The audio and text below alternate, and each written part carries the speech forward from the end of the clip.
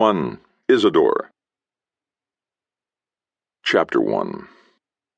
The battles had been hard, the gold had been scarce, and the company, other mercenaries like me, most of them older, all of them unsophisticated as bricks, had gotten on my nerves. So I deserted, or as we called it in the trade, chose to pursue other opportunities. That was the whole point of hiring out your sword arm instead of actually joining an army, wasn't it? I was a young man that summer, long-haired, beardless, and still hiding behind a mercenary's blade from the truth about myself and my past. There wasn't a tavern wench I hadn't known, a farm girl I hadn't tried to know, or a noble lady I hadn't considered getting to know. I drank often, ate whatever came my way, and took what I needed when no one was looking. I was Eddie LaCrosse, no longer Edward, the heir to the LaCrosse barony in Arentia, and I went where the wars were, unless, of course, the war turned out to be boring. And that's how I ended up in an Alturan forest, just below the mountain foothills, minding my own business and pissing on a tree, when a man entered the clearing, screaming and running for his life. A moment later he exited, pursued by a bear. I fastened my pants and took off after him on foot, knowing my horse was useless in the undergrowth. Over the past 16 years, I have often wondered why I did that. I was all business in those days, and business meant gold. I wanted to sign up with the Alturan army, then about to go to war with its neighbor Manoma and its paranoid king Gerald. But instead of sticking to my plan, I ran to help a stranger without even a second thought. I suppose I believed there might be a reward for rescuing him. Yeah, that must have been it. The man's screams and the bear's roars made them easy to find, and by the time I reached the top of a ridge and looked down into the little gully, it was too late. The bear had him. He lay beneath the beast, curled into a ball, face down on the ground, screaming as the great claws sliced into his unprotected back. The animal bellowed and snapped, trying to get a clean bite on the man's head. No thought went into my next decision, either. I drew my sword, held it like a dagger, and jumped down onto the bear's back. I put all my weight and momentum behind the weapon, which struck the animal's shoulder blade, slid off the bone, and buried itself to the hilt in the furry body. The bear was a monster, easily 600 pounds, and when it reared up in response to my stab, twice as tall as me. It smelled of musk, mud, and bear shit, and its hair was slick and oily. I clapped my heels against its sides and clung onto the sword hilt with all the strength my terror suddenly gave me. The great claws swiped the air overhead, splattering me with blood and bits of the man's flesh. "Run!" I yelled to the man on the ground, but he remained curled up, protecting his belly at the expense of his flayed-open back. The bear stumbled backwards, still upright, and slammed me into the nearest tree. 600 pounds in motion can do some serious slamming, and my lungs emptied under the pressure. Little flashes sparkled at the edge of my vision. My legs slipped free and flailed in the air. I knew if I lost my grip on my sword I was done for, so I held on despite everything, twisting the hilt and wrenching the blade as much as possible in search of some vital organ. "Run, will ya?" I yelled again. Finally, I hit something essential because with a combination roar and wheeze, the bear fell forward and hit the ground. The impact tossed me over its shoulders into the leaves beside its victim. I lay there and waited for my lungs to refill. The bear did not move, which was good, because I was out of juice.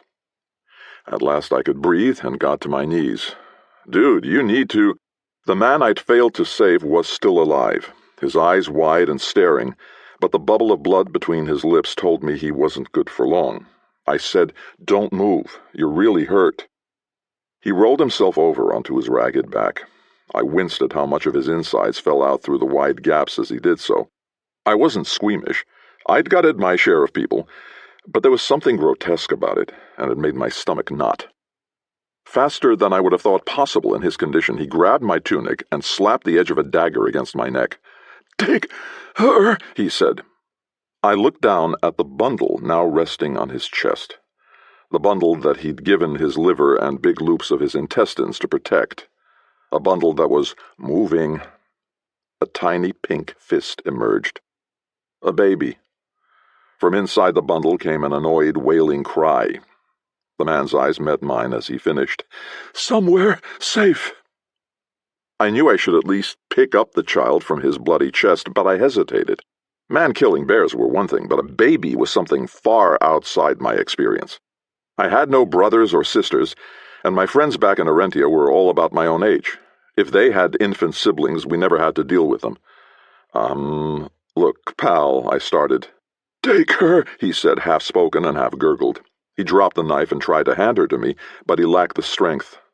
Let's just get you patched up, okay? I said quickly, knowing it was futile. He shook his head.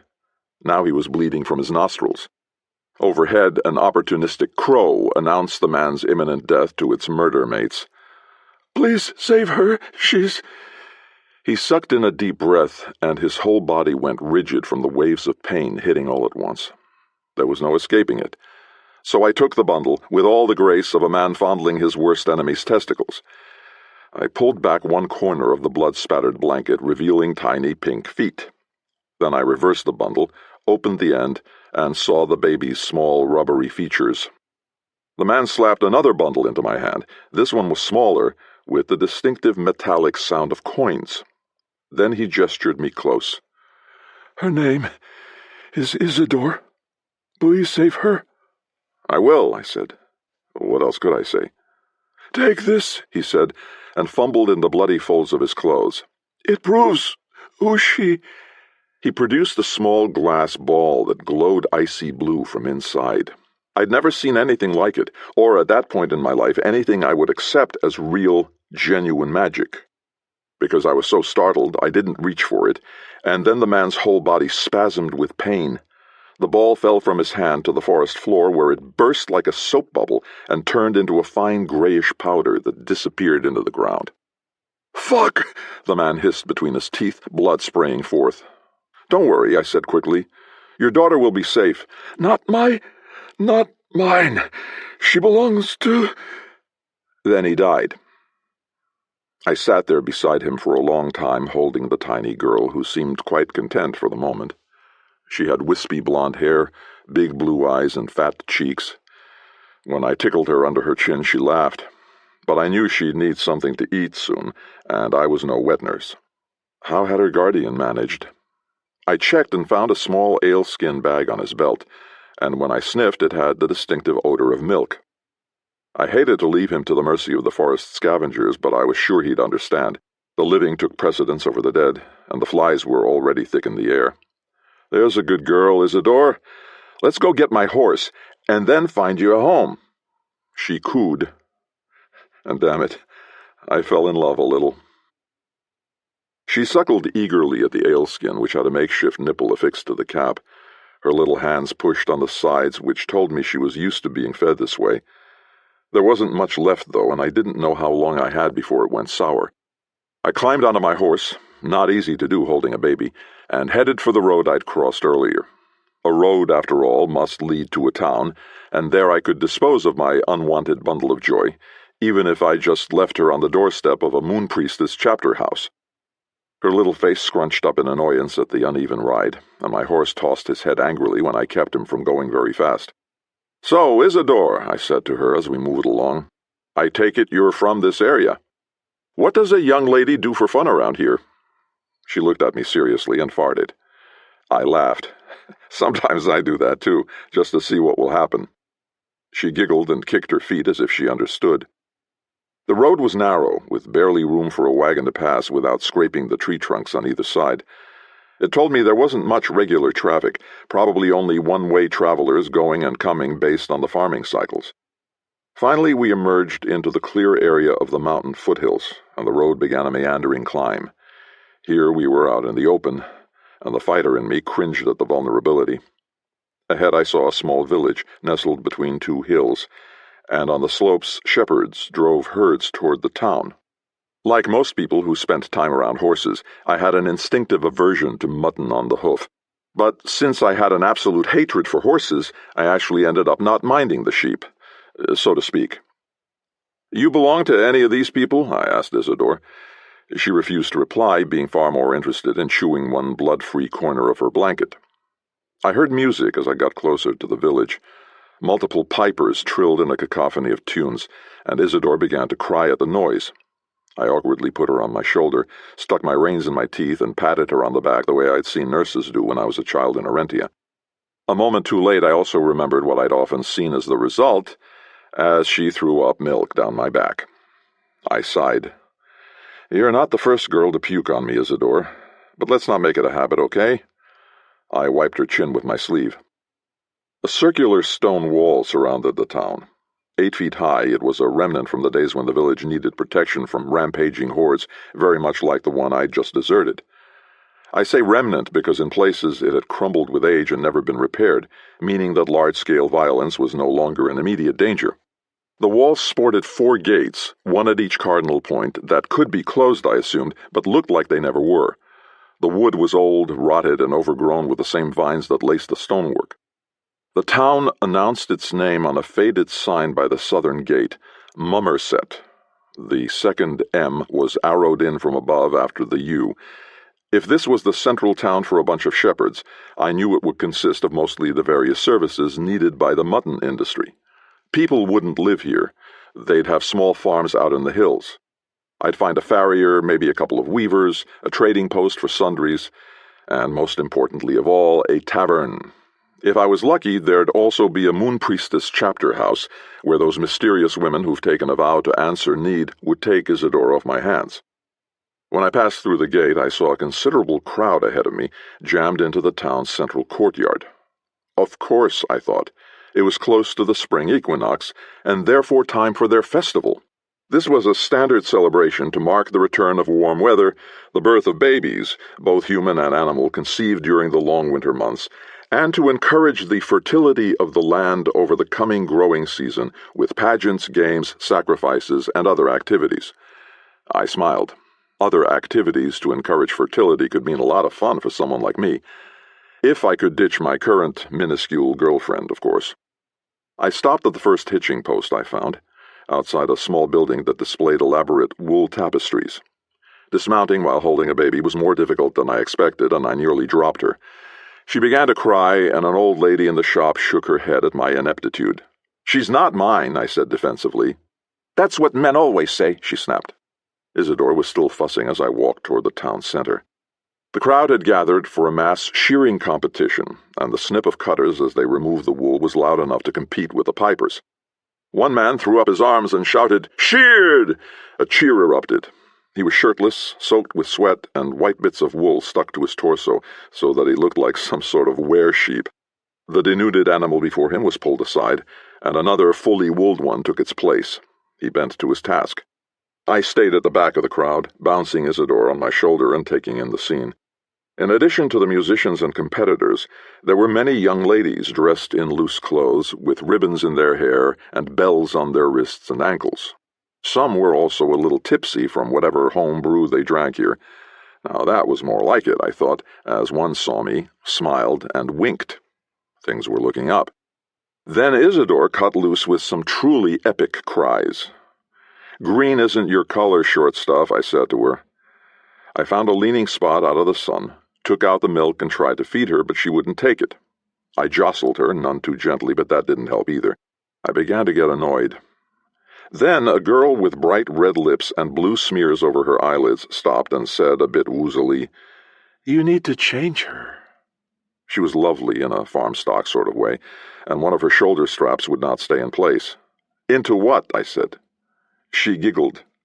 "Her diaper, silly. Don't you smell that?" "I don't smell anything but sheep." "Well, if you undo that blanket, I'll bet you find she's left you a gift." I felt the same instinctive revulsion all men feel at the thought of handling dirty nappies. "Really?" "Really. Don't you know how to change a diaper?" "She's not actually mine." "Oh, silly man, just accept it. A child is a miracle." Before I could ask for actual help, she swirled off in a cloud of drunken lace and jingles. I looked down at Isidore, still crying, her face scrunched up like an angry red monkey. "All right, goddammit," I sighed. "Just give me time to find some help, will you?" No one at the festival seemed the least bit interested in a strange, blood-spattered man toting a fussy baby, a sight which I'm sure would have raised at least a few eyebrows any other day.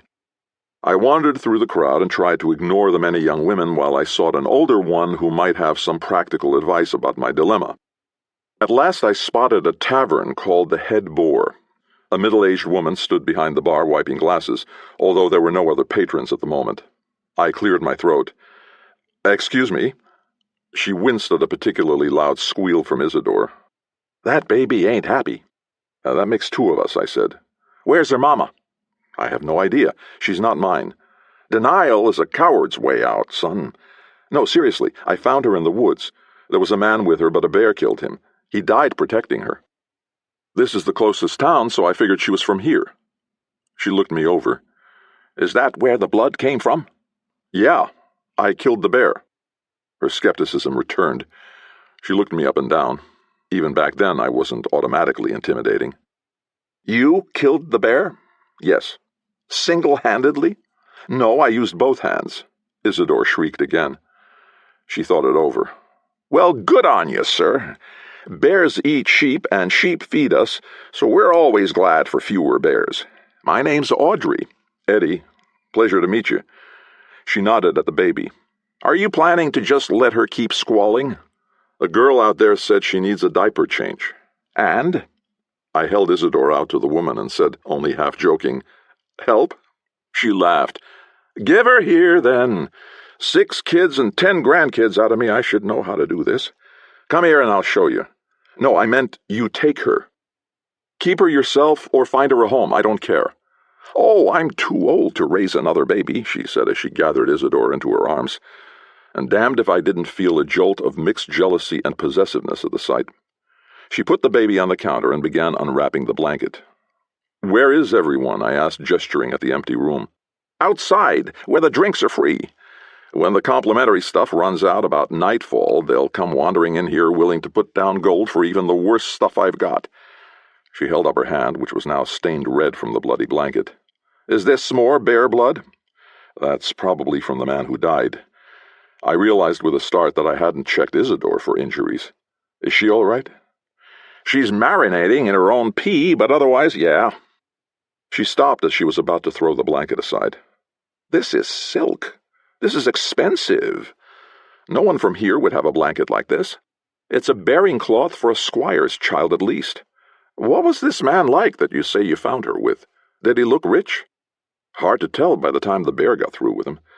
I felt the weight of the gold bag in my belt, but didn't mention it. She put the blanket aside, then sharply sucked in her breath. "What?" I said, concerned. "Who would do this to a baby?" she said, appalled. She held her so I could see. Across her tiny back someone had tattooed, on a baby, an elaborate circular design. I didn't recognize it. "Damn," I said. "It must have been done right after she was born. That's awful is the word you're looking for." I knew a lot of organizations and societies used tattoos to mark alliances, relationships, even social castes. All of them, though, waited until youngsters reached puberty, or at least were walking around on their own. I knew of no group that marked its members this way from birth. "Well, at least she doesn't seem to be suffering from it," Audrey said, and began work on the more pressing problem of the baby's wet bottom.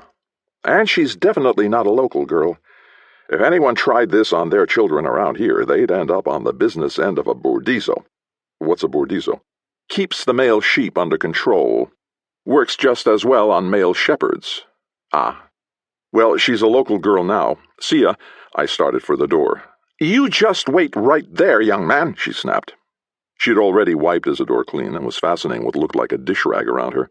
"This child may not have sprung from your loins, but that doesn't mean she's not your responsibility."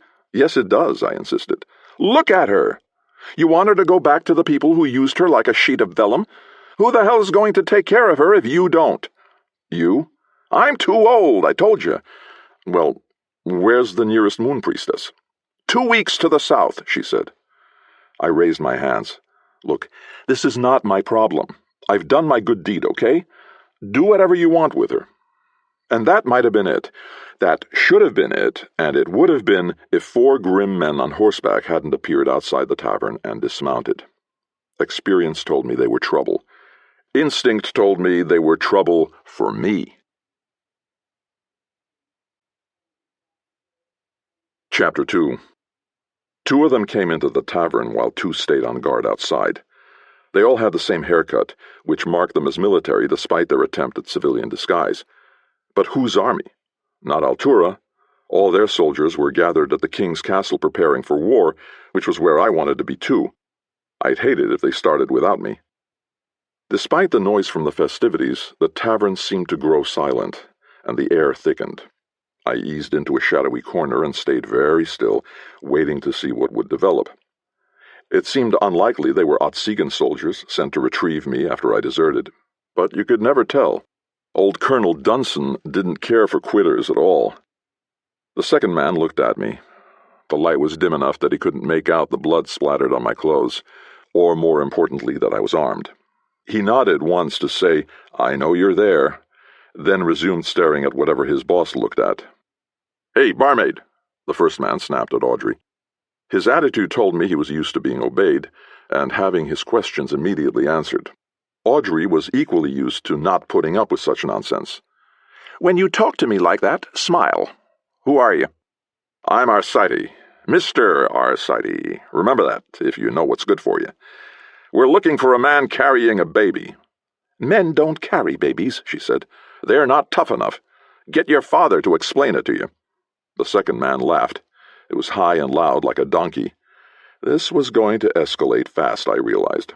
Arcite said, "Look, bitch, I've been here for 5 minutes and I'm already sick of the stink of sheep. So answer my goddamned question. Have you seen a man with a baby?" "I dare you to say sick of the stink of sheep 3 times fast," Audrey shot back. I couldn't figure out why she was deliberately antagonizing this guy until I suddenly noticed that Isidore had vanished from the bar. Where the hell had she gone? It's not like she could have gotten up and run off. Could she? I'd had so little experience with babies that I wasn't totally sure. Arcite strode to the bar and slammed his hand on it. It sounded like the snap of a gallows trap door. "I don't like bitches who don't know their place. You're a fucking barmaid and I'm a goddamn soldier. You'd better learn to respect that." "And I don't like goddamn soldiers," she fired back without flinching. "You all act like serving your country gives you an asshole license. Well, tell you what. Maybe I'll drag you out back and show you my battle lance. See if I can't change your mind." He turned to his henchman. "Strato, grab her." I didn't want to get involved. Really, I didn't. I was still kicking myself for trying to save the guy from the bear. Nothing good ever came of sticking your nose, or whatever, in where it wasn't invited. But before I'd even made the conscious decision, I heard myself say, "Ease up there, pal. You're in the ladies' bar, after all. Show some manners." Arcite slowly turned to me, his eyebrows going up in a slow burn that would be hysterically funny if I lived to tell this story. "Look, sheep dip. If you don't want your insides handed to you, run back to your farm and stay out of what don't concern you." "Doesn't," I corrected. "What doesn't concern me?" Now he gave me a look that said he was amazed I was so stupid. "Farm boy, I will end you so fast your shadow will wonder where you've gone." "That's a good one," I said. I realized he still couldn't see my sword belt in the shadows. "I'll have to remember that." He strode toward me, intending to slap around the local boy, the soldier-slash-civilian dynamic at work. I calmly kicked him right in the balls. Much harder than I needed to just because he pissed me off. He folded like a battlefield observation chair. Instantly I whirled to face Strato. I didn't go for my sword, and neither did he. His expression told me that Arcite had deserved this for a long time and could get himself out of it. I looked down at Arcite. He'd landed in a shaft of sun that came through the door, and his face was bright red. "My balls!" he squeaked. I said, "You're not as tough as you think you are, and you're a terrible judge of people.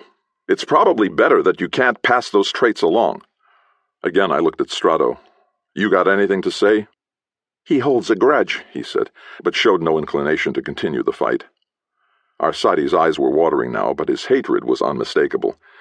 I said, "Then maybe I should just gut him where he lays, so I don't have to waste my time looking over my shoulder." "Not in my tavern, you don't," Audrey said. There was still no sign or sound of Isidore. "Your lucky day," I told Arcite. "Our hostess doesn't favor cleaning up a bloody mess." To Strato I said, "Who is this baby you're looking for? Why is she so important?" "We don't know. Our commander told us to go find a man who'd run off with a baby. We picked up the trail and followed it to a dead man and a bear.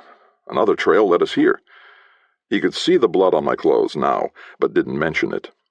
"Looks like you made a wrong turn somewhere," I said. That's true.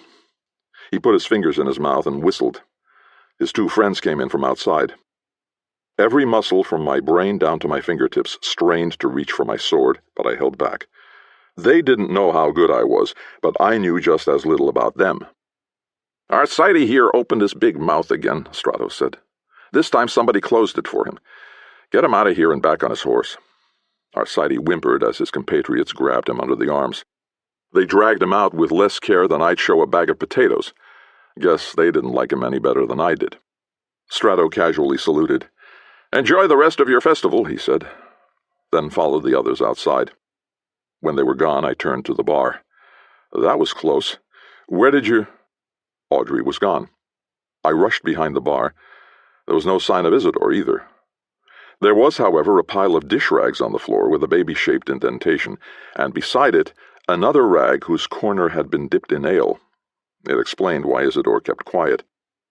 I couldn't explain the panic I felt. After all, getting rid of her was exactly what I wanted to do. But I ran out the back door into the street, looking around wildly for them as if I'd lost some great treasure. I slid in the mud created by years of tossed kitchen slop and slammed into the stone perimeter wall. To either side were the backs of other buildings, and all I could hear was the sound of the festival. She couldn't have gone over the wall, so she must have gone into the crowd. I ran around the corner toward the nose, smack dab into a man painted entirely green down to his navel. He was also naked below the waist, trying to pull on a pair of green pantaloons. "Whoa there, youngster," he said. He wore a kind of headgear made of bright green leaves and vines through which only his face peeked out. His beard was also stained green and decorated with twigs and flowers. The odor of ale engulfed me as he said, "Take a deep breath and smell the flowers. The festival's just getting started. I haven't even yet made my grand entrance." I tried to disentangle myself from his clumsy embrace. "Thanks, I appreciate that. Have you seen a lady with a baby?" "Sure, she's right around the corner. But you shouldn't chase after her. There's plenty of young ladies just waiting to blossom tonight.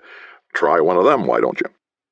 I didn't want to hurt him, but his grip was stronger than I expected.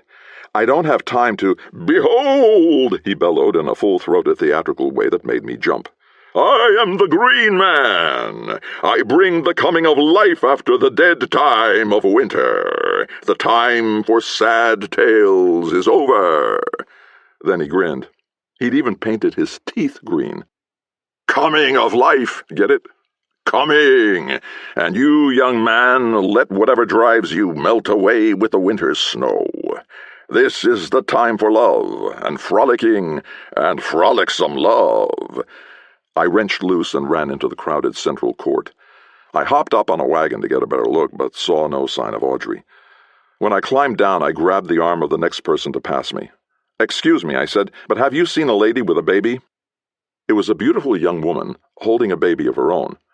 I guessed she was about 17 or 18. She had soft blonde hair and a braid down her back, and a gown that left her shoulders bare. Good shoulders were a particular weakness of mine. She looked me up and down, made a skeptical face, and asked, "Is this a trick question?" "I'm sorry, not you. Another woman with another baby." "Your wife ran away, eh?" She touched a spot of blood on my tunic. "I don't blame her. You seem to be nasty." I took her by the arms, careful not to jostle her grip on her infant, and said very deliberately, "Please, I'm looking for a woman from the tavern over there. Her name is Audrey. She has a baby with her. Have you seen her in the last few minutes?" "Get your blood-nasty hands off me if you don't want to draw back 2 nubs," she snapped. "You might be able to bully your wife, but you damn sure can't handle me." I was getting desperate. "This isn't her blood, it's from a bear. Please, can you help me?" "Aren't you a little young for Audrey, anyway?"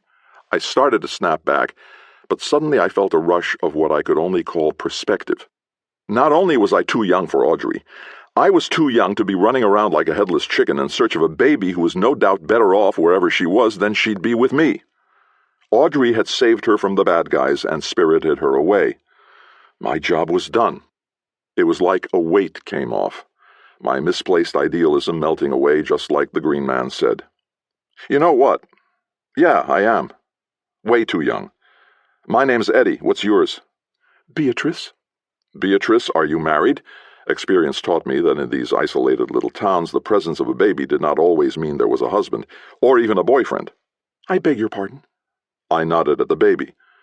If you are married, I apologize, but I'm new to town. If you're not with anyone, I'd really like your company. You're kidding, right? No, not at all. For the rest of the day, and for however long you can put up with me tonight, I'd be honored to escort you. I smiled my best winning, totally harmless smile. A teenage boy nearly knocked me into her as he ran past, pursued by a girl who seemed determined to hit him with a handful of flower petals from the basket on her arm. Another young man, far more sensible, stood nearby and let his girl shower the petals down on him. As they settled, he leaned in and kissed her. Beatrice and I were very close now, looking into each other's eyes. Her annoyance began to crumble, but she wasn't an idiot. How dumb do you think I am? You're covered in blood. You say it's bear blood, and I almost believe you, but it's still blood. And you think you can just swap one woman with a baby for another? It did sound a bit loopy, so as calmly as I could, I said, I found a baby abandoned in the woods. I saved her from a bear. I gave her to Audrey to keep safe until somebody comes to claim her. That last bit was a stretch, but not a total lie. The next thing I said, though, surprised even me with its truthfulness. I just wanted one last look at her before I left town. At Audrey? At Isidore. Is that the baby's name? Yeah. That's a boy's name around here. Well, it's her name, and she's definitely a girl. She shifted her own baby to the other shoulder and continued to look at me, measuring me with the same level of scrutiny a commander might use in selecting someone for a suicide mission.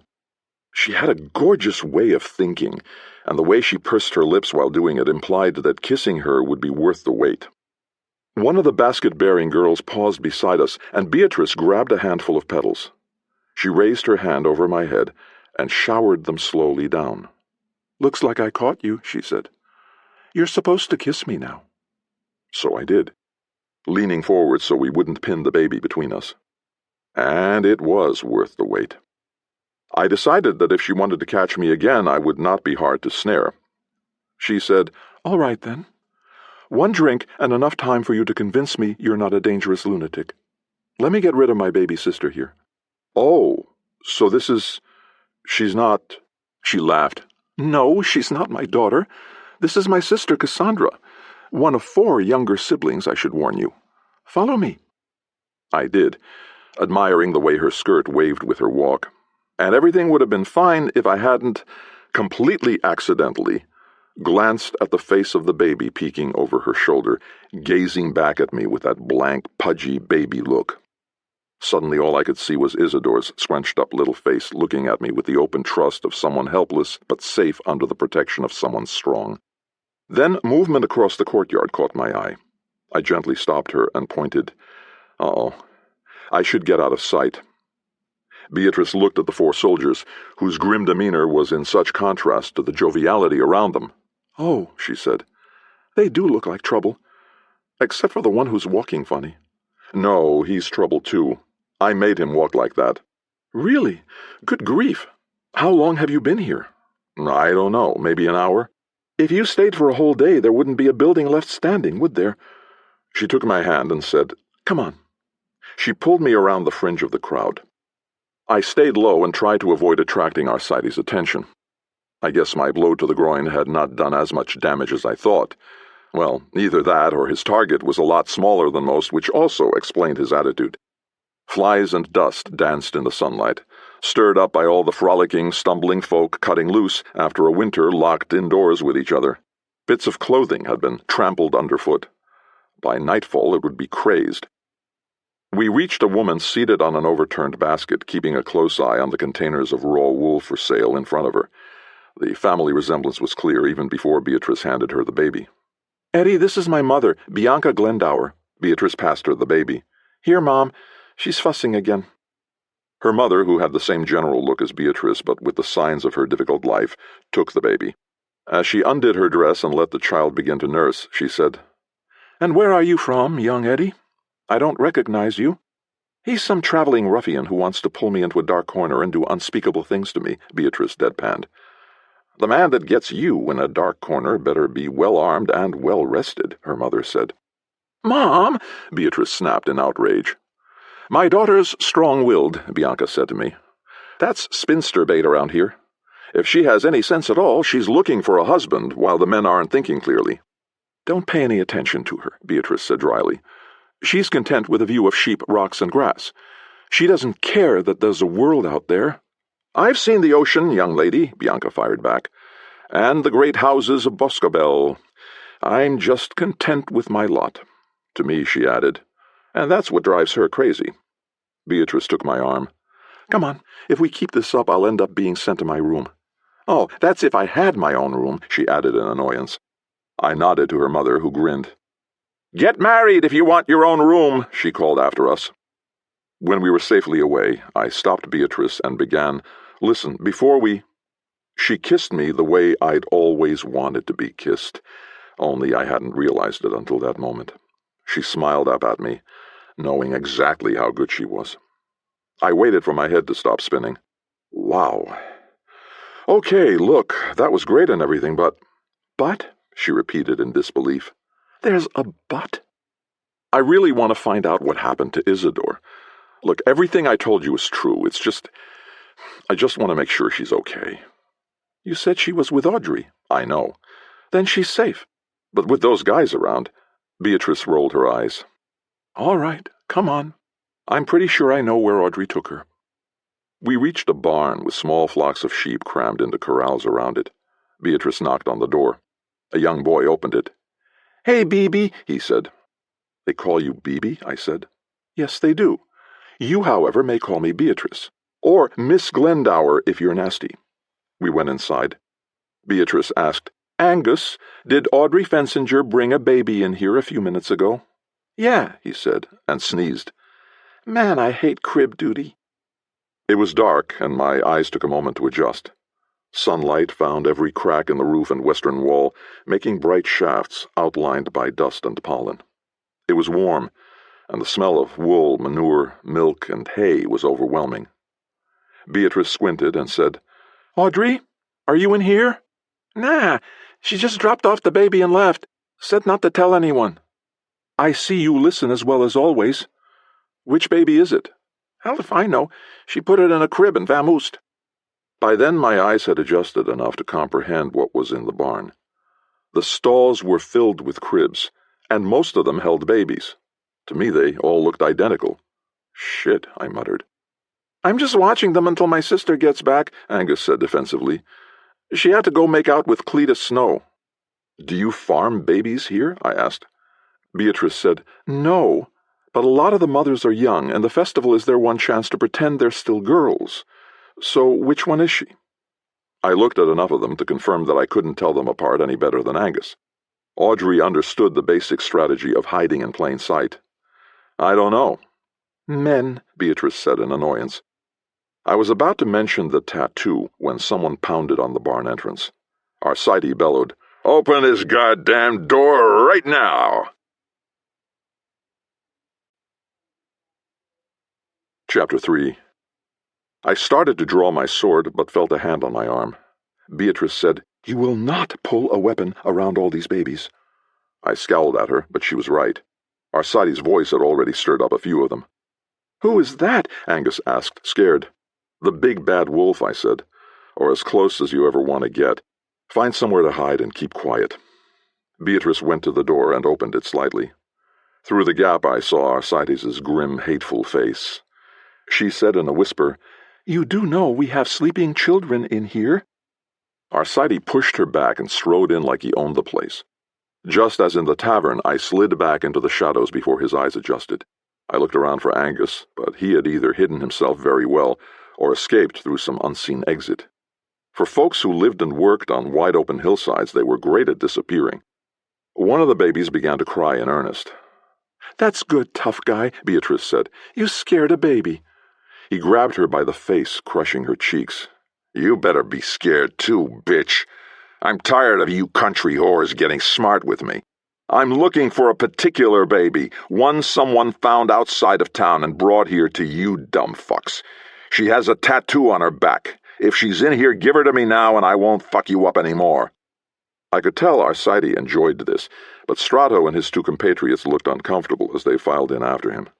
Whatever their mission, they didn't like pushing women around and threatening children. Strato closed the door and said, "Miss, I'm sorry about my friend. He got kicked in the balls and it put him in a bad mood." She wrenched free of Arcides' grasp and glared at him with an intensity that could melt rock. "Don't you dare touch any of these children," she hissed. Arcides laughed. "Bitch, you're just a bad judge of people. If you won't tell me which one she is, I'll kill all the little fuckers after I deal with you." He went for his sword. The thing about reflexes is that you don't know they've kicked in until they've moved you from one place to another. I had no memory of drawing my sword or jumping from the shadows, but Arcides' blade clanged against mine on its way to strike Beatrice. He looked as surprised as I did. "There's a lot of things I'll stand by and let happen," I said, "but not killing nice girls or babies." "You," he said softly. Venom dripped from the word. "Oh, do I owe you some payback?"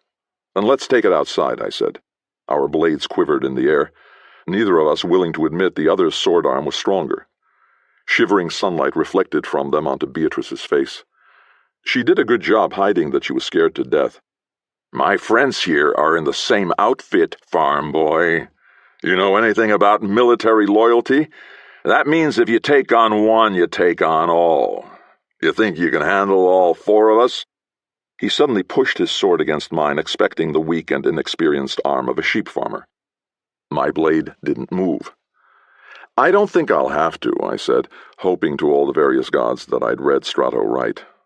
"Cut the heads off all the little bastards," Arcides ordered. "Now! Then we'll finish this fuck and his whore." None of his men moved. "Did you hear me?" he yelled. He wanted to glare back at them, but knew better than to take his eyes off me. "Sir," said one of them, "this is wrong," Strato finished. "I didn't sign up to massacre babies in their cribs." "You signed up to take orders, and I gave you one," Arcides yelled.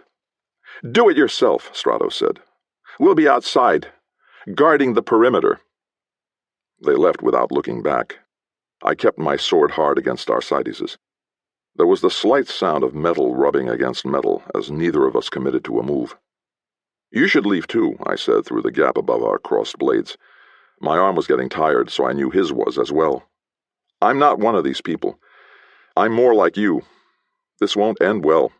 "I have a job from the king," he hissed. "King Ellis?" Beatrice said in outrage. "No," Arcides said. "A real king." "A king who wants a baby killed?" I said. "Sounds like something crazy Jerry from Monoma would do." Arcides laughed, but I couldn't tell if it was in confirmation or mockery at how wrong I was. "Now get the fuck out of my way, or I'll make you watch while I add your girlfriend's head to the pile of baby skulls I'm about to make." There was nothing for it. He was a soldier to the core, and he'd been given an order. I prepared to feint, then cut him down as fast and thoroughly as I could. At that moment, the barn door slammed open. Audrey and a half-dozen other women, along with Angus, burst through. In contrast to their festive clothes, ribbons, and flowers, they simmered with maternal fury and carried farming implements that might not be actual weapons but would still make a thorough mess of you. They leveled them at Arcides and me. "You two scum, just stay where you are," Audrey said. More babies began to cry. "Are the children okay?" "They're fine," Beatrice said. "Just scared of all the noise." I started to point out that I was one of the good guys, but at the moment it seemed prudent to remain silent. So prudent, in fact, that I knew Arcides couldn't possibly do it. He laughed, cocky, mocking, and stupid. "Look at this, a whole herd of bleeding, sheep-herding whores. You think I'm afraid of pitchforks and scythes?" You should be, I thought, but didn't say. You should be more afraid of the look in their eyes. Abruptly, he drew up one knee, put his foot against my midsection, and kicked me away. I stumbled back into a bale of hay, and it took every bit of self-control not to jump up and attack again. He yelled, a cry that would freeze the blood on the battlefield. The women didn't flinch. One threw a pitchfork, javelin style, at him. He tried to knock it away and did divert it a little, but one tine impaled his sword arm. He shrieked in pain and dropped his weapon. The weight of the pitchfork pulled him off balance, and he fell. He let out another shriek, but not before the women surrounded him and began hacking. His cry was cut off in the middle. Each of the women struck no more than twice, but it was enough. When they stepped back, he looked like a child's doll ground between millstones. Then they all turned to me. I put down my sword and raised my hands. "I'm on your side," I said. "Audrey, Beatrice, I could use some kind words here." "He is," Beatrice said, and stepped in front of me. "He brought the little girl here so she'd be safe." "That's true," Audrey said, Arcite's blood dripping from her sharp-edged hoe. I really worried they wouldn't listen. The sunlight through the cracks sparkled on eyes maddened by righteous anger. They were amateurs. I could take most of them down, but I knew I wouldn't strike a blow. If this was my time, I could accept it. Fortunately, they lowered their implements. I retrieved my sword and put it back in its scabbard. My heart continued to test the tensile strength of my ribs. "Which one is she?" Beatrice asked. "Right here," Audrey said, and picked up one of the squalling babies. My heart pounded in a whole different way when I saw her tiny mouth expressing her disapproval at the top of her lungs. Audrey handed her to Beatrice, who shushed her expertly. The other women put down their weapons and went to calm the rest of the children. I looked at Angus. "Smart to go get reinforcements. Why didn't you get men, though?" "They're all drunk. Besides, nothing's meaner than an angry mom." "Good point. Did you see where those other soldiers went?" "To the tavern," he said. "I guess they're waiting for their general to come back." I turned to Beatrice. Over the top of Isidore's head, I said, "You should probably do something about the body and all the blood. I'm going to deal with his friends." "But why? They didn't—" "No, they didn't. But they're still highly trained enemy soldiers in a foreign country on a mission. I'm going to make sure they don't complete it." "You'll kill them?" Audrey said. She carried 2 more babies, one in each arm, and jostled them gently to calm them down. "In my tavern?" "If I have to." "I'll try not to," I added defensively. "I'm not the one who killed him, you know." "I know," Beatrice said, then stepped close to kiss me. It was the kind of kiss I felt in my scabbard. She said, "Come find me when you're done," and nipped my lip. Outside, the sun was sliding low in the west. I found Strato leaning against a post outside the tavern, watching his 2 fellow soldiers dance in a complicated line with several attractive young women. He saw me as I approached, and moved nothing but his eyes. When I was within earshot, he asked, "If you're here with all your limbs and manly parts, I assume you killed Colonel Arcite." "Yeah," I said. I wasn't stealing the credit for myself. I wanted to minimize the chance of a reprisal raid against the town. "Where does that leave us?" "We didn't exactly volunteer for this job," he said. "We were in prison for desertion, and they gave us the choice of this or the gallows." "And what happens when you go back and say you couldn't find her?" He smiled very slightly. "Who says we didn't find her? That bear was pretty thorough. Not only killed the child and a man with her, but Colonel Arcite as well. Gave his life to save the rest of us. He'll get a banner in Warriors' Hall." I didn't want to trust him. I didn't even know him, but I had little choice. I wasn't yet the judge of character I'd become later, but I was pretty good. I nodded and said, "So you'll be heading back to—" "Our unit," he said, ignoring my lead. His origin would remain a secret. "Once my friends get a little rambunctiousness out of their systems. Not a lot of pretty girls in prison." I watched the other 2 men dance. They looked happy as children, as did the girls they danced with. This was as safe a resolution as I was likely to get without killing them and disposing of the bodies, which truthfully I lacked the resolve to do without more provocation. So I gave him the same half-salute he gave me earlier, and left them to their gambols. When I got back to the barn, most of the babies had been taken away, along with Arcite's body. Fresh hay covered the bloody ground where he died. Angus and a teenage girl, who I took to be his AWOL sister, whisper-argued in the corner about who was going to get in the most trouble. Audrey fed 1 baby from a wineskin, and Beatrice sat on a hay bale with Isidore asleep in her arms.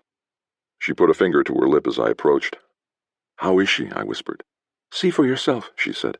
And before I could react, she put Isidore in my arms. I lay her on my shoulder, but she began to fuss. "Shh," I said, trying to lightly bounce her. "She likes singing," Beatrice said, amused. "Then sing," I said. She shook her head and gestured that it was up to me. Her smile was mischievous and irresistible. I tried to remember any of the dignified songs I'd learned as a child, songs of courtly love and noble deeds. They all fled my memory. At that moment I could in fact only remember one song, so I sang it as softly as I could. She fell upon her back with her feet up in the air. I knelt between her thighs and admired all her hair. You're quite the fuzzy lass, I told her as I dove into the furry gate and along her soft pink road. The afternoon sun, blazing through the slats in the wall, was tinted a bright amber which hopefully hid my blush. Beatrice snickered and tried very hard not to laugh out loud, but Isidore contentedly cooed. Then Audrey, with the baby she'd just fed on her shoulder, softly chimed in. She said, I like the furry gate between my lovely thighs. It keeps me warm in winter when winds begin to rise. Soft as grey goose down it is, and comfort for your head, and none who have embraced it have ever fled my bed. She winked at me. Her baby burped, on beat. We all laughed as quietly as we could. Isidore wriggled close to me. Chapter 4. It was dark by the time the last baby had been taken home. The music from outside had grown more rambunctious, and some of the lyrics were so raunchy that they put my own lullaby to shame. But I had no desire to join them. I was content staying in the barn with Beatrice, cuddling Isidore while she slept, and stealing kisses like the young courtier I'd once been. Strato and his men kept their word and left town. I wondered how their story would play with their superiors. I hoped they didn't end up back in prison, but so often in the military, no good deed went unpunished. Audrey returned to close down the nursery and prepare it for the next day. She folded blankets and arranged the cribs in neat rows. Nice to see a happy family, she said to us. The baby's not mine, I reminded her. She laughed and indicated the way Isidore slept in my arms.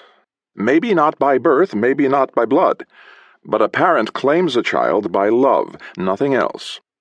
I looked at Beatrice. Seriously, I can't take care of her. I'm a mercenary, for God's sake. You could change, she said, and the invitation in her eyes was grown-up and serious. You might find living here more adventurous than you think. I remembered Janet, the girl I'd loved and lost far too young, and shook my head. No, I can't. I need you to help me find someone to take her in. Beatrice continued to look at me, as if hoping her steady gaze would batter down my defenses. She got closer than anyone had, but the blood on my hands, both metaphorical and at that moment literal, was too thick and too dear for even the cleanest of love to wash away. At last she looked down in defeat and said, All right, I know someone. They have so many kids, one more won't make a difference. Bring her along. Have a good evening, you two, Audrey called after us. She seemed totally unaffected by the violence she'd earlier helped mete out. We emerged from the barn just as the crowd in the courtyard filed out through one of the wall gates, making a singing, chanting line up the hill toward a huge pile of wood. It must have taken a while to gather all that from the forest and lug it up here. I remembered one town where, at just this time of year, a human sacrifice was placed inside a big wooden idol and burned alive to ensure the coming year's fertility. Fortunately, this group seemed far more laid back. Want to go to the bonfire? Beatrice asked. There'll be dancing. Sometimes clothes come off. No, Bibi, I said seriously. I want to make sure Isidore is okay. You're the first person who called me that I haven't wanted to punch. Come on, then. I have a horse we could ride. On a night like this? She laughed and took my free hand. We went out a different gate and followed the narrow road across the hills. The sky was magnificent, a wide umbrella of stars with a bright moon in the east. Its light, now that my eyes had adjusted, was brighter than some overcast days. The breeze was just cool enough to be comfortable, and once we left town, the sheep corrals were thankfully downwind. A cheer went up from the distant hill as the bonfire blazed to life. Shadowy forms danced around it, and their songs faintly reached us. It had a powerful tug, all right. The lure of a home always did to the deliberately homeless, and the woman beside me certainly added to the allure. Beatrice took my arm, careful not to jostle Isidore. It's like this a lot, you know. We work hard, but we always remember to play. And pretty much no one ever dies violently. You sure that doesn't appeal to you? I guess she didn't know about the impending war. I saw no reason to mention it. Its effects might never reach Somerset. You just met me. Yeah, but I'm a good judge of people. I hope I am someday. Just trust people to be who they are. If you pick up a viper and it bites you, it's not the viper's fault, is it? I'll remember that. Remember this, too. She moved in front of me, and when I stopped, leaned up to kiss me. This was totally different from the fun, almost joking kisses we'd exchanged in the barn. This was a solemn promise kiss, an offering of far more than soft lips on a warm night. She slid one hand along my cheek, her palm warm and soft against my stubble. When she stepped back to look at me, it was with the serious expression of a woman quite aware of what she was pledging. I was speechless. In her sleep, Isidore let out a sigh of contentment. Well, at least she liked it, Beatrice said wryly. Oh, I liked it too, I said. But not enough? That's asking a lot of a kiss. There's more, don't worry. But first, let's get this little girl to her new home. We continued across the hills. The windows of several isolated cottages were visible, lit by lamps and hearth fires within, and it was quickly clear which one was our destination. One small corral held 3 ponies, another a flock of recently shorn sheep. A dog barked and ran to meet us. The dog jumped up and began licking Beatrice's face. Get down, Varro, she said, but didn't really mean it. Behave, or you'll sleep outside. Suddenly I understood where we were. This is your place, then? My family's. I still live here because, as my mother likes to advertise, I'm not married. And my mom just had a baby 3 months ago, about the same time this little angel entered the world, if I'm any judge of such things. So Mom can witness her. How will she take it? Isidore? She'll be fine with it. Wait and see. I meant your mom. I'm not giving her to my mom. Well, then who? Suddenly I got it. You? Just come on. She opened the door without knocking. It was a small dwelling, but there were sleeping lofts overhead and a separate bedroom for the parents, which made it practically a manor house for this area. The stone floor was swept clean, and something truly savory simmered on the hearth. I realized I hadn't eaten since breakfast. Beatrice's mother sat by the fireplace mending someone's clothes. The amber firelight took years off her demeanor, and she looked more like Beatrice's sister than her mother. You're not at the bonfire, she said. Nothing gets past you, does it, Mom? Beatrice said as she closed the door behind us. Bianca turned to me. And that, good sir, is the mouth that's kept her unmarried. She looked me up and down. We don't allow swords in this house, young man. For God's sake, Mom, Beatrice sighed. No, that's fine, I said. With my baby-free hand, I unbuckled my sword belt and propped it against the wall outside the door. I felt surprisingly okay without it, a sensation that I hadn't experienced in a long time. Then I bowed, as much as I could, holding Isidore. Pleasure to see you again, ma'am. Good grief, this one has manners, Bianca said. I knew you'd be running about with some lad or other tonight, but I'd assumed it would be that nice Kellington boy. That nice Kellington boy isn't as nice as you think, Beatrice said, especially when he gets you alone down in a dark gully. Besides, this was an emergency.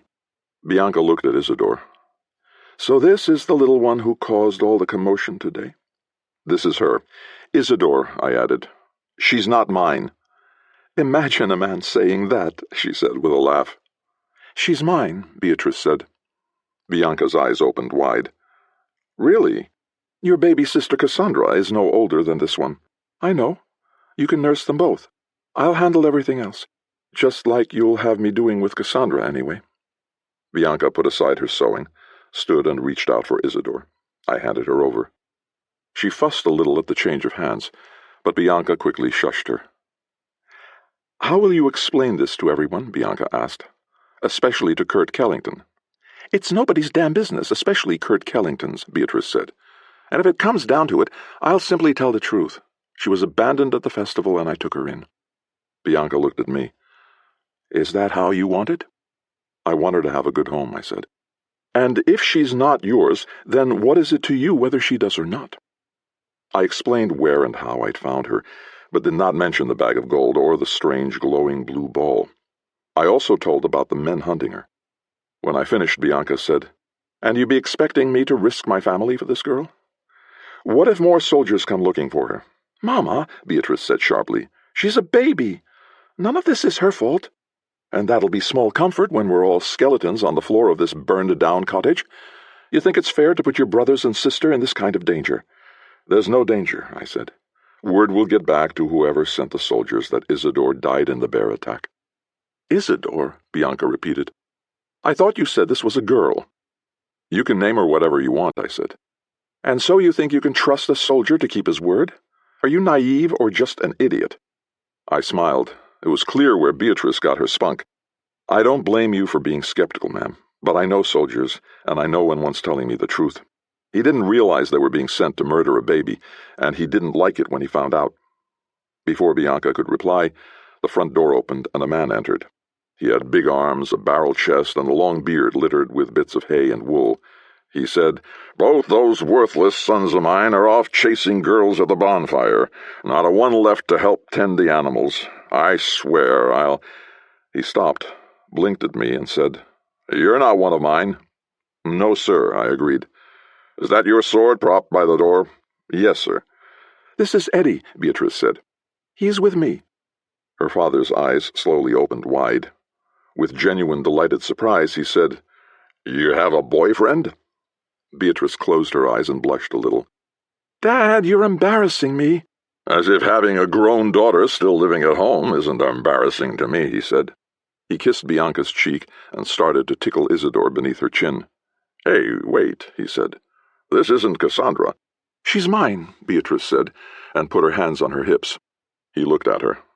"Daughter, I may miss a lot, but I know I haven't missed that." To save time, I gave her father the quick version of events.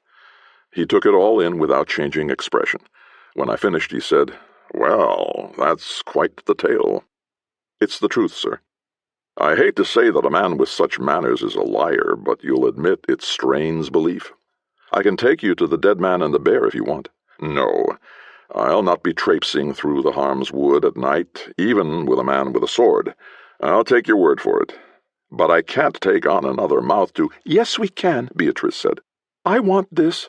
She'll grow up as one of us, never knowing any of this, unless one of us tells her. And we won't, will we?" Bianca and her husband exchanged a look. I sensed that whatever else they might think, they did love their spirited oldest daughter and hated to deny her anything. At last the man said, "Well, I suppose one more girl underfoot won't matter. Give Cassandra someone to play with. She'll have to do her part around the farm, you know." "I know," Beatrice said. Isidore began to fuss, and Bianca said, "Let's see if she takes my milk. If she doesn't, this is all for nothing." But the baby nursed contentedly, cooing and sighing as she filled her little tummy. I suddenly felt claustrophobic, as if the cottage was shrinking around me. It was nothing physical, of course. It was just that Isidore had been taken into the family, and I was now on the outside looking in. Bianca stood, Isidore on her shoulder. "Come along, Bibi. Let's fix up a crib for her. We have to change that name, though. Might as well name her David or Robert." They went into the bedroom and closed the door.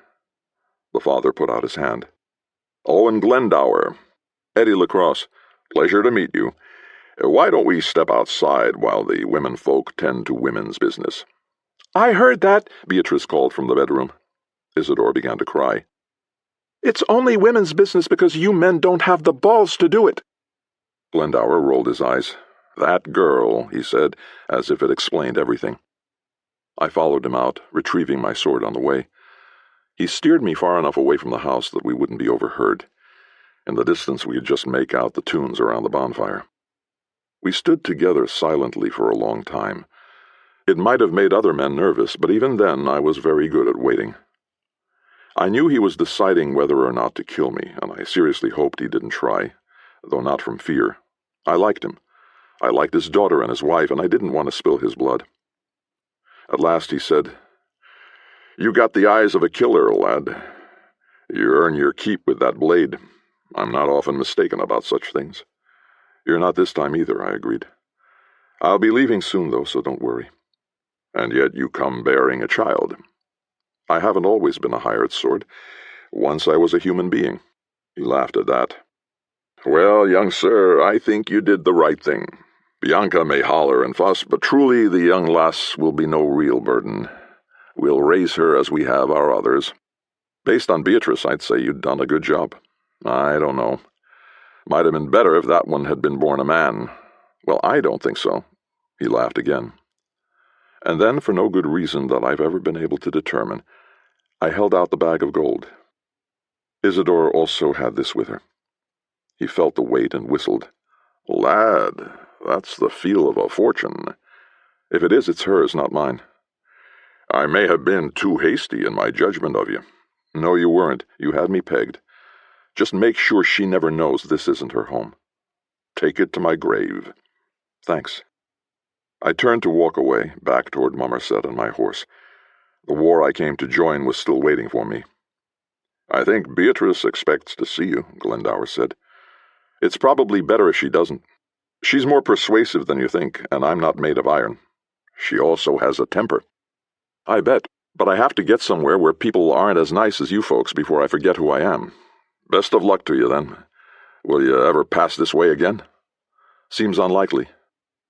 And with that, I walked away into the night. And what I said about returning was true. For 16 years. Part 2. Isidora. Chapter 5. 16 years later. You've met a lot of kings, haven't you?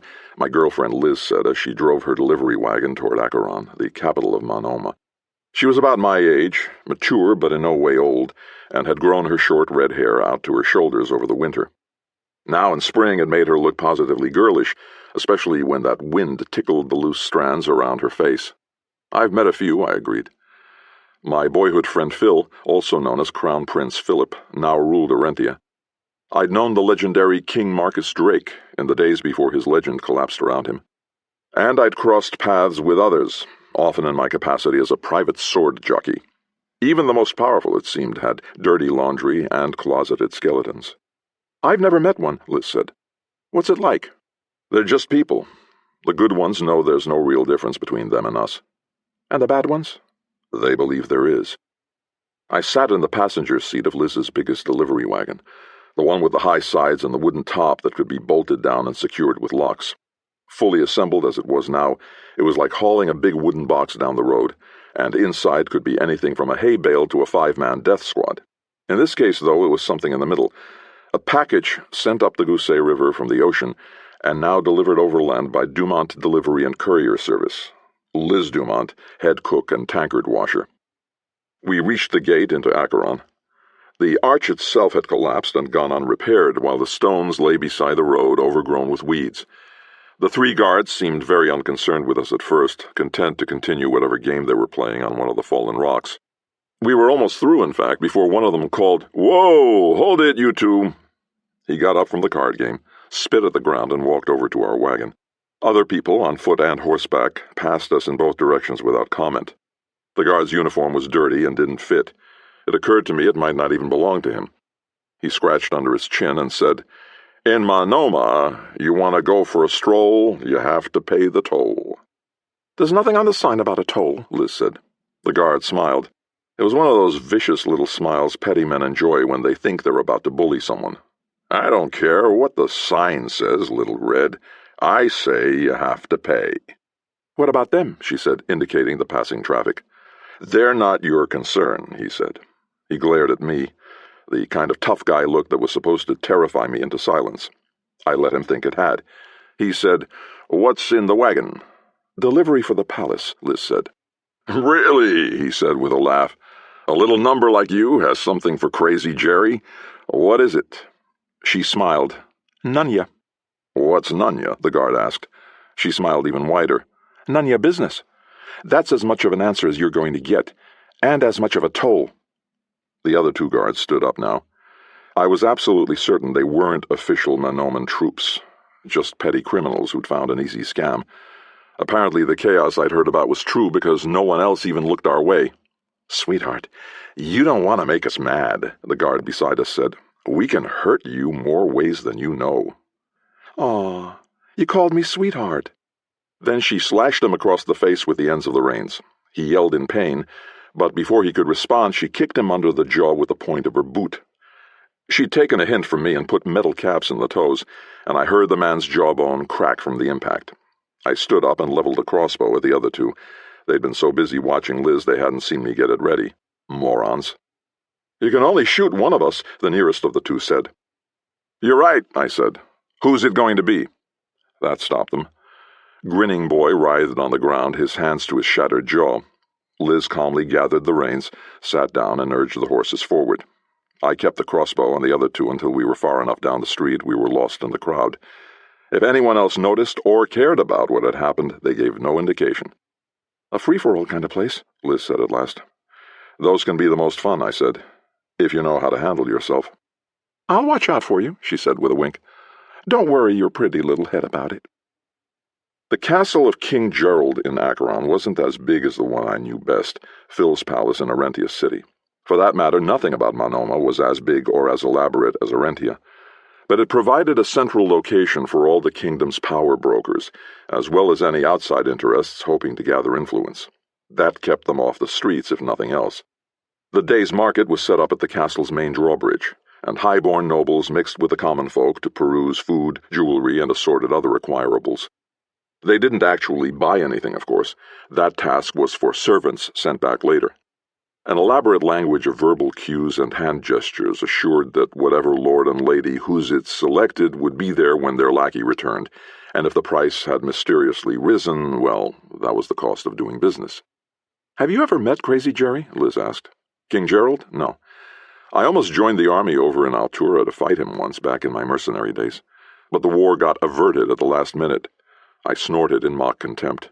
Imagine stopping a perfectly good armed conflict just in the nick of time to save thousands of civilian casualties. I'm sorry for your loss, Liz teased deadpan. And I don't think we'll meet him today. From the stories I hear, he doesn't have much contact with anyone. He even sits in his throne room behind a screen and issues his edicts. Then how do people know it's really him? I grinned. Now you sound like me. I don't know. And unless someone wants to drop 25 gold pieces a day plus expenses into my money bag, I don't really care. We showed our paperwork to one of the drawbridge guards, and he indicated a service drive that went around one huge featureless defensive wall. A farmer's cart approached us on it, empty of whatever produce the castle chef had ordered. "Have you ever been here before?" the guard asked Liz. He was an older man with cropped military hair and a worn but well-maintained uniform. "No," Liz said. "Why?" His concern sounded genuine. "Monoma has a lot of problems right now. Just do your job and get back on the road, okay? You're safe enough this close to the palace, but out in the city, well, you're a pretty girl, and you might not be." "Not be pretty?" she deadpanned. "Not be safe," he said, ignoring her humor. He looked me up and down with disdain. "Even with your hired muscle over there. It's one thing to just look tough. It's a whole other when you're surrounded by bandits." "A whole other what?" she asked. "Thing." At last he caught on that she was making light of him, and smiled wryly. "Ah, well, forewarned is forearmed, right?" We drove past him, and Liz said, "You're supposed to look so scary that people don't start trouble. I don't think you're doing it right." "I'm not the sharpest sword in the scabbard," I agreed. "Is that how you get out of things? By just agreeing instead of arguing?" "I just assume you're always right. You're my compass, baby, always pointing to true north." "But it's so much more fun when you point north," she said. We both laughed. The empty wagon passed us, and we let the horses walk down the road beside the wall. "Wow," Liz said, looking up at the featureless stone, now marred with elaborate graffiti up to a height of about 8 feet. If anyone cared to clean it off, they hadn't made much progress. Most of the designs were gang symbols, part of the criminal underworld that flourished under the lackadaisical rule of Crazy Jerry. "You really grew up in one of these?" "No, my best friend grew up in one. I only played in it. We had a manor house a couple of miles away, and acres of land and tenant farmers, and a whole lot of other things my father considered essential, and that kept him simmering in annoyance from morning to night. He never mastered the idea of trusting people to do their jobs." "But you did have free run of the palace, right?" "Pretty much. Phil was the crown prince, and he could always pull rank on the servants or guards. There were a few people we had to avoid, but for the most part, we could do what we wanted. Truthfully, our only nemesis was Emerson Wentrobe, the king's chamberlain, but after I grew up, I realized he'd looked on it as a game the same way we did. When he did catch us dead to rights, he usually kept silent after extracting our promise not to do it again. And we didn't. We moved on to some brand new mischief." "I just can't imagine," Liz said. She shielded her eyes and looked up at the spires behind the walls where the actual castle rose. We were too close to see more than the very tops, but we'd had a good look on the drive-in. It made me smile. Phil and I always said you could tell the country folks in Orentia City because they kept rubbing their necks, which were sore from looking up. Apparently that was true everywhere. Your house wasn't this big, I take it, I said. Hardly. 5 rooms, and 2 of those were in the cellar. Stone floors, floppy shutters on the windows, and in the winter we shared space with a milk cow. But you were happy there? Most of the time, yeah. Were you? I thought, up until that horrible day when Janet died, and I should have, yes. Most of the time, I agreed. By now, Liz knew me well enough to understand the distance in my voice. She put her hand on mine and said, Sorry, Eddie. Didn't mean to bring her up. I lifted her hand and kissed the back of it. No problem, I said, and smiled. Just a passing cloud, not a storm. We reached the service entrance. 2 guards in fancy livery stood at the warehouse gate, which was big enough to drive wagons through. They held extra-long lances in their velvet-gloved hands. Unless the men were very good, those lances were too unwieldy to be anything more than expensive decorations. But it was important to put on a show, too.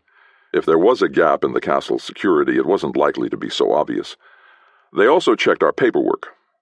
"Clean up after your horses," one admonished before letting us inside. "The warehouse steward will take care of you." The door opened into part of a big central warehouse where the castle's supplies were kept on carefully labeled floor-to-ceiling shelves. I idly wondered what they stocked on the top shelves, reachable only by ladder. The 2 horses' steps echoed off the stone walls until Liz gently pulled the reins and murmured, "Whoa!" The door closed behind us. The steward approached, one of those efficient little toads that liked to rule over his petty kingdom of spare tables and curtains. He reached us just as we climbed down from the wagon seat. "And what do we have in here, he asked in a tight, superior voice. "Liz Dumont, Dumont's Delivery and Courier Service," she said. "I did not say whom. I said what," he snapped. Liz's eyebrows rose at his tone, but she stayed professional. "A set of Benvolian dining dishes." "Is that right?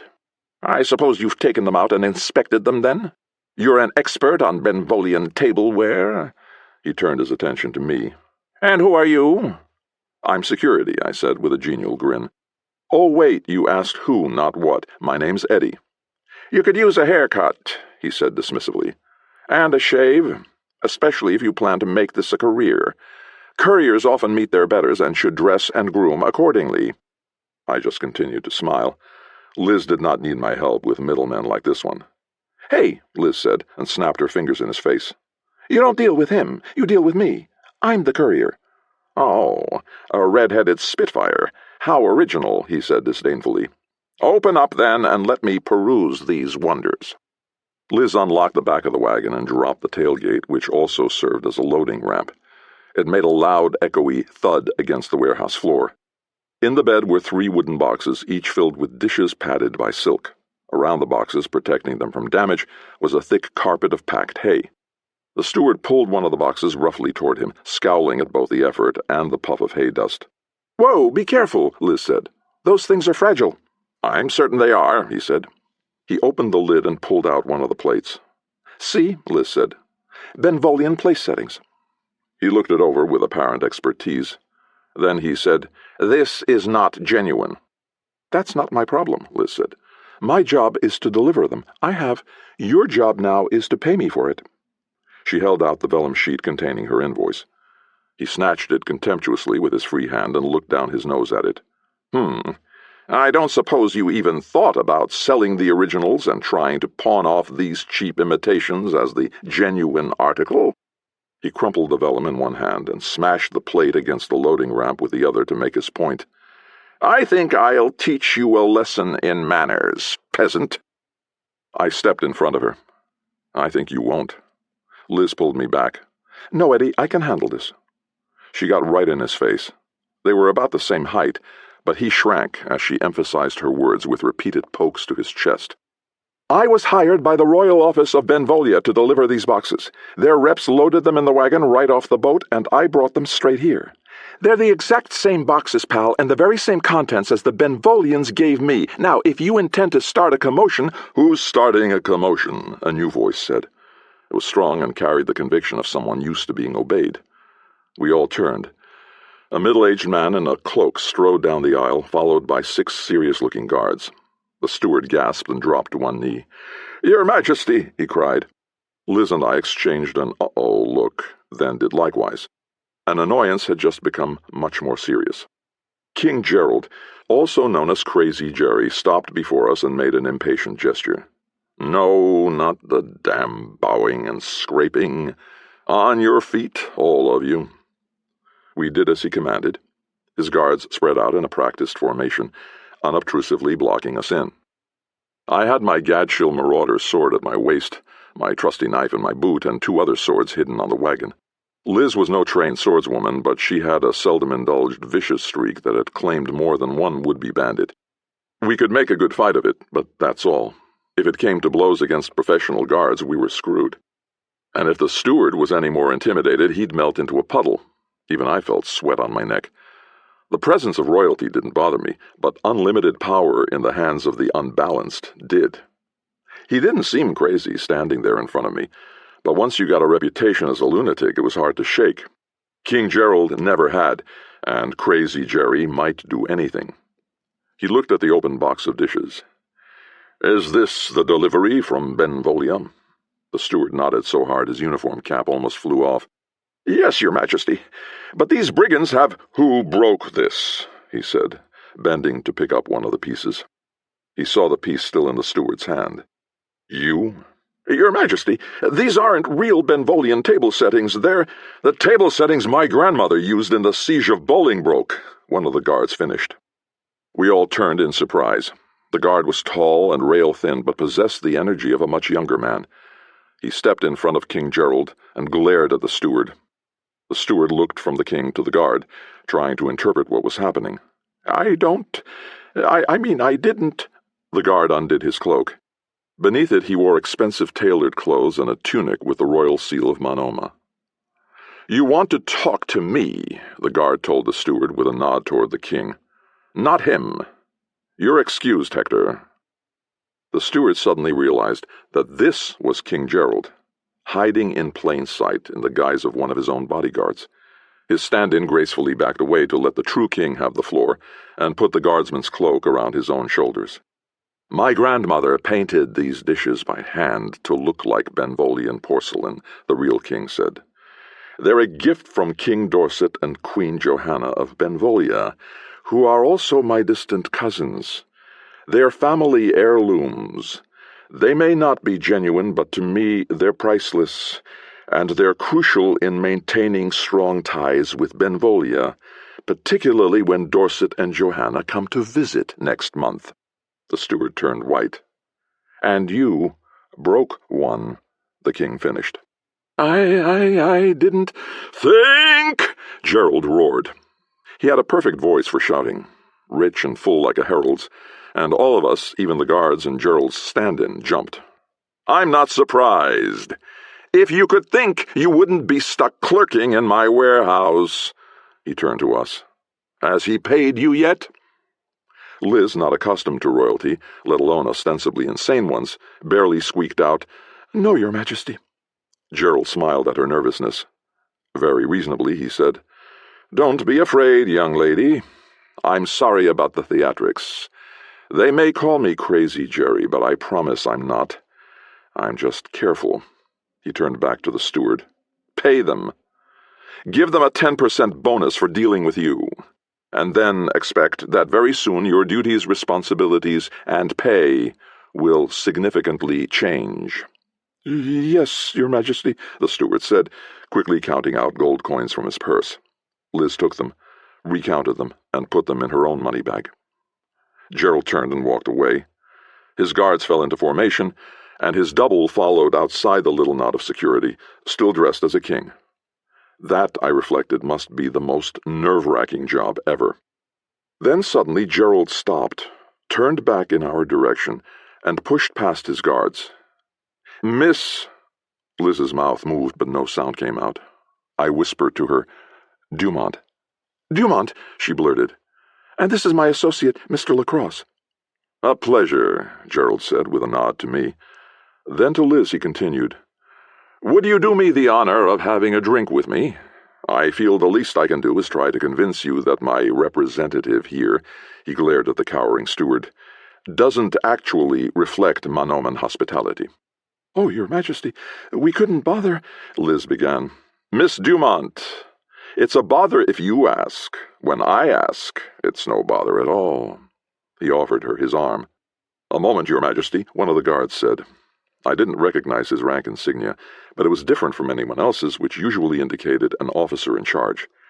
"We need to check them with opulorous stone." "Of course," Gerald said wearily. To us he added, "I apologize for this. Security, you know." The officer took a small metal box from his belt, opened it, and withdrew a stone. He held it close to Liz. Nothing happened. Then he held it in front of me. It began to glow red. "Take off your sword, please, and place it in your vehicle," he said by rote. I did as he ordered.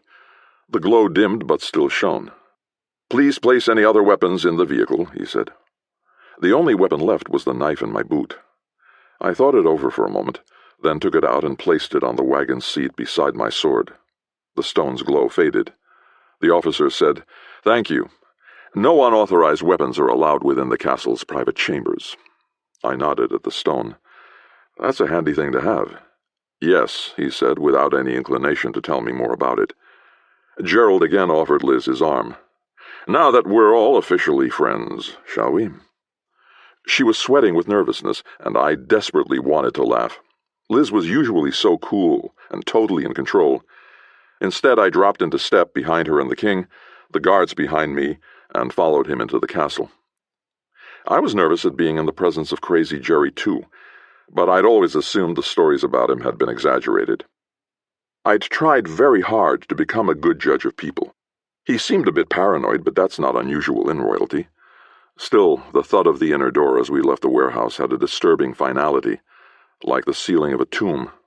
Hopefully that was just my paranoia. Chapter 6.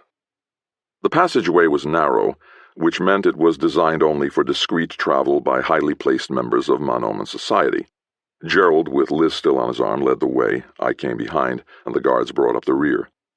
Somewhere along the route, the decoy king slipped away down a side passage. The air was warm and stifling thanks to the frequent oil lamps on little sconce ledges and the total lack of any circulation. I tried mightily to reserve judgment. This was no sign of Gerald's paranoia. Every castle had secret passages. Not every king used them for normal conduits, but perhaps it was simply the shortest route between the warehouse and wherever we were being taken.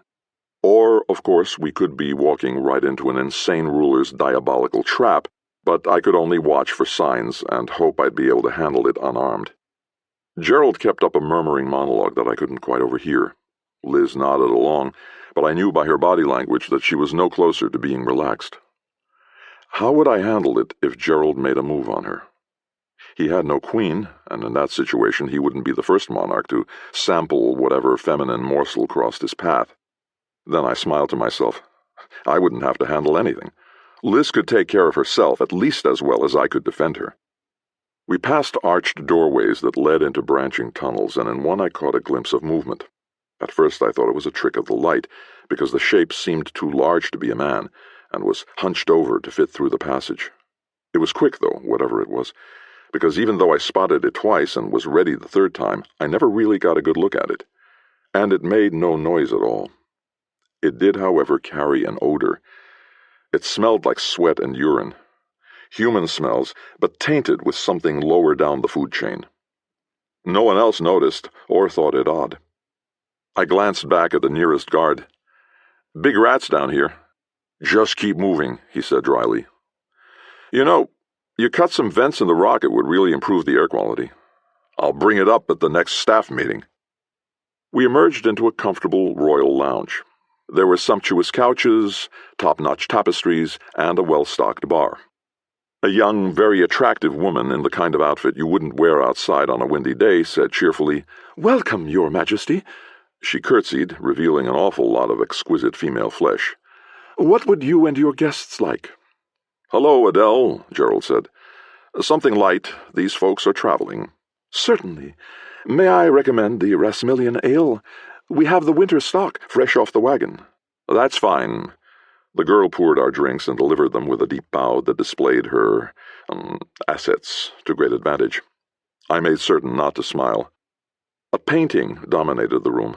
Larger than life-size, it depicted a beautiful woman wearing a crown, with a boy of about 8 standing beside her. Neither smiled. The boy held the woman's hand and leaned toward her as if frightened by whatever they both looked at. I was vaguely aware that Gerald had lost both a wife and son, but knew none of the particulars, and given his erratic reputation, wasn't about to ask. "My queen and my only child," Gerald said when he saw me looking. "They both died quite some time ago." "I'm sorry for your loss," I said. "Yes," he agreed. "As am I." As I took a drink, I also took note of the exits. One led into the network of corridors we traversed to reach the room. The other led probably directly to the throne room. Both were guarded on the inside, and likely on the outside. There was bound to be at least one secret passage, but it wouldn't be obvious, and I had no graceful way to search for it, other than assuming it would be behind the tapestry. In this room, that didn't really narrow it down. Gerald touched goblets with Liz and said, "So, do you often make deliveries of this sort?" Liz tried to speak, but nothing came out except her quick, nervous breathing. I said, "Yes, Miss Dumont runs a courier business. I decided to come along with her on this trip as a little vacation from my regular job." Gerald's gaze flicked to me. His eyes were guarded but clear, with none of the haze of madness. But the thing about crazy was that you could never tell when it would show itself. He said, "Really? And what job is that?" "I'm what's called a sword jockey, if you're familiar with the term." "Ooh, I love sword jockeys," Adele said from behind the bar. "They always have such great stories. Much more interesting than soldiers," she said with a knowing scowl at one of the guards. "Adele," Gerald said warningly. I know, no flirting," Adele said, and started vigorously wiping a mug. "I gave her permission to always be herself around me," Gerald said. "On some days it's a bit tiresome. So, you're a sword jockey." "I am." "My High Chancellor has employed several of your kind over the years. That's how Adele has heard all those stories. I'll admit I've not been too impressed with them, but I won't hold that against you." "Why did your Chancellor employ them, if I may ask?" "Different things." Then he seemed struck by a new thought. "Although now that I think about it, I've never known exactly—" "Yes," Liz suddenly blurted, finally answering Gerald's initial question. Her voice was a tight, choked gasp. "I'm a courier." Gerald laughed. "Miss Dumont, please. I promise you the stories about me are exaggerated. I don't lurk in a darkened room talking to myself. I hold court just like every other king, and if I resort to subterfuge, I assure you it's neither extreme nor unwarranted." He took her hand and formally kissed it. "If you're this nervous, my dear, perhaps I should just let you be on your way." She relaxed a little. "I'm sorry, Your Majesty. I just didn't expect to be dealing with royalty today. I'm not properly dressed for it." "You are properly dressed for your job, as am I." He turned back to me. "And where will you two be going next?" I saw no reason to be secretive, but I could still be vague. "We're going to meander through some of the spring festivals. Here, Altura, Leonatia. Take our time, enjoy the drinks and the dancing." He nodded. "The sheep-shearing festivals are quite enjoyable, so I've heard. Certainly they make sure we have plenty of wool for the next winter." He kept looking back at me, deciding whether or not to add me to the list of sword jockeys who hadn't impressed him. Mostly I hoped he didn't, because I was enjoying being unemployed. Before he could continue, a tall woman with short gray hair appeared in the room, and by appeared, I mean just that. One moment she wasn't there, and the next she was. No door had opened, no tapestry rippled to reveal a hidden passage, and I was almost positive she hadn't been there when we'd all entered. "Bloody hell!" Gerald yelped, which actually startled me more than the woman's sudden appearance. "Don't do that!" "My apologies, Your Majesty," she said with a deferential curtsy. "I heard you had unexpected guests. I apologize for my late arrival." She nodded to us. "I am Opulora, High Chancellor to King Gerald." "Eddie LaCrosse," I said, "and my associate, Liz Dumont." Gerald watched Opilora as if she might bite at any moment. "No one summoned you? Why are you here?" "I merely wanted to see if I could do anything to make your guests' stay more pleasant." "Opilora's a sorceress by trade," Gerald said. "Popping into a room with no warning is one of her favorite tricks. Don't worry, she won't turn you into anything small and slimy, despite her reputation. Her skills lie in more subtle transformations." The sorceress scowled very slightly at the implied insult, but I was more fascinated by the change in the unspoken power dynamic. Gerald might be king, but Opilora was definitely in charge. I was instantly on my guard. Magic, or at least the science so subtle and advanced it was accepted as magic, was an uncommon thing. The best-known practitioners, the moon priestesses, carefully screened applicants and preferred to raise new priestesses from girlhood, the better to inculcate them in the rules of their order. It wasn't a foolproof method because sometimes a priestess did go rogue on them. I'd met one who single-handedly managed to bring down the kingdom of Grand Bruin over a perceived slight to her mother. But the true freelance magic practitioner was a lot like a sword jockey, answerable to no one, and available for a price. Of course, you also had no quality control, and someone could call themselves either a sword jockey or a sorcerer with no one to dispute it. Well, until it came time to put up or shut up. Many royal courts had magical counselors who hovered in the background and made vague predictions that carried weight only because royals desperately wanted to believe. Luck made some guess right often enough that they amassed power. More often, they preferred the art of the elaborate excuse for their errors. And then there were the special cases, like Opilora. She said to us, "I hope your visit to Manoma has been a pleasant one." That meant that our visit was in fact over. I bowed slightly, making sure it wasn't as far as I'd bowed to Gerald. "The king's been very generous, but we really must be going." "Yes," Liz agreed quickly. "Thank you so much for the drinks." "Before you go, may I see your hand?" Opilora said. "Why?" I asked. "Oh, it's her idea of security," Gerald said dismissively. "She thinks she can sense harmful intent in people. Go ahead, it won't take a second, and then she'll be satisfied." "Right?" he asked in annoyance. "Don't!" Adele blurted from behind the bar. She stood very still, and the cockiness was entirely gone from her voice, replaced by a pleading desperation. Opilora turned to her. "Adele," she said gently, "be quiet." Adele started to say something else, then thought better of it. Or, if you were so inclined to believe in such things, she couldn't speak because Opilora had magically silenced her. Either way, she quickly resumed wiping down the counter, with so much force I worried she'd wipe off the wood grain. I wasn't sure if she'd been warning me or the sorceress. "I give you my word," Opilora said to me. "I mean you no harm, and I will only look." I let her take my right hand, palm up. I knew the basics of palmistry, how the way the lines in them could tell a skilled reader all sorts of things, from your trade to your age, and from them he or she could extrapolate a future. I also knew most of the time they were completely inaccurate. Lots of people trusted them, though, including people like kings, who really should know better. Her own hands were soft and dry, and she ran her index fingernail lightly over the lines on my palm. I wondered if she could pick out the two old scars from the normal folds and creases.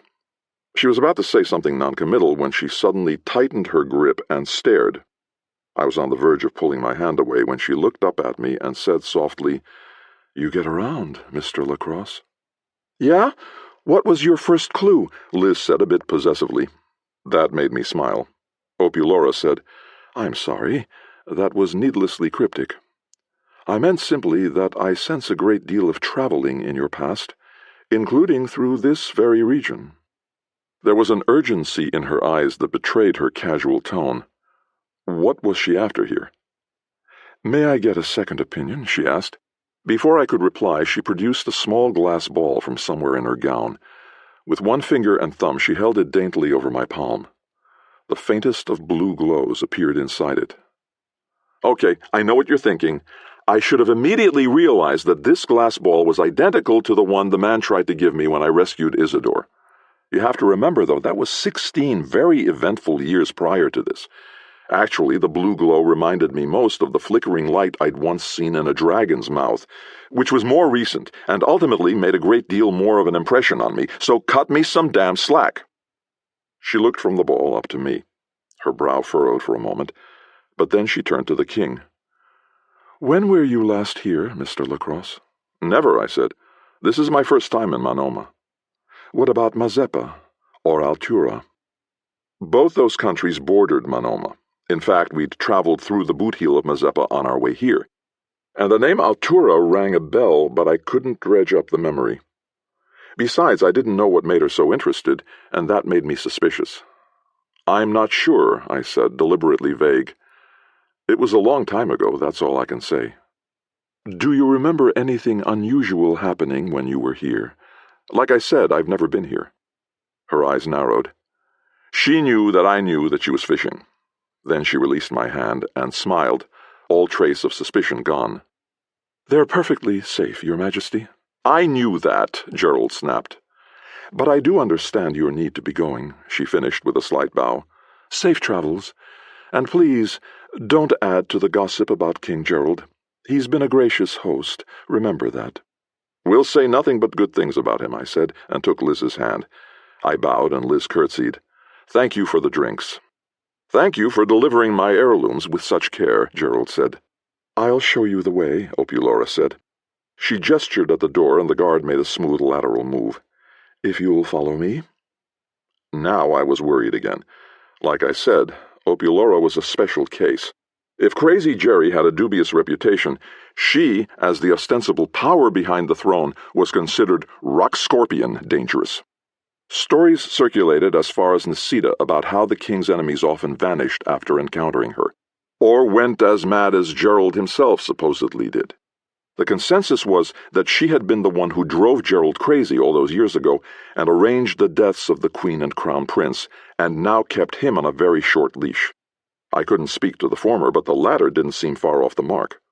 She was the White Crow, the one real sorceress who disproved the rule that all magicians were frauds, at least according to her reputation. I glanced at Adele. She watched us, still silent, still with an expression like we were about to fall off the edge of the earth. But what else could we do but follow Opulora? When we were in the tunnel leading to the warehouse, Opulora stopped and faced us. The guards dropped back to give us privacy. I made sure to position myself between her and Liz. She said, "Thank you for not making a scene with the king." "Why would we?" I asked. "Come now, you know his reputation. Crazy Jerry. I can't tell you how many people have tried little digs and taunts, just trying to set him off." "Has it worked?" She continued to look at me strongly. "I don't feel it's my place to answer that." "He seemed fine to me." "In small situations, he is fine. In moments where nothing crucial is at stake. But he's still the same lunatic who nearly destroyed the kingdom 16 years ago. I was able to contain the damage then, and I've worked very hard to keep it under control ever since. Do you ever wonder why there's no queen or crown prince? There once were." "Why are you telling us this?" I asked. The mannered pose left her demeanor, replaced by the urgency of truthfulness, or a very good facsimile of it. "Because I'm tired of being vilified. I did not curse Gerald. He did that all by himself. He drove his queen and their young son to their deaths. Have you any children, Mr. LaCrosse?" "No." "Then you can't imagine the loss, and not just to the family. The kingdom lost its heir." "Why hasn't he remarried, then?" "Because I won't let him," she snarled, then drew back. I could tell she hadn't meant for that to slip out. The wounds might be old, but they were still unhealed. "I apologize. You're very good at asking things so that people want to answer. The king, of course, is free to do as he wishes, but he has asked my opinion, and has been content to be guided by it." "Is that what he'd tell me, too?" She started to reply, but I held up my hand. "Look, I'm sorry, it's none of my business. We're just delivering some plates and cups, you know. It doesn't matter to us. You want me to say nice things about you, then I will. You've been nothing but kind and polite to us anyway, so I won't have to lie. But I think it'll take more than a sword jockey and a delivery driver to rehabilitate his reputation." "You're a sword jockey," she said. She hadn't been in the room when I discussed it with Gerald, and a whole new sort of interest showed in her eyes. "Have you always been?" "No one starts out as a sword jockey. You just end up as one when no other work suits you." "Then I'll not delay you any further." Ophiolora led us down more hallways, but different from the way we'd come. I caught Liz's eye and saw that she realized it too. I said nothing, but kept my eyes open. I realized two things almost simultaneously. First, the guards were gone. I don't know when they vanished, but we were alone with Ophiolora.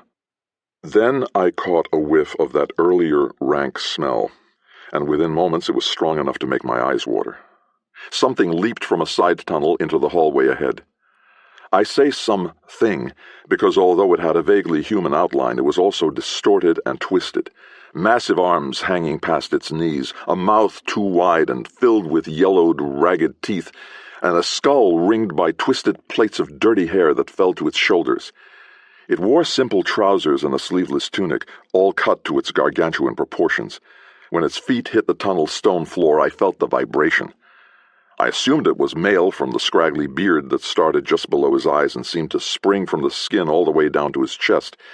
If there had been room for him to stand upright, he might have been 7 feet tall. As it was, he blocked our way as effectively as a cave-in. I backed up a step. I didn't want to provoke this guy until I knew who or what he was. I found out the first right away. "Tatterhead!" Ophiolora scolded. "What are you doing?" "You let me out," he said in the deepest voice I'd ever heard. "You summoned me." "I did," she said, "but not to harm our guests." He lumbered toward her. His big bare feet slid on the stone, never entirely lifting from the floor. She did not back away. His huge face was right in hers. His voice was a whisper, but because of its size it still rumbled through the air. "When you first brought me here, you gave me water with berries in it. You taught me to name the light of day and the one of night. You stroked me and made much of me."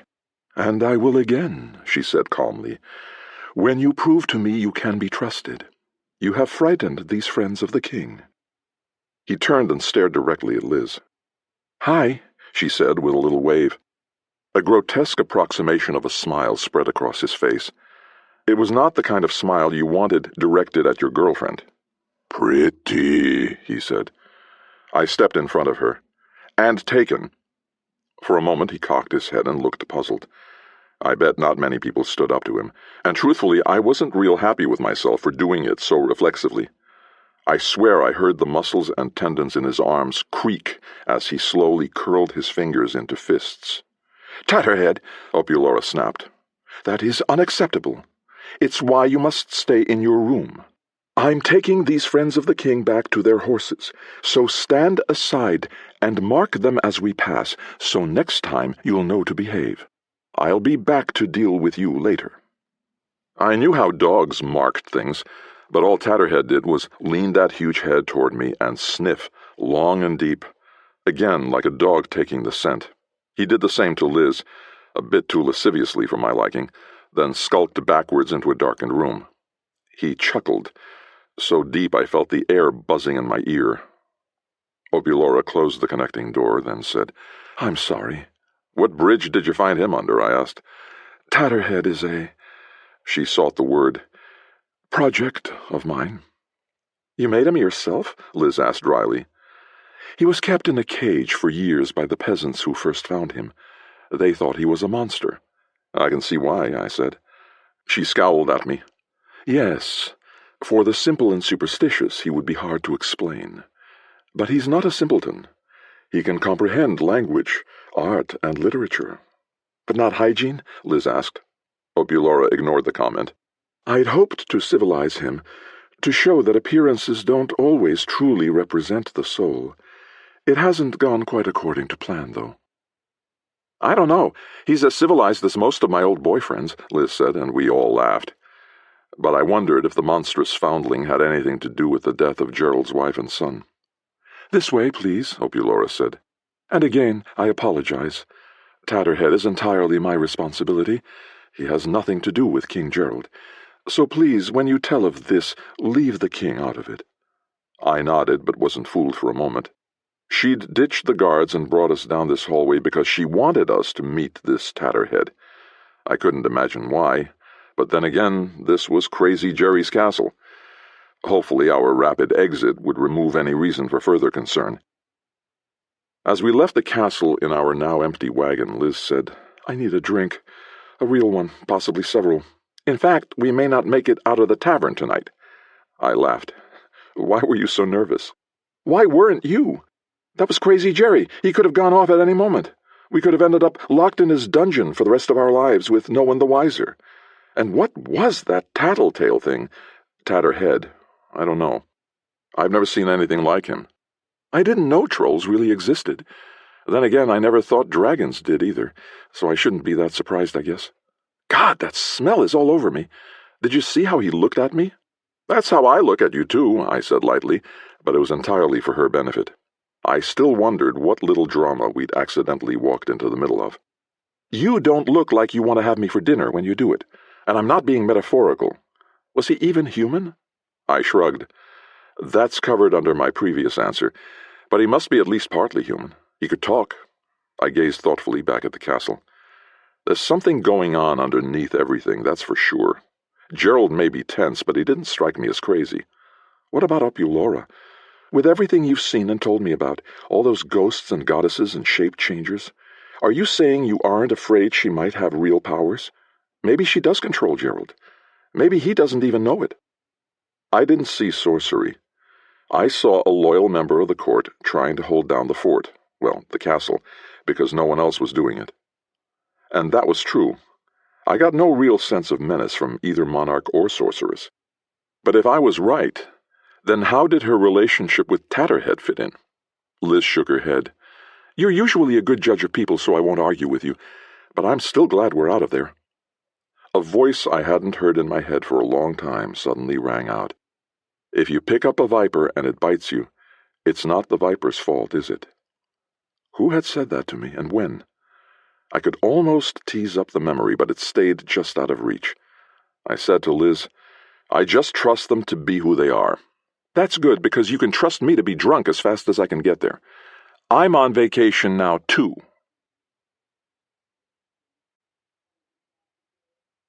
Chapter 7. At the Hearth and Road Inn, we found a table, ordered drinks, and asked to see the menu. Liz downed 2 tankards before our food arrived. The room was crowded, and the mix of voices, clanking silverware, and sloshing mugs combined in a buzz that let my mind easily wander while we ate. I'd only known one king well, Dominic of Arentia, Phil's father. Phil was a king now, too, but when I'd run around with him, he'd been merely the crown prince. Dominic was a big man with hard muscles, a short beard that turned gray before his hair did, and eyes that could damn near make you wet your pants if he looked at you when he was mad. As a monarch, he was ruthless, hewing to the constitution implemented by his grandfather even when common sense dictated otherwise. But he was not a cruel man. He saw consistency as a king's greatest virtue, whether he was disciplining his son or an errant province. He also maintained the peace, avoiding war even when other kings tried directly to provoke him. He once famously told another king's regent, "When your lord and master decides he's an adult, tell him to pick up his room, make his bed, and then contact me with his demands. Until then, he can just rage in his own playpen." I'd met other kings since then, of course. If nothing else, wars let you rub elbows with your betters. Some were tyrants, some were jokes. The greatest of them, King Marcus Drake of Grand Bruin, was of course tragically killed, sparking a civil war that still raged. Nisida's King Archibald was ruled by counselors and courtiers, whose often contradictory advice he never questioned. Luckily, Nisida was such a small and insignificant country it caused no larger conflicts, and young ice-veined Princess Veronica waited patiently in the wings to seize the throne from her wastrel brother when Archibald finally kicked off. And now there was King Gerald, Crazy Jerry, who didn't seem crazy but who did seem unduly influenced by his court sorceress. I couldn't get his look of deeply hidden but nonetheless present horror and despair out of my mind because it reminded me of my own.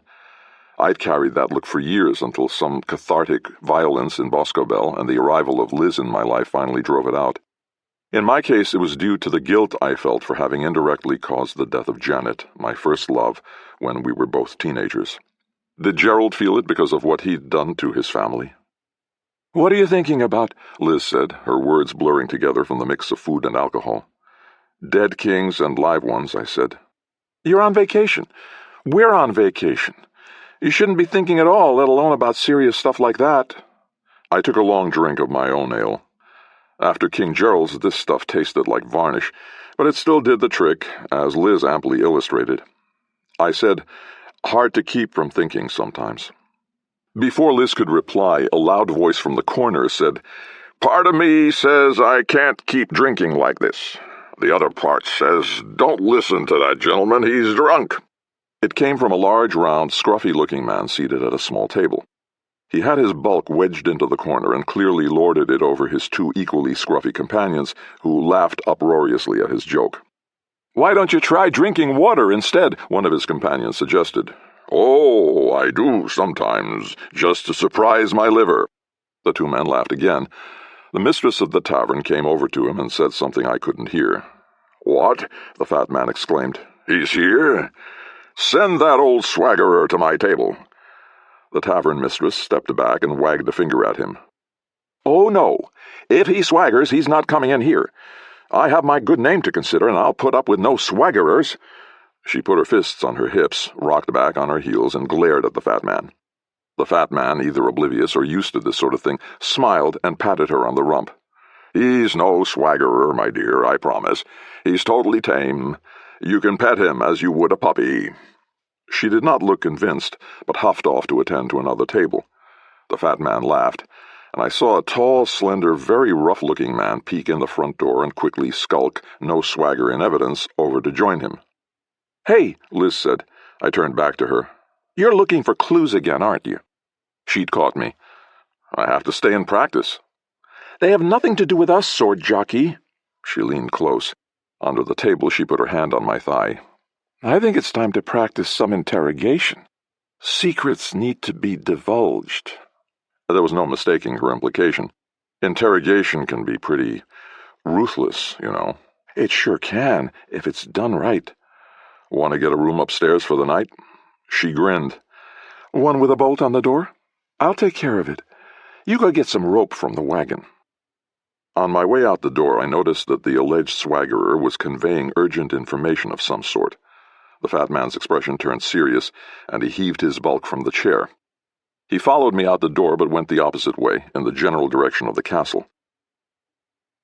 By the time I got back with the rope, I had to carry Liz up to our room above the tavern, not out of romantic intent, but because she was too intoxicated to manage the steps. "There's only one thing I can't stand when I'm drunk," she said as I hoisted her off her feet. "What's that?" I asked. She giggled. "Up." This was precisely the third time I'd seen her this drunk. Only the hangover I knew she'd have in the morning kept me from teasing her. I put her on the bed. She snort-laughed and kicked her feet in the air. I managed to get her boots off and stored under the bed before she said, "It's time to get to the secrets, Mr. Sword Jockey. Where's the rope?" "It's right here. Go get that chair by the wall and bolt the door." 10 minutes later, she stood before me, dressed entirely in my clothes, complete with my sword. It accented the confident cock of her hip. My garments were big on her, but they were also very, very sexy. She'd cinched my belt tight at her waist, and my tunic hung off one bare shoulder. Her hair fell loose around her face, and the ale shine in her eyes matched the playful scowl she gave me. I could see her breasts sway beneath the fabric as she sauntered across the room toward me, my boots sounding loud on the wooden floor. She did a fair imitation of my "look how tough I am" swagger as she paced in front of me. I was pretty sure the tavern mistress would disapprove of it, too. At last Liz said, "All right, you son of a bitch. You have something I want." I sat naked in the room's lone chair, my hands tied behind my back. My part of the game was to keep from responding to her sexiness as long as I could. Certainly, undressed as I was, I couldn't hide it if she brought me to, attention. "You think you're strong enough to get it out of me?" I said. "I've resisted a lot worse than you." She walked around me, inspecting me closely, almost falling over her feet in my two big boots. The ale made her face glow with the same look it had during particularly intense lovemaking. The room was also warm now, and I felt sweat run down my chest. She took out my sword, which seemed huge in the small room, and put the tip against the scar over my heart. I got a little frisson of fear from this. If she tripped again and fell forward, the weapon would go right through me, just like the one that originally left the scar. I doubted I'd be lucky enough to survive such a wound a second time. But under the circumstances, the fear just added to the arousal I fought. "You've got quite a few scars," she said, still in character. "You must think you're tough." "Tougher than you," I said, my voice hoarse. I bit the inside of my cheek to keep from responding to her. "Is that right?" she said, and lifted the sword until the tip raised my chin. Her nipples raised bumps on the tunic's fabric. I said, "You think you can make me talk? Do your best. Or your worst." She smiled slightly. Her breathing was rapid now, and she pulled the sword away. "You might survive my best, sword jockey, but my worst will burn you alive." She tossed the sword onto the bed and put one foot on the edge of the chair between my legs. My boots had metal caps in the toes, and I winced a little even though she didn't actually touch me. She leaned down, grabbed a handful of my hair, and pulled my head back. "How are you holding out now?" she snarled. I could smell her ale-scented breath. Her lips had gotten that slightly puffy look that meant she was thoroughly aroused, and my tunic gapped on her enough to show the soft, firm tops of her breasts. I felt the tingles that meant I was about to lose the game. The nice thing was, even if I lost, I still won, but I didn't want to give in without a real fight. "You can't get anything out of me, even if you had a battalion to do the dragging." She drew the knife from my boot and put it against the side of my neck. "I can get sweet red blood. Meanwhile, I'll just cut you and watch you bleed for a while." The blade was cold against my skin. "You'll never get what you want then. I fully lost the battle then, and if she'd glanced down, she would have seen it." "Maybe this is what you want," she said. Her lips were so close to mine I could sense their movement with the words. "Maybe I want to know I've killed you, slowly enough that I can enjoy it. Maybe I want to see the life run out of you." She flicked her tongue against my upper lip for emphasis. By now I'd slipped my hands from her knots and slid them under the tunic, touching the silky skin of her waist. "Okay, you win," I said quietly as I moved my hands higher. "You'll get everything." She closed her eyes and sighed. The knife clattered to the floor. "Oh, yes, I know I will." She fell slowly to her knees and moved into my arms, her kiss wanton and open, as my trousers slid down her legs. If you pick up a viper and it bites you, it's not the viper's fault, is it? I stared at the ceiling. Noise from the tavern downstairs filtered through. This late, I bet swaggering was inevitable. Liz lay on her stomach, one bare leg outside the covers, snoring in a drunken, most unladylike way. I smiled. She'd pay for it tomorrow, and it would likely be years before it happened again. Not that she had to be drunk to play our little games. I turned my head and kissed her shoulder, tasting sweat. The contact made her shift a little and murmur something. Beneath the tangled hair fallen over her face, she smiled. Who had told me about the viper, and why did it seem to be related to this part of the world? The last time I'd been through here was in the hazy years between first leaving Arantia in disgrace and waking up the only survivor of a massacre with no memory of how I'd survived. That had sobered me both literally and emotionally. I abandoned my job as a mercenary and tried several other trades before discovering that, as a sword jockey, I actually had a use for all those skills I'd accumulated that might actually help people. I tended to only remember my near-death experiences from back then. Cheap ale, the blur of constant battle, and the simple fact that nothing really mattered to me made the years a fog out of which only a few names, faces, and events emerged with any clarity. There was Colonel Dunson, who began as a fine battle leader but whose pride eventually drove me and all the other good hired swords out of his employ. The first few deserters had been tracked down and executed as examples. That just made the rest of us do a better job of covering our tracks. When I left Dunson, I heard about the brewing war between Monoma and Altura. Crazy Jerry had, gone crazy. Relations with Altura, peaceful for just under a century, had turned toxic almost overnight, though no one knew quite why. I'd flipped a coin to decide which country deserved my sword, and Altura won, so I'd gone there, and couldn't remember anything else, except that the hostilities never materialized. What defused them was a mystery to me now, and probably was then too. But that bit of advice, if you pick up a viper and it bites you, it's not the viper's fault, is it, was tied to that time, and this approximate place. Who had told it to me, and why? Because it had become a guiding principle of my life. My eyes began to close. It had been a long day and a fairly active evening. As my brain shifted to sleep mode, two faces drifted before it. One was a beautiful girl, golden-haired and smiling. The other was a baby, scrunch-faced with infant annoyance. I couldn't put names to either of them. I had no children that I knew of, certainly none I'd ever seen, and the girl could have been anyone from that time. At least I didn't get an overwhelming sense of guilt from these half-memories. That was always nice. Whoever they were, I hadn't done anything to deliberately screw them over.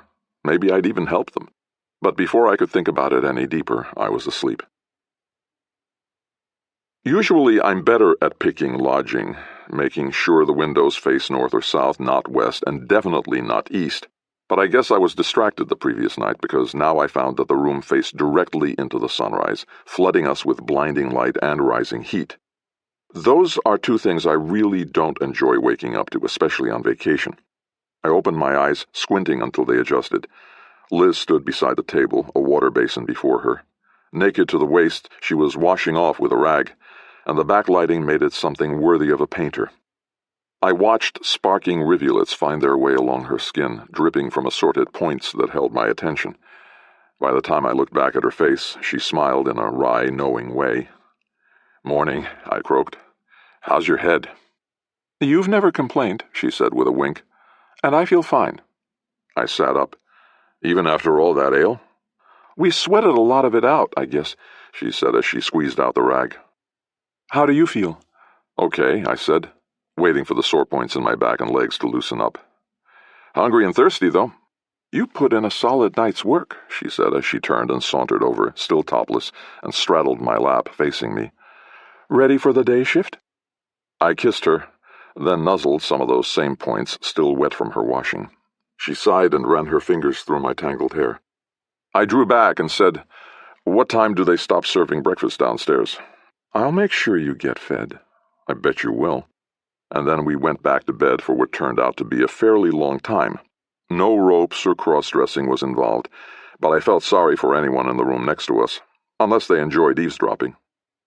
At last we got up for real, washed, dressed, and went downstairs to the tavern. Over lunch and ale we discussed where to go next. "Altura," I said. "Where's that?" I gestured vaguely. "There's a shared border. Shouldn't take too long." "Why there?" I wanted to tell her about the half-remembered faces, the vague sense of something significant, and the advice that had stuck with me for so long. This, however, didn't seem to be the time. I wiped a tiny spot of gravy from her chin, licked it off my own finger, and said, "No reason. I just seem to remember going through there once, and the scenery was beautiful." Liz shrugged. "Okay, Altura it is. There's probably dozens of little spring festivals we can visit." We took our time after leaving Acheron, staying overnight in the first little town we came to. They had a festival going as well, but after checking it out for an hour or so, we returned to our room and used the music from outside as accompaniment for some more intimate activities. I'm happy to say we did a better job improvising than the musicians. When we left the next day, someone told us about a mock tournament held at another village.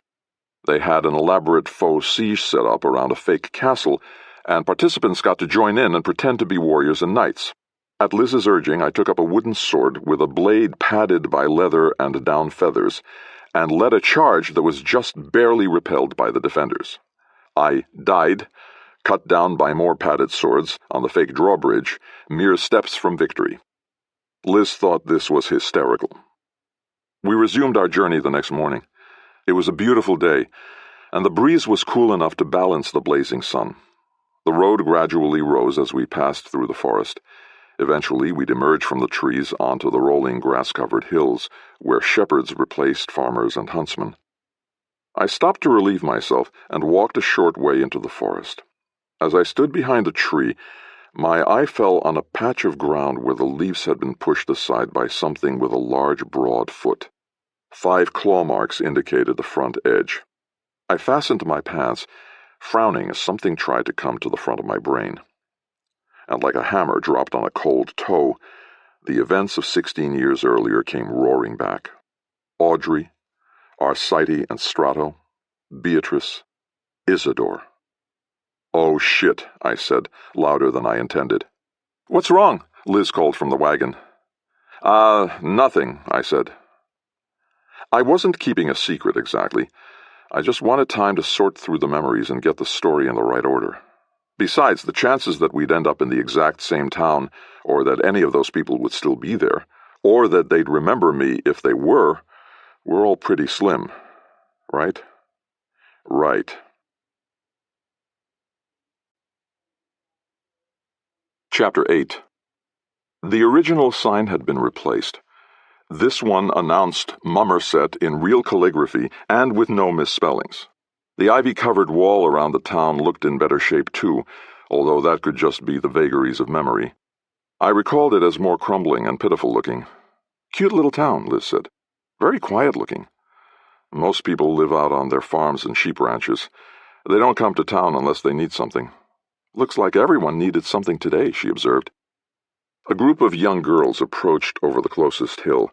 They wore bright white kerchiefs and dresses with red skirts that fluttered in the breeze. Most of them carried distaffs, and as they talked and giggled, one arm was extended to spin off the yarn, which was in a variety of colors. A dozen wagons were stopped along the road, and their horses were either tied loosely or simply let go into the open fields, where they milled about, munching grass with the sheep. Many of these wagons were uniquely designed so that the sides looked like ladders.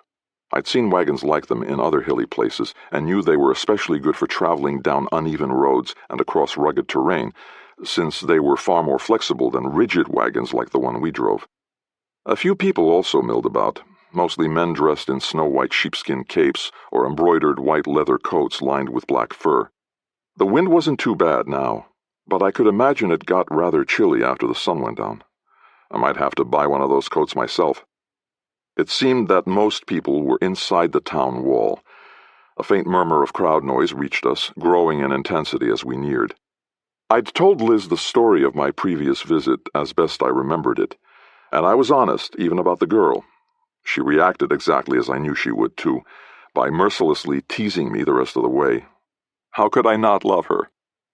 "Seems like a happy place," Liz said. "So this is where you left your baby?" "No, I did not leave my baby here. I left a baby that I found with someone who could take care of her. I was a kid myself back then." She leaned over and kissed my cheek above my beard. "Sorry, Eddie. I just think it's funny to imagine you saddled with a baby." "Hey, I like babies," I said defensively. "I've never seen you interact with a child younger than 10. That's because they don't get my jokes until then," I said, with more genuine annoyance than I should have felt.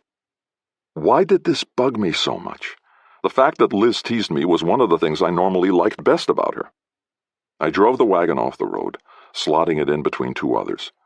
Compared to those battered and oft-repaired vehicles, our well-worn wagon was right out of the Wainwright's shop. A cheer rose from the town as we stepped to the ground. "They know we're here," Liz deadpanned. "I always get a welcome like that," I said. We undid the horses and walked them to a long trough set against the wall. Liz noticed some flowers planted along it and said, "Oh, those are pretty, aren't they? Wonder what they are." "Striped vorigills," I said. She narrowed her eyes playfully at me. "Did your rich family teach you gardening, too?" "Yes, but they called it horticulture." She took my nose and playfully tweaked it. "You know what they say, you can lead a horticulture, but you can't make her think." As we stood there watching the horses drink, I heard a man's voice, harsh, arrogant, and mocking, from behind another wagon. "She was crazy," he said. "It was like going to bed with a rabid sheepdog. She was all thrashing and snapping, even barked like a dog a couple of times." Other male voices laughed at this. "Eddie," Liz said very softly. I followed her nod and saw a young woman huddled near a wagon's wheel, hidden from the group of men but clearly listening. She was also silently sobbing, and I realized she must be the girl they were discussing. I looked at Liz. She nodded and went to comfort the girl. I made sure the horses were okay, then went to see the young men. They were 3 tall, sturdy farm boys, tanned and muscular, none of them over 20. The one who'd been talking had a mop of unruly blonde hair streaked from the sun. He said, I have to get back home."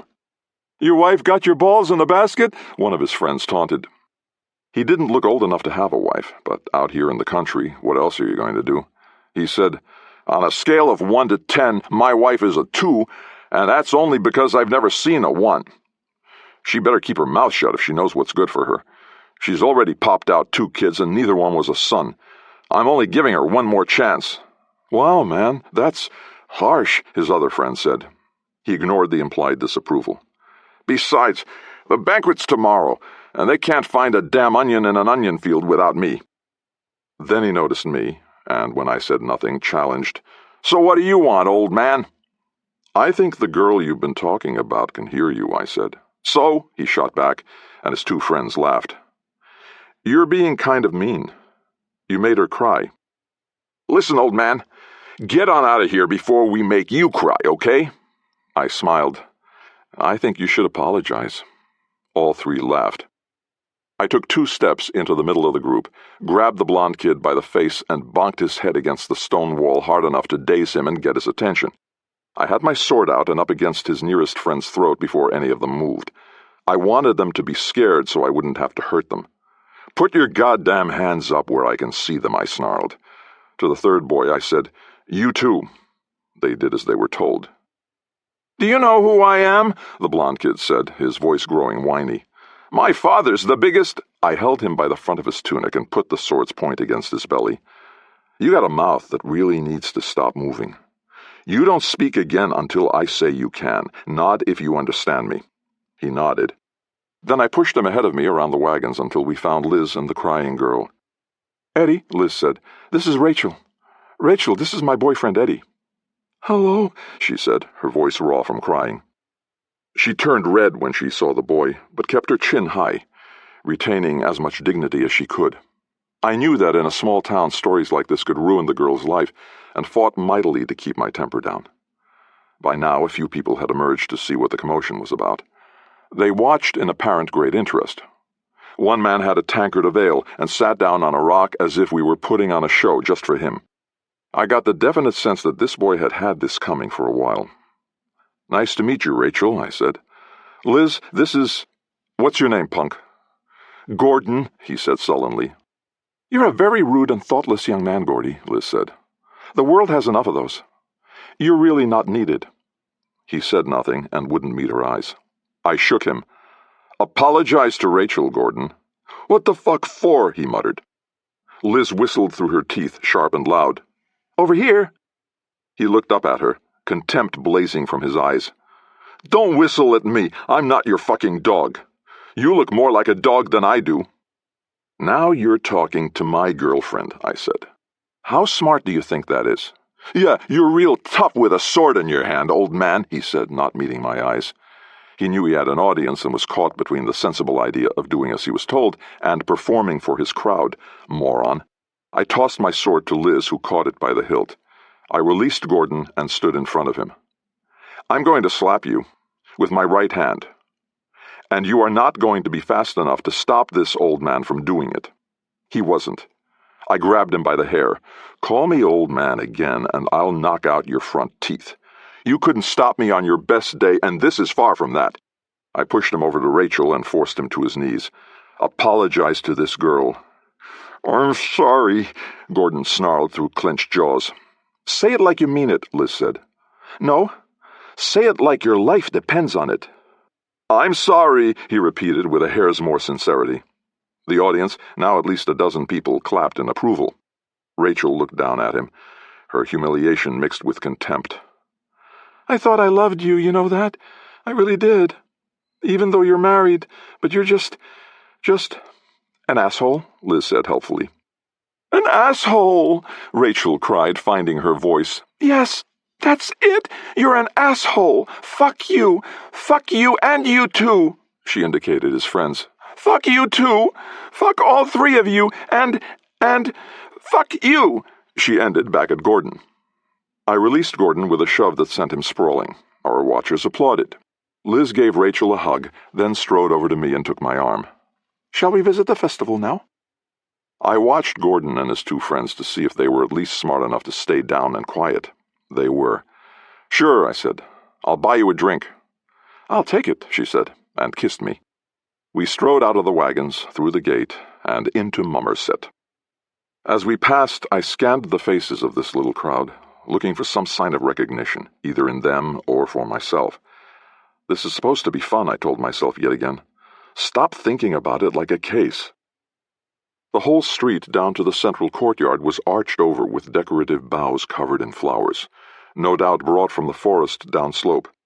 The fallen petals, crushed into the street's dry dirt, gave the ground spots of pastel color. Music, played on pipes and drums and barely audible over the sound of people rhythmically clapping, reached us from the courtyard. Liz squeezed my hand in anticipation. We hadn't gone far when 3 teenage girls stepped out into the street. They were beautiful, although I doubted they were older than 16. Isadore's age, I realized. That counted as a grown woman in the countryside, I knew, and certainly the parts of them that I could see were definitely full-grown. But their faces were still those of children. They wore solid-colored dresses in green, yellow, and blue, and carried baskets of flower petals that matched their clothes. They threw them in the air over us. "The warmth of spring brings life to all," they sang in unison, "and here we answer to its call." They moved aside, and a 4th girl stepped out. Her straight brown hair was woven through with ribbons, braids, and flowers. "Welcome, new friends," she said with a smile. "I'm standing in for Anselé." "So you are," I said. "Is Anselé out sick?" All the girls laughed. "No," the new one said. "Anselé is the handmaiden of Iolomia, our goddess of the spring and fertility.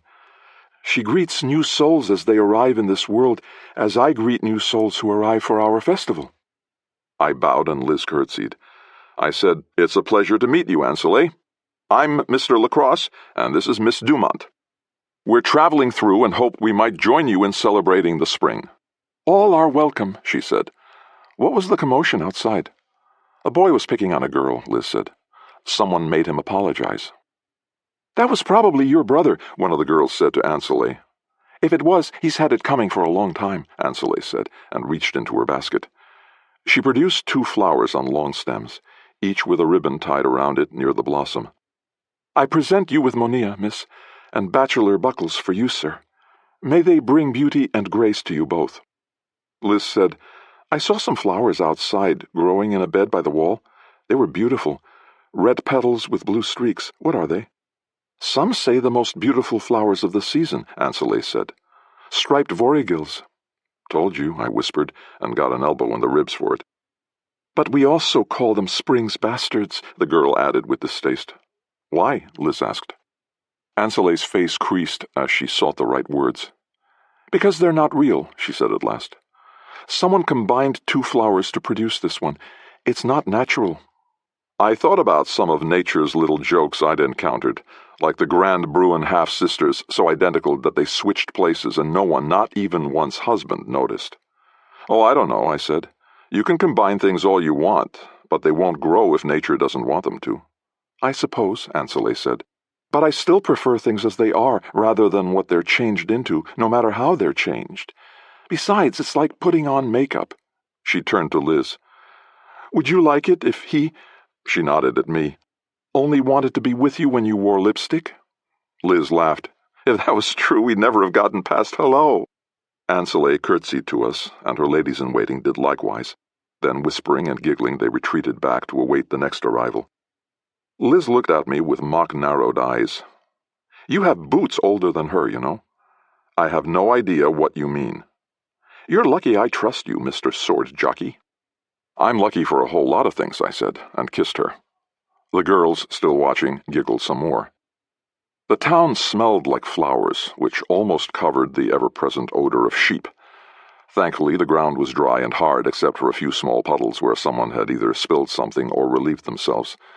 The shops were closed, and the one tavern we passed was empty, just as the one I'd visited the last time I was here.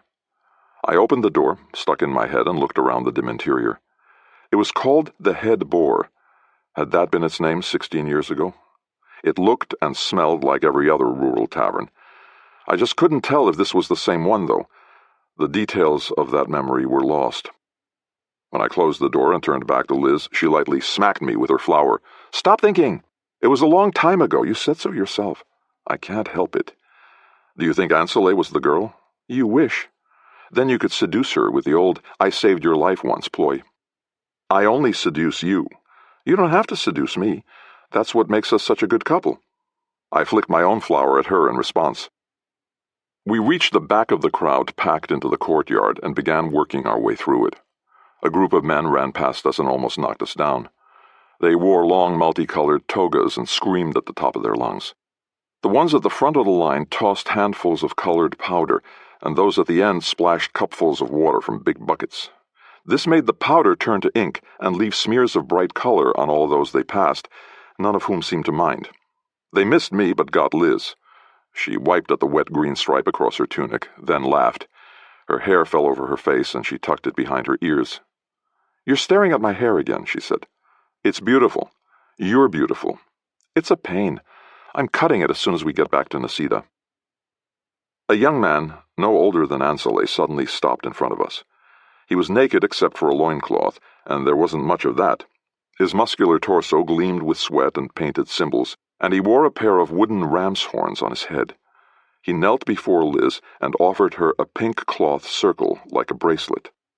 "Beautiful stranger," he said, "I give you this as a symbol of my devotion." She took it with a big grin. "Thank you, young man." "Very young man," she added with a sly glance at me. He continued, "At this time of year, the fertility of men and women helps the land provide for us. What happens in Mummerset stays in Mummerset, so if you'd like—" Liz laughed. "I might at that, but I try to keep my word, and I've given it to this guy, so I'll have to decline." He smiled. "If you change your mind, beautiful stranger, just put this surficon in your hair," and then he was off into the crowd. Liz looked at the cloth loop. "What does surficon mean?" "Foreskin," I said. "That's the symbolic tip of his manhood." She held it up. "Think it's life-size? If it was, he'd need a bigger loincloth." She laughed. I could listen to her laugh all day. The wind blew her hair down into her face, and as she gathered it, she said, "If you want to buy me a romantic gift, you can get me a nice hair ribbon. I'm not using anyone's foreskin, symbolic or not." We edged through the press of rural folk to an artisan's cart where a middle-aged woman sold bright ribbons. Many of the girls in the crowd had several tied in their hair, and when they spun during their dances, they resembled unraveling maypoles. Liz finally found a vivid blue one she liked, and turned so I could tie it for her. I gathered her hair and kissed her on the neck. "What's that mean?" she asked. "It means I love you, and a few more implied things that we need the cover of darkness to fully express." "No, goof, that." I followed her gaze. The livery barn had a banner stretched across it that read, "Babies here." "It's where they keep the babies so the moms can have some fun," I said as I finished tying the ribbon. "In a barn?" Seemed like a good place before. I fought the urge to go into the barn and see if Angus was still there tending the infants. He'd be old enough to have his own now, of course. Nothing got past Liz. "We can go in if you want. Say hi. Pretend we're shopping." "No," I said. "It was a long time ago." "Yeah, but I know that sword jockey brain of yours. If you don't go in, you'll brood about it for the next 5 years, wondering what if." I mock glared at her. "Stop doing a better job of knowing me than I do." "I will, when you get better at it." We went to the barn door and I pushed it open. As before, it was dim inside, and it took a moment for our eyes to adjust. Light came through the slats in the wall, illuminating the rows of cradles in the stalls. The outside noise was muted once the door swung shut behind us, allowing us to hear the soft, chaotic chorus of contented infants. A teenage girl sat in a rocker, feeding a milk skin to a baby. She looked at us with the universal annoyance of someone left out of the party. "Dropping off or picking up?" "Neither," Liz said. "Just browsing." "This is the nursery," she said with a tired sigh. She pulled the milk skin away and put the baby on her shoulder. She patted the tiny back until she was rewarded with an adult-sized burp. Could this be Isidore? Would I be disappointed if it was? Could a baby who endured such a strange and wondrous survival have grown up to be a totally typical farm girl? She tenderly placed the baby in a cradle, making shushing noises as she did so. It could be worse, I suppose. I extended my flower to her. "Here, this is for you." She took it, then looked up at me with a mix of wonder and suspicion. "Why?" "This is a thankless job. Someone should show you you're appreciated for doing it. I'm doing it because my dad caught me with Alonzo last week, she said. He didn't believe me when I said it wasn't my idea. The reason's not important. You've got a job to do and you're doing it well. On behalf of everyone, I thank you. She tucked the flower behind one ear and fought valiantly to hide her smile behind the blasé seen-it-all of a young woman. You're welcome. Outside the barn, Liz kissed me. Thank you. Just when I think I know you, you do something that surprises me. Hey, I'm a ruthless killing machine, and all who hear my name piss themselves. Uh-huh. She kissed me again. Arm in arm, we passed one of the other open gates out of the town. This was the one I'd gone out with Beatrice when we walked to her home. On the hill, a group of men prepared this year's bonfire. Several flocks of sheep were being driven toward town, bells and barking dogs providing the accompaniment. Care to take a walk? I asked. Where? The family I left Isidore with lived out that way. Liz squeezed my hand. Probably faster if we ride. Probably. You're taking this all fairly well, considering. Considering what? That my boyfriend is the kind of man who both saves innocent babies and then wants to check up on them when he's back in the area? That's all good stuff, you know. It's a sign that you're good in here. She lightly poked my chest, over my scar. I felt a tingle along the path that long-ago sword had taken through my body and out my back. Chapter 9. The scenery was breathtaking. We lived in Nisida, a town on a muddy river, and so were used to things in shades of brown. Here it was all individual solid colors: blue sky, green grass, gray rocks, and white sheep. The bright red of a kerchief or tunic popped out as well. The air carried the sharp sounds of sheep bells and shepherd horns, punctuated by the barks of herding dogs. Behind us, the occasional cheer reminded us that we were missing the fun to indulge my personal, not even professional, curiosity. Shortly we saw a small hovel set back off the road that matched the one in my vague memory. Certainly it was old enough, although the mud chinking between the stones was fresh and the roof had been regularly rethatched. Smoke rose from the chimney, and a maned dog rushed up to bark at our horses, alerting anyone inside that they had company. "Is this it?" Liz asked. "I think so," I said. I qualified it out of habit rather than uncertainty. There was the spot I'd stood with Glendower and given him Isidore's gold before I slunk away into the night. "What's that smell?" Liz said, wrinkling her nose. "Manure." "Yeah, but where's it coming from?" "Sheep butts," I explained, deadpan. She stuck out her tongue at me, then said, "Too bad your friends don't live in that." She pointed at the top of a large manor house just visible over the hills. 3 chimneys rose from the gabled roof. It was all we could see from our position, but the mere fact that we could see it said a lot about its size. I hadn't noticed it back in the day, but then again it had been dark and I'd been preoccupied. When I got down, the dog jumped up on me, wagging its bushy tail.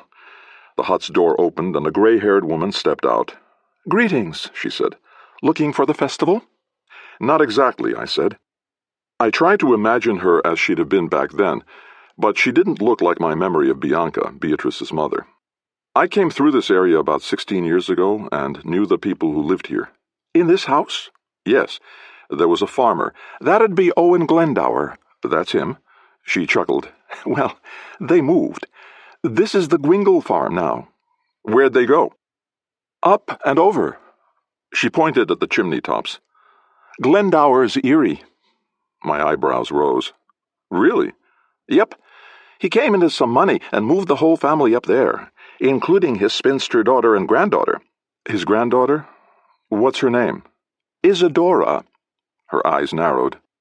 "You're not coming along claiming to be her father, are you? We get men like that at festival time. It doesn't end well for them." "And it won't for him if he tries that," Liz said. "I just wanted to visit the Glendowers and say hi," I said. "Well, there they be. Isadora's standing for Iolomia at the festival this year, and she'll be in a tizzy. The rest of them should be home, getting ready for their big party." I got back onto my horse, the dog still barking. The horse chuffed and stamped in response. "Hotspur!" Mrs. Gwingle scolded. "If he chased sheep as much as he does horses, he'd actually be useful. Get back here and leave them alone." The dog rushed back to the house and sat at her feet. I waved to Mrs. Gwingle, and we headed over the hill toward the chimneys. "Looks like you get your wish," I said to Liz. "We get to visit the mansion." "Think he used the girl's gold to build that?" she asked. "Don't know. A man who's come so far in the world might do a lot of bad things to stay there." "We don't have to go."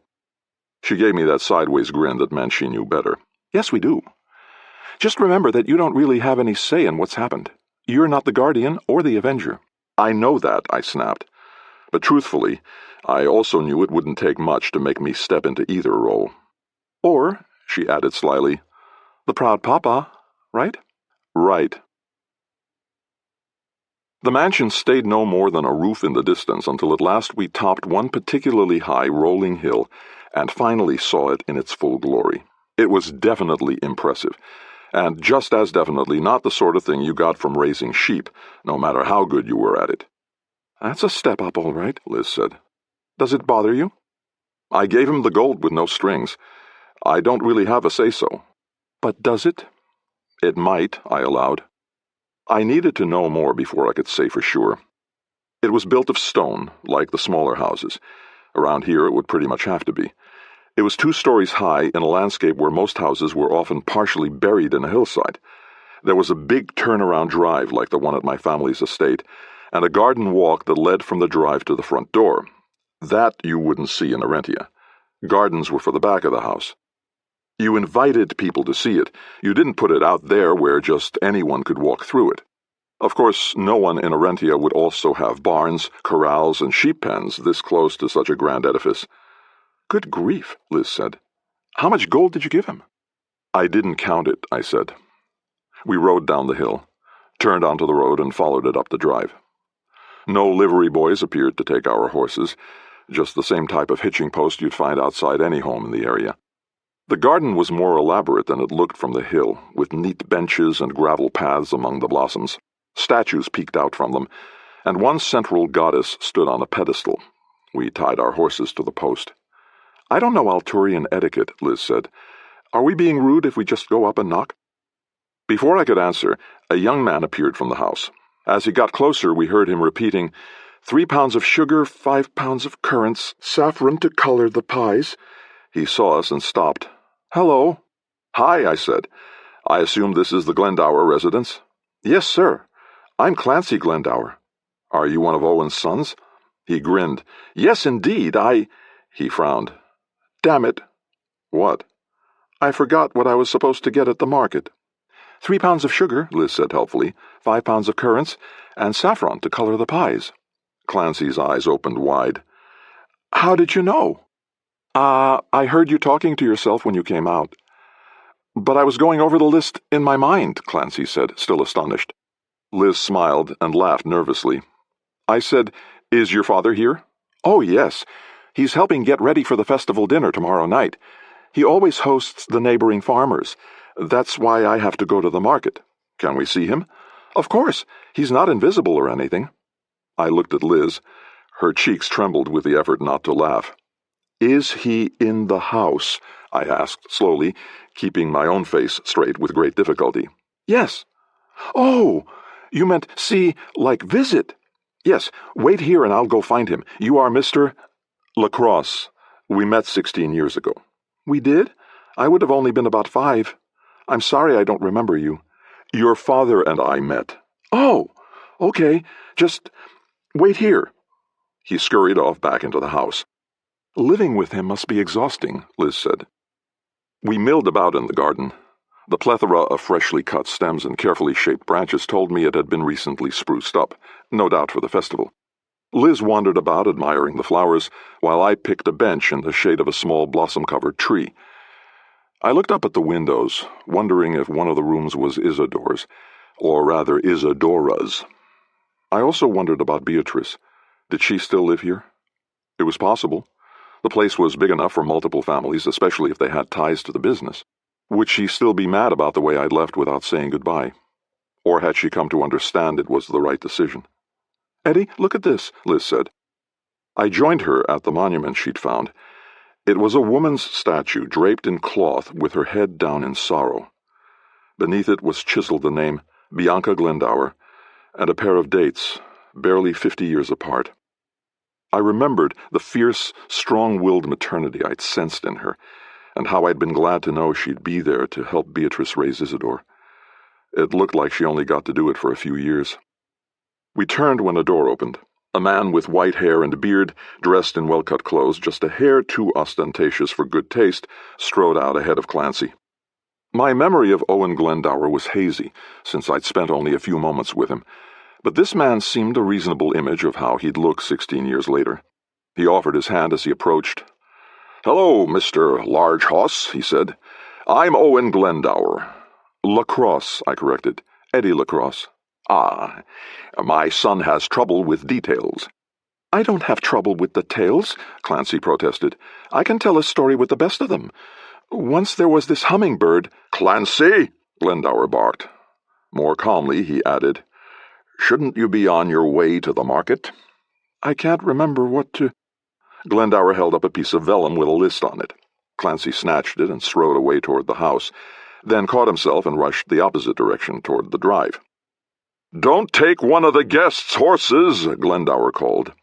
To us he added, "He's a good soul, but his mind tends to wander. Now, Mr. LaCrosse, was it? What can I do for you?" He realized where we stood. "My late wife," he said sadly. "She died of fever less than a year after we built this place. She was a remarkable woman." "I know. I met her once, at this same festival." He still looked blank. 16 years ago. The blank look stayed there for a moment. Then he turned whiter than his beard. "You," he said with a whisper. "Me," I agreed, and gave what I hoped was a friendly smile. He looked around to make sure no one overheard. "Why are you here?" he whispered urgently. "We're on vacation," I said. "Mr. Glendower, this is Liz Dumont." "Charmed," Liz said. His words spilled out in a panicky rush. "You're wondering about the house, aren't you? You think I used up all of Isidora's gold building it?" I held up my hands. "I'm not here to—" "Yes, I used her gold as seed money to expand my farm, but I promise you I paid it back and more. She's got a dowry only a king could rival. That's fine, He grabbed my tunic in desperation. "Please don't kill me. I did the best I could for her. I love her. I've helped raise her as one of our family. She has no idea where she really came from." I pried off his hands. "Stop and listen, will you? I just wanted to visit, say hello, see how she was doing. I don't want to give away any secrets, and I don't want anything from you."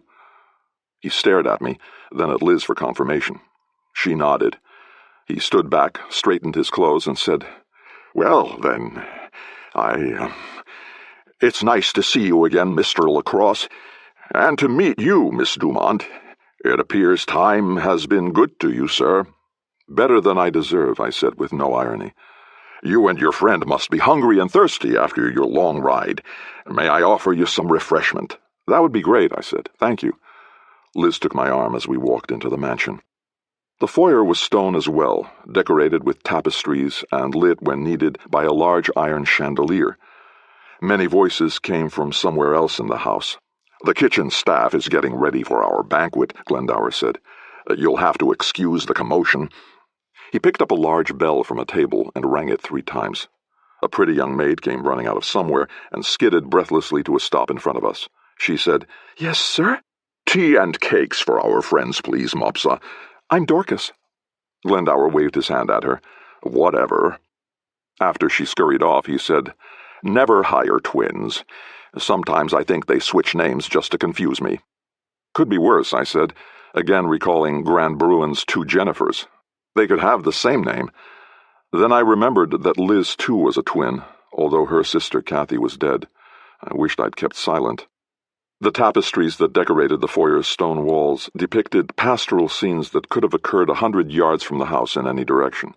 Shepherds dressed in incongruous furs reclined on hillsides, their sheep contentedly grazing before them, a dog keeping a far more watchful eye than his daydreaming master. "Who did your decorating?" I asked. "My daughter," he said. "She's quite the weaver. I'm sure you remember her." "Oh, he does," Liz said, winking at me. "Her name is Beatrice, I believe." Before I could respond, a woman said, "Who's talking about me?" Chapter 10. She entered the foyer in full stride, followed by another younger woman carrying a basket. "So who's this?" she said as she joined us, oblivious to the fact that the woman behind her was about to spill tomatoes all over the foyer. Beatrice's hair was still golden, although it was combed loose around her shoulders instead of braided. Her gown fitted well enough to verify that she hadn't gone matronly either, and that sauciness remained, the sense that the world had better look out. But it was shadowed by a weariness that only comes from bitter experience. Glendower said, "Beatrice, this is an old friend, Mr. LaCrosse. Do you remember him?" She looked me over. "I'm afraid not." She turned to the girl with the tomatoes. "Do you think we're handing those out at the door? Go take them to the kitchen before my brother starts throwing things again." As the girl scurried away with her produce, Beatrice said to me, "When did we meet?" 16 years ago, Glendower said carefully, trying to convey the date's significance. He narrowed his eyes and gritted his teeth, pre-wincing against the anticipated explosion. "I didn't have a beard then," I said, "and my hair was longer." Beatrice still shook her head. "I'm sorry." "He brought us a gift back then," Glendower hinted. She cocked her head a little. "Really? And what was that?" Then it hit her. "You," she said, sounding exactly like her father. "Me," I said again. Her face shifted through an eloquent symphony of expressions: recognition, relief, rage, sadness, yearning, and finally guarded worry. "Why are you here?" "Just passing through," I said, trying to sound non-threatening. "Beatrice, this is Liz Dumont. Liz, Beatrice." They shook hands quickly, the way women do. Beatrice gave Liz an up-and-down evaluating glance. Liz just smiled and said, "Pleasure to meet you." "Likewise," Beatrice said. Her lips moved as she almost said several other things, then settled on, "I suppose you want to see Isadora." "She's working on her gown for tonight," Glendower said. "Isn't she?" "Yes, and she's way behind." "Is she still having problems with—" "Yes," Beatrice said, the way you say it when you don't want something discussed in front of strangers. To us, she continued, "If you're staying for the festival, it might be better to see her then." "Okay," I agreed. The terror coming off both of them made me feel very guilty. "Only if it won't cause any trouble." "But you can't take her," Beatrice blurted, the words bursting out as if they were escaping horses. "I don't care who her real parents might be. I've raised her, I've loved her for 16 years, and that counts for something. They can't have her back." "I don't want to take her," I said, "and I still don't know where she came from. Do you?" "No. I never tried to find out." "That's fine, then. She doesn't even need to know who I am." "Then why are you here?" The fearful tremor in her voice told me all I needed to know about her attachment to her daughter. "Really, we were just passing through," Liz said. "We made a delivery in Monoma and decided to go festival hopping." "I didn't realize where we were until we got here," I added. "Then we just thought we'd stop in and see how you were doing." I indicated the house around us. "Pretty well, it seems." We were all silent for a moment. Finally, Glendower said, "I apologize for our reactions. I've had 16 years to dread this moment, and as you know, you only dread the worst. I imagined you coming back in the middle of the night, putting a knife to my throat in my bed and demanding the gold back, or worse, taking Isadora away. I'm sure Beatrice had her own worries." He held out his hand. "I shouldn't have thought so little of you. A man who rescues a baby and then turns over a sack of gold he could have easily kept isn't the kind of man who would skulk back to retrieve it." I shook his hand. "I understand. No grudge here." The maid Dorcas returned bearing a large tray. She scowled and said, "I didn't know Miss Beatrice would be joining you." "Now you do," Glendower said. "Fetch another cup. Is it that complicated?" She put the service on the table and scurried off. Glendower gestured at the tea. "Shall we?" And as if we did it every day, standing there in the foyer, we took tea with the biggest sheep farmer in Altura. It was late afternoon by the time we left Glendower's Eyrie. We'd discussed the price of wool, the cost of grain storage, and, God's help us, the weather. I'd watched my father squirm through social engagements like this, and now I had a whole new sympathy for him. The elephant in the chamber was Isadore, a.k.a. Isadora, who neither appeared nor was mentioned again. "I need a drink," Liz said as we rode back to town. "You've been saying that a lot lately." You've been taking me places that make me say it." She looked back at the house. "Would we be like that if we got rich?" "I've been rich." "Well, la-dee-da," she said, and mockingly stuck out her tongue. "At least now I don't have to worry about her. Isadora's in perfectly good hands." "Isadora." "Right, Isadora. And you can accept just seeing her from afar tonight?" The Glendowers told us that the ceremony for Aola Mia, with Isadora in the title role, would happen in Mummerset just after full dark. Sure. I mean, what would I say to her anyway? "And you're ready to put all this aside and enjoy our vacation?" "Yes," I said. "Why wouldn't I be?" She didn't have to answer. The look in her eye said it all. The festival was even more rambunctious by the time we got back to town right at dusk.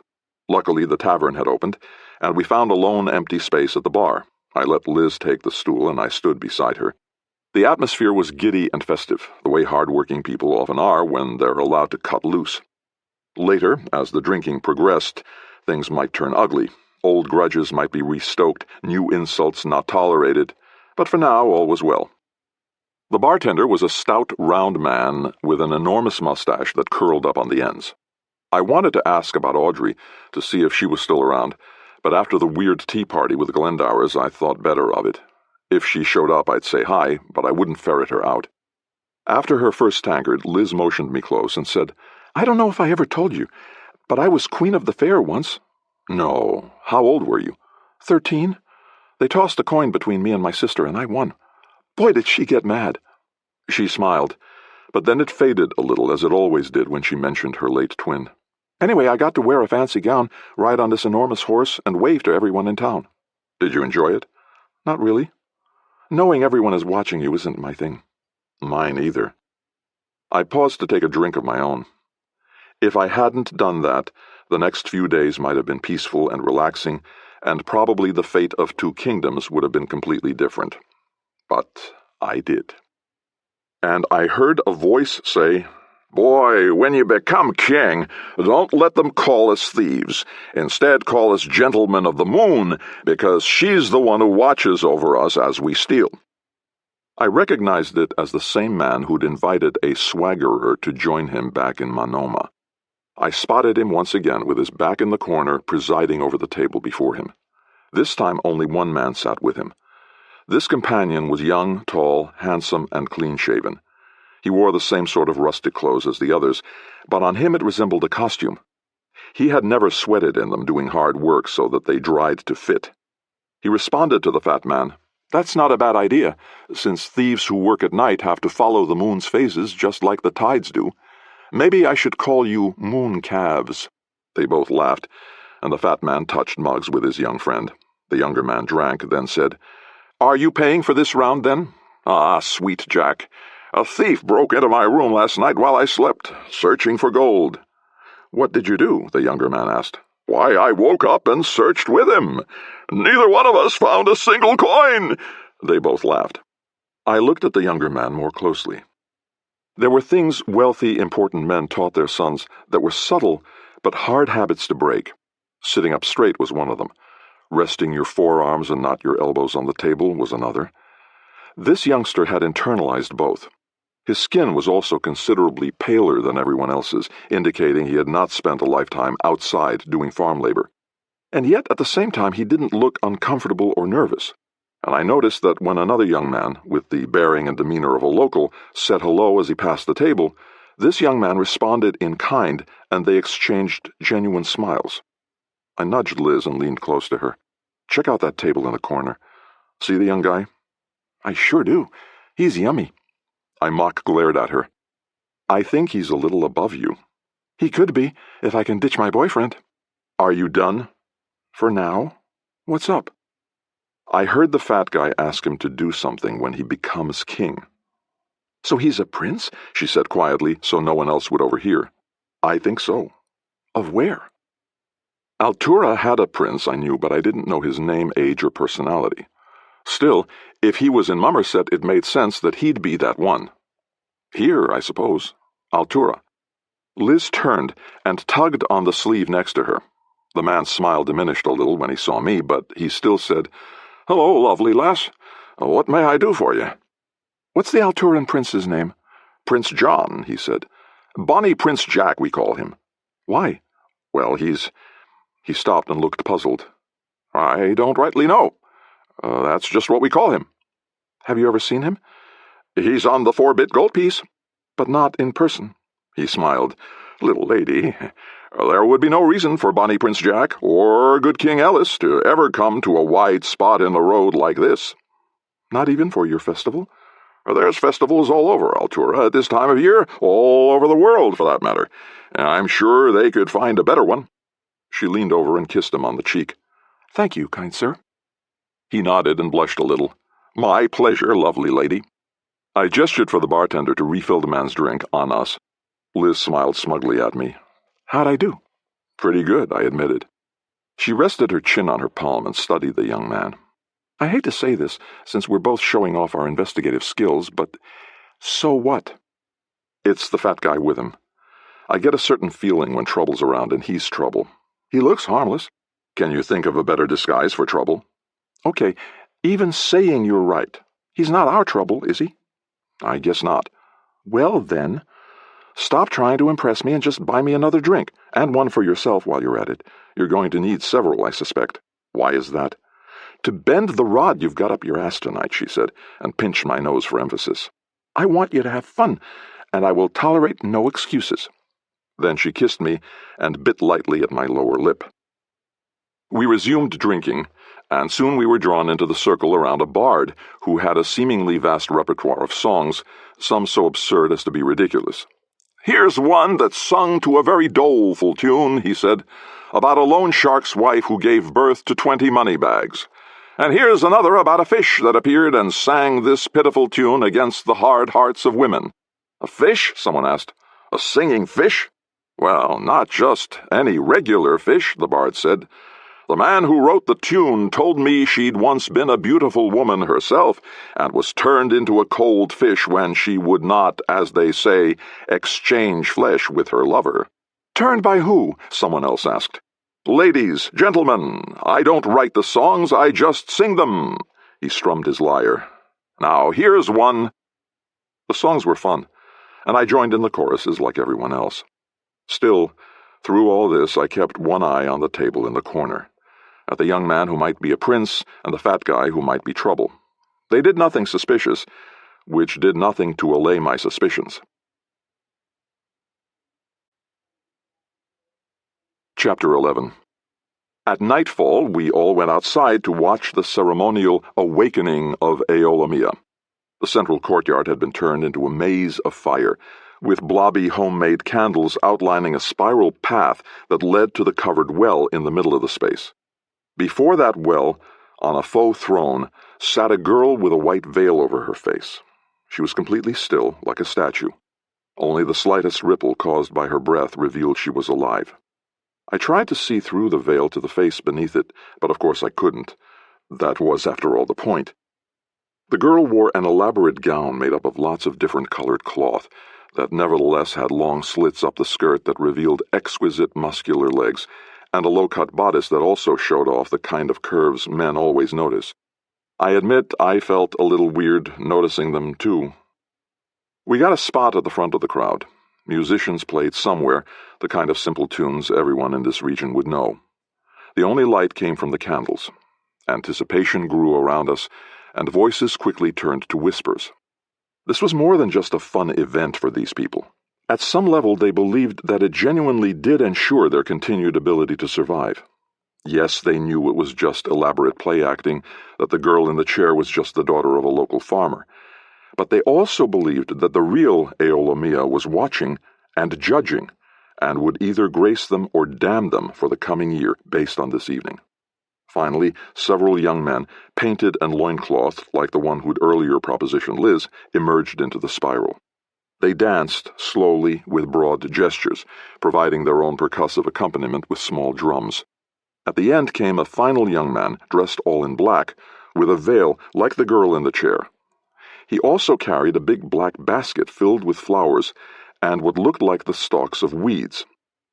This was common symbolism in agrarian communities, including some of those in Arentia. It was the spirit of the dead winter, represented by the man in black, releasing the spirit of spring, rebirth, and growth. My mom took me to a similar festival when I was a boy, and the much more elaborate costumes gave me nightmares for a week. It didn't bother any of the peasant kids, of course. For them it wasn't scary, but joyous. My elite isolation made it terrifying. The dancing men reached the veiled girl and knelt in a circle around her. The spirit of winter stood before her and began draping her still form with the contents of his bag. "These unusual weeds to each part of you do give a life. No mortal woman but Eolomia, awakening for the spring's sweet kiss. This sheep-shearing is a conclave of the petty gods, and you are the queen of it." As he did this, there was a slight commotion across the way. The fat man from the tavern used his bulk to force his way to the front of the crowd opposite us, then stepped aside to allow his handsome young companion to move up beside him. Because of the relative silence, I caught most of what they said to each other. "Stand here by me, Master Jack. I will make the goddess do you grace. You'll see the way she greets me." Jack, I thought. Bonnie Prince Jack. Aha. The man he called Jack chuckled. "I can only hope she'd rather greet me than you, Billy. Don't you worry now. She has eyes only for you, my prince." Jack scowled at him. "Okay, stop that. Seriously. Here I'm just Jack, got it? Jack. Say it back to me." The fat man grinned and bowed as much as his bulk and the press of the crowd allowed. "As you say, Jack, as you say." Jack seemed amused by this, as if his disguise, if it was a disguise, was not truly meant to fool anyone. Was he the Prince of Altura, then? Was this all just so he could enjoy the festival? I could accept that, were it not for the dangerous vibe I still got from the fat man called Billy, and the fact that I'd seen him in Monoma without Prince Jack in tow. Even now, as the prince watched the ceremony, Billy watched the prince with tiny, avaricious pig eyes. What was the relationship between these two, and why did their apparent interest in Isadora set off even more alarms? At last the black-clad spirit of winter finished draping the young woman with his flowers and stepped back. The previous immobile form raised its hands and lifted the white veil, exposing this year's face of Eolomia, Isadora Glendower. She opened her eyes and looked up at Winter. She was beautiful. I'd seen a lot of beautiful women and girls over the years, and Isadora ranked near the top. She had big dark eyes, dark hair, and high cheekbones. Her lips were full and revealed a slight but adorable overbite. She looked, of course, nothing at all like her adopted family. How had they explained that? She peered up at the Winter King and smiled, very slightly, the kind of smile that only came from intelligence and self-knowledge. Liz had that kind of smile, too. It struck me without warning that had things been different, Isadora could very well be our daughter. That realization took me by surprise. Isadora then let out a trilling shriek, echoed by the throng of other young girls that rushed from the shadows and began dancing with the boys. Isadora jumped up as well, tossing off the weeds that had covered her. 3 men lifted her and carried her around the spiral, somehow avoiding the candles. They placed her on the ground at the edge, and she began skipping and dancing, distributing joyful kisses to those of us in the front of the throng. She stopped dead in front of Jack, though, frozen in mid-movement, as if she'd become the statue she'd pretended to be moments before. I couldn't see her face, but the look on his was plain enough, and even if it hadn't been, Liz said softly, "Uh-oh." "What?" "I know that look. He's taken the bait, and she's reeling him in." She shook her head. "And neither of them even knew they were fishing." "How do you know?" "That's the way you looked at me that first day in Angelina's tavern. And if you were really as observant as you thought you were, you'd remember that's how I looked at you." The kiss Jack and Isadora shared was completely different from the ones she'd been distributing so freely. It was tender and sweetly passionate, the kiss of 2 people who had not yet experienced the madness love can drive you to. But with Billy nearby, grinning and almost rubbing his hands together in glee, I had a feeling this innocence wouldn't last. As she pulled away, her legs wobbled and almost collapsed under her. Jack caught her, and they both laughed. Had his kiss been that effective? After the little ceremony, the festival degenerated into random music, dancing, and drinking. I'm not much of a dancer, at least not in a non-formal situation. I can do a fine court waltz, but otherwise I'm pretty lead-footed unless someone's trying to kill me. Liz did not have this problem, though, and after a few drinks, I couldn't keep her seated beside me. Not that I minded much, since watching her lithe, supple form move around to music was certainly one of my definitions of a good time. Once, when she returned to take a drink, she said to me breathlessly, "You look miserable." "No, I don't." "Yes, you do. If you won't dance with me, why don't you go talk to him and get it out of your system?" "Talk to who?" "The fat guy. He's all by himself. His pocket prince is too busy dancing with Eolomia." She was right. Billy sat on the porch of the packed tavern, a tankard in his hand, watching the people dance in the courtyard. The prince and Isadora were in the center, dancing the way two kids who have recently fallen in love always dance. A low cloud of dust obscured everyone's feet and made the fat man appear to sit in a smoldering cloud. "Go talk to him. Find out who he is and what he wants. You know you want to." She kissed me and returned to her dancing. I picked up my tankard and sauntered over, playing a man who was looking for a seat and a good drinking partner. I said, "Excuse me, mind if I join you?" Billy looked up at me. His hair was thin on top, but long in the back, and he'd combed little points out of his beard on either side of his chin. There was something fierce and wily in his eyes, an intelligence greater than I'd anticipated finding there. I wondered how many men might have met their end, or at least their detriment, because they missed that. He said, "Certainly, sir. It's a festival. If I were a pretty girl, you could sit in my lap." I sat on the stoop beside him. We touched mugs and drank. Foam and liquid dripped from his facial hair when he lowered his tankard. He said, "Where are you from, sir?"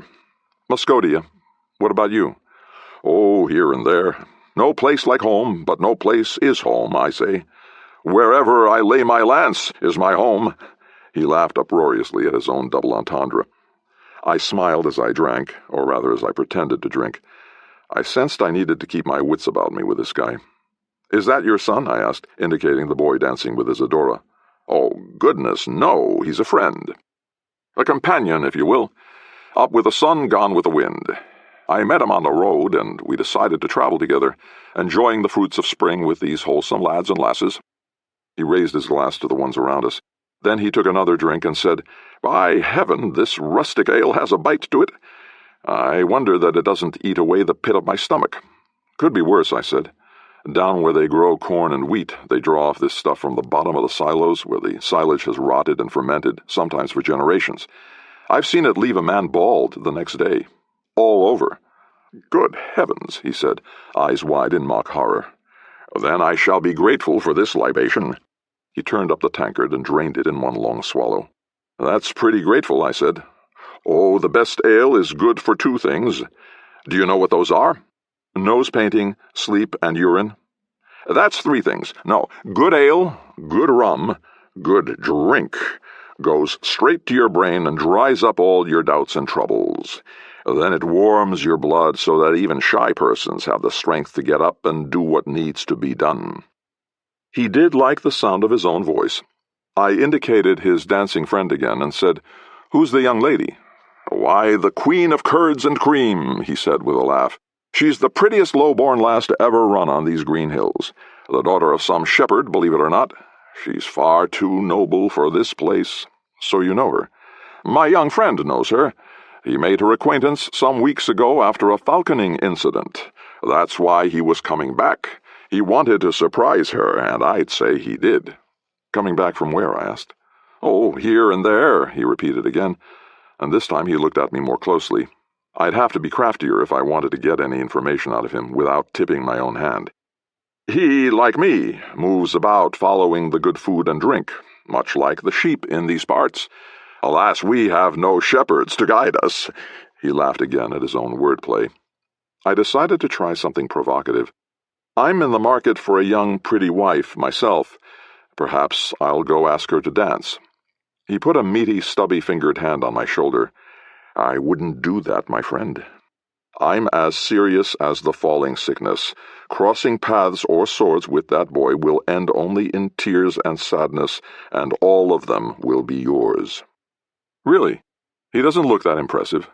"He has a mighty paternal weight behind him."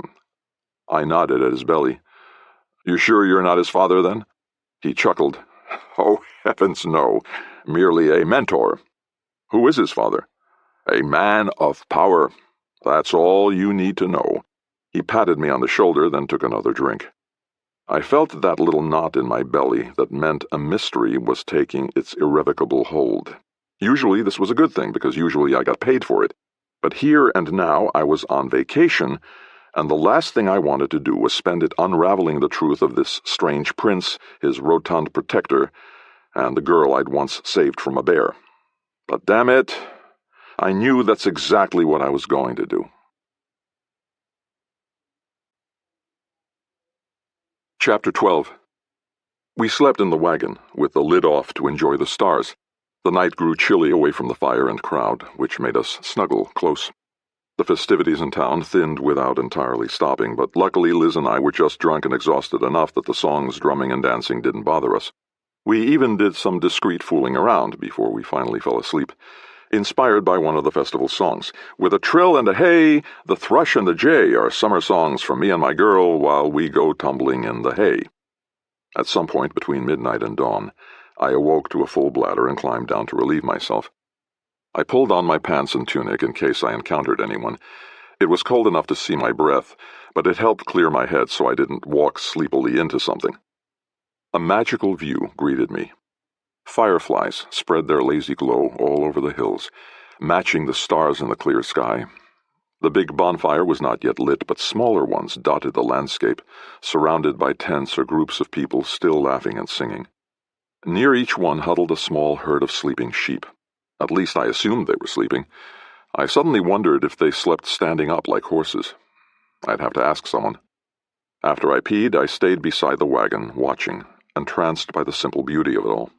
I'd seen so much carnage, so many duplicitous people acting for reasons often they didn't even understand, that this easy community camaraderie really touched me. If I'd taken Beatrice's offer back then, what would have happened? Would I now be a proud father, watching Isadora and her younger siblings grow up? Would I have stood beaming as she played Aola Mia in the night's rituals? Without all the years of blade time and skullduggery, would I have been smart enough to spot Jack for what he really was? The wagon shifted very slightly as Liz rolled over, and her light snoring grew stronger. I smiled. No, I'd made the right decision back then. I couldn't have predicted where I'd end up, but there was no doubt I was where I belonged. I was about to climb back into the wagon when I heard voices nearby and out of habit stood very still to listen. A woman's voice said, "I'm really scared, Jack. What if your father finds out? My God, what if he sees me dressed like this? How could I look him in the eye?" I had one bare foot on the tailgate. I slowly lowered it, then took my hands off the wagon, careful not to make it shift. Liz continued to snore. A man's voice responded, calm and kindly. "Shh, people are sleeping in these wagons, and there's nothing to worry about, is he? He'd never come around here." "You did?" "Yes, but I was chasing my falcon, remember? Not looking for chicks." "Ow!" He laughed at her mock blow. "Anyway, my father doesn't indulge in anything. He sits in his castle and mutters to himself about his subjects. I prefer the personal touch." They were quiet for a long time. It didn't take a sword jockey to know what they were up to, or who they were. Bonnie Prince Jack and Isadora Glendower. I knew I should announce myself by a throat-clearing or discreet cough, but habit and curiosity won out. What would two such socially disparate people talk about? Was Liz right about them? Had Billy told me the truth? I silently edged further into the wagon's shadow. "Your hands are cold," she said. "I can put them in my pockets. Don't you dare." Then they were silent again. "You know I love you, Jack," Isadora said when they came up for air. "I tried not to, I really did." "And I love you, my sweet Isadora." "But Jack, you're the crown prince, and I'm a shepherd's daughter. A rich shepherd, I'll grant you, but still a commoner. One day soon you'll have to choose between me and the throne, and there's really no choice, is there? Listen, Izzy, seriously, I intend to marry you. It's not some idle promise to get under your skirt, you know. Have I ever even tried to do that? No, and I won't, not until we're married. My desires run not before my honor, nor my lusts burn hotter than my faith." I heard the smile in her voice. "Oh, really? And who said that?" "A really smart guy. But that's truly how I feel. I can't be anything, let alone the king someday, if I give my word idly and then don't keep it, can I? And if a king can't choose his own queen, what's the point of even being king? I'd rather be a shepherd and come home to you every day than rule a kingdom without you." They paused, and when she spoke again, Isadora sounded forlorn. "How would I know? I don't know how these things are decided. I only know that I love you too, and this has been the best spring of my life. But if you marry me, then either I'll become queen, or we'll both be banished, if not publicly executed." He chuckled. "Wow, your tankard is really half empty, isn't it?" She giggled softly. "I have to get back to the wagon before my family heads back home. I'll see you tomorrow at the banquet, okay? You will come, won't you?" "Of course I will. Plain Jack Kingston will be there, along with his friend Billy Cudgel." "Good grief! I don't know if there's enough food in the whole county to fill that mountain." She lightly smacked him. "And Kingston? Really?" "Best place to hide is in plain sight." His tone grew more serious. "Has your father sent for the moon priestesses?" "Yes. They'll be here in about a month." "A month? My father could get them to—" "No, absolutely not. They'll be here in a month, and I'll be fine. I'm worried about you. Don't be. I still have twice your upper body strength, you know." "Yeah, prove it." I heard him go oof as she slammed him into the wall, and then they both giggled and fell again into that silence that meant a serious kiss. They made their goodbyes, and Isadora slipped back into town to join her family. Jack stayed where he was, apparently lost in thought. He leaned against the stone wall, yawned, and stared up at the stars. I could see his smile in the moonlight. His breath puffed out in happy little plumes as he chuckled in delight. Here was the Crown Prince of Altura, standing all alone in the middle of the night, with no security retinue in sight. If I'd been his father, I'd be livid too. One quick knife from the shadows and Altura was without an heir, a crisis for any country. For one like this, where it was public knowledge that the king had only one child, it would be devastating. Bastard offspring would appear, genuine or not, claiming they should be crowned upon the king's death. It hit me that I might never get this chance again, so I sidled out of my hiding place, waited until he noticed me, and said, "Good evening, Your Highness." I didn't catch him off guard. "You've got the wrong guy, pal. My name is Jack Kingston. Not even my sheep call me Your Highness." "No, I don't think I do. Prince John of Altura, only son of King Ellis. That's you."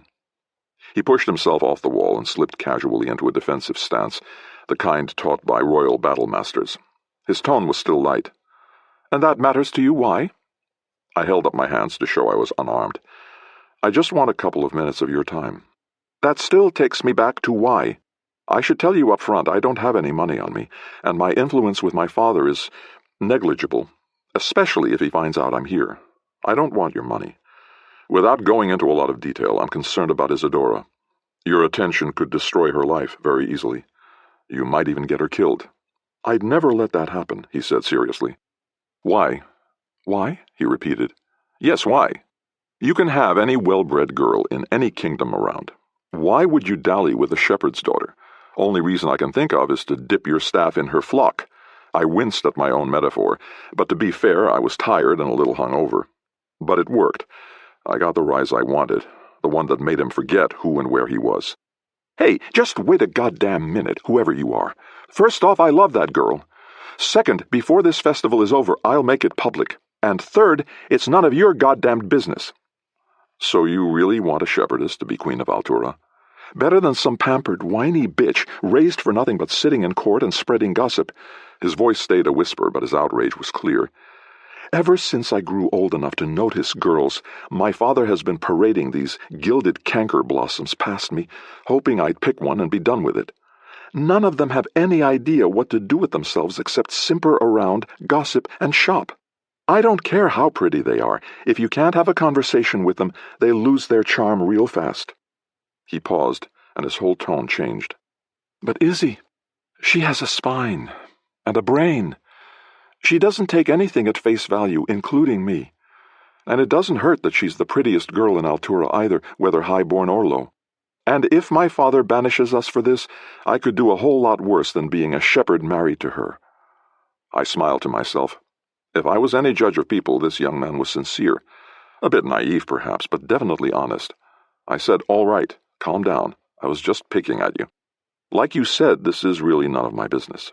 "Yeah, no kidding. Who are you?" "Eddie LaCrosse." "Izzy's never mentioned you?" "Yeah."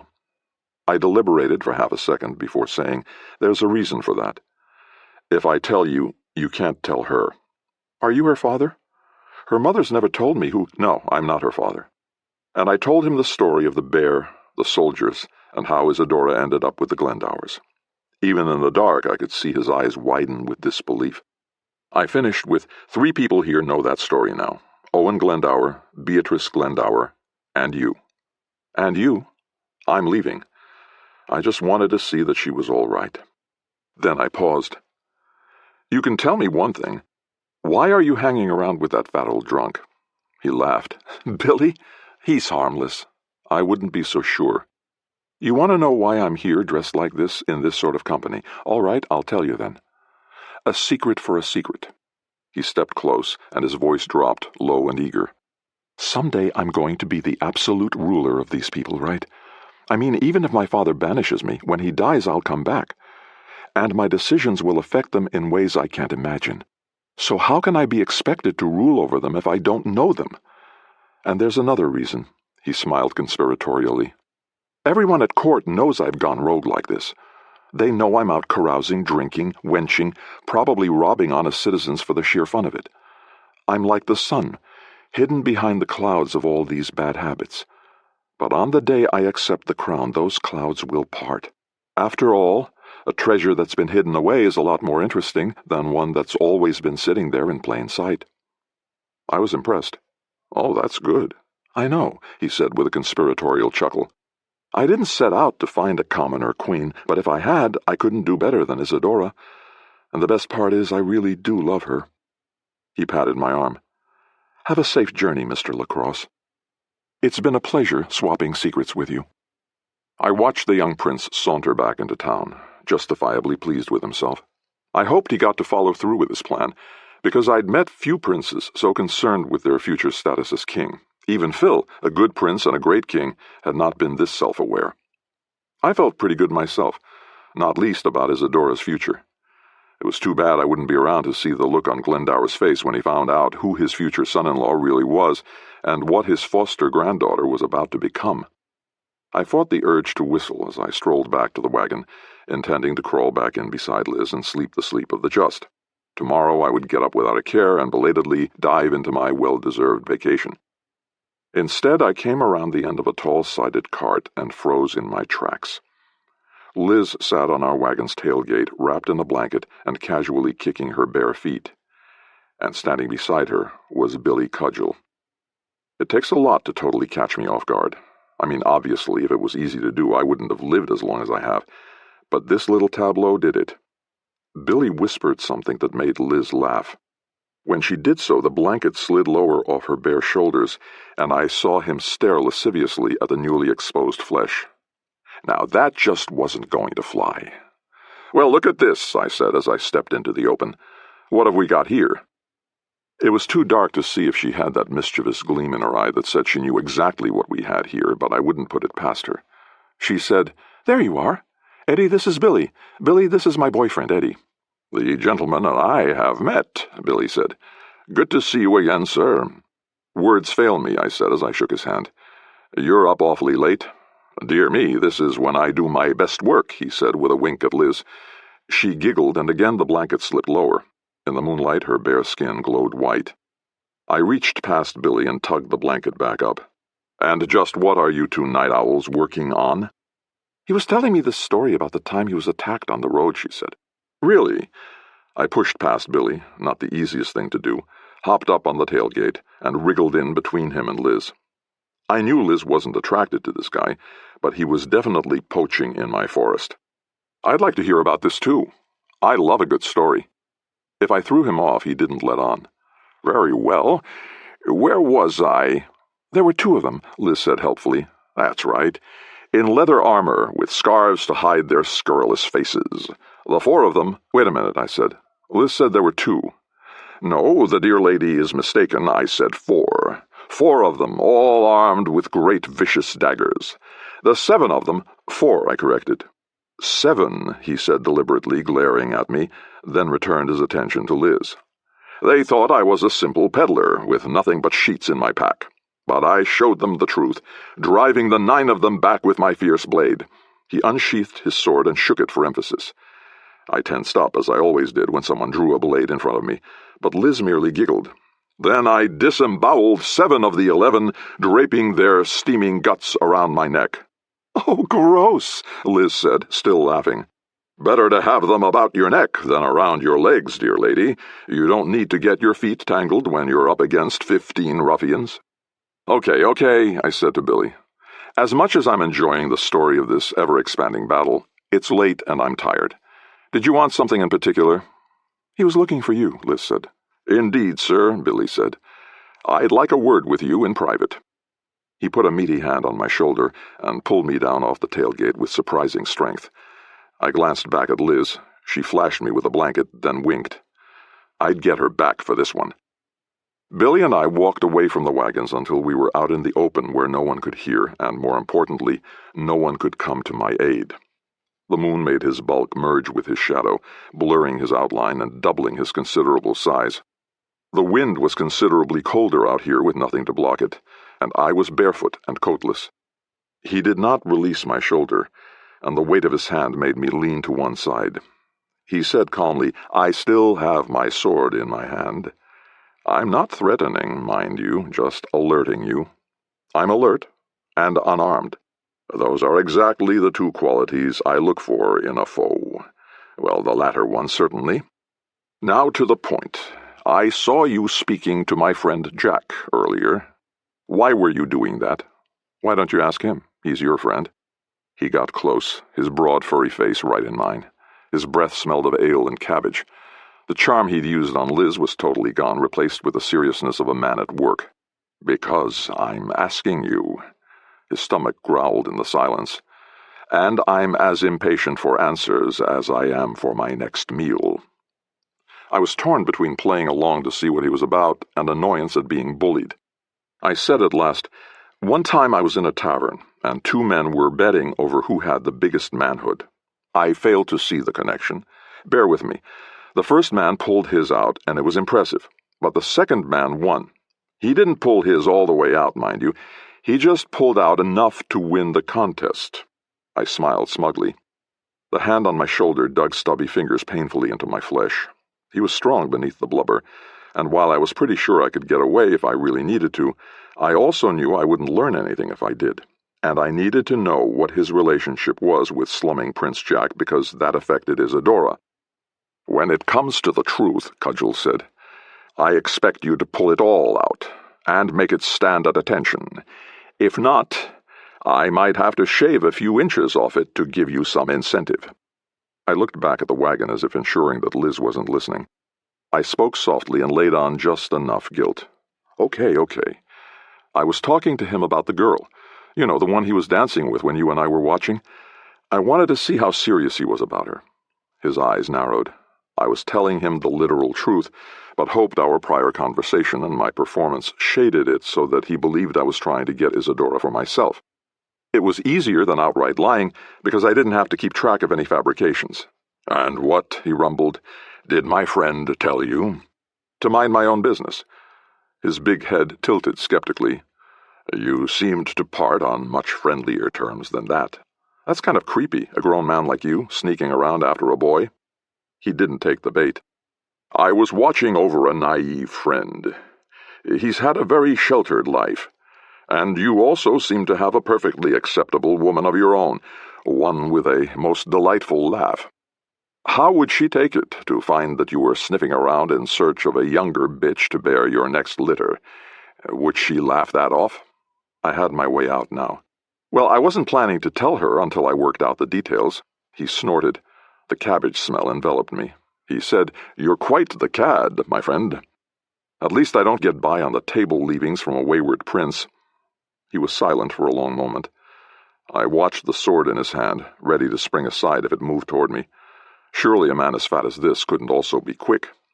At last he said, And who else knows about that? Phew, I had him. No one, yet. Then if I stain my sword on your gummed-up excuse for blood, you'll have to do a lot of explaining because my lady friend will definitely raise a ruckus. And then your prince will have to use his pull to get you out of it, or leave you twisting in the wind, however he decides. So why don't we leave it at this?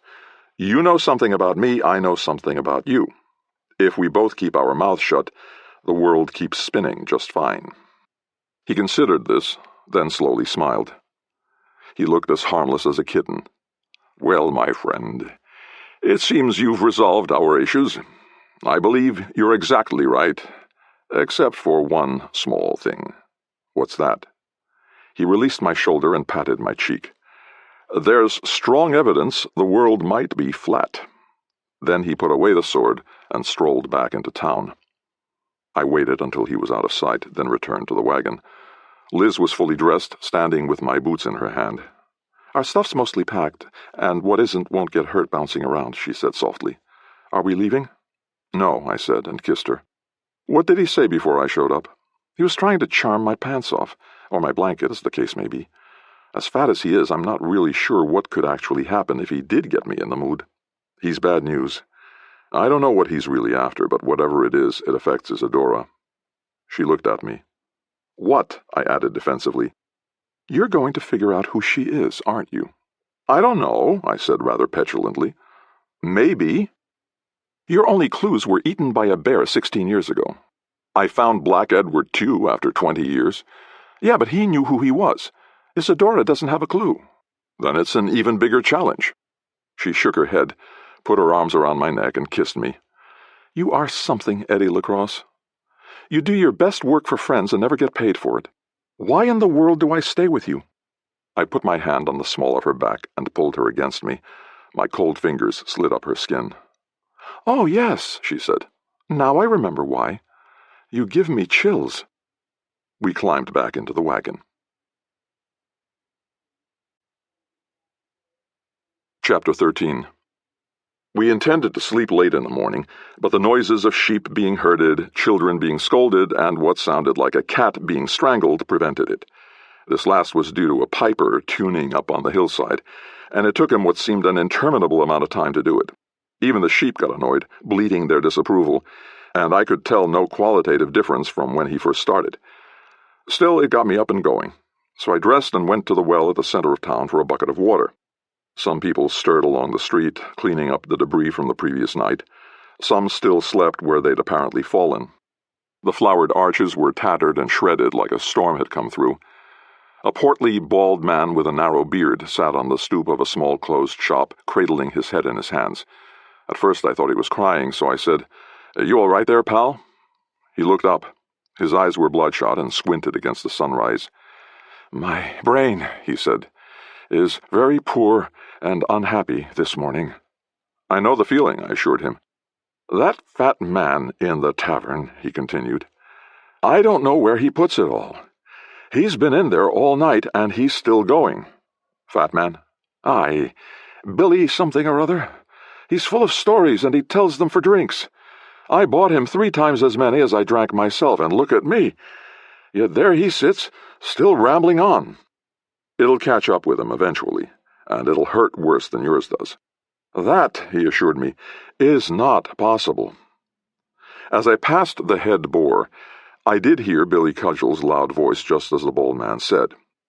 There live not 3 good men unhanged in Altura, he declaimed, and one of them is fat and grows old. The laughter told me that he had at least 4 or 5 people around him. Did the man never sleep? As I shuffled back to the gate with the water, 2 men rode up, tied their horses, and paused to look around. One was very tall, broad-shouldered, with the cocky, rolling gait of a professional soldier who enjoyed intimidating people as much as he did hacking them to pieces. The other man was older, with a ramrod straight back and a sense of entitlement that surrounded him like a glow. His clothes were tailored but not ostentatious, and he looked around as if searching for something. Apparently it wasn't the smattering of drunks left from the night before, or the dedicated shepherds up with the sunrise. 3 children ran past them, bumping into the older man. Your pardon, sir, one of them called back. The bigger of the 2 looked ready to skewer the youngsters, while the older man seemed peeved but not surprised, as if this was merely the latest annoyance of dozens. "They're still going at the tavern," I called out. The taller one gave me a narrow-eyed once-over, and I grinned and waved.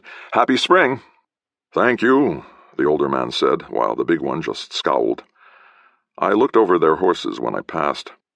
The tack and saddles showed evidence of much use, but the horses themselves were not farm animals by a long shot. Not even Owen Glendower could afford two such magnificent animals. I considered rifling their saddlebags once the riders were out of sight, but ultimately decided against it. I already had one mystery that no one was paying me for. If I took on another, Liz might marry me just so she could then divorce me. Back at the wagon, Liz had dressed and combed her hair. She used the same blue ribbon to tie it back, then winced as the practicing piper filled the morning with another series of bleats.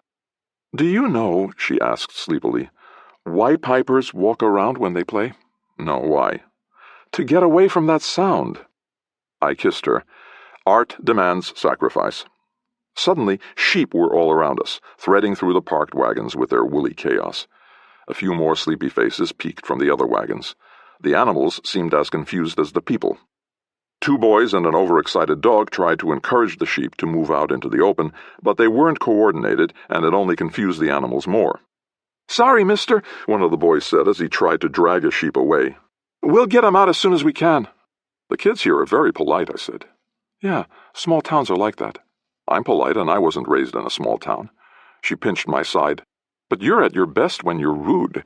"Only with you." As I bent to kiss her, the dog jumped up and licked her face. A boy whistled sharply and the animal ran away. Liz looked at me, dog slobber fresh on her cheeks, and said, "Well, come on. What are you waiting for? Kiss me." Which I did. It takes more than a little dog spit to make me not want to kiss her. I washed up, got dressed, and then we went into town in search of some breakfast. By then several carts had food for sale, and we wandered as we ate, waiting for the other merchants to get ready for the day. It did not take long to wander the length and breadth of Mummerset. We passed the head boar, but Billy Cudgell's voice no longer rang out. I stuck my head in. Except for one man asleep on the floor and another sprawled and snoring on a table, it was empty. Guess even Billy had to sleep sometime. "So, what's your first move?" Liz asked when I rejoined her in the street. "I need to talk to Glendower. He can tell me where the gold coins in the money bag came from." Most money was stamped with the seal, crest, or face of the king, queen, or other ruler. Bonnie Prince Jack, for example, was on the Alturan 4-bit gold piece. That would tell me a bit about the origin of the money paid to her original guardian, the man pursued by the bear. And follow the money was a basic sword jockey tenet. And then? Depends on what I find out. The same two men I'd spotted earlier passed us again. Now that I was fully awake, I noticed details I'd missed before. The tall, bulky man wore a sword with a tattered grip and notched guard that spoke of lots of action, and under his rustic clothes seemed to be sporting leather armor. He stayed right behind the other man, his gaze sweeping the path ahead of them. He was unmistakable, strong-arm security, which made me immediately curious about who the other man might be. This isolated festival was suddenly becoming the hottest spot around. "Hey," Liz said and nudged me. "What's wrong?" "Huh? Nothing. Just noticing things." "Well, stop it. You can't do anything this early in the morning, so just enjoy spending time with me, okay?" "I always do." The town came to life around us. More noticeably, men were building several small pens in the courtyard, where the night before Eola had welcomed the spring. A few questions determined that these would be for the sheep-shearing contests coming up shortly. The two newcomers examined these pens. Well, the older one did. The security man, for I had no doubt about his job now, watched everything else, including me. If he was good, and I had no reason to doubt it, he'd spotted me as just out of place here. I'd have to watch it. And them. The best place to do that, of course, was right under their noses. Liz and I sidled up beside them. Although he was dressed as a shepherd, the older man's fingernails were neat and spotless, and the edges of his hair were neatly trimmed and shaved.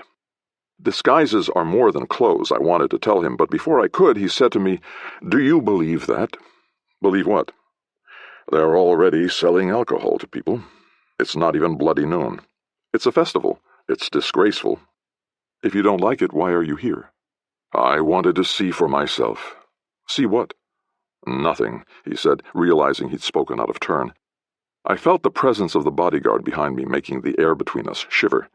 Who was this guy? Who needed security when even the Crown Prince didn't?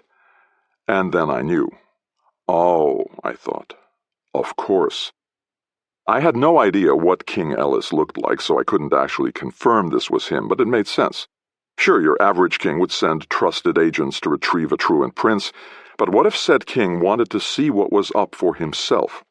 Not every monarch stayed on his throne all the time. This made me want to like the guy, but that impulse was negated by his one-man security retinue, who I wanted to punch in the face on general principles.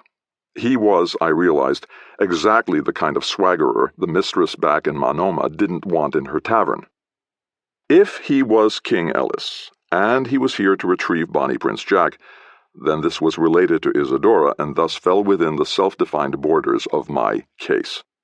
Well, nothing would reveal itself if I stayed polite. So I said, "You are an old grouch, aren't you? Denying hard-working folks a little fun?"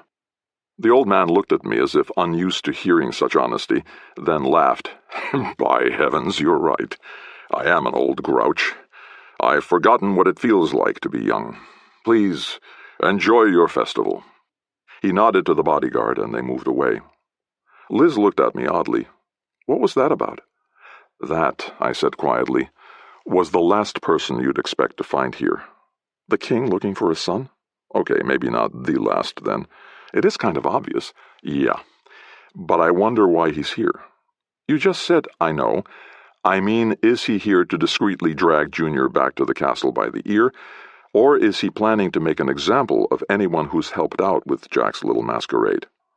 Is he that kind of king? She asked seriously. I have no idea. And what are you going to do? I could introduce you, so you can forget your name again. She thumped me between the eyes. Then she said, All right, go to work.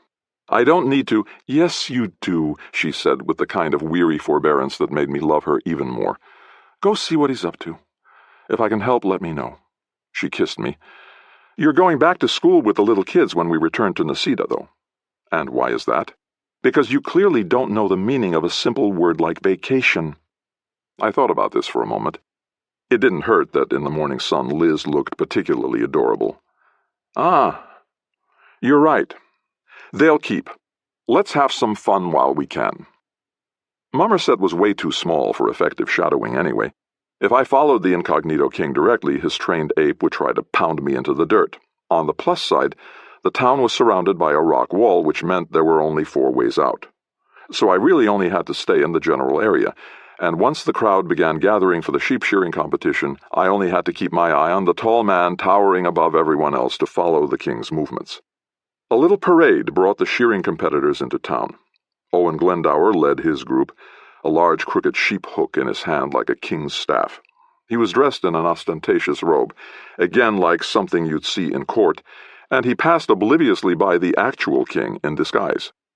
He nodded and smiled to many people, occasionally gesturing with his sheep hook as if it might convey a blessing. I wondered how he'd explained his fairly meteoric rise in status to his neighbors. At least none of them made faces at him when he wasn't looking. Behind him, his son Clancy followed, shirtless and dressed in loose pants, evidently prepared for the competition. I was a bit surprised they trusted him with sharp things like shearing scissors. A younger boy, either a farmhand or another son, brought up the rear, making sure the half-dozen sheep stayed together. I saw no sign of Beatrice or Isadora, but Prince Jack and Billy Cudgel now stood near the front of the crowd. Jack couldn't see his disguised father from where he was, and unless the tall bodyguard noticed Billy's bulk displacing the crowd, they couldn't see him. Yet they were barely 20 feet apart. I shook my head. The once and future kings of Altura, both in disguise as commoners, both in the same microscopic town. This couldn't end well. You ever sheared a sheep? Liz asked. Only if that's a metaphor for something else. Ha! Didn't think so. And you have? We had sheep when I was growing up. Well, 2. So yes, I have. Want to join the contest? One reason I started my own business and became my own boss was so I'd never have to shear sheep again, or clean out pigsties, or milk cows, or milk goats, or brush horses. No, that I don't mind. I'm not afraid of them like you are. I'm not afraid of them. I just don't trust them. I've never met anyone else whose mistrust makes them shriek like a little girl whenever a horse backs up toward them. I played my trump card. Yeah, well, I saved you from a fire-breathing dragon once. She jabbed me in the ribs. You need to find a new clincher for arguments, really. That one's run its course. Smugly, I finished, "That's what the dragon said." The little herdlets were guided into their small pens where they milled about, sheeping. "How's everybody doing today?" a robust man said as he strode before the contestants. He held a small megaphone decorated with the omnipresent ribbons. "I see a lot of sore heads out there this morning, but honestly, I feel sorry for folks who don't drink. After all, when they wake up in the morning, that's the best they're going to feel all day." A cheer mixed with laughter came from the crowd. "Now let's meet our first shearing contestants. I remind you, this is a double elimination tournament, so you'll be seeing both of these shearing masters again. First, from the household of Owen Glendower, winner of second place for 7 years in a row, Clancy Glendower." There was some polite cheering at this. "Wow," Liz said softly. "Second place for a third of his life." "And I bet that percentage will only increase," I said. "This is the year," Clancy said, and held up his index finger. "Number 1, wait and see." Then he put a stool down beside the designated sheep. "That's the spirit," the announcer said, and tousled Clancy's hair. "Next up, we have our challenger in her first time on the big stool. Let's hear it for Phoebe York." A girl stepped up to her stool. She was young, stocky, and with long blonde hair tied up in a knot on her head. Except for a single piece of cloth wrapped around her torso to cover or control her breasts, she was as bare-chested as the boys. She raised her fists, and her knot of supporters began to clap and say, "Phoebe! Phoebe! Phoebe!" "Why do they take off their shirts?" I asked Liz. "Seems like wool on sweaty skin would be irritating." "Part of the challenge is putting up with the irritation," she said. "It's a lot like dating you." Phoebe paced in a tight circle before she sat. She settled in, grabbed a handful of the waiting sheep's wool, and shook it as if to ensure it was still attached. Then she looked over at Clancy and winked. He blushed. "Apparently it's a friendly rivalry," I said. "Or just good strategy," Liz said. Before they could start, there was a commotion along the edge of the crowd. Jack Kingston, incognito prince, followed Billy Cudgel as the fat man used his bulk to clear a path. Then the prince stepped up and whispered something to the announcer. The announcer looked puzzled, then motioned for Clancy to join them. Grinning, Jack said something to Clancy, whose eyes opened wide. Then they shook hands, and Clancy stepped back. Jack took off his shirt, to the cheers and catcalls of girls in the crowd, and assumed Clancy's seat beside his sheep. "What a piece of work!" one girl cried. "Take him for all in all," another commented. I surreptitiously checked the king's reaction. He looked as if someone had tapped him hard in the balls. Only his bodyguard kept him from rushing forward, and only the crowd's interest in the contest kept anyone else from noticing. There could be no good end to this family feud. Jack grinned like this was the most enjoyable thing in the world, testing out the shears tension and arranging the stool beside the blasé animal. Phoebe glared at him, all business now, and wasted some serious intimidation on an opponent who thought this a lark. "Shearers, assume your position," the announcer said. Phoebe and Jack picked up their shears. The announcer raised a short riding whip over his head and held it there expectantly. He enjoyed the attention. Suddenly, a girl pressed a tankard into my hands, without a word of explanation. She was quite attractive, with long red hair, darker than Liz's, and she winked at me and licked her lips suggestively. Then she was gone. The announcer said, "Ready? Ready?" Liz nodded at the cup. "What's that?" Before I could answer, he brought the whip down with a sharp snap. "Go!" Phoebe jumped up, kicked the stool aside, expertly grabbed her sheep under the front legs, and sat it back on its haunches. The teats revealed it was a female. Phoebe held the animal up with her left hand while her right clipped expertly in a diagonal line across the sheep's chest. Jack did the same thing, but with far less certainty. He quickly fell behind, but seemed oblivious. The bird-like noise of the two blades sliding together rang out in the courtyard. The two sheep seemed thoroughly unconcerned with any of this, and exchanged a look that could rival any veteran courtier's for smug indifference. The crowd, seeing that Phoebe was going to win, again shouted her name. She began to move with little flourishes, which slowed her down, but not enough for Jack to catch up. I took a big swallow of my drink. It was mead, thicker and sweeter than ale, and tasted great despite its rather vile odor. I let the first mouthful settle contentedly in my stomach as I drank more. Jack was only halfway done by the time Phoebe let her sheep drop to its hooves, raised her clippers overhead, and yelled, "Sheared!" Stray bits of wool stuck to her shoulders and face. Jack finished his sheep and, still grinning, stood and offered his hand. She shook it and took a victory strut before the crowd. We all chanted, "Phoebe!" Clancy stepped out and kissed her politely on the cheek. She grabbed him and kissed him on the mouth hard enough to curl his toes. The crowd approved. I hadn't quite drained my tankard, but I did pretty well for this early in the morning. I looked at Liz, who regarded me skeptically. "You keep telling me I'm on vacation," I said defensively. "Do you even know what that is?" "Some sort of mead," I said. "Some sort?" she repeated, amused. "Some sort," I corrected testily. "I just woke up, you know." She leaned over and sniffed the mug. "Wow, that's ghastly. How can you stand it?" I put it to my nose. It was pungent, but I'd smelled worse. "It's not that bad." "If you're smell blind—" A heavy hand clapped me on the shoulder, and a man I didn't know said, "Good Lord, man, do I smell devil's dew in your cup? Is that what you're drinking?" "I guess. Someone gave it to me." He laughed as if this were the funniest thing in the world. "I use that stuff on my bull calves before I geld them. It puts them right out. How much did you drink?" He looked in my mostly empty mug and laughed even louder. Now I was a little annoyed. "Well, I can handle it," I said, but I was also wondering why the strange redhead gave it to me. A group of girls lifted Phoebe overhead and carried her in triumph around the courtyard. Jack wiped the sweat and wool from his chest. A few girls not involved in celebrating Phoebe's win attempted to console the loser, but he politely rebuffed them. I didn't see Isadora, but it did seem Jack was a man of his word. Then Billy appeared. The red-haired girl who'd delivered my drink was on his arm, counting coins in her other hand. She jabbed him and said something which made him give her more money. Then he whispered something that made her laugh. He looked across at me, nodded knowingly, and winked. Before my rapidly fuzzying head could process this, the bodyguard and the king moved toward the back of the crowd.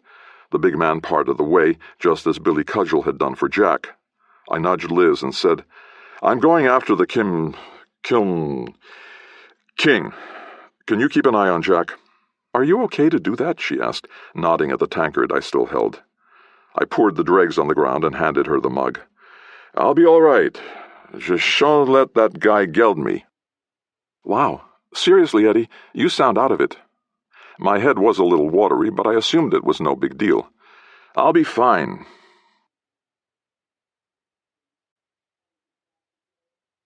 Chapter 14. I once knew a mercenary named Kemp who claimed he'd encountered a fighting technique called the Fist of Despair. Someone with this particular skill could hit you over the heart, and you had 3 blinks before your heart stopped and you dropped dead. Kemp said he'd personally seen a man struggle valiantly not to blink that last blink, to hang on to as much life as possible before losing the fight and falling dead where he stood. That's how the devil's dew hit me. I turned into a sack of wet sand. I could barely walk, my eyes crossed, and I felt saliva drip from my slack mouth. However, I did not do the sensible thing, like the man in Kemp's story, and fall to the ground. Instead, I obstinately continued, determined to find King Ellis, and, well, by then my intent was a little blurry even to me. I passed a horse trough and impulsively ducked my head in it. The muffled sound and pressure of the water against my face felt great, and I actually stayed under so long that someone tapped me on the shoulder. When I rose, I was surrounded by half a dozen people. "What?" I asked. "Are you all right?" a thin older gentleman asked. "Why wouldn't I be?" I said, tucking my wet hair behind my ears and wishing they'd all stand still. "You were under water for a long time," a woman with a cane said. "You were bubbling," a little boy added. "I'm fine," I assured them, standing to my full height. That was a bit of a mistake, as I found that the air at that height was rather thin and made me wobble. "Thank you for your concern." A big hand appeared on my shoulder, so heavy it almost knocked me to the ground. I turned to find Clancy Glendower's face way too close to mine. "Are you all right, Mr. LaCrosse?" he asked with real concern. "Just a little tipsy, Clance," I said, and returned his pat. I shook my head, splashing us both with water from my wet hair. Even my beard felt heavy on my face. "If you need a place to take a bath, I can help you find—" "No, thank you, I'm fine. Although, have you seen a really tall guy wandering around?" I'm right here in front of you." "Not you, Clancy, another tall guy." "No, it's just me, Mr. LaCrosse. I think you're seeing double." He leaned close and whispered, "That happens sometimes when you drink." I stared at him. "Wow. Do you dress yourself, Clancy?" He smiled proudly and adjusted his tunic. "Why, yes, I do. Thanks for noticing. A lot of people think I don't." "I bet," I said, patted his arm again, and staggered off down the street, deliberately milking my intoxication. What better disguise for a super-intelligent sword jockey than a wet, stumbling drunk? I still didn't connect my wobbly legs and woolly thoughts with the idea that I should stop what I'd set out to do. Squinting through self-generated fog, I stumbled from building to building, seeking the tall form of the king's bodyguard ahead of me in the crowd.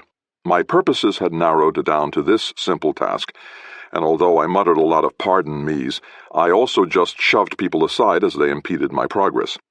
Abruptly I realized the figure I sought had vanished. I grabbed the next man I saw and said, "Hey friend, have you seen a really tall guy following an older guy?" He had the solid build of someone used to managing big recalcitrant animals. Even though I practically used him as a crutch, he didn't bend. He looked at me, then at my hand. "You better let me go, friend." I'd grabbed him much harder than I intended. "Sorry, a few too many ale mugs too early in the morning." "You still haven't let me go," he pointed out. He was right, so I did. He said, "I saw two guys like that head down the street toward the south gate. But are you all right? Is there someone here looking after you?" "I don't need looking after," I snapped petulantly. You might try sobering up a little." The big one looked pretty tough. "I'm pretty tough," I insisted, "and plenty sober." I was annoyed that the word came out, sober. I smiled, and as soon as he was gone, slapped myself a couple of times, hard. Wow. I used to be able to hold my liquor, I told myself. What was in that devil's dew? The woman with the cane watched me from the porch of the head boar. I couldn't quite make out her face, but I was certain it radiated disapproval. Annoyed, I yelled, "I'm fine!" She said calmly, "You're a fine drunk, if that's what you mean." Even more annoyed, I said firmly, "Yes!" I continued past the head boar until a firm hand grabbed the back of my tunic and jerked me into the ridiculously small alley. "Clancy, goddammit," I said before I suddenly realized I faced King Ellis and his bodyguard. The bodyguard slammed me into a wall hard enough to make it and me rattle. "Why are you following us?" he asked, and shook me for emphasis. I made myself think deliberately. I couldn't trust my physical reflexes because they were too numbed and slow. Liz might come to my rescue, but I wouldn't count on that, mostly because it would embarrass me too much. I had no other backup, so I'd have to get out of this myself. To do that, I had to be smart and slick. So I said, "Fuck you." Even as I said them, I knew the words were a mistake, and the heavy thwack of my skull against the wall underlined that assumption.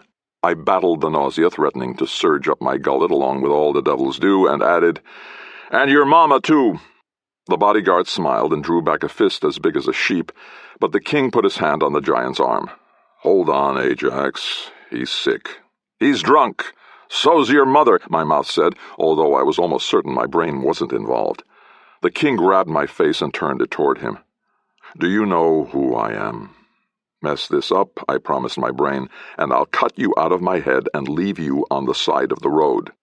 I said, "You're holding his leash. That makes you the most important guy around." Okay, not my best response, but a definite improvement over "fuck you." Nice going, brain. The king scrutinized me very closely. Luckily, it's easy to pretend to be a drunken bum when you are, in fact, a drunken bum. I smiled and said, "Hi, Pops." "Let him go," the king said. "He insulted my mother," Ajax rumbled. "No one does that. That woman is an angel." "He can barely stand. I think the headache you'll have later will be punishment enough." "I better not see him later," Ajax said. He shook me once hard enough that my teeth crushed my tongue, then let me go and stepped back. I wrestled my tunic back into place, elaborately stroked my hair back from my face, and held out my hand. "No hard feelings, big man." Ajax glared at my hand, then my face, then back at my hand. "Come on, be an adult," the king said impatiently. He reached for my hand. I grabbed his wrist with my left hand and his thumb with my right. I bent his thumb back as far as it would go, fully intent on breaking it. He was too strong for that, although he howled in pain and fell to his knees. He was far from done, though. With his free hand, he grabbed my right thumb and tried to pry it from his wrist. I did not let go. This instantly became a matter of my masculine pride, one of those immature emotions that seldom surfaced without the aid of alcohol. The devil's due invoked it in spades. We jointly forced ourselves to our knees, each struggling with the other's thumb.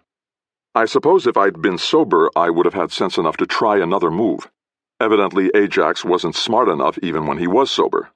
"Stop it," the king said. "I mean it, right now. Do you hear me?" He wasn't my king, so I ignored him, and Ajax said nothing. We were now almost nose to nose, grimacing in mutual pain and fury. I felt his spit strike my face as it shot out between his clenched teeth. He said, "After I tear it off, I'm going to shove that thumb up your ass, smart guy." "Yeah?" I shot back. "Well, I'm going to shove yours up mine." Then I frowned, pondering exactly what I'd said. In my peripheral vision, I saw other people crowd into the little alley. Some of them laughed. Clancy was there, and he looked very disappointed. So did the woman with the cane. "Fight! Fight! Fight!" the other observers shouted, attracting more onlookers. "Look at yourselves," the king shouted helplessly. "You're both grown men, and you're thumb wrestling." Ajax said, "He started it." Because I had an audience, I got the brightest idea of all. I'd show them just how tough I was. I drew back and headbutted Ajax as hard as I could, right between the eyes. He didn't see it coming, and his face went slack at once.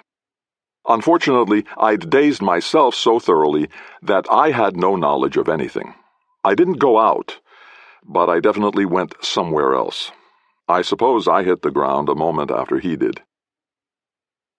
The obligatory bucket of water splashed over me, dragging me from whatever fantasies my addled brain provided.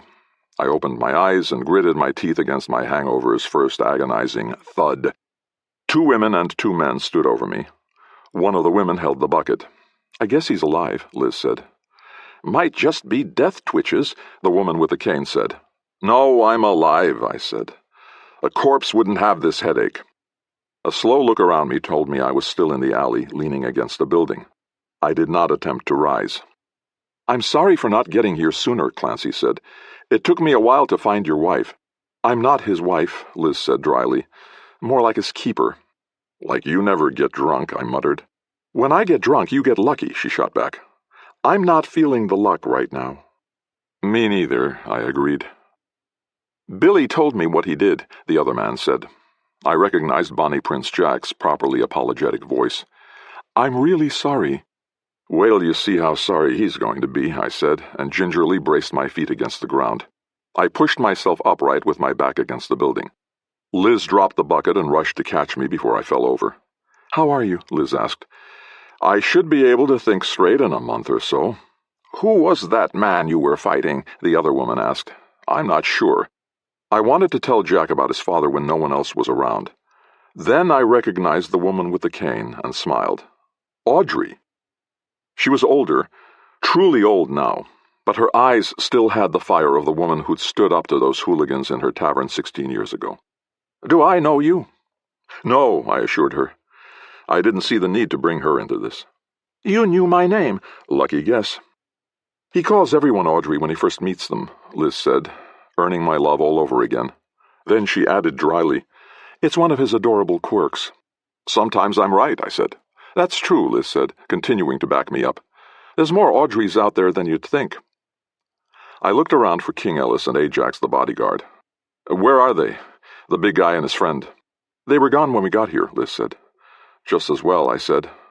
The world orbited my head for a moment, then settled back down. Liz said, "Can you walk?" "I'll get back to you on that," I said, and closed my eyes. Liz turned to the others. "Thanks for helping me keep an eye on him. I've got it from here on." "Will you be at the Glendowers' dinner tonight?" Jack asked. There might be a significant announcement. I heard the grin in his voice. We'll do our best, I assured him. Then I vomited the remaining devil's dew in my stomach. When I finished and looked up, everyone but Liz was gone. I staggered away from Liz just to make sure I could still walk unaided. It was a near thing. Wow, I said. If this headache is any indication, that devil's dew is something.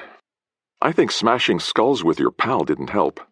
A dog rushed past us to get at my vomit. Oh, look, now the dogs can get drunk too. It's a real party. I felt the goose egg just above the bridge of my nose. I think you're right.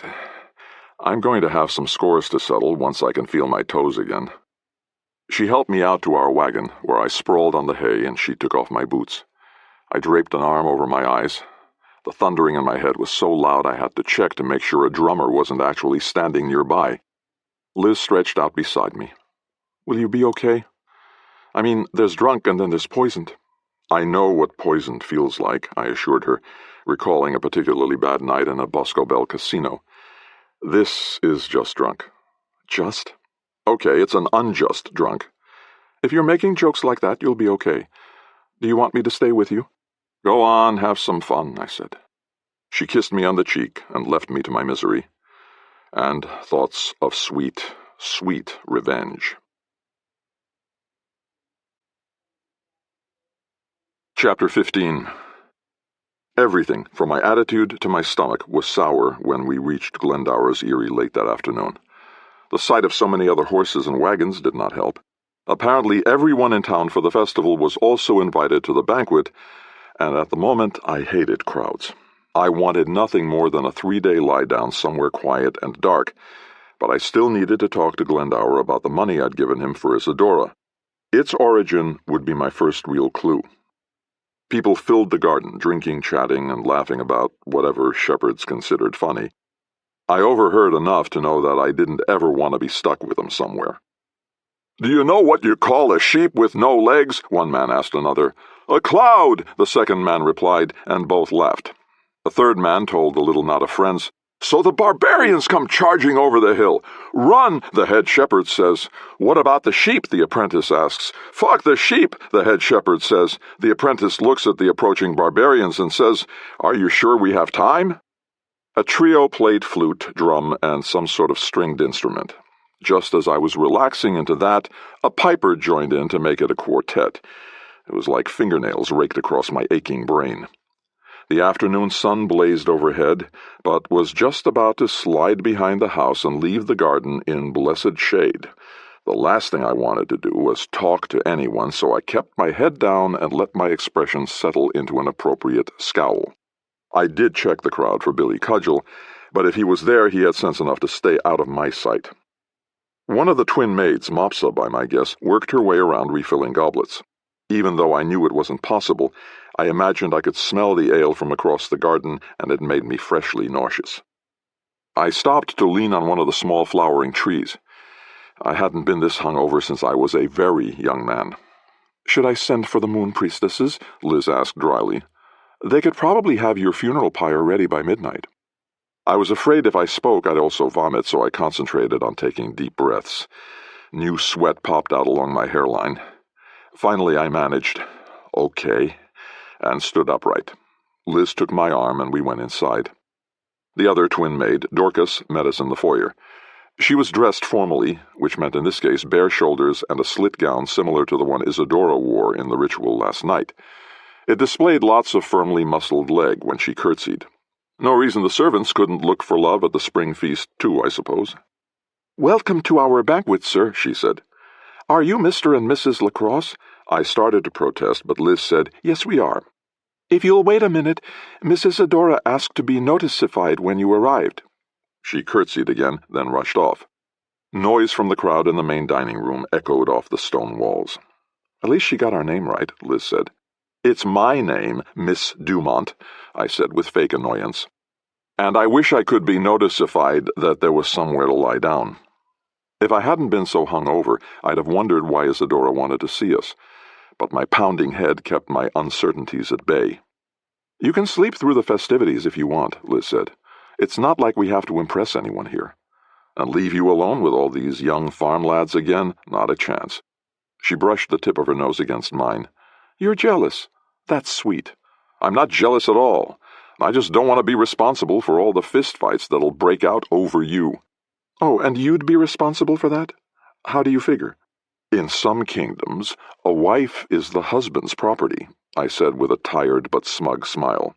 "And in some kingdoms, the wives poison their husbands at breakfast and give them the antidotes that night. Unless," she added with narrowed eyes, "the husbands step out of line before dinner." Isadora came down the stairs in a formal gown, one that looped around her neck and left her back and shoulders bare. Her hair was elaborately coiffed and piled high on her head, revealing the elegant sweep of her neck. She was barefoot and wore a small anklet that jingled when she stepped. Of course, I'd seen her the night before pretending to be a goddess for the public, but here she was looking straight at me. I tried mightily to reconnect this face with a hazy, unformed baby's visage from before, but it just didn't happen. There was such intelligence and shrewdness in her demeanor that it was, in a strange way, a lot like the first time I saw Liz. She stopped in front of us. 2 little girls no older than 5 accompanied her, clearly annoyed at also being dressed up. Isadora nodded to Liz, then looked straight at me. Before she could speak, one of the little girls gave me a once-over and said, "Who's he?" "He smells bad," the other girl said.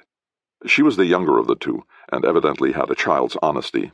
"Helena," Isadora said, her face reddening, "haven't you been taught any manners?"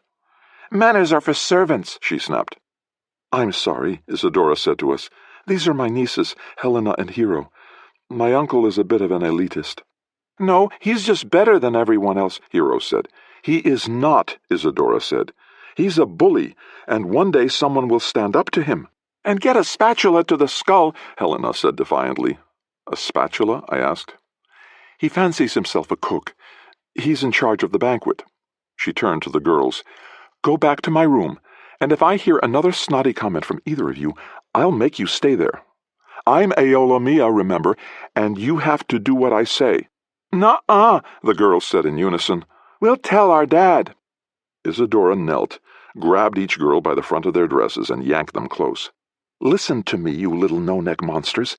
I used to beat your daddy from one end of this house to the other, and I can still do it. He knows it, too. So get up to my room before I put one of my dainty little feet against each of your little butts." While she had her back to us, I noticed faded blackish marks I first took for old bruises. They crossed her bare shoulders in an arc and formed a circle down to the small of her back. It was the dregs of the tattoo she'd sported as a baby, faded and expanded as she'd grown, until now they were mere birthmarks that she clearly didn't fret over. I wished I could remember the tattoo clearly. No doubt the designs would provide a really useful clue. She released the girls and they ran screaming up the stairs. Isadora shook her head and smiled. "Sorry about that. Now, would you mind if we talked in private?" "I'd never turned down a goddess," I said, which wasn't strictly true. I had turned one down once, but it was for her own good. "Would you follow me?" We entered a small sitting room. She closed the door behind us, then locked it. That sent a little frisson of worry up my spine, but I assumed it was habit. Then she turned and faced us with a small crossbow in her hand. "Don't make any mistake. I know how to use this," she said. "And I know there's only one bolt, so I can't shoot you both. But I can definitely shoot one of you before either of you can reach me, and I hit what I aim at. So one of you will die." Normally the sight of a weapon pointed at me and wielded by someone who did indeed seem to have the skill to use it would have made me wide awake and tense. But on this day I just sighed and said, "Look, you want to shoot me? Shoot me. It can't possibly hurt more than my head does." "I agree," Liz said. "You want to shoot him? Shoot him."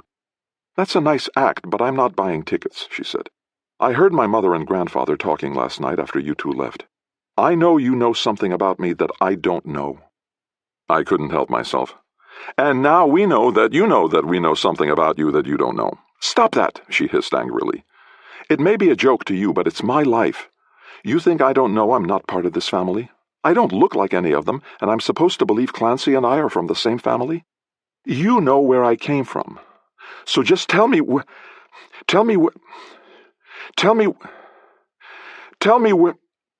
She continued to repeat the same 2.5 words with exactly the same inflection each time. Liz and I looked at each other in confusion. I waved a hand, but Isadora's eyes didn't follow it. I stood, and again she did not react. She was like a mechanical toy stuck in the middle of its cycle, repeating the same bit over and over. I walked over and tried to take the crossbow from her hand, but her grip was as strong and solid as a rock. I settled for plucking the bolt from the weapon. "Isadora," I said cautiously. "Izzy?" She suddenly collapsed. I barely caught her before she cracked her head on the stone floor. She was completely limp, and for a moment I worried that she was dead. I carried her to a couch, then sank into my chair again as my own head swirled. Liz said, "What was that all about?" "I have no idea," I said. I'd seen people have seizures, something known as the falling sickness in other parts of the world, but this was completely different. Liz took the weapon from her now limp hand and checked her over. "She's breathing. Her heart's beating normally. Isadora? Can you hear me?" The girl opened her eyes. "What happened?" she gasped. Then she winced. "Oh, man, not again." "Has this happened before?" Liz asked. Isadora sat up. "This is really embarrassing. Really. I'm sorry." "Sorry for passing out," I said. "Or for pointing a crossbow at us in the first place?" "Both," she said. "I know you're a professional sword jockey, and I thought I should start out from a position of power." "Everybody's got more power than me right now, sweetheart," I assured her. "I heard," she said with a weak smile. "Billy Cudgel slipped you some devil's due this morning. You're lucky you're still walking." "Keep telling me how lucky I am," I said, and rubbed my temples. Isadora turned to Liz. "And I'm sorry for frightening you, too, both with my crossbow and my illness. It just leaves a hole in you when you don't know who you really are." "Eddie will find out," Liz said. "He's already on it." She looked at me. "You are?" "If no one poisons me or tries to shoot me again, yeah." "Well, what can I do to help?" "Are you sure we shouldn't call your mother?" Liz said. "You were out, all the way." "Mom knows all about it," she said. "Grandpa sent word to the moon priestesses down south, and one of them should be visiting soon. There's not much else to do until then." I'd heard Prince Jack offer to intercede, and her refusal. I didn't feel it was my place to damage her pride, so I said, "I understand there was a blanket with you when you were found, and some coins. I don't suppose you've still got those lying around?" "I'll ask." She practically ran for the door, then stopped and turned back. "And I'm really sorry. I think Jack might ask me to marry him tonight, and it's got me all in a tizzy. I mean, I'll say yes, of course, but he's—" She stopped just before she blurted out his secret. "What?" I prompted. I wanted to see how she got out of it. She looked down for a moment, organizing her thoughts. Then she said, "He deserves to know who he's marrying. He's never seen me have one of these fits." "I'm pretty sure it wouldn't change his mind," Liz assured her. "How do you know?" Isadora asked. "Because he looks at you the way this muttonhead looks at me, and I'm absolutely certain about him." Isadora's eyes grew wet. "Excuse me," she said, and rushed out, leaving us alone. I looked up at Liz. "Muttonhead? It's the best I could come up with. I've been surrounded by sheep for 2 days, after all." Someone knocked at the door and opened it without waiting for an answer. Another girl, pretty but no stunner like Isadora, entered. She was dressed in one of the low-cut, thigh-showing gowns. "My cousin asked me to—" She stopped when she saw me and gave me the standard Glendower greeting. "You?" "Me," I agreed yet again. "You gave me a flower," she said. Now I recognized her. The babysitter from the barn. "Yes." "I heard you were showing off and drinking Devil's Dew." "Yeah, didn't realize how strong it was. I do now." "I'm Cassandra Glendower, by the way." "Eddie LaCrosse, this is Liz Dumont." "Pleasure to meet you," she said. "Izzy asked me to show you to a room. She said you might want to lie down before the banquet starts." "She's a kind girl," I said, and got to my feet. "Oh, yeah, the sun shines out of her butt," Cassandra said with disdain. We followed the girl into the hall, where we met Clancy. He smiled and doffed his hat to Liz. "Clancy, where's Dad?" Cassandra asked. "Overseeing the decorations, I imagine," Clancy said. "Oh, God," she said wearily. "Tell him to stop what he's doing and wait for me. I'll be right there." To us she said, "I don't know why I bother, though. Nobody listens to me anyway." The room she showed us was on the second floor. For a moment I thought I'd have to crawl up the stairs on my hands and knees, but I made it upright. The room itself was high-ceilinged, decorated with the same just-past tasteful style as the rest of the house, and blessed with a magnificent view of the rolling hills and the mountains beyond. "There's some clothes in the wardrobe," Cassandra said. "A suit for you, sir, and a dress for your wife. The actual banquet doesn't start for a couple of hours. Right now it's just the preliminary drinking, which I'm assuming you'll want to skip." "That's a good bet," I agreed. "Well, we'll see you there."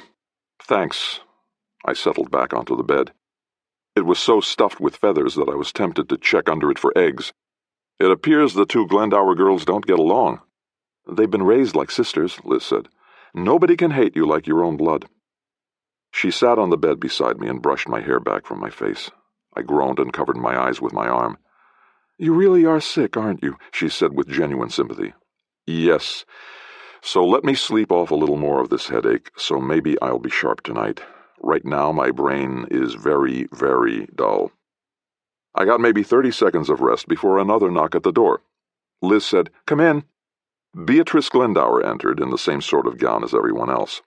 It looked as spectacular on her as it did on her daughter, but at the moment its effect was wasted on me. She said, "Isadora told me you wanted to see this." Her voice was tight with conflicting emotions. I sat up slowly, having learned my lesson about sudden moves. "Is that the blanket she was wrapped in?" "Yes. Audrey gave it to us. I've kept it hidden away." She looked down. "I suppose I should have been honest with Isadora long before this. Of course she'd noticed she didn't look like any of us. Maybe I should have invented an imaginary father, one who died some heroic death. Maybe," she said with a wry smile, "a traveling sword jockey." Liz looked up sharply and cleared her throat. "Oh, I'm kidding. I apologize. I'm very—" Beatrice stopped and handed me the blanket. "Here. See what you can make of it." I took it and unfolded it. Dust rose from the fabric. Its rich color had faded somewhat, but wherever she'd kept it, it was still in remarkably good shape. The stain from Isadora's baby pee was still there as well, dried into the cloth. I held it up against the light so I could see the pattern of weaving. My brain, so recently against me, began to again function as part of the team. "It's expensive," I said. "This kind of weaving takes a while. Look how small the thread is and how tightly it's woven. And it's still supple after being folded for so long. Someone either rich, important, or both owned this." I looked close at the satin hem. Several small pulls became visible if I turned it just so, indicating that something once stitched there had been carefully removed. "There was a crest or a symbol here," I said. "Probably the family coat of arms. That would have been useful." "Does the shape tell you anything?" Liz asked. "No. All crests are shaped pretty much the same, and I've got nothing to compare it to." I resumed my inspection until I felt a row of tiny hard things with the hem nestled in the tight seam between satin and fabric. "That's the glowworm," Beatrice said helpfully. "The what?" "It used to glow, but only when it was near Izzy. It made her laugh. It stopped working when she was, about 3. "Do you mind if I cut this open? I'd like to see what these are." She nodded. I took the knife from my boot and carefully cut into the little pocket. It took longer than I expected with the big knife and the small thread. Finally, I laid it open and could see what had once made the glowworm shape. A half-dozen oblong clear glass beads. I tapped them with the tip of my knife. They were solid, not hollow. I picked one up and held it to the window. Again, I know what you're thinking. Glowing balls of glass should have rung a bell, right? Well, remember, I was hungover, and the glowing glass I'd seen back in Monoma looked nothing like these beads. "Do you mind if I smash one?" I asked Beatrice. Again she nodded. I put one on the table, held the butt of my knife hilt over it, and brought it down hard. It shattered. And screamed. It was high-pitched and brief, but we all heard it. It sent little shards of agony into my already throbbing head. No one said anything for a moment. "What was that?" Beatrice gasped at last. I leaned close and examined the residue. It was broken glass, and that was all. Whatever cried out hadn't left a corpse. I don't know. "You could smash another one," Liz suggested, and I positioned my knife over one, but something in that strange little cry stopped me. There was a level of despair that had nothing to do with physical agony, and I suddenly realized it would be cruel to do it again, when it likely would yield no more clues than the first one. Instead, I put away my knife and left the remaining beads on the table. No, there's no point to that, I said, and I don't want to destroy any more clues than I have to. I went over the rest of the blanket but discovered nothing else of note. I handed it back to Beatrice. What about the coins? Oh, yeah. The gold you forgot to mention to me. I mentioned it to your father. Yeah, well, as far as I know, it went into the family business, but you can talk to him about it. Can you send him up? She gave me a look of mock contempt that took me back 16 years to that festival evening when we met. That's your plan? Just to sit here and have people parade past you? Is that how all sword jockeys work? Sometimes not even this hard, Liz said. Okay, if I can get him away from decorating, she said. Cassandra went to help him, Liz said. Good. That'll keep her away from Izzy. They don't get along, I asked. They were raised like twins, like Dorcas and Mopsa, Beatrice said. It all started when the boys started paying more attention to Cassie than Izzy. It took a moment for that to register. Wait, she's jealous because the boys pay more attention to her than they do Izzy? Yes. She just wants to go off and be a moon priestess, but Dad won't hear of it. He thinks they're a bunch of whores. He insists that she's going to pick a husband or never leave the house. That's tough, I said. I knew better about moon priestesses, but I also knew that self-determining women frightened many rural, small-minded men. Yes, I've offered to mediate, but Cassandra won't hear of it. She insists on handling it her way. A lot of stubborn women in this family, I said with a little smile. A lot of stubborn people, period. I hated to do it, but I said, and how long has Izzy been having those fainting spells? She told you about that? Beatrice almost gasped. No, she had one in front of us. Oh, God, Beatrice sighed. I guess it's been about a year since they started. They've been gradually getting worse. Now it's like she's a machine that locks up. Anyone else in your family have the same condition? No. I didn't pursue this. Until we knew more about Izzy's real birth family, there was no way to tell if it was hereditary. Well, thanks again. I watched her leave the room, the gown swirling to reveal her smooth thigh and calf. Liz slapped me on the back of the head. It made my pickled brain painfully slosh against my skull. Ow! What was that for? You joust for the lady you came with, hotshot. I pulled her into my lap. I'm sorry, you're right. That was rude. Yes. She scratched my beard under my chin. But you made me jealous. Do you like that? What happens if I say a little? You get a little of this. She kissed me. I began to forget about my headache. Then, of course, there was yet another knock on the door. Come in, I said, as Liz got back to her feet. Owen Glendower entered, in the same ornate robe he'd worn for the shearing competition earlier. He carried a small wooden bowl filled with 3 apples. I thought you might need these, he said to me. Why? I asked. Cassandra said you got dosed with devil's dew. We give apples to the rams after we use it on them to help them shake off its effects. I put the bowl on the table beside the glass beads. I'll take that under advisement, thanks. I understand you have some questions for me, he said. Yeah. Do you have any of the gold I gave you back when I left Isadora? I told you, I put it all back. She's got a dowry. No, I mean the actual coins. I want to see where they came from. He thought for a moment, the way you do when you're considering giving away a big secret. Then he said, Yes, I kept one, for luck. He reached under his robe and pulled out a thin chain, on which a coin hung as a medallion. He took it off and handed it to me. I recognized it at once. We had some just like it, the currency of Manoma, with Crazy Jerry's profile on it. That wasn't necessarily a clue, of course. Gold from anywhere worked pretty much everywhere. If it didn't, it could be melted down and recast with ease. But it was a big coincidence. And finally, at long last, I also recalled the glowing glass Opulora the sorceress used. These were direct ties to Manoma, even more, direct ties to the royal household. Yet even if Isadora was somehow the illegitimate offspring of Crazy Jerry, sent away all those years ago, it wouldn't matter. A bastard son might ascend to the throne, but not a daughter, not in this part of the world. She was less than a threat, she was a nonentity, politically speaking. So if she was the secret love child of Crazy Jerry and someone else, it explained why she was sent away. It did not explain why anyone wanted to kill her badly enough to send troops after her back then and just forget about her ever since. I handed it back to him. Thanks. Did it tell you anything useful? That I gave up a fortune? It wasn't a fortune, but it did get all this started. He put the medallion back around his neck and tucked it under his robe. Will there be anything else? Just a question. In all this time, has anyone else come around looking for her? People show up every so often claiming to be her father. They usually have some elaborate story about how they met Beatrice one night and had a tryst with her while they were both drunk. They clearly don't know Beatrice. We send them packing. You said usually. I beg your pardon. You said that usually they have some elaborate story. That implies that sometimes they don't. He thought again, although this time he seemed to be lining up his facts before revealing them.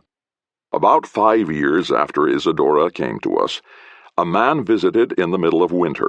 I didn't actually meet him because when the snows come, no one leaves home if they can help it. But I heard that he seemed to be military, and Audrey, she used to run the head boar, said he was asking about a baby found hereabouts. Most men ask for Beatrice and try to convince her that she knew them way back when, but this one didn't, like he didn't know about her. Audrey sent him on his way, but for a while I expected him to come back with more troops. You can waste a lot of your life watching the horizon for bad things, you know. But it never happened. There was a pattern here, all right. And although I didn't know the specifics yet, I was seeing the outline. Thanks, Mr. Glendower. I've got a lot to mull over now. He left, and I picked up one of the apples. I turned it in my hand, examining the entire surface for any telltale signs of manipulation, a disguised puncture where something had been injected into it, or the kind of shimmer that came from an unnatural coating. Then I carefully sniffed every bit of it. When I looked up, Liz stared at me as if I'd lost my mind. I saw somebody poisoned with an apple once, I said. He spit up black foam, and his body swelled so much he nearly popped the seams on his armor. I know, you told me that story. That was a long way from here and a long time ago. You think I'm being too cautious? She just grinned and shook her head. You tickle me sometimes, Eddie. I took a bite, made myself chew it thoroughly, then swallowed. I waited for my stomach to roil, but nothing happened. If anything, it began to settle. Is it working? Liz asked. It is, I said, and took another bite. She began undressing. I said, I don't know if it's working that well. Ha! You wish. No, I'm going to try on this dress and make sure it fits. More clothes hit the floor as the apples nullified the devil's due. I stood, and my head did not wobble. She reached for the dress, but I grabbed her wrist. She looked at me. Are you sure about this? Check for yourself. Oh, you are sure. She slid into my arms. But is it a good idea? It's the best idea I've had all day. I'll grant you that. Besides, don't you want to show me how jealous you are? Make sure I know what I'd be giving up. If I did that, you might not leave this room alive. If I've got to go, that's how I want to do it. And then more clothes hit the floor, this time mine. She ran and bolted the door, drew the drapes, and then very emphatically showed me what I'd be missing. Chapter 16. It wasn't a marathon battle, and I did little but lie back and enjoy it, but it certainly helped me shake off the last of the hangover. And as Liz rose back into my field of vision, hair tousled and with a knowing half-smile, I felt the kind of assurance in her affection that allowed me to relax and think about my erstwhile case. You're already working again, aren't you? She said. It's no reflection on you, I promise. 2 minutes ago you had my full attention. Uh-huh. Any ideas? Not yet. Still mulling. She climbed off the bed. Well, I'm going to get ready while you mull. It takes a lady longer to get beautiful than it does a man to get dashing. She opened the curtain, and what I saw revealed in the late afternoon light completely refuted her argument. I tried to focus on the case, on Isadora's mysterious origin, but my brain wouldn't cooperate. Instead, for whatever reason, maybe it was seeing Beatrice's ferocious maternal loyalty, or lying in a bed so reminiscent of those in my own childhood home, I thought about my mom. Lady Caroline, the Baroness LaCrosse.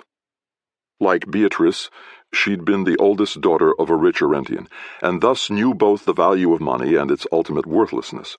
She never worried about what things cost, but she did insist on value for the gold, and woe to anyone, merchant or noble, who tried to cheat or shortchange her. As her only child, I absorbed a lot of her attitudes toward things, and even the rigorous training my father insisted on was unable to change what had become my core values. As I approached middle age, I became more and more thankful for that. She was the steady wind to my dad's raging gales, and the one person he never tried to bully or impress. Tall, spare, elegant, and very intelligent, she ran the day-to-day workings of our estate with an ease that belied its complexity. She had dark brown hair that, as soon as she could each day, came out of its elaborate public coif and fell in brushed waves around her shoulders. When she saw me, her face would light up, even if I was being dragged by the ear after doing something ill-advised. Old Wentrobe, the king's chamberlain and principal bane of my existence back then, considered me a lost cause before I'd gotten out of diapers. He bemoaned my influence on my best friend, the Crown Prince Philip, and when I got older made no secret of his disapproval after I started courting Phil's sister, Janet. When Mom learned about the relationship, she took me aside for a walk in the family orchards. It was a beautiful spring day, and the white blossoms glowed in the sunlight. Backlit bees swarmed the flowers, but they seemed to know better than to pester Mom. "So you have a girlfriend," she said. It's okay, son. You don't have to pretend. You're 14. It's normal to start liking girls at this age. Certainly I can't fault your taste. Princess Janet is a beautiful and intelligent girl." My face burned with the shame only a teen boy can feel in such a situation. I was terrified she'd try to tell me about sex. "Yeah, she is," I muttered. "Yes, not yeah. We're not in the stables." "Yes, she is." "She's not heir to the throne, so that simplifies some things. But socially, she is above your station. Have you thought about that?" "She's not that far above. I'm not a commoner." I scuffed the dirt with my boot. "No, you're not. You will be the Baron LaCrosse one day, but she will never be the Baroness. She will always be Princess Janet." "Gee, Mom, I'm not going to marry her," I said petulantly. "Going to, son, not gonna." "I'm not going to marry her," I repeated with even more petulance. "Not if you don't learn to speak correctly." "So are you telling me you want me to break up with her?" "What? No, not at all. I like Janet, and I think she's a good match for you. I just want you to be sure you're dating her for the right reasons, and not because she's a princess." "I don't care if she's a princess," I said with the kind of righteous anger you stop feeling at about age 20. She smiled and tousled my hair. I usually hated that, but not this time. "That's my boy," she said, and kissed me on the cheek. A year later, after my mother's death, I told Janet about this conversation. We were in one of the castle's lavish guest rooms where we usually met, reclined on the bed but still fully dressed. She said, "I'm glad she liked me. I don't think your father does. He doesn't like anybody. What does your mom think about me?" "That you're after just one thing, like all boys." Despite my sadness, or maybe because of it, I said, "Not just, but it's on the list." "I'm glad to hear it. Baroness Rossington sent her son Vincent to court me, but his heart definitely wasn't in it, nor any other body parts." "Really? When was this?" "Not too long ago. Jealous?" "Not of Vinnie Rossington. So your mom doesn't like me?" "I'm teasing. She likes you fine. She thinks you're very handsome, and have the makings of a fine nobleman." I felt strangely comforted by that. I kissed her, and it led into something more heated without any effort. She looked into my eyes and said, "Okay." "Really?" "Yes." "It isn't because my mom died, is it? Because if—" "No, you moron, it's because I want to. I've wanted to for months." "Have you ever—" "If you complete that sentence, I'm leaving." "No, I just meant— neither have I." "Really?" "The way you talked, I know. It was just— I wanted you to think I was more experienced than I was. Am." She grinned and kissed me. "You're adorable. I love you. You better. Okay, so we're a couple of virgins alone in a big comfy bed. Think we can figure out what happens next?" We're reasonably intelligent people. We should be able to. That's exactly what I thought. And she began unlacing her gown. I snapped back to the moment before the recollection got any more vivid. It should have been a beautiful memory, and it was, but the events of a year later, the things that drove me from home, from my castle, from Orentia itself, overshadowed it, and always would. Liz looked positively magnificent in her borrowed finery. I washed up and changed into my clothes, which would have been stylish 5 years earlier. In most courts, the ruffles and bits of lace that stuck out at the sleeves and collar had since been replaced by severe cuffs and elaborate links, but I doubted anyone here would know that. The simple jacket and trousers made it bad form to carry my sword, and the dress slippers had nowhere to hide my boot knife. I'd have to approach dinner unarmed, except for the tableware. Liz checked the ruffles at my collar and brushed lint from my lapels. I didn't have to do anything to her. She was perfect. The gown's slit revealed the straight red scar of a knife cut across her thigh, inflicted by a vicious man who ultimately became the last person to be killed by a real fire-breathing dragon. She had no self-consciousness about it at all. "How's your head?" she asked as we prepared to leave the room. "Almost back to normal," I said. "I'm getting rather hungry, too." She kissed me. "Good. I was a little worried. What do you think is going to happen tonight?" "Well, if the Crown Prince announces his betrothal to a commoner, I imagine there'll be lots of gossip. And what about figuring out where Isadora really came from? If she goes from shepherdess to future queen, it's kind of pointless. That's both ends of the spectrum. And I'm pretty sure Prince Jack could care less." I offered my arm. "Shall we mingle?" "You look very handsome," she said. "And you look beautiful." She grinned. "Let's dazzle the fuckers, then." We found the courtyard and foyer packed with people in various shades of finery. Most of it was as outdated as my suit, and a few extreme cases seemed to have come from some fever dream involving brightly colored birds and piles of jewelry. The kids looked especially uncomfortable in clothes either too little or too big for them, heirloom outfits passed down from older to younger siblings and worn only once a year, if they were lucky. The adults were no more comfortable, but at least they could drink. As before, the main topic seemed to be sheep. At one level, I felt like I'd dodged a spear by not giving in to Beatrice all those years ago, because really, how many sheep jokes can you hear before you want to jump onto the business end of a pitchfork? I looked around for a familiar face, but didn't see any. I guess the Glendowers were all busy preparing for the feast itself. I glanced toward the door, though, and happened to catch a glimpse of Billy Cudgell's bulk as he quickly ducked into the house. "Excuse me," I said to Liz, who also saw him. She grabbed my arm. "This isn't the place." "This is exactly the place." "What are you going to do?" "I'm only going to talk to him. I'm not even armed." "Remember, we're guests." "I promise." I sidled through the garden crowd and into the house. The foyer was hot with the press of bodies, but I saw no sign of Cudgell. His bulk should have left a wake like a ship. I snagged one of the twins and said, "Mopsa, I need your help." She smiled in surprise. "You guessed right." "Not a guess. You have an eyebrow that arches differently than your sister." "And you noticed that? No one notices that. What can I do for you, sir?" Then she added, "If it doesn't take me away from my duties here, of course." "I'm looking for a big guy named Billy Cudgell. Have you seen him?" I've got a bruise on my bottom from a pinch of his." "That's him, all right." "He scurried into the dining room a moment ago. Looked as if someone was after him." "And he'd be right." "Oh ho! Will there be a duel, then? He's always talking about his duels." "I wouldn't believe a word he said, even if he told you the sun rose in the east. But no, there won't be a duel. I just want to talk to him. Thanks." "My pleasure, sir," she said with a curtsy. So far, I observed professionally, all the Mummerset women had great legs. I worked my way into the dining hall. Under the high ceiling, an immensely long table stretched the length of the room. At least 50 place settings were arranged along it. Men and women milled about, drinking and chatting. I put one foot on the bench that ran along the table and hefted myself above the crowd. I spotted Cudgell nestled into a corner, with 3 young ladies hanging on his every word. I approached him along the wall, where theoretically he couldn't see me. I intended to surprise the fat bastard, but he somehow sensed me coming and turned to meet me just as I reached him.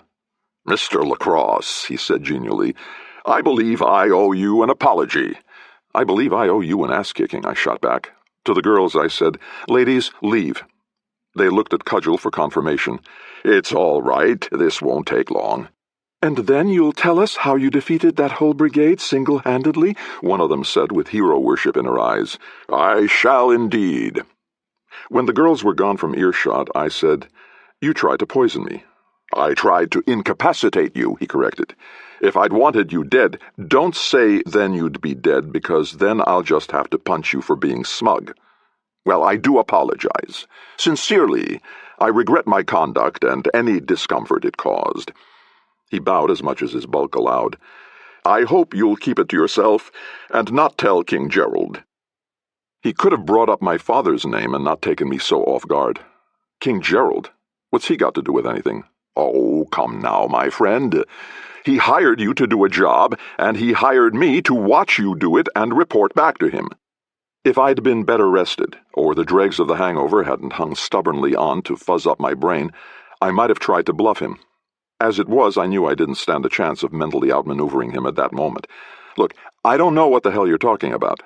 We saw Gerald, yeah, but he didn't hire me. Cudgel smiled and patted my cheek. "That's cute." "Touch my face again, fat man, and you won't be eating corn on the cob for months," I said. "What exactly did Gerald hire you for?" "As I said, to watch over you." "And what did he tell you he'd hired me for?" Cudgel's eyes narrowed. "By heavens, you don't know, do you?" "I'm going to, or I'm going to have your blood on my clothes, but not my conscience." "You threaten when you should cajole, my friend. I'm easily persuaded to share my knowledge." He rubbed his fingers together to indicate the sort of persuasion he meant. I put a coin in his hand. "Talk." "I was told by the Lady Opulora, on behalf of King Gerald, that you were a sword jockey and had been hired to find someone. Since your ilk are not known as the most reliable or trustworthy of employees, they hired me to follow you and alert them when you had accomplished your job. I was under the impression they believed you would keep the information to yourself to negotiate a higher fee." "But you didn't follow me. I'd certainly seen no sign of it before we got to Mummerset."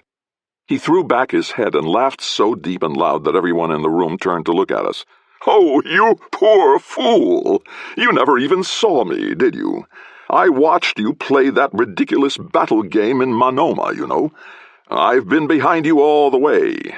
Luckily, I was far enough behind that I was able to also befriend Prince Jack when I encountered him on the road to Mummerset." He shook his huge, shaggy head. "For a sword jockey, my friend, you miss an awful lot." "You're not the first to say so," I agreed. All this new information threatened to make my skull shatter, but I had one more question to ask. I knew the answer, I just needed it confirmed. "Who did they tell you I was looking for?" He rubbed his fingers together again. I gave him another coin. "A young lady of 16 summers," he said. "She'd have dark hair and probably a regal disposition."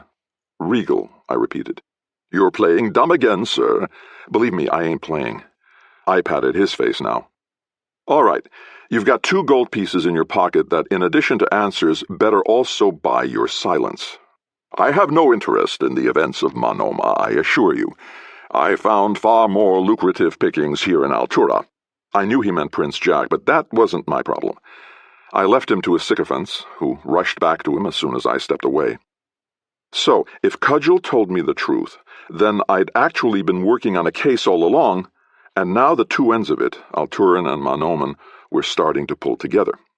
The Lady Opulora wanted to find Isadora. I doubted very seriously if she was truly acting on the king's behalf, but she did act with King Gerald's authority. Something she'd seen in my palm that day convinced her I knew where the girl was.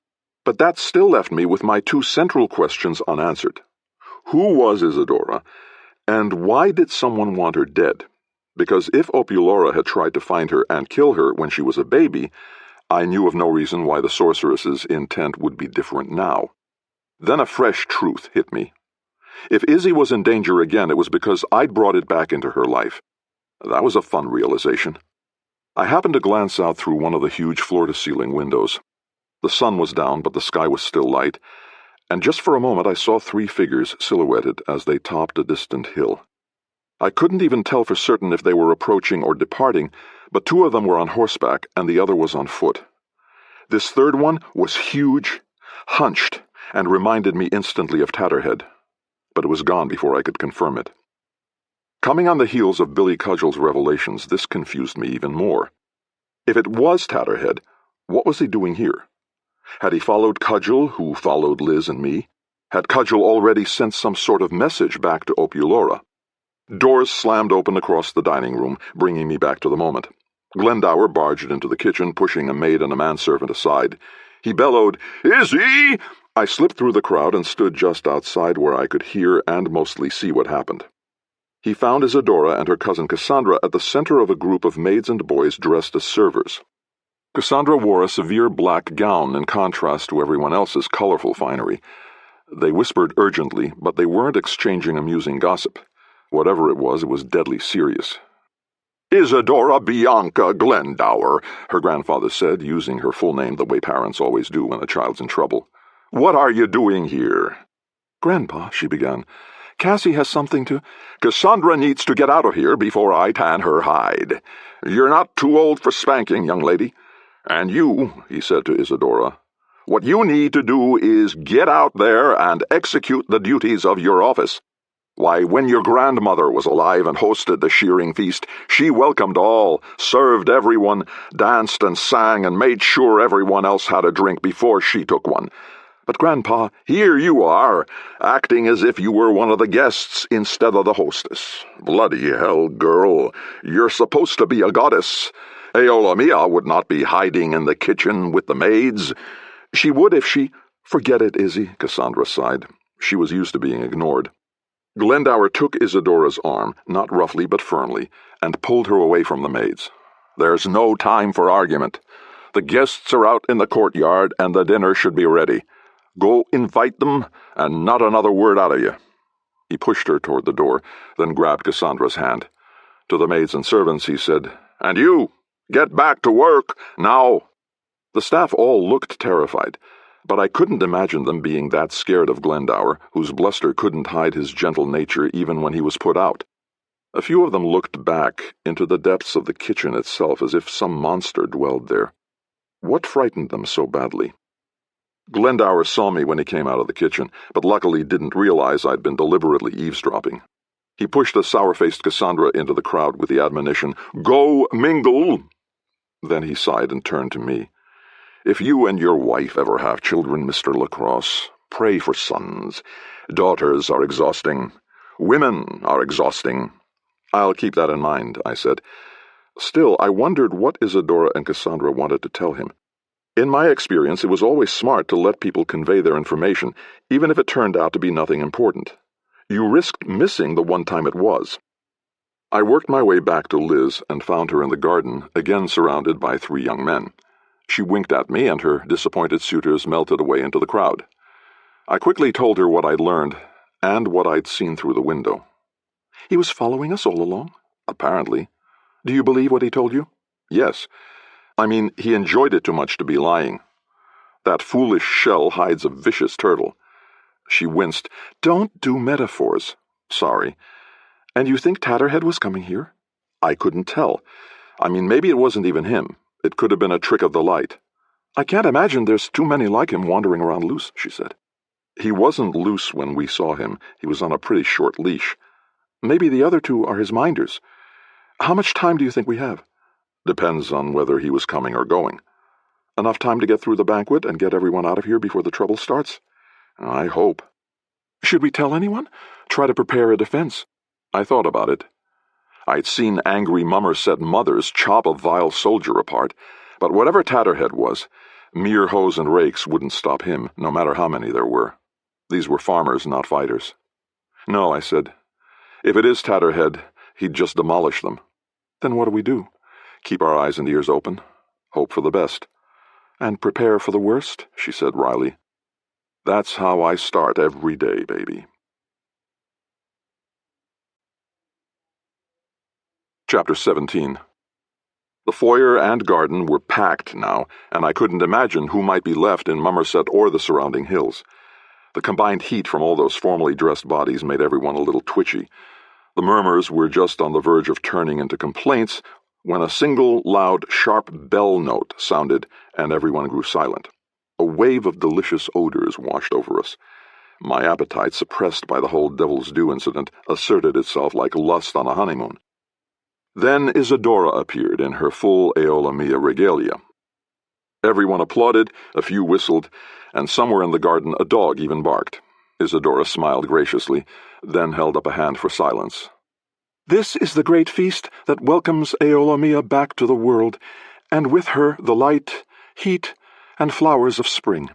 We eat and drink together to renew our community and our connection to the gods, and I am especially humbled that you let my family be your hosts. Welcome, then, to our table."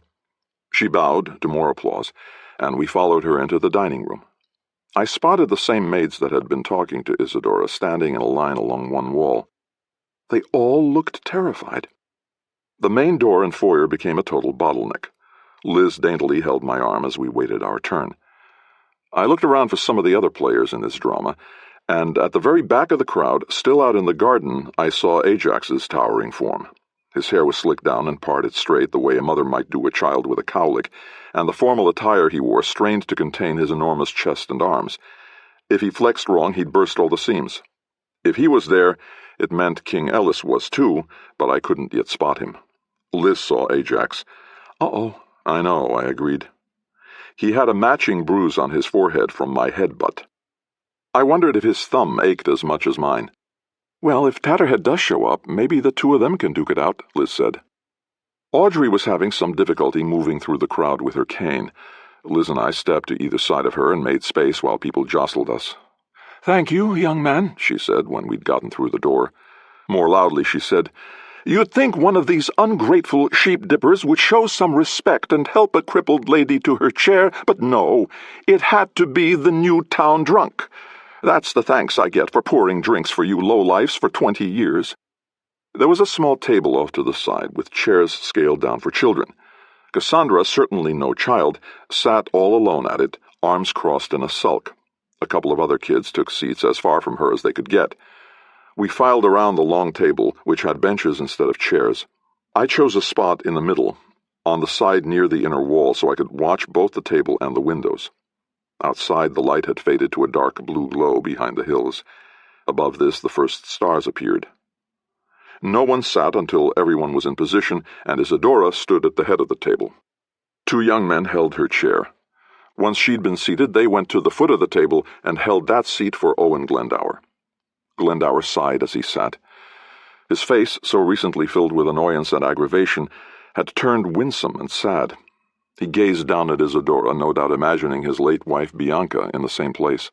Then he said, "If you're standing on ceremony, you're wasting boot leather. Sit down, everyone." I helped Liz negotiate her feet over the bench, an awkward move because of her dress, but one that every other woman in the room repeated. I noticed Ajax remained out into the foyer, watching through the open door. He was hidden in the shadows, so unless you knew he was there, you'd miss him. Not a bad trick for a man his size. Liz squirmed to get comfortable in her dress. She muttered, "If I'd known it was picnic style, I'd have worn something with fewer petticoats." I spotted King Ellis at last, seated 3 spots away from Owen Glendower. I wondered if the two had ever actually met before. If this was the first time, it promised to be even more memorable than it usually was when a commoner met a king.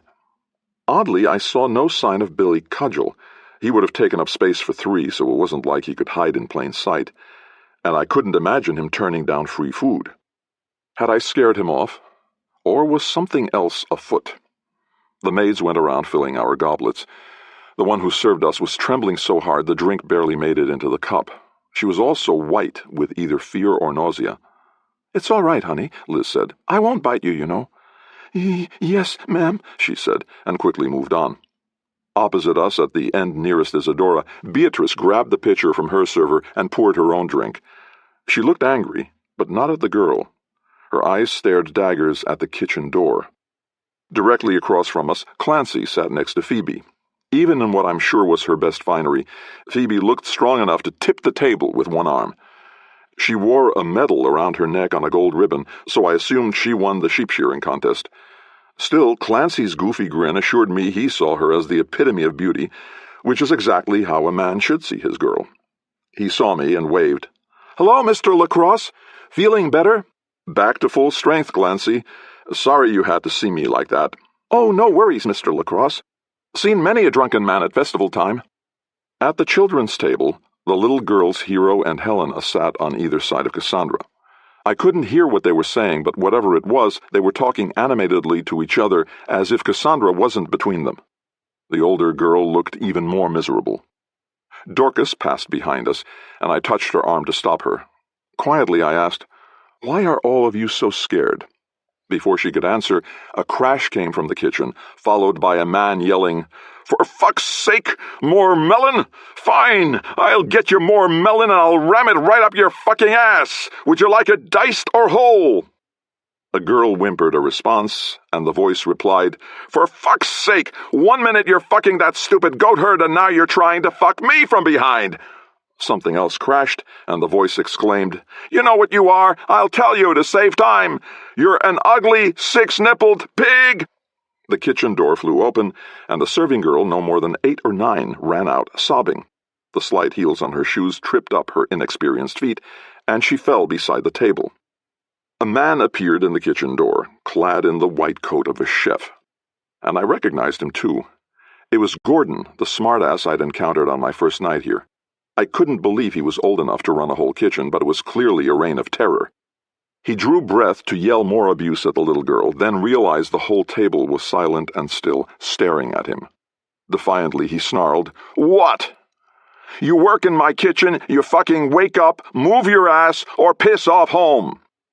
My temper began to boil, but before it bubbled over, a loud slam rang out as Isadora slapped the table. "All right, that's it." She got to her feet so emphatically that her heavy chair tipped over and hit the stone floor. We all jumped at the noise. "You arrogant, narcissistic bastard. I have put up with this shit all my life, and it stops now." Her brother put his hands on his hips and, in a mock feminine voice, said, "Oh, the great beauty is offended." In his normal voice, he continued, "Why don't you just get your tits out and get it over with? It's the only thing anyone wants to see anyway." I've never seen a plate used as a weapon before, but Isadora snatched one from the table and skimmed it like a Lidwacky throwing disc. It struck her brother right on the face with enough force to shatter. He sat on the floor, hands flying to his mouth. Blood began to flow almost at once. "My fucking teeth!" he yelled through his fingers. He pulled one hand away and looked into the palm. "You broke my fucking teeth!" "And yet you keep talking," Isadora said. She snatched up another plate and smashed it over his head. "Does anything shut you up?" He kept staring at the teeth in his hands, blood running down his chin. "You fucking cunt! That's enough!" Glendower roared.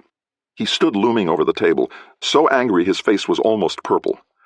Even incognito, King Ellis looked a bit apprehensive. In the foyer, Ajax stood at full alert, ready to burst in should the family feud threaten his boss. "Gordon, clean yourself up and get back in the kitchen," Glendower said. "Isadora's right. If I'd taken the strap to you when you were younger, you might be an actual human being by now instead of the sheep's ass you are." Hero and Helena jumped up from the kids' table and ran to see about their father, crying, "Daddy, Daddy!" "He's old enough to have kids?" Liz asked me softly. There's someone for everyone, I guess. One of the older maids, still a mere teenager, joined the two girls. "Daddy will be all right, girls. He hasn't lost the use of anything valuable." She faced the room. "I apologize for my husband's language. Being good at one thing has gone to his head." "Just like that plate," someone said. There was scattered snickering. His wife and children helped Gordon to his feet and back into the kitchen. Isadora waited until the doorway was clear, then shut it behind him. She turned, and the serving staff all began to applaud. Then the rest of us did as well. Smiling, still bright red from her flush of anger, Isadora swept back to her seat. Two of the maids rushed to hold it for her. "Wonder what the after-dinner entertainment will be," Liz whispered to me. "I'm sorry for the interruption," Isadora said. "Please enjoy your drinks. There'll be no more showstoppers, at least not before we eat. Dorcas, please serve the nuts." She caught herself. Please serve the guests the nuts." There was a moment's silence. Then we all burst into laughter. I don't know if Isadora misspoke on purpose, but whatever the cause, it wiped out the bad taste of Gordon's little tantrum. Smiling, she let the humor run its course, then held up her hands for silence. Wait. Before we start, I do have an announcement. Ladies and gentlemen, my cousin Cassandra, who has been almost my twin sister, will be leaving us. She's taken the first oath toward becoming a Sorry I'm late, a new voice said loudly from the doorway. Prince Jack stood there, dressed in the same sort of formal clothes as everyone else, but on him it looked natural. His grin could have lit the room without the aid of the chandelier and candles. Behind him stood Billy Cudgel, smug as always. Behind him, Ajax still hid in the shadows, where neither Jack nor Billy had seen him. Jack would, of course, recognize Ajax immediately if he had, and known what his presence meant. This was going to be interesting. Cassandra, half standing, sat back down with a disgusted look on her face. The younger kids at her table snickered, and she threw her napkin at one of them. Isadora looked both terrified and ecstatic. Beside her, Beatrice reached over and took her daughter's hand. I couldn't tell if it was to reassure her or hold her down. "I apologize for interrupting your dinner," Jack said as he swept into the room. "But I have an announcement, one that I'm sure some of you saw coming. But I bet I can still surprise you. Isadora?" She pulled her hand from her mother's grasp. Maids slid back the chair, and she joined Jack. King Ellis deliberately hunched down at his seat and peeked around the person beside him. He did not look happy. Not at all. Jack knelt before Isadora, took her hand, and gazed up into her eyes. No one who saw this could doubt the way these two felt about each other. I'd seen love conquer a lot of things, so I knew its incredible power, but I'd never seen it expressed with this kind of purity. "Isadora Glendower," he said, "I've loved you since the first time I saw you. I bless the day my falcon made her flight across your father's land. I would be truly honored if you would consent to be my wife." A sharp gasp came, not from King Ellis where I expected it, but from Clancy Glendower. Tears ran down his cheeks. Phoebe, dry-eyed, patted his hand reassuringly. I glanced at Beatrice. She wasn't crying, but the loss was as visible as if something had been cut away from her. Her lower lip trembled as she tried for Isadora's sake to manage a smile. Isadora began to cry with happiness, but she said formally, "Sir, I must have my grandfather's permission." Glendower stood and indicated that Jack should also stand. Around me I heard more sniffling, including from Liz. He joined the young couple, his boots clacking against the stone floor. "You know she is not of my blood," Glendower said formally. "Yet she is of my heart, as surely as are my own blood children." He put Isadora's hand inside Jack's. "Take hands, children, and we shall seal this bargain." He turned to the rest of us. "And friends, hear this. I give my daughter to him, along with a dowry that shall equal his portion in life." Now all the women and some of the men were openly sobbing, and we applauded with real enthusiasm. Jack laughed. "The virtue of your daughter is all the dowry I ask, Mr. Glendower." He kissed the old man on the cheek. "Now come on, mark our contract so we can get this party started." "Mark your divorce!" King Ellis roared as he jumped to his feet. His fury was enough to silence the room. "Oh, fuck," Jack gasped. Billy Cudgel slid out of sight into the foyer past Ajax, who had stepped into the open. "And just who are you?" Glendower said. "He's my father," Jack said, the way a condemned man might note the executioner's approach. "Oh, really?" Ellis yelled and shoved past Glendower to confront his son. "Now I'm your father. You didn't have the nerve to tell me about this," he glared at Isadora. "Little piece of witchcraft you've been dallying with." Now Beatrice jumped up. "You will not talk that way about my daughter in my house, whoever you are." Clancy stood as well. "Or about my cousin," he said, "who is, like the same person as her daughter." Ajax stepped discreetly into the dining room now, ready to intercede should anyone physically threaten Ellis. With equal discretion, I lifted one foot over the bench so I was straddling it, the better to jump to my feet if I had to. But at the moment I wasn't sure what I could or even should do. Ellis glared at the room, unintimidated as only a man certain of his power could be. "Silence all of you!" He turned to Jack. "And you would take a woman from this rabble and make her a queen?" "A queen?" Glendower repeated, puzzled. "I'm King Ellis, you idiot! You're king! This is Prince John!" The rest of us stood, as you do in the presence of royalty. I used the opportunity to step over the bench with my other foot. Ellis yelled, "Oh, sit down, you imbeciles! We're not in bloody court!" A few did. The rest, frozen by fear and uncertainty, didn't move. I hid among them. Isadora looked like a hare trapped by foxes. She clung to Jack's arm, and it might have been all that held her up. This was her worst fear, her greatest terror, and now it was happening, and she could do nothing to stop it. Beatrice, also still standing, held one of the serving knives low beside her leg. I knew if she made a move toward Ellis, Ajax would skewer her without a thought. I couldn't let that happen, even if it meant taking on Ajax, cold-sober and unarmed. Ellis turned his attention back to Jack. "I'm trying very hard not to lose my temper and order the execution of this entire sheep-herding family, when really the one I want to see hanging is you." He poked his son in the chest for emphasis. "How dare you pick a commoner princess behind my back? Your decision affects everyone in Altura." Jack slapped the hand away. People gasped. He said, "I may be heir to your throne, but I'm also heir to my own heart. Those insipid, pampered whores you've paraded before me, whores! They're the crown princesses of our allies. They're using their femininity for gain and position, Dad. That makes them whores.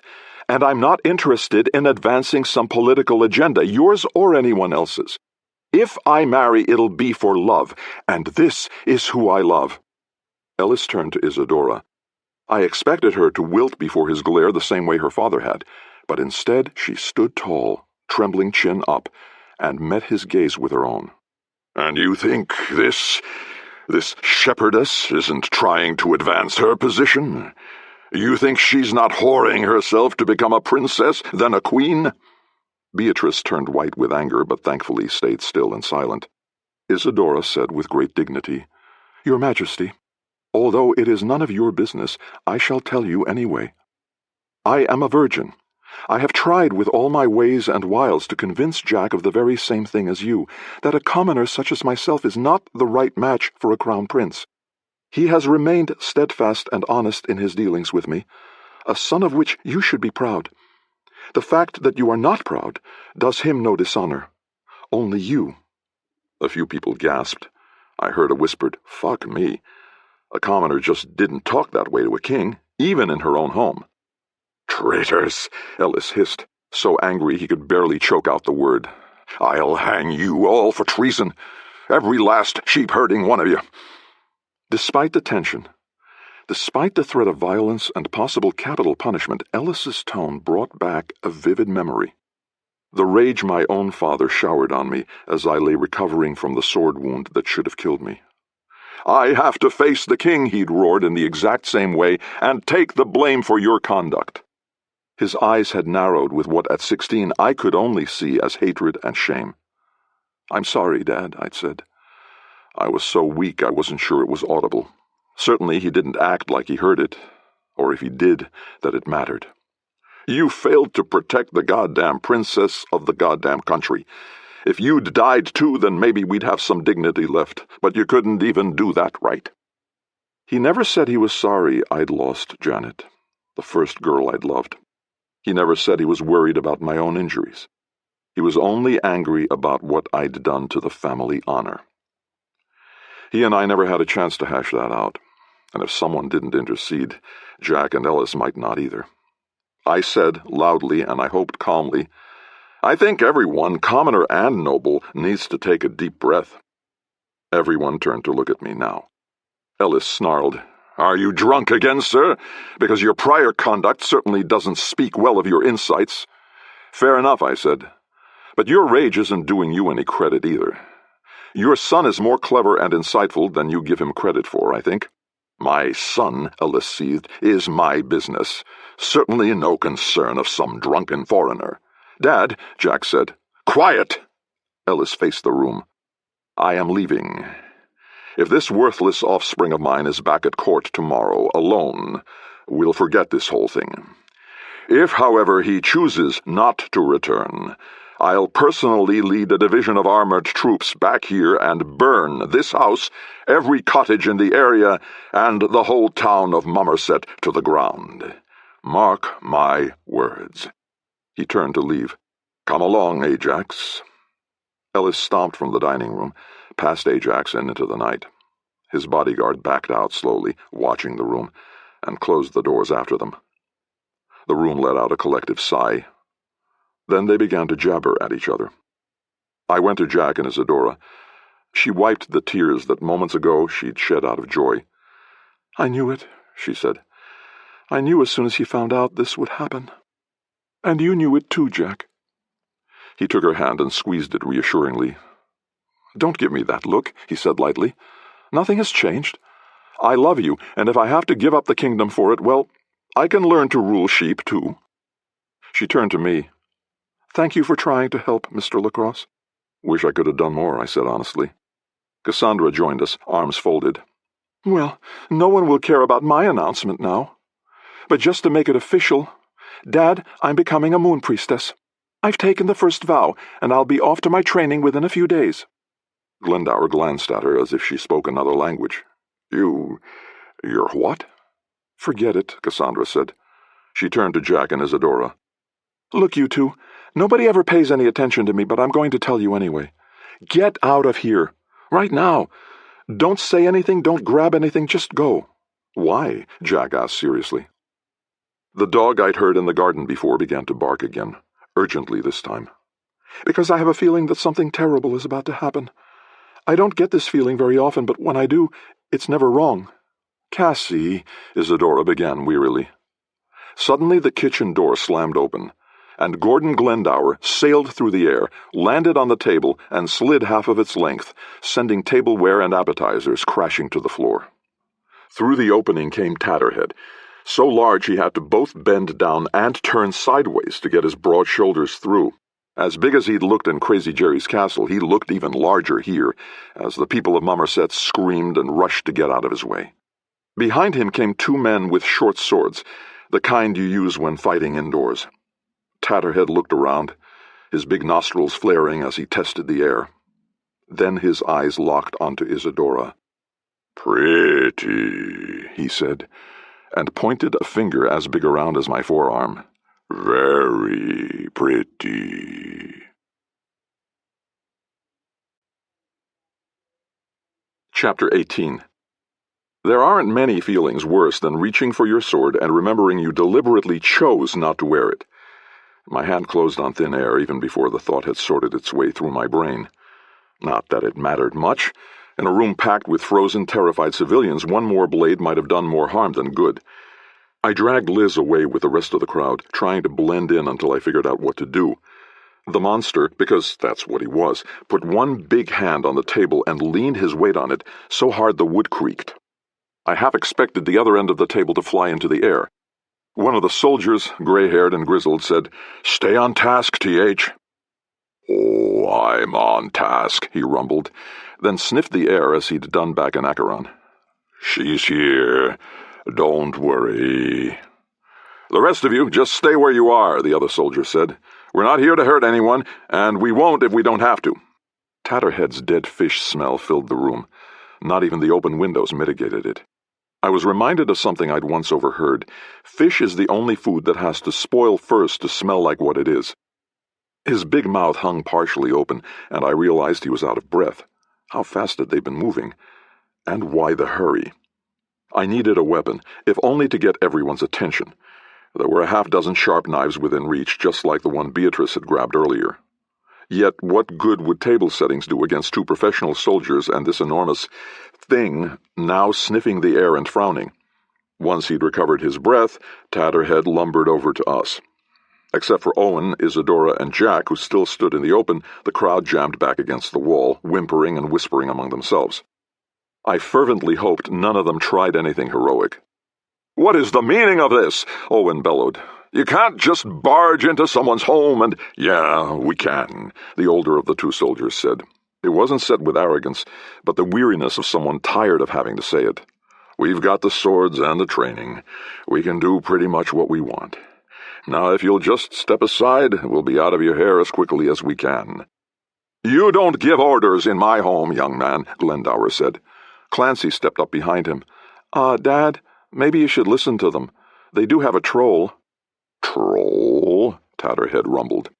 He turned away from the crowd and looked at Clancy with narrowed eyes. "Have you ever seen a troll, boy? Have you measured your strength against his, and found your muscles wanting?" He took a step toward Clancy, which put him right in the boy's face. "Have you smelled the brushy fur, befouled with his own droppings, as he put his leathery fingers to your throat?" Clancy swallowed hard. "No, sir." Tatterhead chuckled, a rumble so low I felt it in my chest. "Neither have I." Then he resumed his olfactory tour. He wasn't sniffing everyone, though, only the women. Not even that, I realized, only the girls. Only the ones around the same age as Isadora. He stopped in front of Beatrice. "She's too old," the head soldier said. "I know," Tatterhead replied, "but she's close. Very close." "Close enough to geld you if you lay a hand on me," Beatrice said defiantly. "I mean you no harm, dear lady," Tatterhead said. "You could have fooled me. You burst in here, scare everyone, bring men with swords with you." "Ah, that's where you're wrong," he said, and raised his chin to reveal a thick metal collar around his neck.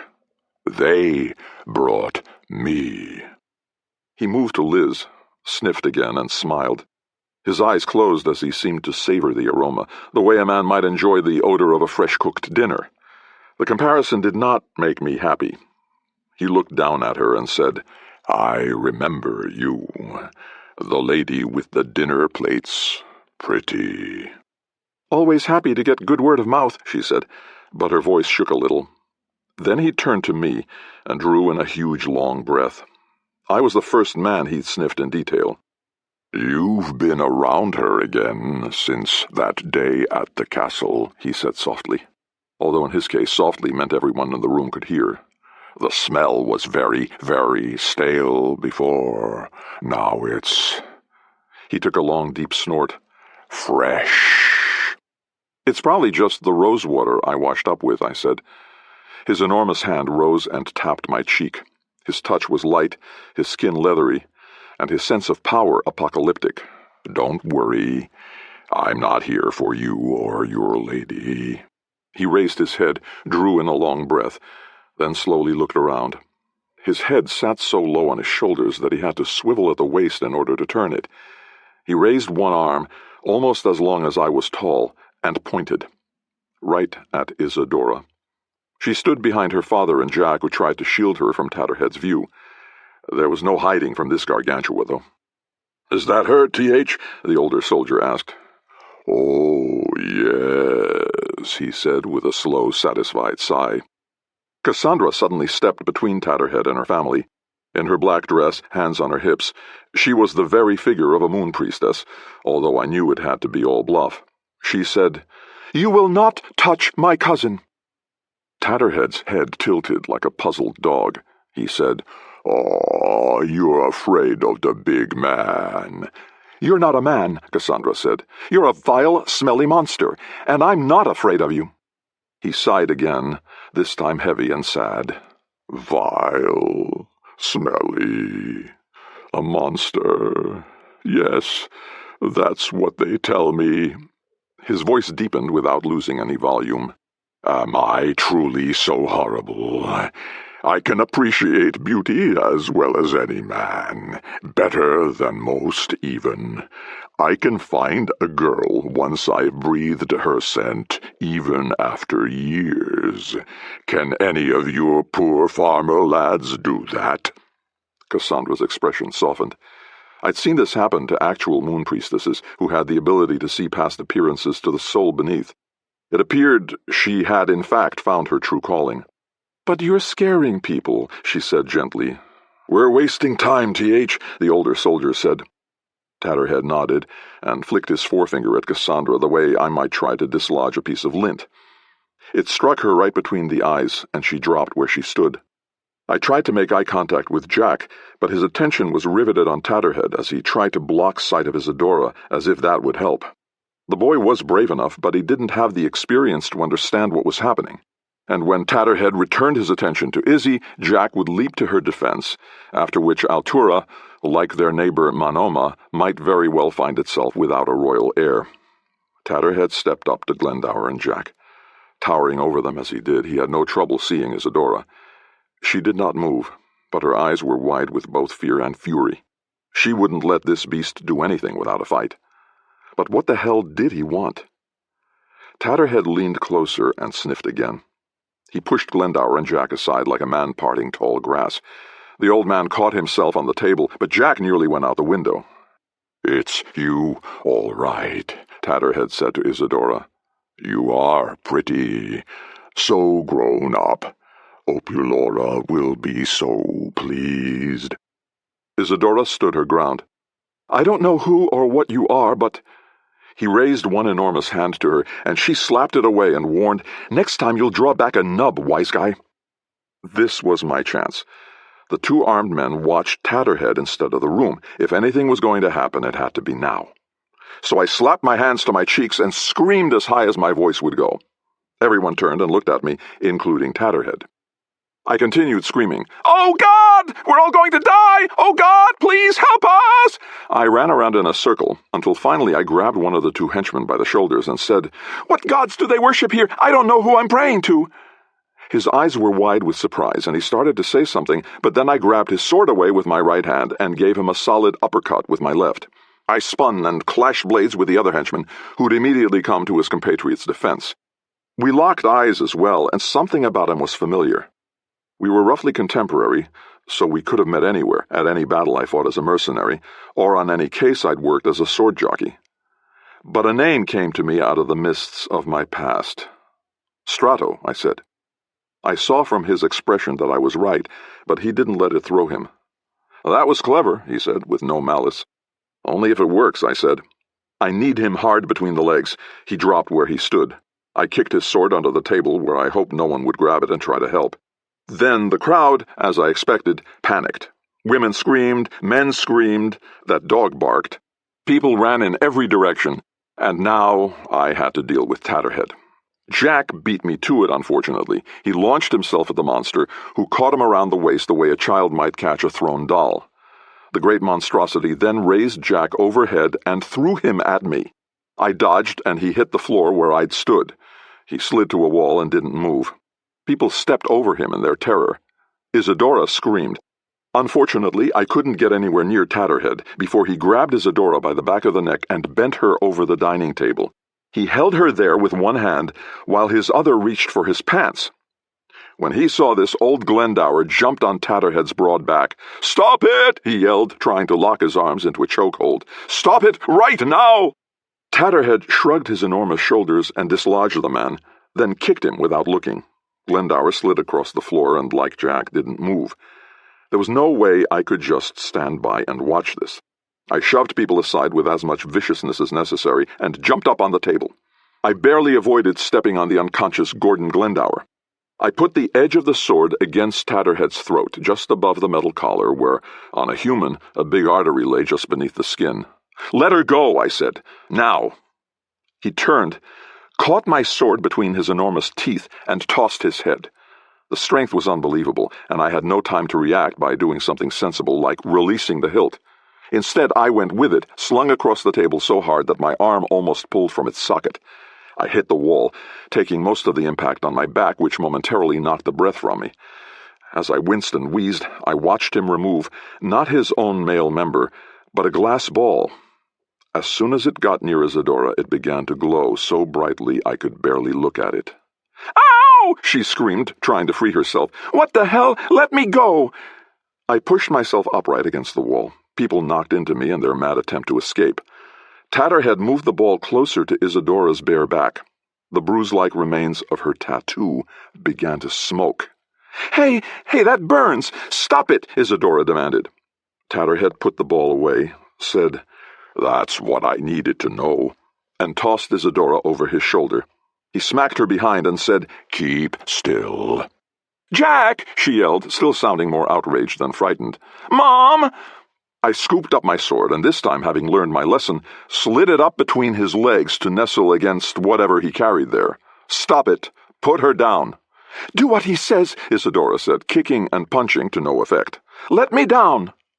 "Put down your sword," Tatterhead said, "or I put her through the wall." "No," I said. "You're here to get her. You won't hurt her." He smiled, all yellow teeth and thick lips. "You're so sure of that?" "Yep," I lied. "Put me down!" Isadora bellowed and tried to kick him in the head. "She's not going to go quietly," I observed. "Stop it, you!" Isadora said, and then she locked up, frozen in mid-thrash, repeating, "Stop it, you! Stop it, you!"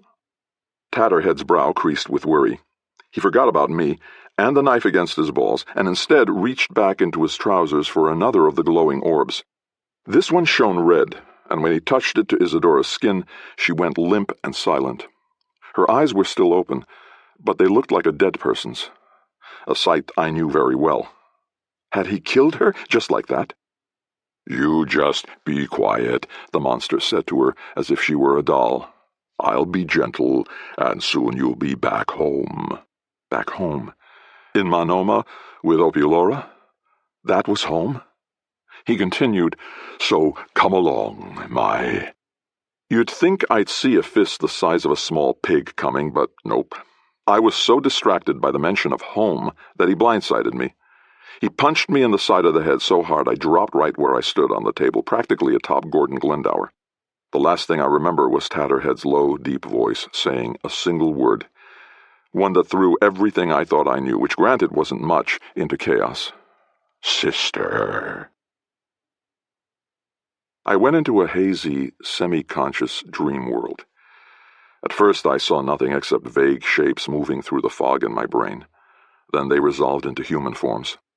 The first one I thought was Liz, then I realized it wasn't. It was her dead twin sister Kathy, who I'd known briefly many years earlier, the one I had failed to save from Stan Carnahan. "You're not going to lose this one too," she said, her voice similar to Liz's but softer and younger. "I mean, you let me die because you weren't smart enough. Is this girl going to die for the same reason?" Before I could reply, another shape came out of the fog. Janet, the princess I'd watched die at the hands of the bandits. I winced at the jolt of pain that ran between the scar on my chest and the one on my back, marking the path of the sword thrust that should have killed me. "Really, Eddie," she said, scolding and mocking at the same time.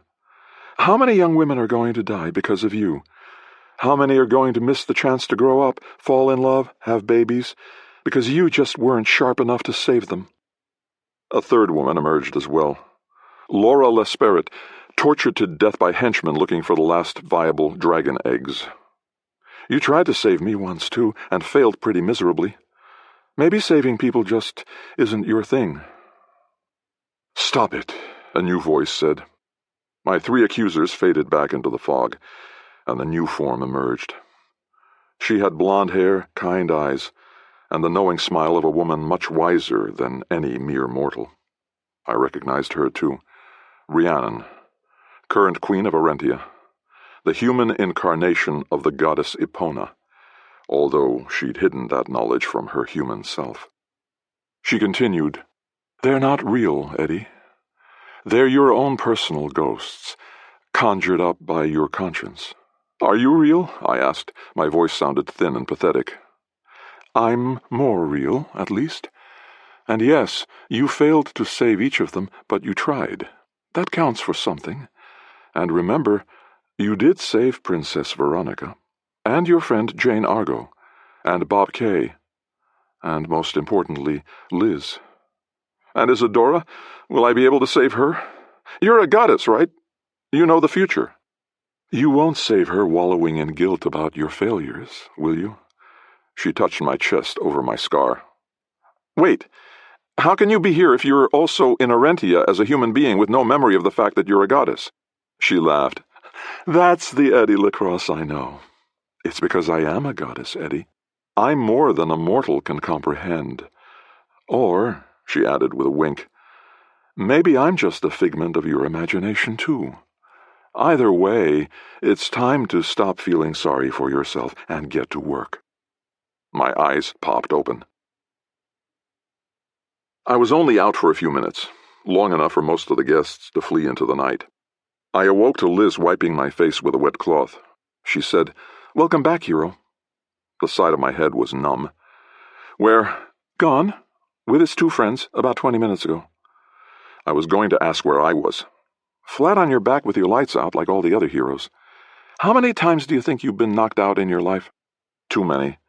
"I remember the moon priestesses saying the damage could add up." "Who are you?" I deadpanned. She tweaked my nose. "The only person who'll always be there when you wake up, however you happen to go to sleep." I managed a smile at that. Then I asked, "Where's Izzy?" "Tatterhead took her. Beatrice tried to stop him too, with just a dinner knife, so I had to—" She looked down. "What?" I prompted. "Knock her out," she said guiltily. "I haven't punched anybody I liked in a long time." Her voice grew softer. "Did he kill Izzy? She looked dead." "I don't know," I said as I sat up. It burned me up to think that after all this time, Manoma had succeeded in killing the baby I once found in the woods, and right under my own damn nose at that. And then I remembered that insane final word, and wondered what the hell freak story I'd actually stumbled into. Beatrice lay on the table as well, along with the still unconscious Jack and Cassandra. Phoebe attended to the prince, while Clancy held his sister's limp hand. Gordon had been placed on one of the benches. His 2 daughters, like grim little harpies, stood watch over him.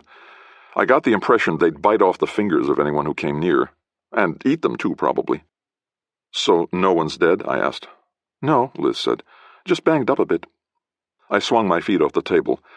The 2 soldiers I'd incapacitated sat on the floor, gagged and tied up back to back. They did not struggle, but just watched with eyes that missed nothing. "We thought you might want to question them," Liz said.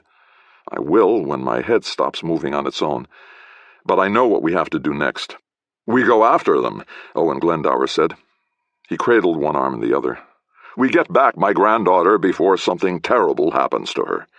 "That's my plan too," I said.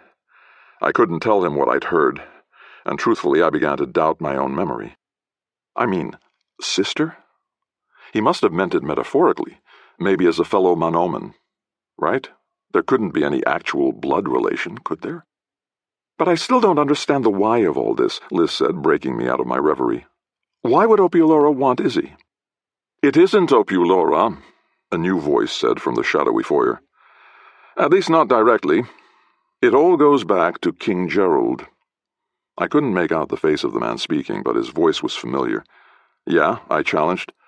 "And why would King Gerald care about a peasant girl from Altura?" "Because," the newcomer said, "once upon a time he drank and saw the spider."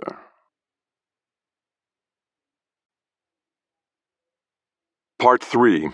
Isidore Redux. Chapter 19. He stepped into the dining hall as casually as if he'd been entering his favorite tavern.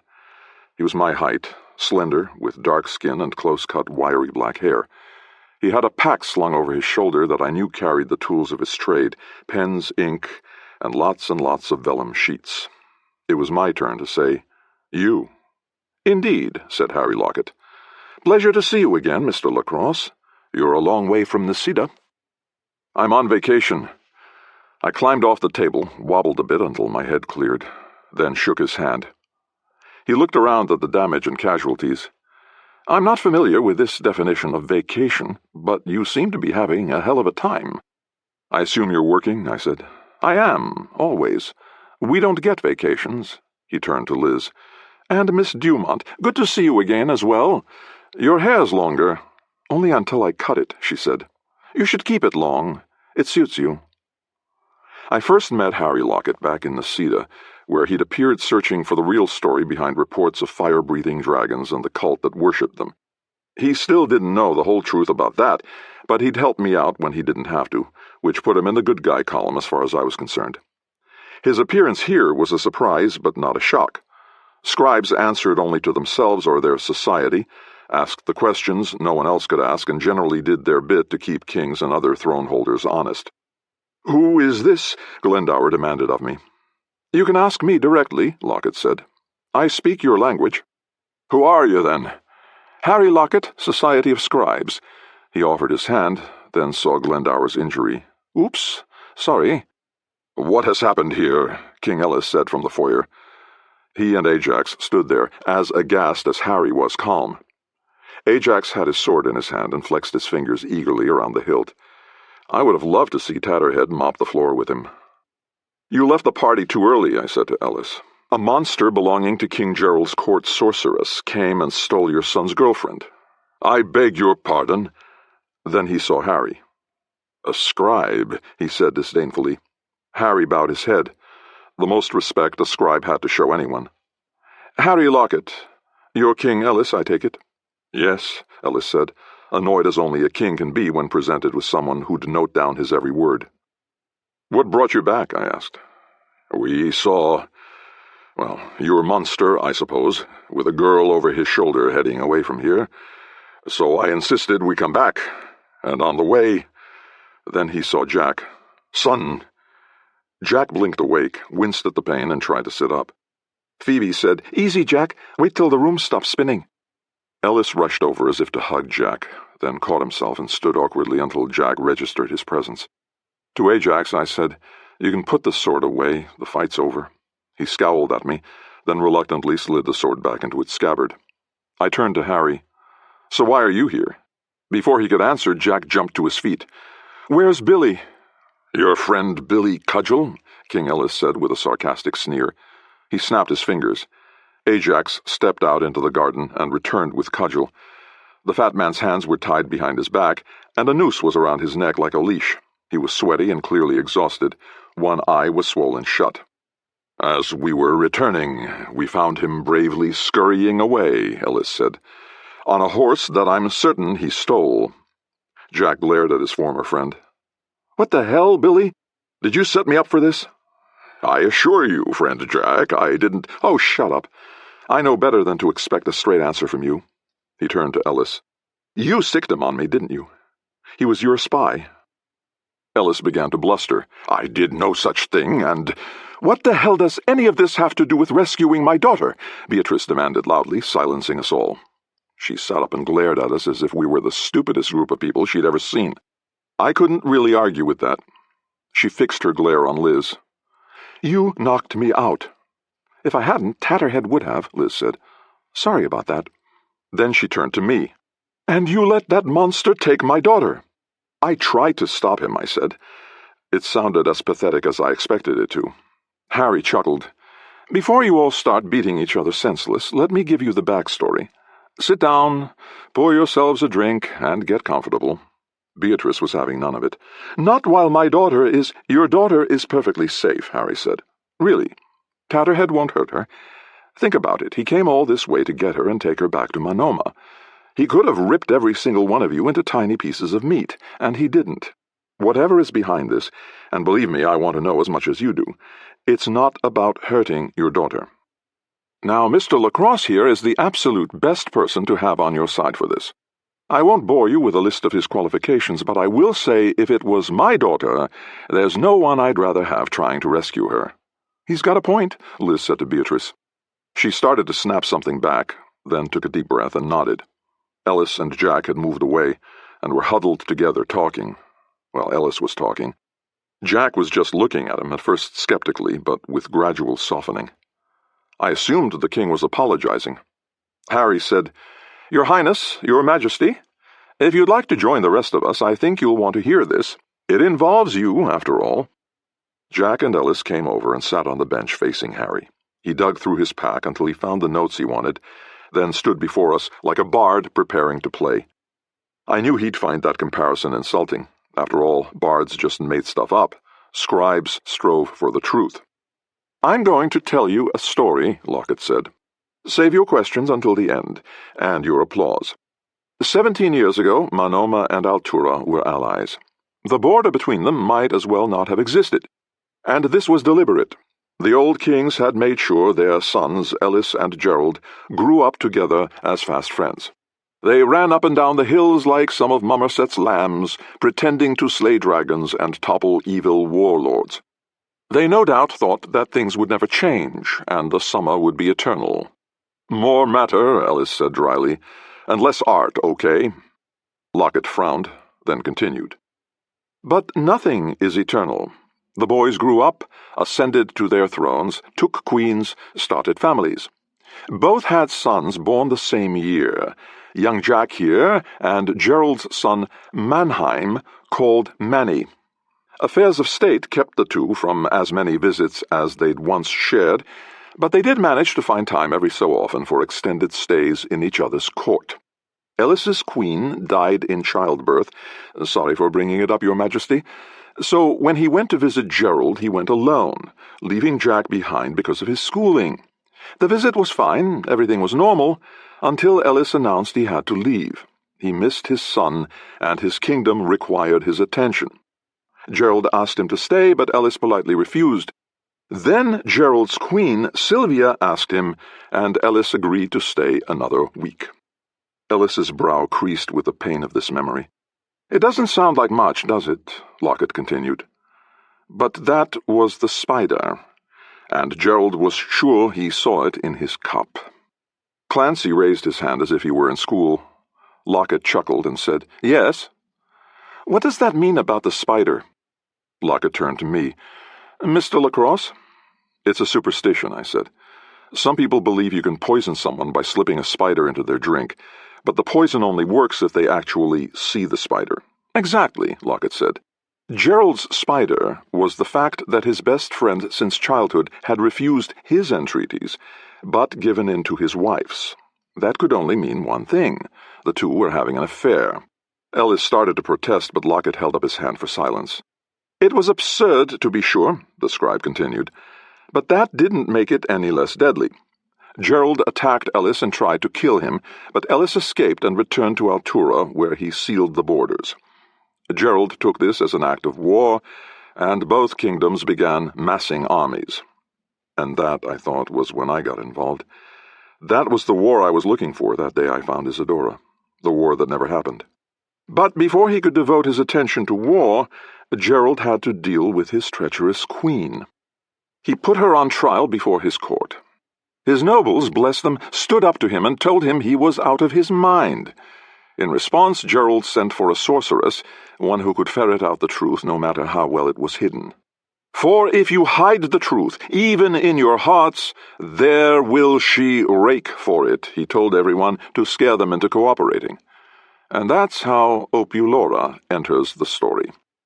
She's by far the most mysterious person involved in this tale.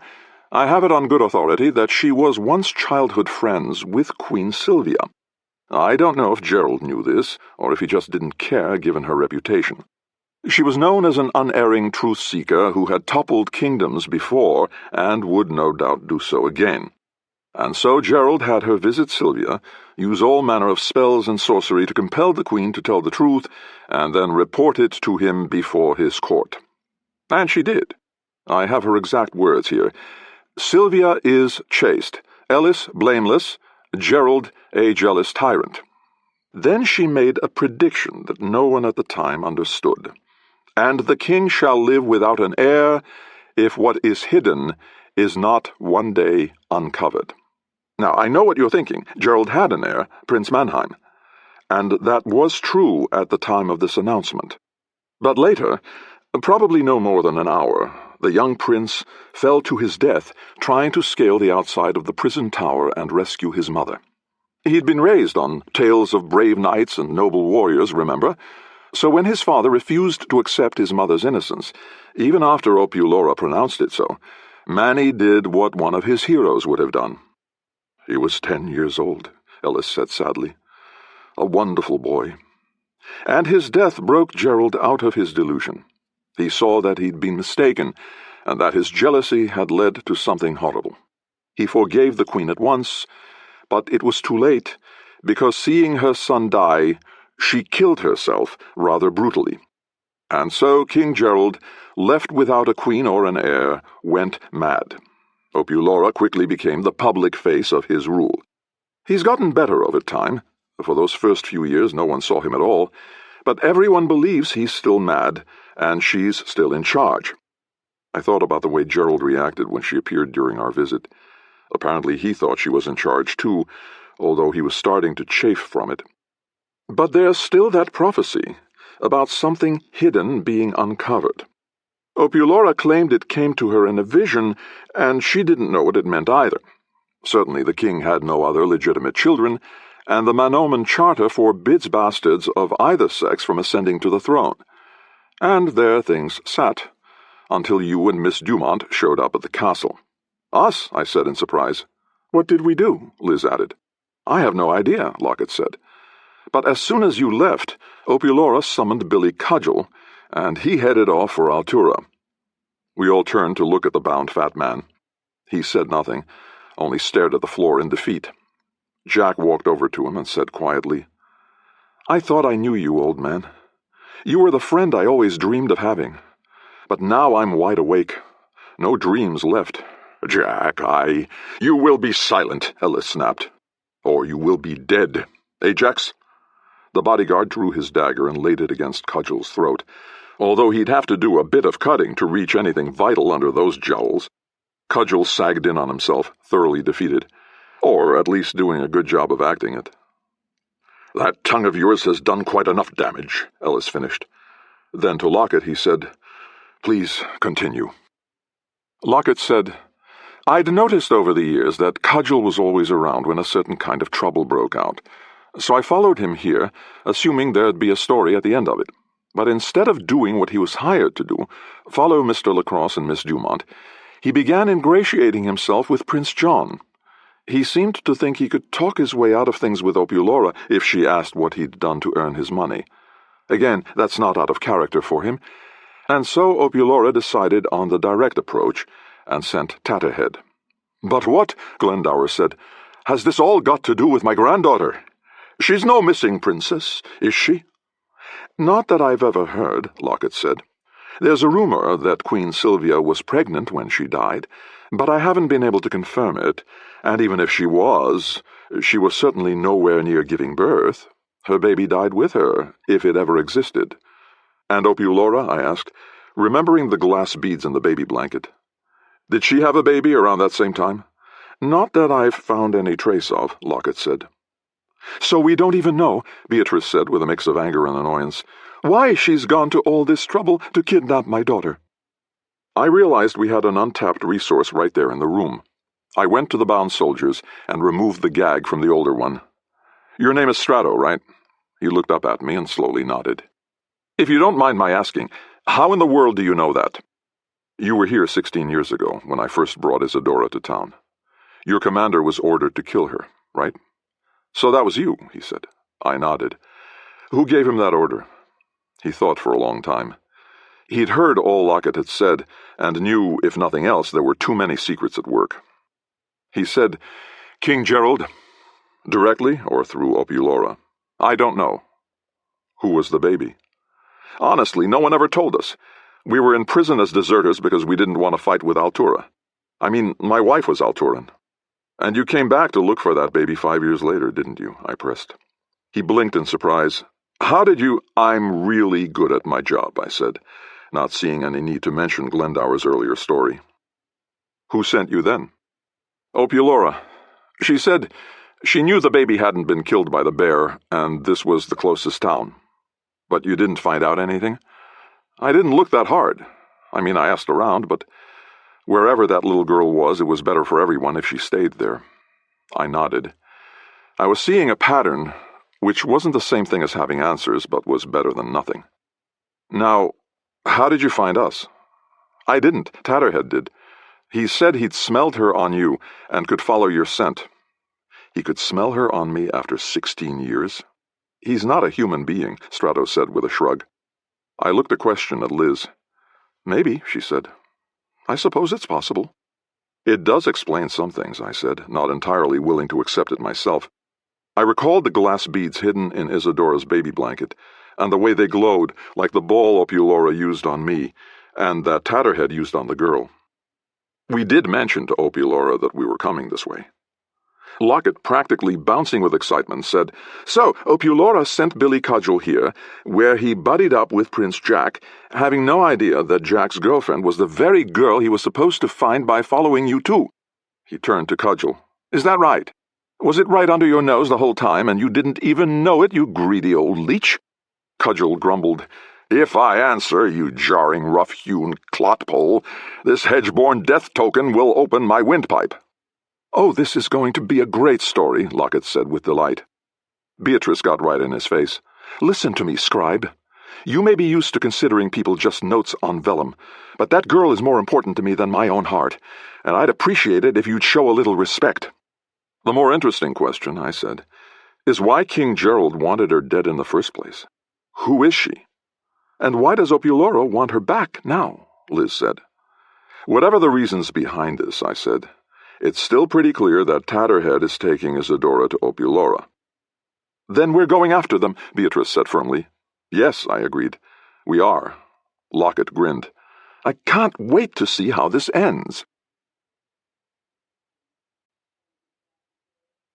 Chapter 20. It was all I could do to keep the entire population of Mummerset from coming with us. They took this whole thing personally, especially the idea of another nation kidnapping one of their own for hazy but probably nefarious purposes. Not to mention, it had ruined the one fancy dinner they were likely to get all year. People were pissed, and while the idea of having a band of 40 or 50 men was appealing, the fact that they were basically only trained in sheep shearing and manure shoveling dimmed my enthusiasm. I'd led amateurs into battle before, and I knew what would happen when they met up with professionals. I had no desire to see that much blood in one place ever again. They waited outside in the garden, milling about and getting more and more angry.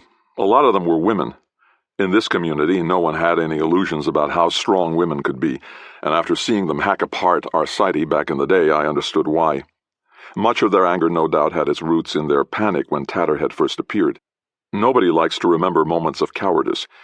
Still, they weren't up to this, and I had to make them understand that. I went out to see them. Before I could speak, they began peppering me with questions. "When do we go?" one demanded. "Does Glendower have swords for us?" asked another. "Will there be plenty of ale?" asked the third, the first sensible question. I held up my hands for silence. "Look, Mr. Glendower appreciates your interest, but really, we need trained fighters, not eager amateurs." The crowd grumbled. Okay, I said, pretending to soften. "Maybe you're not so— Boo!" I said it in my battlefield voice, the one that began deep and high in my throat, but used all the power of my lungs so that it came out as a deep, loud bellow. The crowd leaped back as if they'd been choreographed. A few people screamed. When they'd settled down, I said seriously, "Everyone who jumped needs to go home. Really. It's no reflection on your courage, just your experience. If you jump in a garden, you'll piss yourselves in a battle, and I don't have time to train you otherwise." A moment of silence followed. Then, with lowered heads, everyone turned and left. In moments, the garden was empty. I turned and found Liz watching from the doorway, arms crossed. "I wondered how you'd handle that." "Not bad." I kissed her. "Did you jump?" "I'll never tell," she said. We agreed to leave at first light the next morning. Barking at Tatterhead's heels seemed pointless, since we knew his destination and we were reasonably sure Isadora was safe. It would give Jack, Beatrice, and me time to rest a little and recover from our head blows. I didn't sleep much, but having a goal and a strategy to come up with was more restful than you'd think. When Liz was asleep, sometime after midnight, I slipped out of bed and went barefoot downstairs into the dining hall. The chandelier was still lit, but the candles were almost gone. The stones were cold and damp against my feet. The debris from the fight had been cleaned up, and place settings were ready for breakfast, which someone would probably begin cooking in a couple of hours.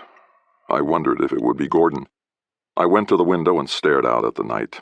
A shooting star sailed across the sky and disappeared behind the trees, in the same direction Tatterhead had gone. "Dining on ashes," a female voice said quietly. I turned. Beatrice stood in the doorway. She wore a robe cinched tight against the night's chill, tight enough to let me know she wore nothing beneath it. She joined me at the window, and I fought valiantly not to look below her chin. If she noticed my discomfort, she didn't let on. She continued, "I couldn't sleep either. I keep thinking about how scared Izzy must be right now. She's a strong girl, but she's lived a very simple life. She has no experience of anything like this. Not many people do, I thought, but kept it to myself. I said, if it's any consolation, if I really thought she was in life or death danger, I'd be halfway to Manoma by now. I know. It's not much consolation, but it'll have to do. She rubbed her jaw. Your girlfriend hit me. Yeah, sorry about that. Did she leave a lump? See for yourself. She took my hand and put it to her face where I felt a small, hot bit of swelling. While my hand touched her, she looked up into my eyes with the same look I remembered from that night so long ago. There was something unfinished between us, and while I'd had a life that thoroughly distracted me from it, she'd had a decade and a half of relative quiet to nurse it, whether she meant to or not. The promise I saw now was that of a grown woman who knew what a man liked. If I took her up on it, she'd never let on. Liz would never know. But I would. I pulled away my hand. You haven't changed much, she said. That's the first thing you've said that's been dead wrong, I said. She joined me in looking out the window. Another pair of shooting stars went over. It wasn't you, she said. What? The man who broke my heart. It wasn't you. I was pissed off at you, yes. But that's all. Okay. You're not going to ask who it was? It's none of my business. But you're a sword jockey, aren't you? You spy on lovers for a living. I try not to take cases like that, actually. Neither side usually tells me the whole truth. He was the son of a neighboring farmer, she said, her voice turning somber. We were betrothed. A month before the wedding, he did something stupid, then took ill and died. Something stupid? He went out on a winter's night to meet me. On his way, he fell through the ice into a stream. He caught a fever and never recovered. I'm sorry. Don't be. It was a long time ago. It seems pretty fresh to you. She turned sharply away. Are you always so tactful? I could tell she was crying. You blame yourself, don't you? Are you still talking to me? She snapped. A woman turns away, it means she doesn't want to talk anymore. Yeah, but if it matters, I know how you feel. 2 people I loved died because of me. One was my teenage girlfriend. The other a woman I knew after I left here. Slowly she turned back, wiping her tears. And now you have Liz. Yes, because I'm very, very lucky. Yeah, well, I'm not. No, you just haven't been. Maybe you still will be. No, that's wrong. I've got Izzy. She's the luck of my life. Tatterhead's half-heard word came back to me. Sister. I didn't know what he meant by it, so I saw no need to mention it to Beatrice. But it hovered here, like a shadow with nothing casting it. And we'll get her back, I assured her, with all the sincerity in me. She said nothing. I put an arm across her shoulders and we stood watching the sky. No more shooting stars appeared. Ellis wanted to send Ajax back to his castle for reinforcements, but Jack would brook no further delay. I agreed with him. Tatterhead would move slowly and leave a pretty easy trail to follow, but I didn't want him to get too far ahead. I did believe he was supposed to bring Izzy to Manoma unharmed, but after what I'd seen him do to her before they left, I wasn't sure he'd quite got the definition of unharmed. Just before dawn, I visited Strato, who was kept confined in a storeroom with his fellow soldier. They were also chained together by their left ankles, an efficient way to prevent them making a run for it. I closed the door behind me and said, We're going after Tatterhead. You know where he's going, Strato said. I nodded. We could use your help. Except for the king's bodyguard and me, no one here has ever fought in a real battle. You can't take him on, Strato's companion said belligerently. He'll tear you into bite-sized chunks. Marcius, Strato warned. To me, he said, It would make me a traitor. That depends.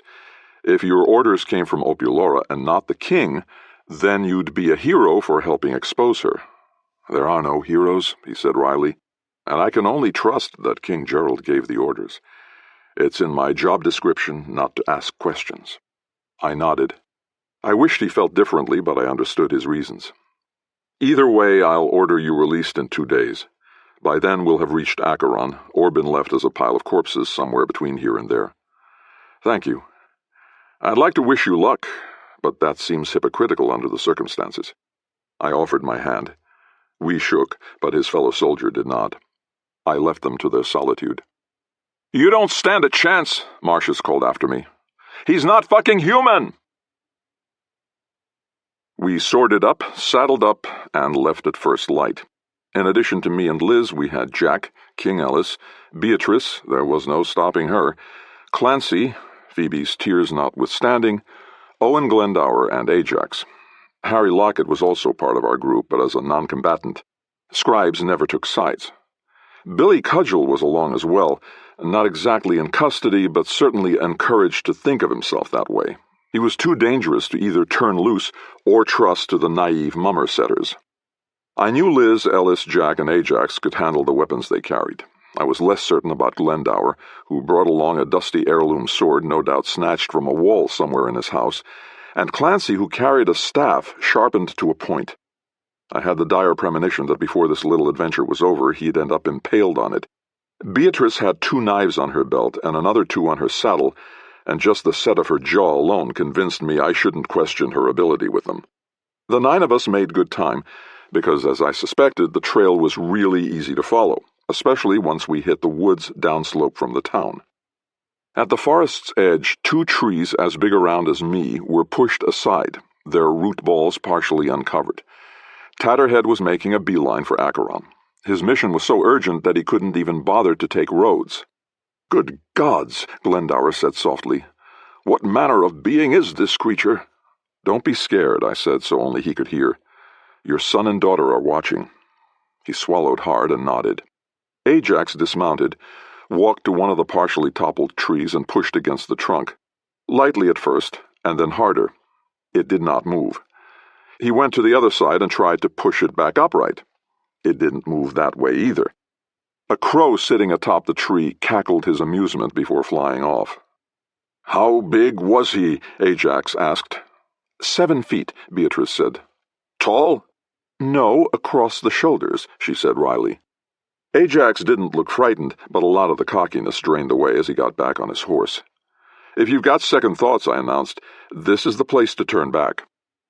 "No one's turning back," Jack said, "and we're wasting time talking about it." He nudged his horse forward between the trees and along the newly cleared path that led straight ahead through the woods. "Tatterhead's like a homing pigeon," I said quietly to Liz, "the straightest line between here and there." "My God," Liz said as she surveyed the destruction. "How strong is he?" "Strong enough that I hope we don't catch up to him until we reach Gerald's castle. He'll massacre this bunch." "Including you?" she teased. "Yes," I said seriously, "because I'd have to fight for all of them, except maybe Ajax." "Jack looks pretty tough, and I assume he's well trained in combat arts." "Doesn't matter. He's young and he's pissed off. Tatterhead stole his girl, and that insults his masculinity. You know what young men are like. He wouldn't last 5 minutes. "Are we talking about the same thing?" she said with a wink. Then she asked, "So what do we do?" "Follow slowly enough that he gets to the castle first, and then we can deal with Opulora, not Tatterhead." "What if she sicks Tatterhead on us?" "We'll deal with that if it happens." The trail left by the monster was easy to follow, although we could only ride single file. Anything in his path had been removed, including trees and boulders as well as smaller things like bushes and logs. Eventually, this new path met an existing trail that was broad enough for wagons, and we made better time.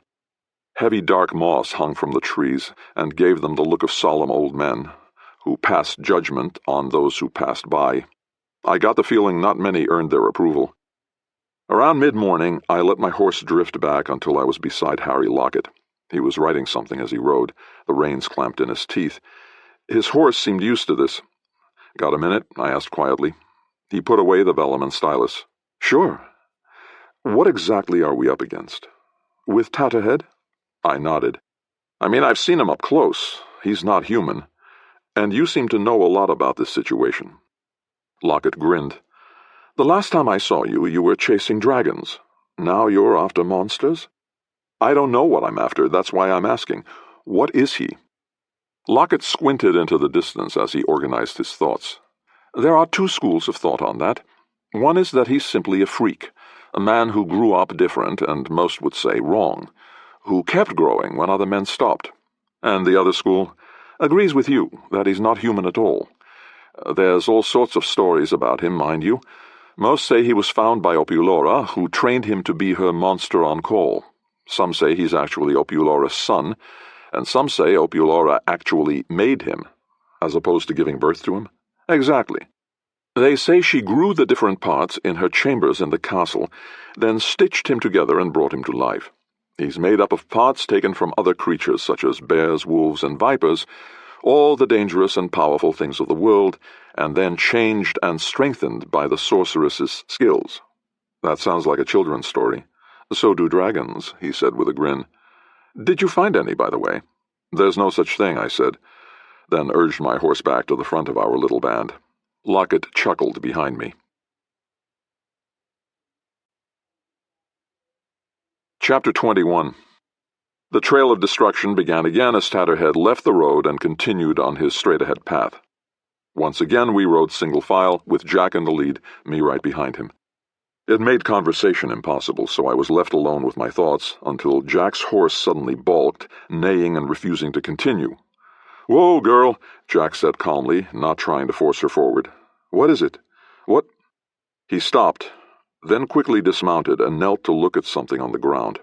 I turned to the others. "Everyone stay here." Then I dismounted as well and cautiously walked toward Jack, checking the surrounding woods for any sign of movement.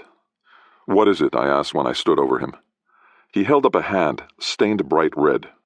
"Blood," he said, his voice trembling a bit.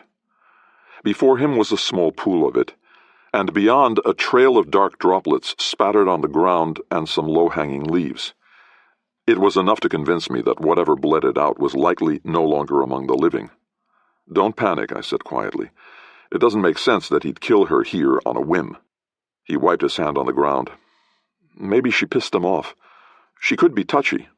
No, it doesn't feel right. Whoever or whatever died here, it wasn't Isadora."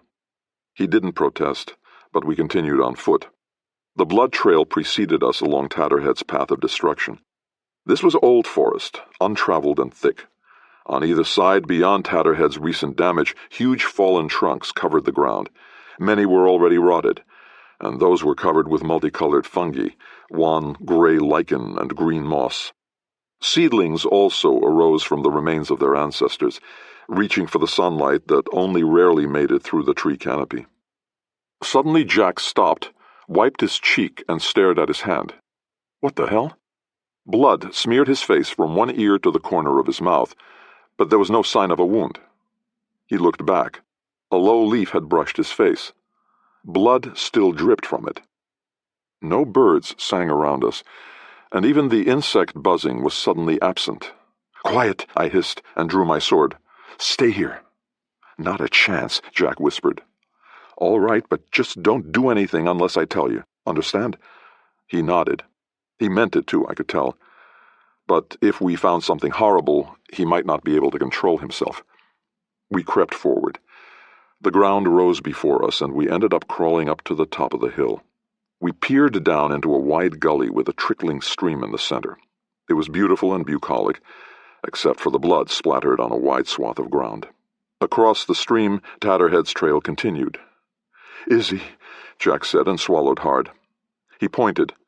A strip of cloth from the banquet gown she'd been wearing was tangled in a briar patch across the stream. He started to rush forward, but I grabbed his arm. "Wait," I said. "Look around. The blood's all on this side of the stream. If he'd murdered her this brutally, that cloth would be dripping red, but it's not." "Then where did all the blood come from?" he demanded, his eyes wet despite his attempts at control. "I don't know, but get a hold of yourself. You go off half-cocked, you're not doing Izzy or yourself any good." I walked down into the gully, watching in all directions.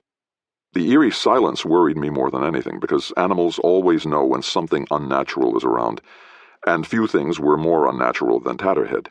Jack followed, mimicking my slight crouch. It was funny, sort of, but it also showed that he had sense enough to recognize when someone else was better informed. Many a prince would ignore my advice just because it came from a commoner. I stopped just this side of the stream, at the biggest splotch of blood. Part of it drained into the water, making a red ribbon that faded as it drifted downstream. If all this liquid came from one person, there's no way they were still alive. When he reached me, Jack whispered, Why is it so quiet? This kid was smart. But before I could answer, something snapped overhead. We looked up as a huge dark form dove down through the branches, straight at us. I shoved him hard one direction and leaped the opposite way. The form hit the spot we'd been standing with a wet splat, jiggled a bit, then didn't move. Jack's eyes were as wide as one of Crazy Jerry's dinner plates. "What the hell is that?" he almost shrieked. It took a moment for the shape to resolve itself. A bear.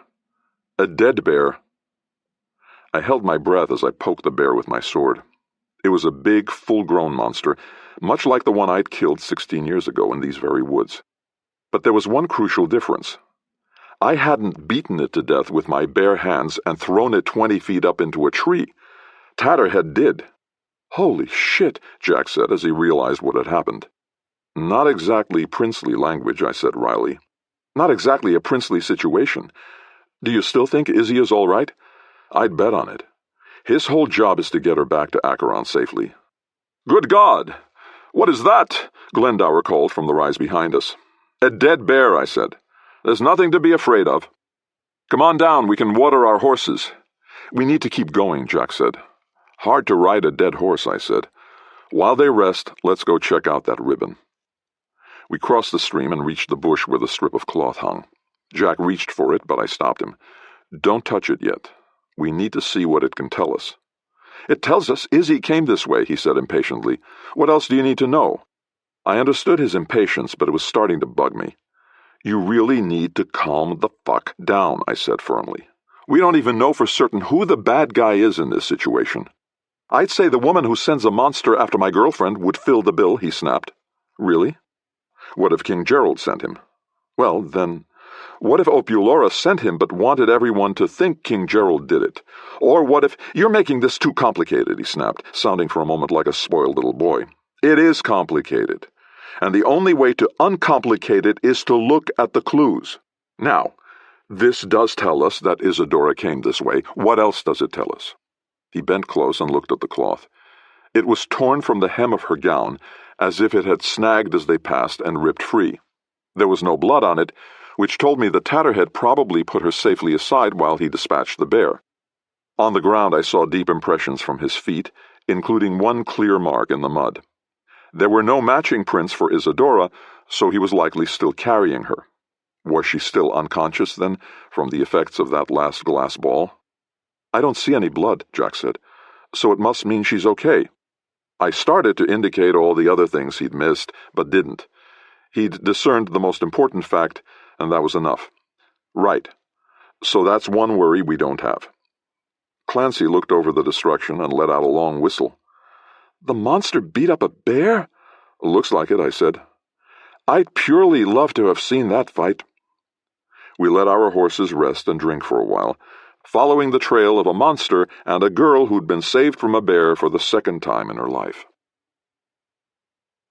The terrain grew rougher for the horses, which slowed us down. As the sun set, we were still half a day from the Monoman border, and probably wouldn't reach Acheron before nightfall the next evening. There was nothing for it but to find an open spot and pitch camp. "We could keep going," Jack said. "It'd be slow, but we could do it." "Do you want to be exhausted and sleep-deprived when we finally catch up to Tatterhead?" I pointed out. "I'm already exhausted," he said, "and I doubt I'll be sleeping much tonight." But in fact, he was out 10 minutes after wrapping up in his blanket on the ground. Liz and I sat beside the fire, Beatrice and Harry across from us. Ajax stood guard, watching the trail ahead in case Tatterhead saw our fire and doubled back. Ellis sat beside his son, watching the boy sleep. Glendower, having cooked us dinner, washed his utensils in the nearby stream. Clancy was also asleep, snoring so loudly that occasionally Beatrice poked him with a stick to make him change positions. Billy Cudgel sat with his hands tied behind his back around a tree. Well, the rope went around the tree, although his hands didn't. So far as I knew, he'd said nothing since we left Mummerset. To anyone, even the inquisitive Harry Lockett. I worried that he'd died a couple of times, but I could see his breath in the chill night air. He stared down at the dirt, his thoughts apparently far away. He shook his head when he was offered food, a sure sign that something fundamental was wrong with him. Still, I wasn't about to take pity on him. The wood crackled and smoked. Liz said to Beatrice, "How are you holding up?" "Okay, I guess," she said. "I'm sorry if I seemed callous back at your home," Harry said. "My job requires me to keep a distance, you know. It doesn't give me an excuse to be rude, though." "Thank you," Beatrice said. "You never think your own family will make the news, I guess." Ajax suddenly strode into the clearing, holding someone by the collar. This newcomer kicked and punched, but might as well have been smacking a tree for all the effect it had. "Look what I found sniffing around," he said gruffly. "Let me go!" the newcomer said. He tossed the boy into the dirt. The kid got up, arranged his clothes, and said, "That's a mark against you in my book, mate."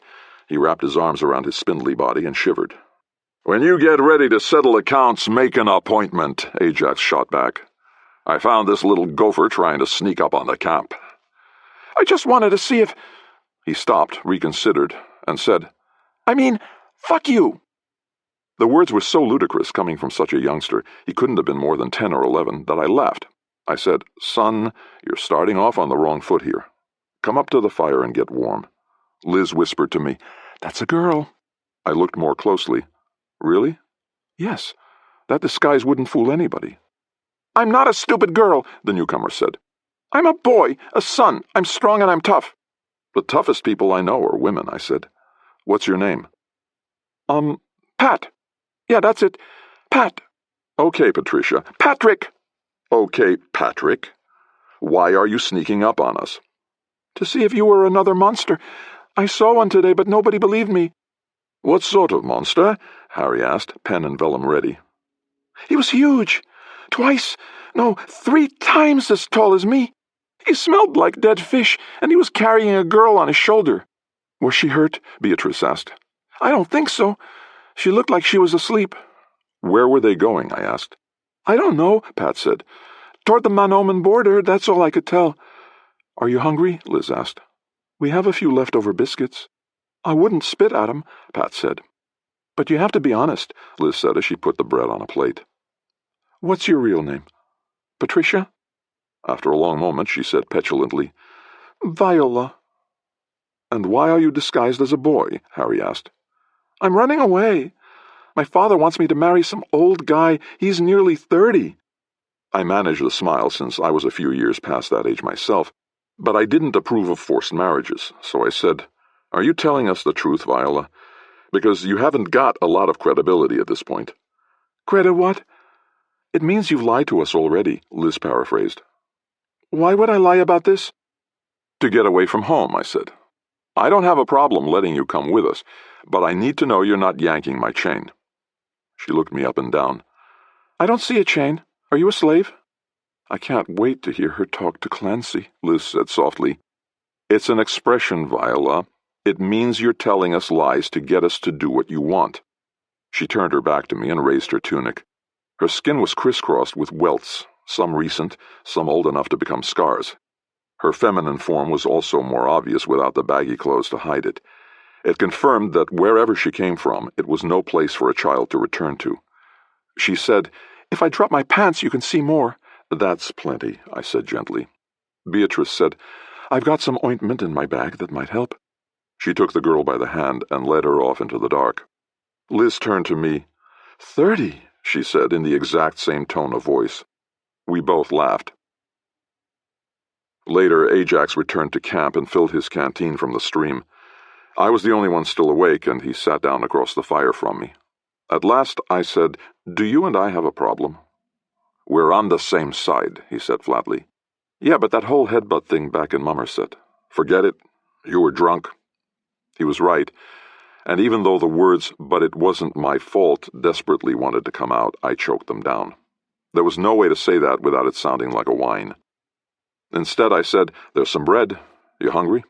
He shook his head, then indicated my sword. "Is that a real Cillian skirmisher?" "The hilt is," I said, and slowly drew it. "The blade's from a King Killer Mark IV. "Really? I've never seen one, only the Mark III. Even a king's bodyguard can't afford the Mark IV. I handed it to him across the fire, hilt first. "See what you think." Ajax took it and felt the balance. "Nice. But why'd you combine them? If I had a Mark IV, I'd be showing it off." "What's the worst thing about a skirmisher?" "The way the blade snaps if it's parried by anything heavier." Then he grinned. "And when they see that hilt..." Makes people overconfident, I said. I like it when my opponents are that way. He handed back the sword. There's only one thing more beautiful than a good sword. A bottle of Tesca, or a woman from anywhere. He winked at me. You ever had a good bottle of Tesca? I laughed. Despite our matching forehead bruises, I was glad we'd found something mutual to ease the tension. By noon the next day, the trail merged with another road.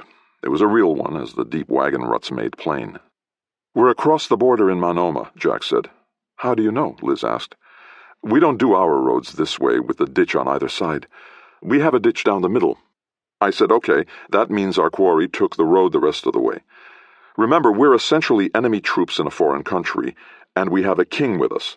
So let's try not to draw any more attention than we have to. And for God's sake, don't pick any fights. I turned to Jack. You have a special job. Watch him, I indicated Billy Cudgel. But you need me up front, Jack protested. No, I'll take the point. Whatever we do now, we need experience and stealth more than your stout heart and sword arm. Jack started to protest. Look, you know Cudgel better than any of us, I said. You know what he's capable of and how good he is at getting other people to do his dirty work. Don't let him talk to anyone. Don't let him out of your sight. And there's no one here who will mourn him if you feel the need to lop off his head. I glared at Cudgel. Are we clear on that? I assure you I have no plans to attempt anything, Cudgel said. Which means he's got half a dozen, and he's trying to decide which one to use, Jack said. Sir, you dishonor me and yourself with your suspicions. I can live with that, he said. I trusted you. I wanted your help, preparing to be a better king. The throne's not empty yet, Ellis said dryly from behind us. You have plenty of time. But we'll talk about it later. Perhaps I've been too hasty in accepting the general opinion of your conduct. That made me smile. A man who could acknowledge his own errors, whether as king or father, was a good man. Perhaps all Ellis and Jack needed all along was a common cause. The day was sunny, with a nice breeze rattling the leaves around us. Here and there, Tatterhead's enormous foot had left its mark on the hard-packed road. It confirmed we were still on his trail. "Fuck me," Viola said when she saw them. She rode doubled up with Beatrice, her arms around the woman's waist. "He really is a monster. I thought I just fucking imagined how fucking big he was." Liz said, "You're new to cursing, aren't you?" "Yeah, but I've been practicing," she said, missing the irony. In daylight, she looked just a little younger than Isadora, but where Isadora had already bloomed into womanhood, Viola was still half-child. Suddenly, Viola pointed. "There's a town ahead, Illyria. We take produce there to sell sometimes." "Friendly place?" I asked. "Yeah, I guess," she said with a shrug. The road curved wide to the right, and when we came around it we saw a tiny village, one even smaller than Mummerset. It had a tavern and a blacksmith shop on one side of the road, and a covered shed on the other, with tables where produce would be sold at harvest time. The tavern, named the 3 Tons, looked deserted. 3 men quit whatever they were doing at the farrier's shop and watched us. I stopped, and everyone behind me did as well. All the mental alarms that I'd honed in battle were going off, despite the outward peacefulness. "Hi," I said. "Good morning." "It's morning," one of the men agreed. "Where are you headed?" "Acheron," I said. "Visiting some friends." "Looks like you got plenty of friends with you," the blacksmith said, and made an odd motion with his eyes toward the tavern. I shifted in my saddle and made sure my sword hand was near my weapon's hilt. "It's always a party with me," I said. "Any chance for a drink at the bar?" "Not open," the blacksmith said too quickly. "If I was you, I'd just keep riding." I noticed sweat that had nothing to do with the fire under his forge. One of the other men shot the blacksmith a deep-eyed, hateful look. I got it then. 2 of them were not natives, and they were forcing the blacksmith to go along with something. The most likely thing was, of course, a trap for us. "No, the tavern's open," the 3rd man said. "Nothing like a full tankard to start the day, right?" "I'm more of a tea drinker in the morning myself," I said. I couldn't risk looking around to see if anyone else had spotted the danger. If they hadn't, I could only hope they'd go along with whatever I did. "Hey, Mr. Klinger," Viola said to the blacksmith. "Where's Ken?" "He's upstairs sick," Klinger said. He laughed, nervous and choked. "Lucky bastard, huh? Missing out on the work. I'll tell him you asked about him." "I could use a drink," one of the other men said. "And I've just come into some gold, so the first round's on me. Come on, everyone." He crossed the street, stopped at the tavern's door, and looked back at us. None of us had moved to dismount. He laughed. "Come on. I know it's early, but you can't turn down free ale, can you?" He nodded at Billy Cudgel. "That man sure looks thirsty. And hungry." A familiar rank smell reached us, faint but definite. Ajax, who hadn't yet encountered Tatterhead, looked accusingly at Billy Cudgel. "Come on, man, really." "I assure you, you canker blossom, it's not me," Cudgel said with outraged dignity. "He who denied it, supplied it," Viola said.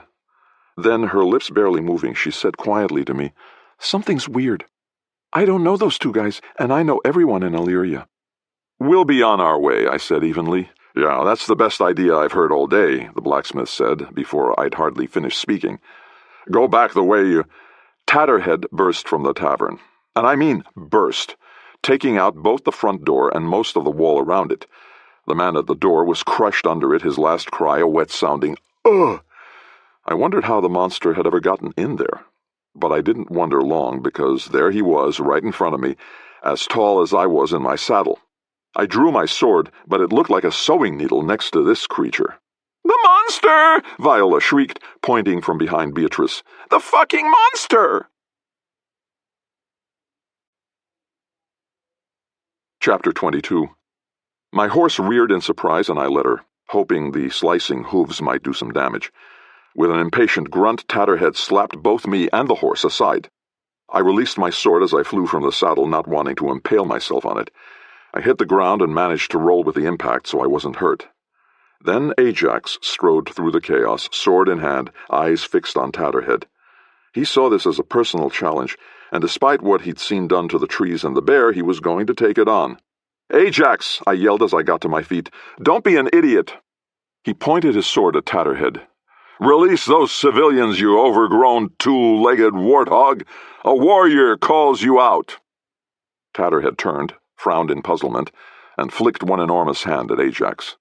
The bodyguard barely dodged it, swung back hard at the monster, but his blow glanced off the metal manacle on Tatterhead's wrist. I looked around for my sword, but didn't see it, and had no time to search.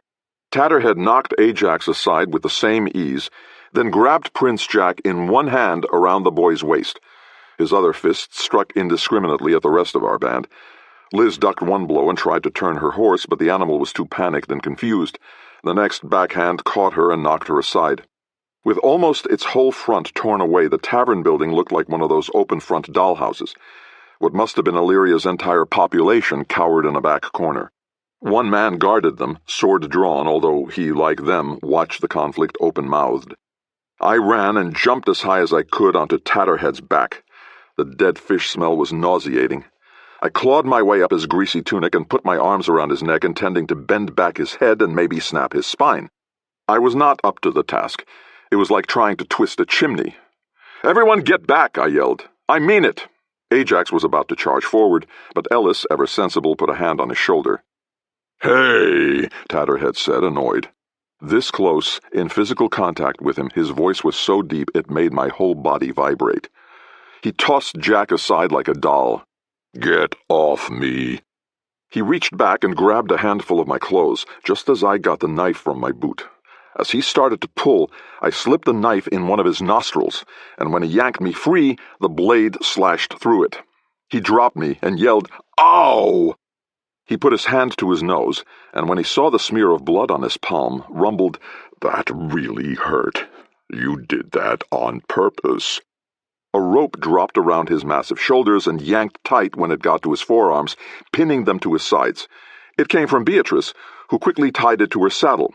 Viola, still riding behind her, held on for wide-eyed dear life. Liz, back on her horse and apparently uninjured, caught a rope thrown by Clancy. They lashed it to their saddles so that it stretched horizontally, then ran their horses forward and clotheslined the monster across the chest. This caught him off balance, so he went down on his back with a thud that I felt through the ground. I swear the leaves rattled around us. I jumped on his chest and raised my knife overhead, ready to drive it into his heart. Both enormous hands were pressed to his bleeding nose. He looked at me over fingertips as big as my elbows. He had the largest face I'd ever seen.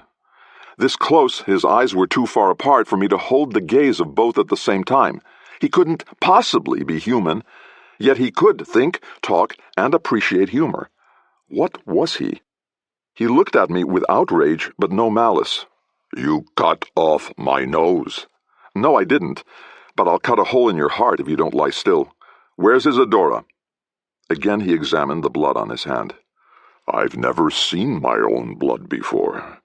It's red like people's, isn't it?" "Yes, now answer my question." Yells and screams made me look up. The crowd inside the tavern had overpowered their distracted minder. The remaining bad guy leaped onto his horse and took off down the road further into Monoma. I didn't want him to get away and sound the alarm, so I said, "Jack, Clancy, go get him." The two young men rushed to pursue. I turned my attention back to Tatterhead. "You were saying?" He waved one hand at the tavern. "She's in there." Beatrice slid off her horse so fast Viola barely had time to release her hold. She ran toward the tavern and disappeared inside. Owen Glendower and King Ellis followed. Ajax appeared beside me, a little out of breath. He put his sword tip against Tatterhead's chest. "I've got him now," he said. "You go see about her." I climbed off and made eye contact with Liz. She nodded. She was okay. I went into the tavern. Isadora lay on a table covered with an old patched blanket. Her mother, grandfather, and potential father-in-law surrounded her. "How is she?" I asked. "I don't know," Beatrice said, her eyes wet and her voice shaking. "She's not waking up. Izzy, honey, please, it's Mom. You're scaring me, baby."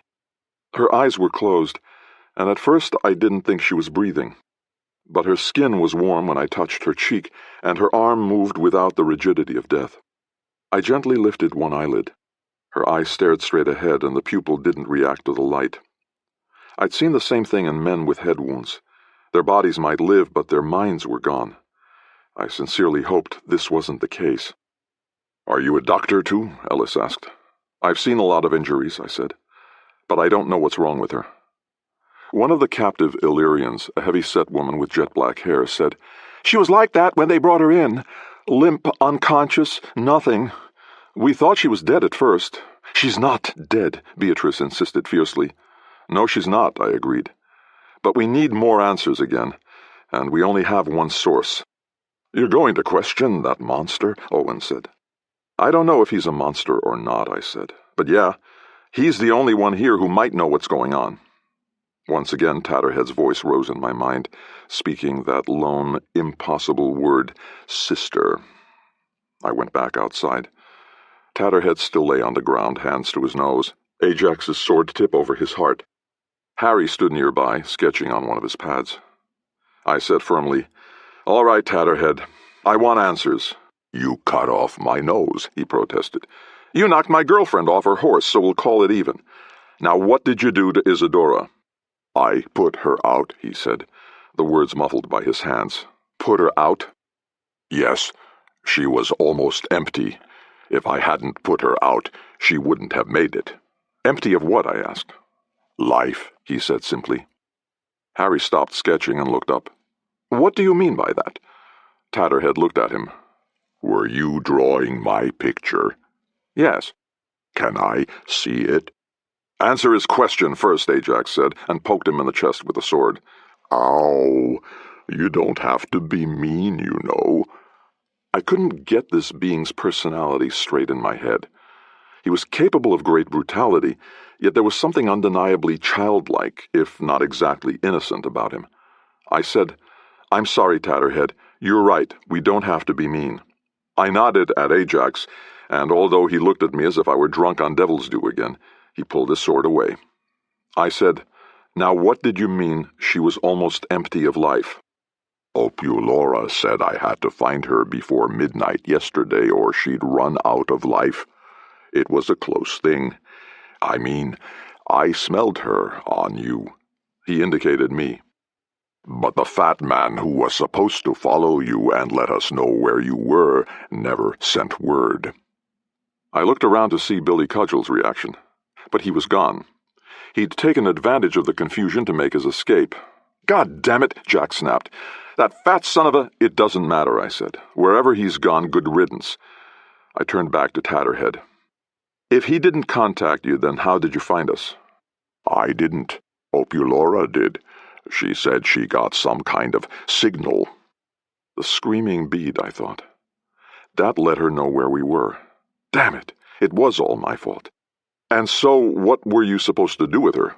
Bring her back by midnight tonight. After that, not even one of Opulora's spells can save her. Save her from what? From losing all her life, he said simply. You mean she'll die? Harry said. He shrugged, raising a puff of dust from the ground beneath him. Not die like you, but yes. And if you get her back by midnight tonight, I asked. Opulora can fill her back up. With life? Yeah. I couldn't decide if he was telling the truth, or if this was some nonsense story Opulora had fed him. I looked up at the sun. It wasn't quite noon. A fast rider could make it to Acheron by midnight, but I doubted our whole caravan could. Then something occurred to me. If it was so important that you get her there by midnight, why did you stop here? I knew you were following us. I could smell you. The soldiers who met me insisted we wait for you and finish you off. They didn't think it would be a big deal. He chuckled, and the deep rumble tickled the inside of my ears. They were surprised, weren't they? Yeah, I agreed. So if we let you up, do you promise to stop fighting us? I'm supposed to keep doing it, he said. Why? Because if I don't, Opulora will punish me. But you've already failed. We have Isadora, and we have you. If she could punish you at this distance, don't you think she would have? She has to know you failed, right? Right, he said slowly, turning the thought over in his head. I think you're safe, Tatterhead. I don't think even her reach extends this far. Safe, he repeated. Safe. So, if I try to keep fighting, you'll kill me? You bet your gigantic fucking ass we will, Beatrice said as she strode from the tavern. I was afraid she'd kick him, but she just stood over him, fists on her hips, and demanded, What did you do to my daughter? So am I afraid of you? Tatterhead asked me with genuine confusion. You should definitely respect us at least, I said, before Beatrice could threaten him again. He didn't seem angry at all, just perplexed and a little put out, like someone caught in the rain without shelter. Have you been afraid before? Only of Opulora. She can pinch me like a swarm of bees, stinging me without even touching me. She can make my whole body cramp and my bones ache no matter where I am. Except— He shook his head in wonder. Now she can't. I desperately wanted to ask him about the sister comment, but not when everyone else was around. Look, Tatterhead, we don't want to hurt you, really. We're just trying to rescue Isadora. Then you have to get her to Opulora by midnight, the big man said. Midnight? Beatrice repeated. What happens at midnight? Apparently she dies, Harry said. Then he winced. Sorry, no social skills, what can I say? Beatrice looked down at Tatterhead. Is that true? She demanded, her voice shaking with both rage and fear. Before Tatterhead could answer, Jack and Clancy returned. Jack's right arm was in a makeshift sling, and Clancy had a bloody gash across one cheek. We got him, Jack said, and indicated the body slung across the back of his horse. But he was tough. We couldn't take him alive. Ellis came from the tavern and helped his injured son from his horse.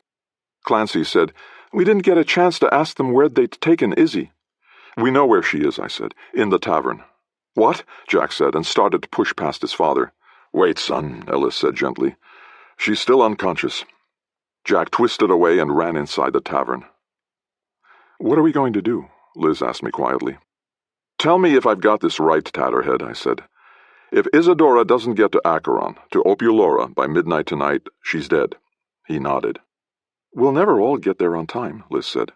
We need one rider, on our fastest horse, carrying her. I'll take her, I said.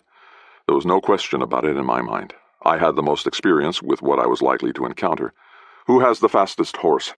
I do, Ellis said. Wait, why you? Beatrice challenged. Because it's what he does, Liz said before I could answer. I don't know anyone who'll try harder to save your daughter's life. Me, she said with certainty. And I bet I'm at least as good a rider as you. And she's my daughter. But you can't also fight your way through guards and then talk your way past kings, Liz said. Eddie can. You're that good, huh? She said dryly. Yeah, I said. At this I am. Ellis's horse would need water, grain, and rest before running like I intended to run him. Let's get everything ready. I'll leave in an hour. Beatrice started to snap something back, her fists clenched in rage and fury. Then she turned and stalked off. She'd be a handful, Harry said, but there was admiration in his voice.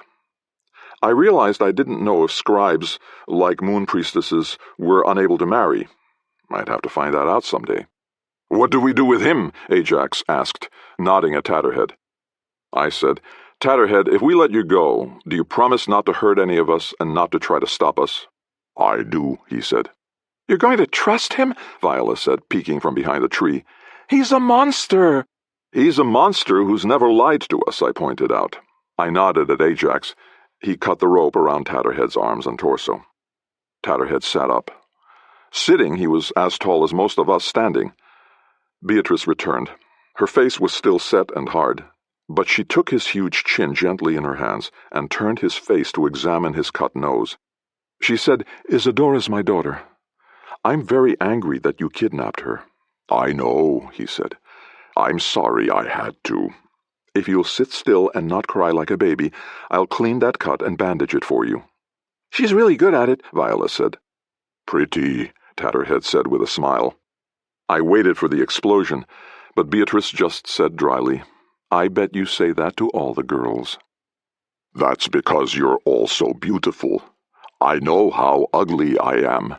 Everyone is beautiful compared to me. Beatrice smiled so slightly that only my trained observational skills caught it. A few minutes later, Tatterhead sat under a tree, his nose bandaged. Ajax and Clancy stood guard, swords drawn and ready. Everyone else, including Liz, was in the tavern. If I was going to press this whole sister issue before I left, this was my chance. I said, Gentlemen, I need a word with our guest, in private. Ajax said suspiciously, About what? About something private, I said. The bodyguard started to protest, then thought better of it and strode away. Clancy followed. Are you all right? I asked Tatterhead. My nose feels funny, he said. His deep voice was now very nasal as well. I have to ask you a question. Back at the Glendowers Manor, when you first kidnapped Isadora, you called her your sister. What did you mean by that? Tatterhead looked everywhere but at me. I can't say. Because of Opulora? He nodded. Is the girl your sister? He raised one hand and shook it, the widely acknowledged sign for sort of. Is this something I need to know to save her life? I pressed. Opulora can explain it better than I can, he said. And if you don't reach her in time, the answer won't matter. So what do we do with you then? Are you going to kill me? He asked simply. I don't want to. But it depends on you. Ideally, you'd stay here until tomorrow, and then leave without hurting anyone else. Can you give me your word on that? Why would I want to hurt anyone else? You're the one who cut me. That sounded enough like a threat that the hair on my neck stood up, but I tried to act like it hadn't fazed me. Perhaps he wasn't as innocent as I thought. Are you threatening me? His brows lowered. His confusion sounded genuine. No. Did that sound like a threat? Yeah. That's why I'm worried you might get angry and hurt someone if we leave you. Again the huge brow wrinkled. At last he said, I don't think I've ever been angry. Really, I said doubtfully. I get annoyed, but not mad. I wonder why. I think it's probably better for everyone that you don't. Yeah, but you'd think I would, wouldn't you? I'm essentially a slave. I don't get to make my own decisions. I have to do what I'm told or I'll be hurt. That should make me mad, shouldn't it? I'd think so. You cut my nose. I should be mad at you. I'd prefer you not be, but I'd understand it if you were. He continued to frown, then shook his skull. His plaited hair slapped together. No, isn't happening." "What's your name?" Viola asked suddenly. I hadn't heard her slip up behind me, and now she peeked around me to look at the giant. He smiled at her. "Tatterhead."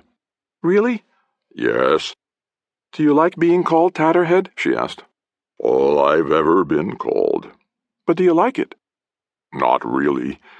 Everyone says it like an insult." "What would you like to be called, then?" He thought for a long moment. "Mortimer." "That's a much nicer name," Viola agreed. Half an hour later, I was astride King Ellis's magnificent stallion, with Isadora's limp form on the saddle in front of me. I'd tied her to my chest so I'd have my hands free. She was still unconscious and totally non-responsive. "Be careful with her," Beatrice said, holding her daughter's limp hand. "Please." "I will," I assured her. "I'll get the rest of us there as fast as possible," Liz said. "Be careful," I said to her. She winked, but didn't smile. I glanced over at the tree where Viola still stood talking with Tatterhead. It was too bad I'd never see how that friendship worked out. Ellis stepped close and pressed his signet ring in my hand. "I don't know if it will help, but feel free to use my name in dealing with Gerald. He and I were once like brothers." "Thanks," I said. I firmly nudged the horse in the ribs, and he shot forward down the road, the limp girl bouncing against me. Chapter 23. Much like swords, with horses you get what you pay for. Ellis's horse was like a well-oiled, single-purpose machine, galloping with the kind of smooth gait that told me he'd been born for this. If carrying two people threw him off or slowed him down, he didn't let it show. We moved along the mostly empty road like water through a stream bed. I was able to hold the reins with one hand and cradle Isadora's head against me with the other. She remained totally limp, completely unaware, and for all intents and purposes brain-dead. Her hands flopped with every stride as if she clapped out the galloping sound herself. Even when we passed through a cloud of gnats that made me spit and gag, she did not react. We dodged past wagons and other people on horseback, all of them in considerably less hurry than us. They all stared at me, no doubt wondering if I'd kidnapped the girl from some outlying farm. I only hoped none of them tried to be a hero and rescue her. I kept watch on the sun as it crossed into the afternoon sky and began its slow descent toward the horizon. We seemed to have plenty of time, but I knew better than to trust it. A lot could happen between now and midnight. By sundown, we were close to Acheron, whose spires I now spotted through the trees covering the road. Traffic got thicker, and I had to slow to a trot for safety, weaving around those who were blocking my way. I'd made good time, excellent time, actually, and now all I had to do was get to the castle and contact Opulora. They were expecting Isadora, at least. They should be ready for me. Of course, I'd have to explain what happened to their pet troll. I was used to the saddle, but riding hard for an extended period still took its toll, especially once the sun went down and a night's chill crept over me. My back and butt were killing me as I let the horse walk his way up to the city, just past full nightfall. The gates, previously wide open and guarded by opportunistic thugs, were now set up with an armed checkpoint. 3 tough-looking uniformed men checked papers on everyone trying to enter the city. There were only a couple of riders ahead of us, but the line behind me quickly grew long and impatient. I saw no graceful way to run off without being noticed and probably pursued, so there'd be no sneaking in by an alternate route. I'd have to figure out a way through. The other people in line began to notice Isadora, flop-limbed and slack-mouthed. Whispers spread out around me. The second rider ahead got through, which meant I only had a few more moments to come up with something brilliant. Then a new voice said, "I'll handle this, good sir." If it had been Crazy Jerry himself, I doubt I could have been more surprised. Billy Cudgel sat on his horse beside me, as nonchalant as if he'd been riding with me all along. "Where did you come from?" I managed to gasp. "Out of Lady Cudgel by Lord John Cudgel," he said with a satisfied grin. "I assure you my family is quite distinguished." "You're the black sheep?" "Merely misunderstood in my time." Now it was our turn, and 2 guards crossed their spears to block the way. "Not so fast," the third one said. "Let's see some papers." "Do you know who I am?" Cudgel said in high dudgeon. "I will when you show me some identification. Don't be a smartass, old man. I've been doing this all day and I'm tired." I am Sir William Cudgel, late of His Majesty King Gerald's employ, may the gods protect him, and known and treasured by the Lady Opulora. My friends and I are traveling on the king's very business. Is that a fact? It is indeed, sir. Well, since the king himself closed down the gates, you won't mind proving that. Cudgel slapped the man across the face with his reins. All conversation in the line behind us ceased. You dare ask me for identification? I shall have you taken in irons before the king, and then delivered to the tender mercies of the Lady Opulora.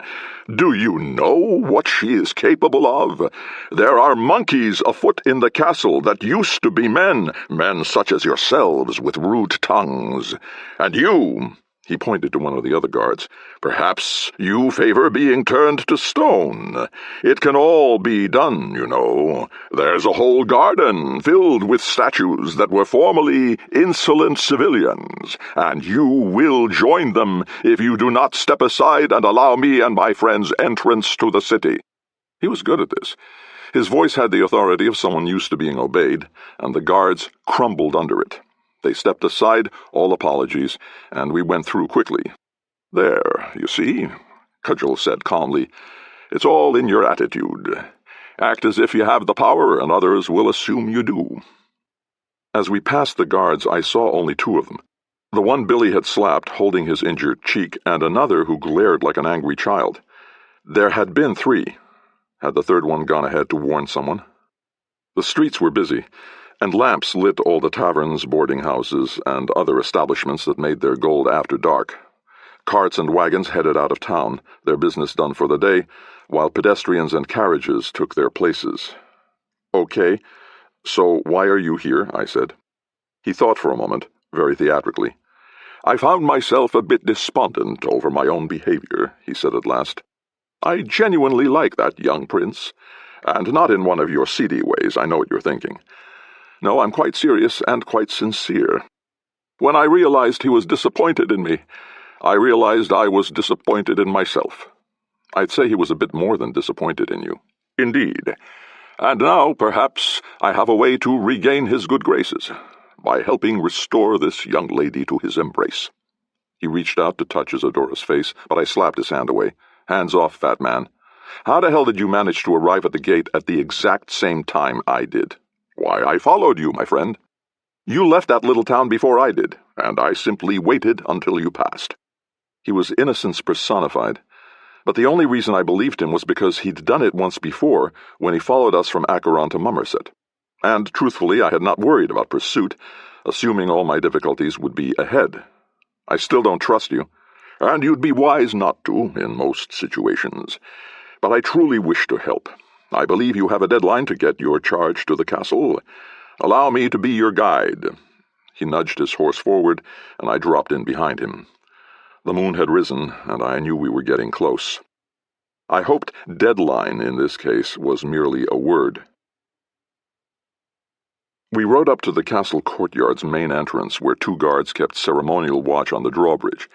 They did not respond until Billy said, I am Sir William Cudgel, and I must see the Lady Opulora. She has left standing orders to admit me. The guards exchanged a look, then stepped aside. We entered the courtyard, and two pages ran forward to take our reins. Torches lit the area, all the way up the stairs to the main hall's doors. I untied Isadora and dismounted with her tossed over my shoulder. Once on the ground, I shifted her to a more dignified position, but she was still heavier than I expected, a total dead weight. Again, I hoped it was just a term. The pages led our horses off into the darkness, and Billy started the climb toward the main hall doors. I put my foot on the bottom step, then paused. Hey, I said quietly. He looked back, breathing heavily from the exertion. Yes? This is the inner courtyard. Don't you think there should be more? A dozen men, swords drawn and shields ready, came out of the shadows and within moments surrounded us. Except for the creak of their armor, they were silent, their faces set and determined behind their helmet grills. Total pros, on the job. Guards, I finished belatedly. The great doors at the top of the stairs opened, and the same retinue we'd seen in the warehouse came down the steps toward us. They stopped just above Billy, then parted to reveal King Gerald. Billy dropped to one knee, or at least as close as a man of his bulk could get on these steep stairs. "Your Majesty, lock him up," Gerald said. "Somewhere dark and uncomfortable." Two of the men surrounding us sheathed their swords and grabbed Billy's arms. They muscled him back down the stairs, past me, and off into the shadows. He protested the whole way, but his words were useless, and after a door clanged shut, the courtyard was silent again. Gerald slowly descended toward me, and the guards stayed close. I couldn't do much fighting with Isadora in my arms, and wouldn't try to fight anyway. He stopped a few steps above me and said, "LaCrosse." "Your Majesty," I acknowledged. "I apologize for not kneeling, but I've got my hands full." "Is this the girl?" "I'm not sure what you mean by that, Your Majesty," I said honestly. I didn't have a clue what he knew. The shadows were too dark for me to see his eyes clearly, even with the flames flickering around us, so I wasn't sure if he was in crazy mode or not. His breath came out in raspy puffs, the steam backlit by the torches. Through clenched teeth he said, "Is this the girl that Opulora wanted?" "Yes, Your Majesty," I said. "Where is the monster?" "He's indisposed." His voice dropped to a whisper. "Did you kill him?" "No, but I don't think you'll be seeing him anymore. He's off the payroll." The king snorted. "So is his damned creator. I'd had enough of Opulora and her machinations. This is my kingdom. I sit on the throne of my fathers, and she has interfered with my rule for the last time." A chill ran up my back. "Is she dead?" "She should be. She's locked away. My interrogators are with her. Soon I'll know the answer." "Answer to what?" I asked, dreading the response. He pointed at Isadora. "Who that damned girl really is." Her condition finally registered on him. "What's wrong with her, anyway?" "I don't know. Tatterhead was bringing her to Opulora. He said only she can save her." Gerald humphed in response. "All right, bring her in." His demeanor darkened again. "What?" he snarled. "I was told there's a deadline. If she doesn't reach Opulora by midnight—" "Then what?" Gerald bellowed. "She turns into a pumpkin? Her magic carpet becomes a rug? Don't give me any of that storybook mumbo-jumbo. I've already had a bellyful from Opulora. I'm extending the hospitality of my palace to her. That damn well better be enough. She's not even Manoman. She's some foreign peasant." I remembered Ellis's ring, but this didn't seem the time to play that card. I followed Gerald up the stairs into the main hall. I had at least 2 hours until midnight. 2 hours to convince an unstable king to free an imprisoned sorceress, and to hope I was able to do again what I'd done once before. Save Isadora. Chapter 24. A pair of bulky, sour-faced matrons took Isadora from me. I started to resist, but the guards surrounding me forced me to reconsider. As soon as Isadora was out of my arms, one of them pulled my sword from its scabbard. Then another pushed me, reasonably gently, against the wall face first and patted me down. He missed my boot knife, which lay hidden along a seam, but against a bunch of professional guards I was essentially weaponless. Well, except for my charm. Then I was ushered into the throne room. It was a standard setup, with a long open floor where banquet tables could be placed. At the far end was a raised dais with 3 steps leading up to the actual seat of power, now occupied by an impatient-looking King Gerald. The only thing missing were courtiers and servants. Except for the guards, Gerald and I were alone. As soon as I got close enough, he said, "So tell me more about this girl. Where is she from?" This time I knelt, bowed my head, and said, "She's been raised by a shepherd family in Altura. She was found as a baby in the nearby woods." "Is that their story?" he said sarcastically. He gestured that I could stand. "It's the truth." I figured I had little to lose by taking the initiative, so I said, "May I speak with Opulora?" "Why?" "I've had my best interrogators working on her, and they've gotten nothing." That sent a chill through me. No one got interrogated if they were still on the king's good side, so apparently things had changed. And what professional interrogators left behind often no longer counted as human. Still, I had to try. Interrogators try to make people talk. I try to make people want to talk. He regarded me skeptically. "Are you that good?" I get 25 gold pieces a day plus expenses. You're a foreign national coming into my court in the company of that known criminal, Billy Cudgel. Why should I trust you? Because your interrogators have failed and I might not. What have you got to lose? You seem very eager. I am. I need to know what's wrong with the girl, and Opulaura's the only one who can tell me. You say. I say. She's a lying, conniving bitch, that one. You wouldn't believe what she told me about that girl. What was it? He snorted contemptuously. Like I said, you wouldn't believe it. Let's see if she tells you the same bullshit story. Hector, take him to the dungeon. One of the guards stepped forward and took my arm, firmly but not obnoxiously. I recognized him as the same one who'd been in disguise as the king when Liz and I delivered the dishes. Yes, Your Majesty, he said. Lock him in with her, though, Gerald continued. I don't want an open door anywhere between her and me. Let him out when he finishes and bring him straight here. I said, Will Isadora, your damn shepherd girl will be fine, whoever she is.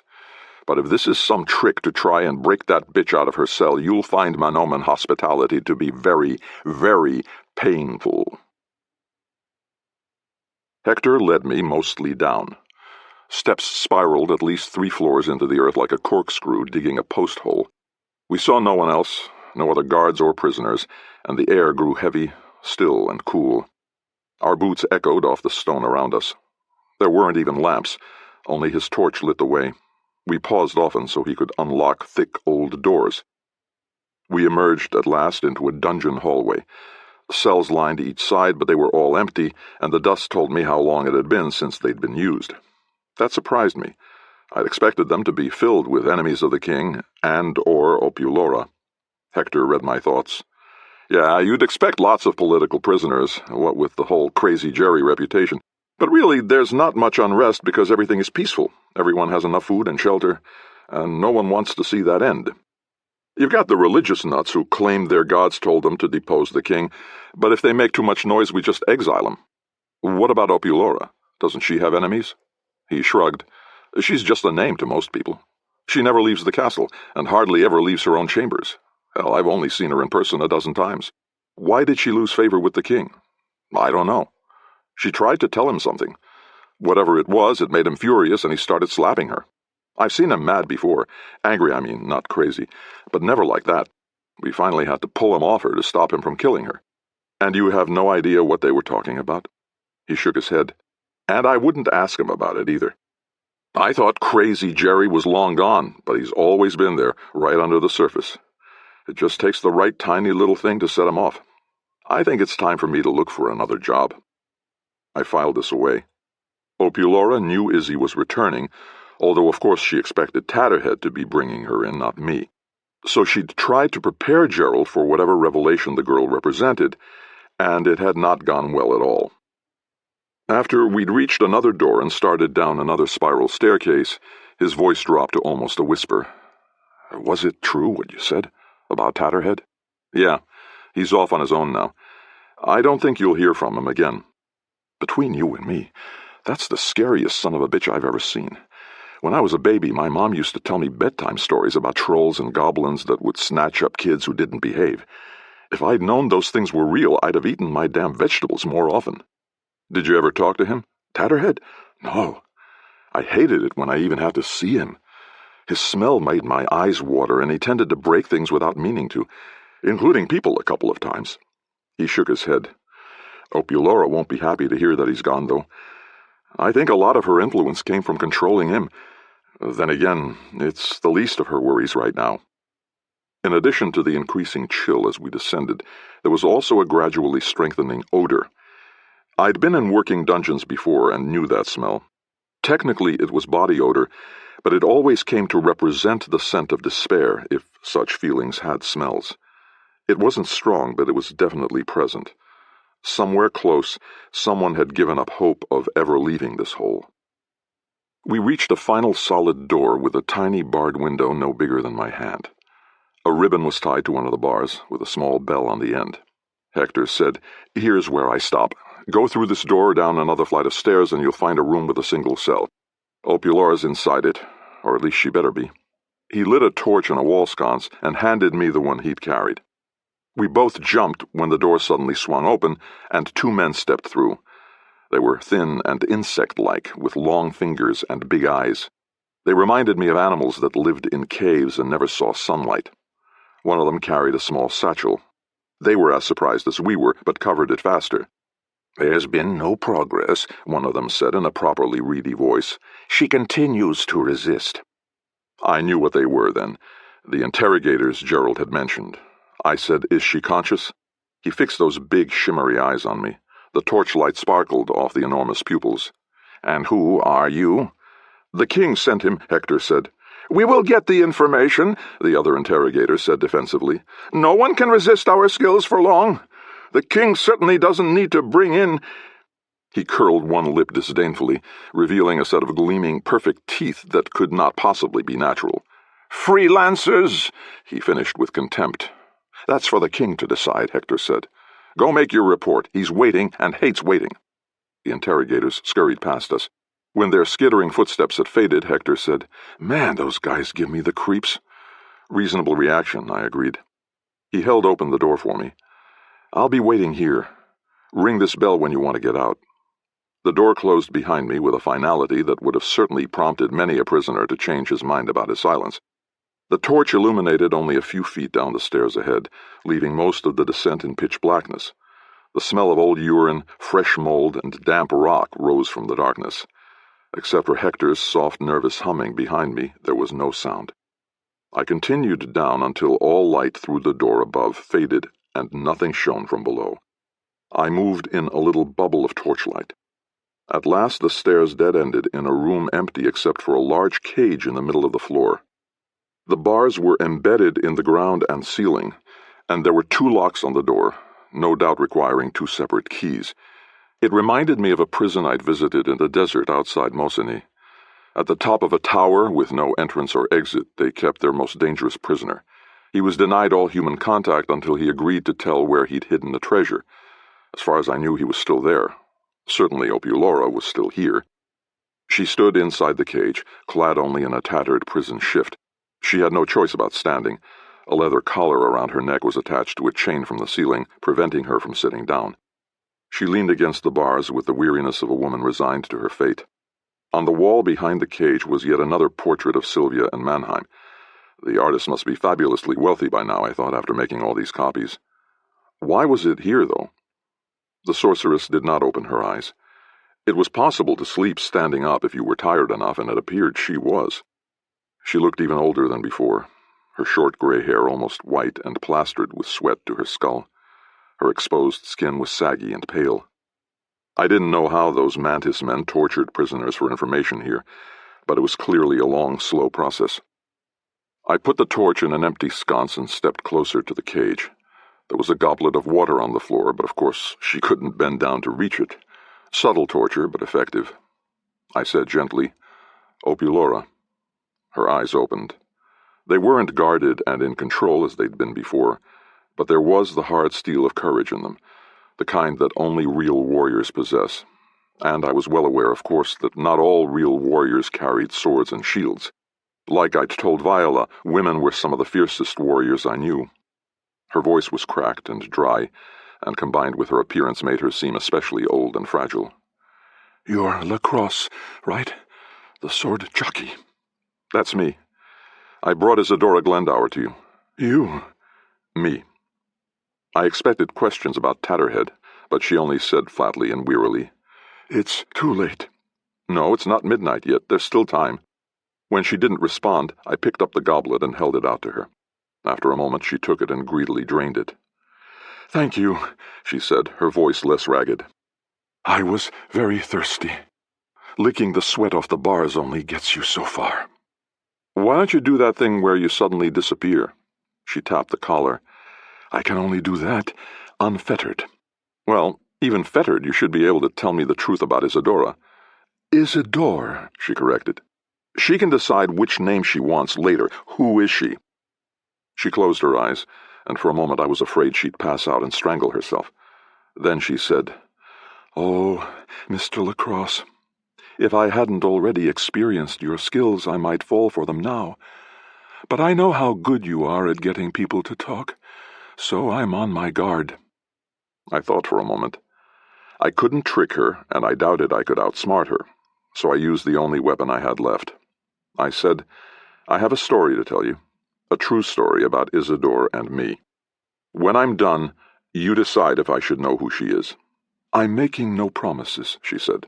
I'm not asking for any. I told her about rescuing Isidore from the bear and placing her with the Glendowers. Then I told her how I found Isidore again, and how Tatterhead kidnapped her after following us right to her. I don't appreciate being used that way, I finished. I normally get paid for it, if nothing else. But this isn't about money. It's about a girl who's done nothing wrong being treated like she was some kind of prize toy. She's far from that, Opulora said. She shook her head slowly. So that's why I lost track of her. Poor Kyle. He was a good man, you know. That's why I trusted him with her safety. He deserved a better death. He was tough, all right, I said, recalling the way he'd hung on to life long enough to ensure I'd care for Isidora. Tougher than I'd be after being mauled by a bear. And my poor Tatterhead. I thought he might rescue me when he returned, but now that will never happen. He wanted so much to be a normal person. Now perhaps he'll get his chance. I said gently, if Isidore's not a prize, what is she? Again she closed her eyes. She is the heir to the throne of Manoma. That's not possible, I said. Gerald's only heir was a boy who died.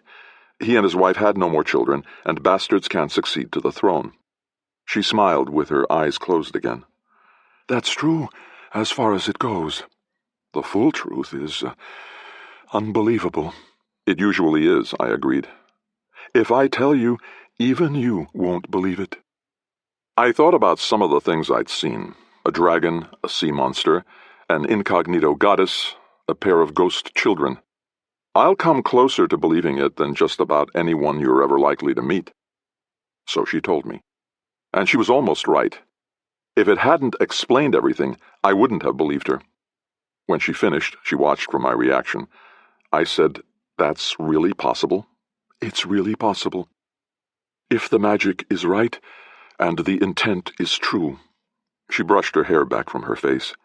Mr. LaCrosse, I'm not even 50. Why do you think I look this old? It took a lot out of you, I guess. Years of my life. But I don't regret it, and I'd do it again. I was silent, absorbing the story and letting it connect up to past events on its own. I understand why you haven't told anyone. There's no proof, I take it. None at all. And now, with Isidore dead... She's not dead. Stop saying that. It's not midnight, so there's still time. Isn't there?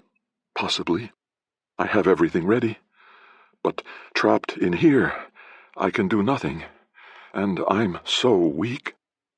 My mind raced with possibilities. The sorceress was right, of course. No one would believe the story without proof. And what proof could there be? Then the painting on the wall caught my eye. Why is that here? I tried to tell Gerald what I told you. With Tatterhead bringing Isidore back, I knew I had to come clean with him. He did not believe me, to put it mildly. He had that painting hung to remind me of the memories I'd soiled. Her eyes welled up. Sylvia and I were like sisters. She was too trusting, and she was beautiful.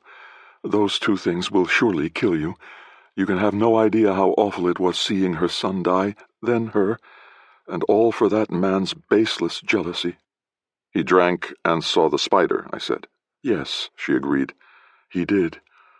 And no one could convince him otherwise. She wiped her eyes, smearing the dirt on her face. I stared at the image as an idea formed and quickly took shape. It was either brilliant or so stupid not even Liz would stay with me afterwards. I think, I said, I might know how to convince Gerald of the truth. But we have to get you out of here, and now. If Isidore, dies, then it's all for nothing. I pulled the knife from the side of my boot, reached through the bars, and cut off the leather collar. She slid to the ground, rubbing her neck. Thank you. Don't thank me yet. I unscrewed the pommel on my knife and withdrew a set of lockpicks hidden there. The first lock opened easily, but I worried that the second one never would. Then it clicked, and the door swung open. I helped Opulora to her feet. She weighed hardly anything. Swear you're not tricking me just to get out of here, I said. I swear. All right. A couple of froggy old women took Isadora from me when I got here. I don't know where they took her, but I can find her. I have quarters in the castle, secret rooms that no one can find if I don't want them to. That's where I'll be. Then how will I find you? When I have everything ready, I'll find you. I looked her in the eye.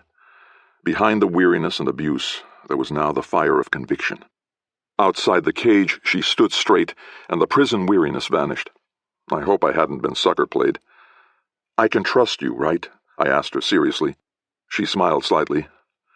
Aren't you a good judge of people? Nobody's perfect. Yes, Mr. LaCrosse, you can trust me. And with that, she vanished. No flash, no smoke, just there one moment and gone the next, with the same lack of drama as when she'd appeared in the king's antechamber. I hoped I was right to trust her.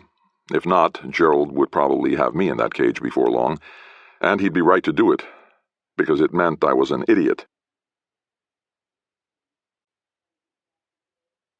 Chapter 25. Hector pushed open the throne room double doors, then stepped aside so I could make a grand entrance. Gerald, back on his throne and surrounded by his guards, looked up as I approached. I knelt before him. "Well," he demanded, "what nonsense did she tell you?" "The same thing she told you," I said. "Isadora's your daughter." "And you believe her?"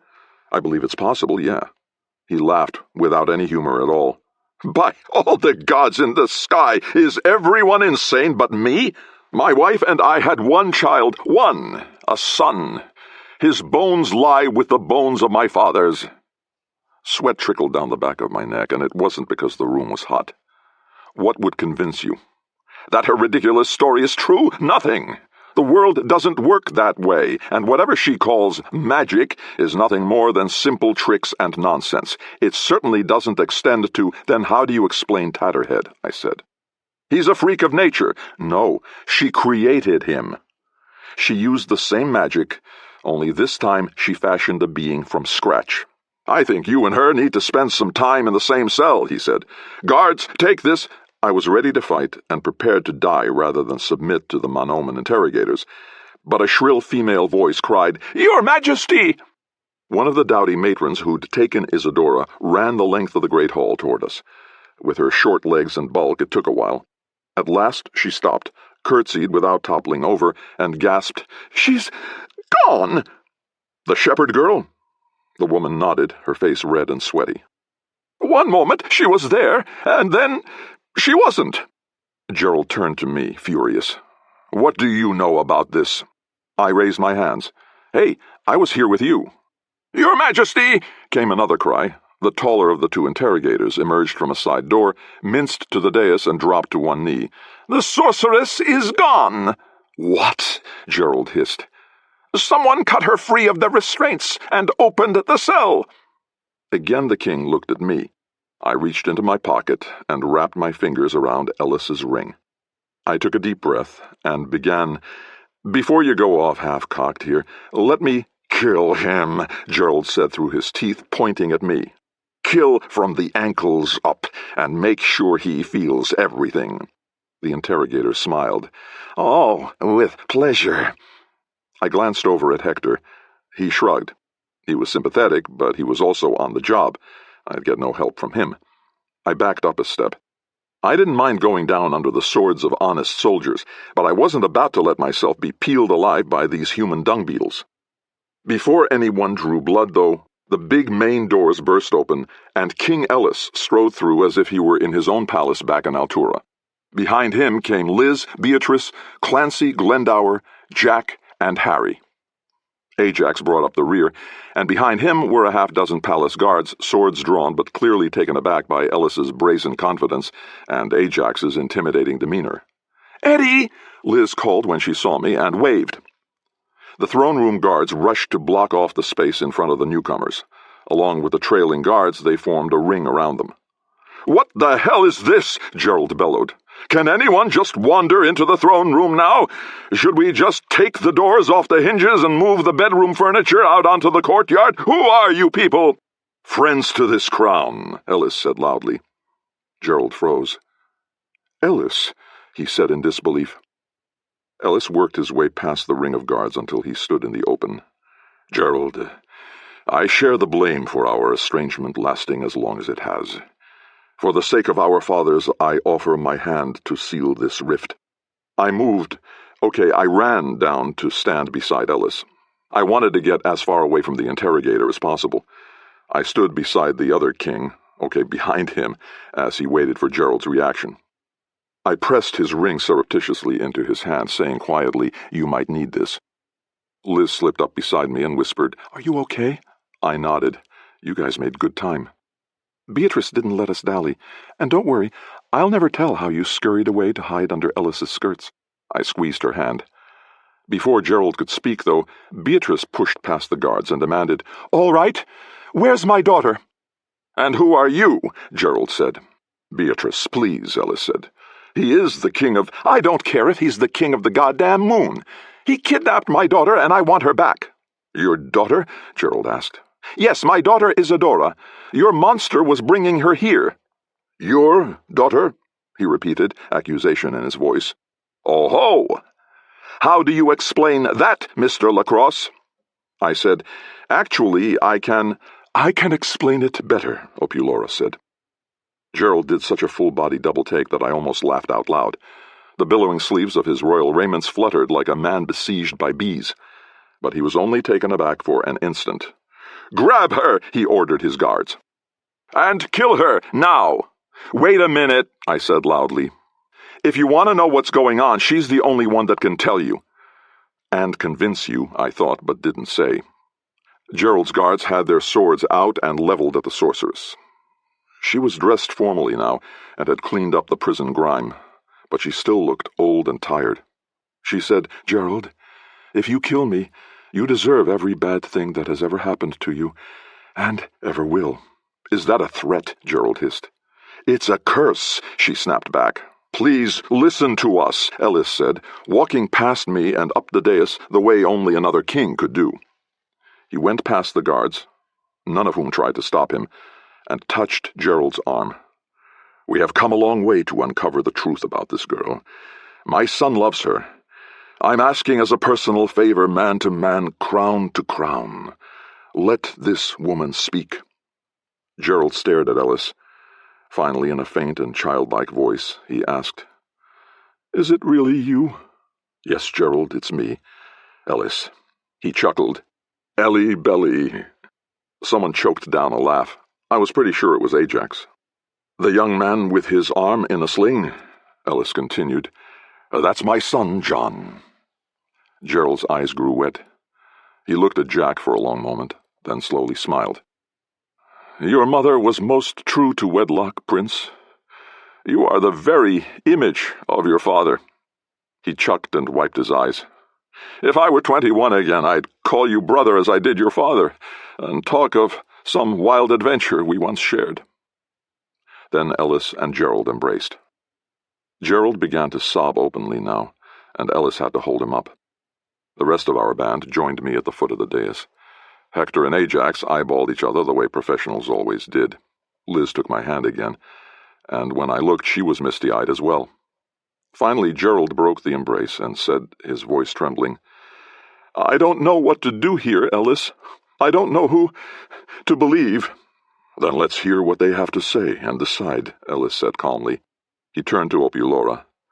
"You seem to have the floor." Opulora said, "Gerald, I must ask you to share something with the rest of the group. How did Sylvia die?" Gerald made a strangled sound, and I think he would have collapsed had Ellis not supported him. "What has that got to do with any of this?" Ellis said. "It is crucial," Opulora said, "to proving that I'm telling the truth." Gerald took a deep breath, blew it out, and managed to choke out, "She killed herself after learning of our son's death." "I know," Opulora said, "but exactly how?" Gerald's teary eyes were scrunched closed as he said, "She disemboweled herself. She cut her belly open, and when that didn't work fast enough, she stabbed herself in the heart." Liz gasped. Ellis sighed and lowered his head. Even Beatrice turned pale. Glendower squeezed her shoulder reassuringly, and she patted his hand. Harry furiously scribbled on his pad. I'm not sure Clancy knew what disemboweled meant. Jack spoke for us all. That poor woman. And what has that got to do with anything? Gerald demanded, lurching upright. Or do you just want to dredge up as many unpleasant memories as you can? You're very good at that. It should be an unpleasant memory, I said. I wasn't going to let him get out of this with a few tears, since it was all his fault anyway. And maybe you deserve to get it dredged up every once in a while. Have you ever seen someone gutted, Your Majesty? Eddie, Liz whispered warningly. Other than my wife? Gerald snapped back. Yeah, other than her. No, thank goodness. I have. I've done it and I've seen it done. It might not kill you right away, but not too many people would have the strength or the presence of mind to stab themselves in the heart afterward. Gerald was thoroughly puzzled. Why are you telling me this? I looked at Opulora, but she nodded for me to continue. I think she was grateful not to have to expend the energy. I said, You've got things backwards, Your Majesty. Your wife killed herself with that knife to her heart. The other injuries came after. I let that settle. Someone cut open my dead wife? He cried. Yeah, I said. But she was locked up alone in a secure tower. There was no one with her when she was found. That's all true, I said. He looked genuinely distraught. But who? Why? The who should be obvious. Who could get past your security? It took him a moment. Then, softly, he turned and looked at his sorceress. You, he breathed. The room fell silent. Don't try to blame her, I said, my own anger starting to get the better of me. You brought in Opulora based on her reputation, and she did what you paid her to do. She discovered the truth, which was that you were in the throes of a jealous hissy fit, and you were the one who didn't believe her. Stop it, Ellis said. This is cruel. Cruel? I almost shouted. Is it as cruel as making a 10-year-old boy think he has to rescue his mother from his father? Is it as cruel as his mother having to watch him fall to his death? Tell me about cruel again, King Ellis. I'm not sure I get it. Stop it, Gerald cried, and sank to his knees. I wasn't about to stop. When your son died, the whole jealousy thing didn't matter anymore, did it? Your whole imaginary wounded pride meant nothing. There was no spider in your cup, was there? Gerald looked blasted. No, he whispered. There wasn't. There was nothing for it now but to drop the big sword, and to be honest, at that moment I relished it. Did you know your wife was pregnant when she died? Now Gerald just stared, speechless. So did everyone else, for that matter. Yes, I continued. Not very far along, but definitely with child. She hadn't had a chance to tell you before all the trouble started, and then she died. He began to truly cry. No one spoke or moved. I let the moment settle. Opulora nodded at me, tears on her own cheeks. I needed my next statement to have all the impact it could, because it was the bit that no one in their right mind would believe. Would you like to meet your daughter, Gerald? Several moments passed before that got through to everyone. The first to react, surprisingly, was Clancy. He said, No way. Yes way, I assured him. Beatrice stepped in front of me and actually shoved me a little. So what are you saying? You drop all these little hints. Just come out and say what you mean. Okay, I agreed. Isadora Glendower is also Princess Isidore of Monoma. I'd never faced so many open mouths and wide eyes in my life. It left even Harry Lockett speechless, and that was something. Wait a minute, Beatrice said at last. That's impossible. You can cut a baby out of its mother if it's close to term, but it is possible, Opulora said. I did it for Sylvia. You, Gerald said, and lurched to his feet. He would have grabbed Opulora by the throat if both Ellis and Hector hadn't grabbed him. You mutilated my wife's body and let me spend years thinking she'd done it to herself. I did what was necessary based on your actions, Your Majesty, Opulora said, chin high. Had Sylvia told you, you would have probably accused your friend Ellis of being the father. And then to the group she said, Your Majesty, Majesties, I assure you, Isidore is your daughter, Gerald. If you will come with me, I can explain how this is possible. She gestured at the others. All of you, please. You all deserve to hear this. Why should we go anywhere with you? Gerald snapped. Why should we trust you? Because if you don't, I will be gone in a blink, and none of you will ever see Isidore again." "Then we have no choice, do we?" Gerald said. "Not in this," Opulora agreed. "Not today." Chapter 26. Servants and courtiers stepped quickly aside as we strode through the hallways. I tried to map our progress, but the castle's geography seemed to change and alter behind us. I assumed it was something Opulora had done to keep people from straying into her chambers. Then I berated myself for accepting magic so easily. It was probably just basic strategy, using lots of turns and doublebacks to disorient us. Of course, the big magic was to come. If, that is, Opulora told the truth. "My head hurts from all this twisting around," Harry said. "Hard to keep track of where we are." I nodded at his ever-present stylus and vellum. "Are you making a map?" "Of course. Second nature by now." I hoped he was right, and that it would work if we needed it. At last we came to a large double door. Below the handles, instead of a typical lock, was a flat crystal in a metal frame. Opulora put her right palm against it. It glowed the same way the weapon-detecting crystal had done. When she removed her hand, something heavy and solid moved within the door, and she easily pulled it open. She turned to face us. "No mortal but me has passed this threshold. Not king, nor beggar, nor sprite, nor troll. What lies within are singularities, the like of which you can scarce imagine." "Drama much?" Jack muttered. "I know it sounds ridiculous," Opulora said with a patient smile, "especially to a young man unfamiliar with magic and sorcery. Those skills are rare, and kept in the shadows for good reason. That's why I felt I should warn you." "You said Isidora was here," Beatrice said. "I did, and she is." "Then at least one other mortal has passed this threshold." Opulora said nothing. She pulled open one half of the big double door, and we entered. The room seemed impossibly huge, the ceiling almost out of sight above, and the stone walls formed a vast circle big enough for an army to stand ready within. Only the room wasn't empty, far from it. It was filled with tables, cabinets, hanging platforms, and bookshelves. Glass bottles and other containers lined the shelves, and residue dripped from them had caked on the floor.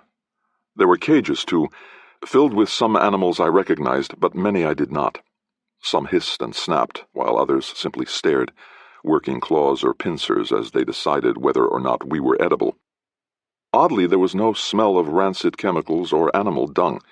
If anything, the place smelled faintly of vanilla. "This is my sacred circle," Opulora said, gesturing around her. "Here, working on my own, I have discovered the secrets of life and death that nature and the gods try to keep to themselves. I apply my training and knowledge to the problems that afflict mankind, in the hope of finding solutions that may free us from our mortal shackles." No one moved very far into the room, preferring to stay near the door. Liz took my hand and said quietly, "Those mortal shackles look perfect for stringing people up."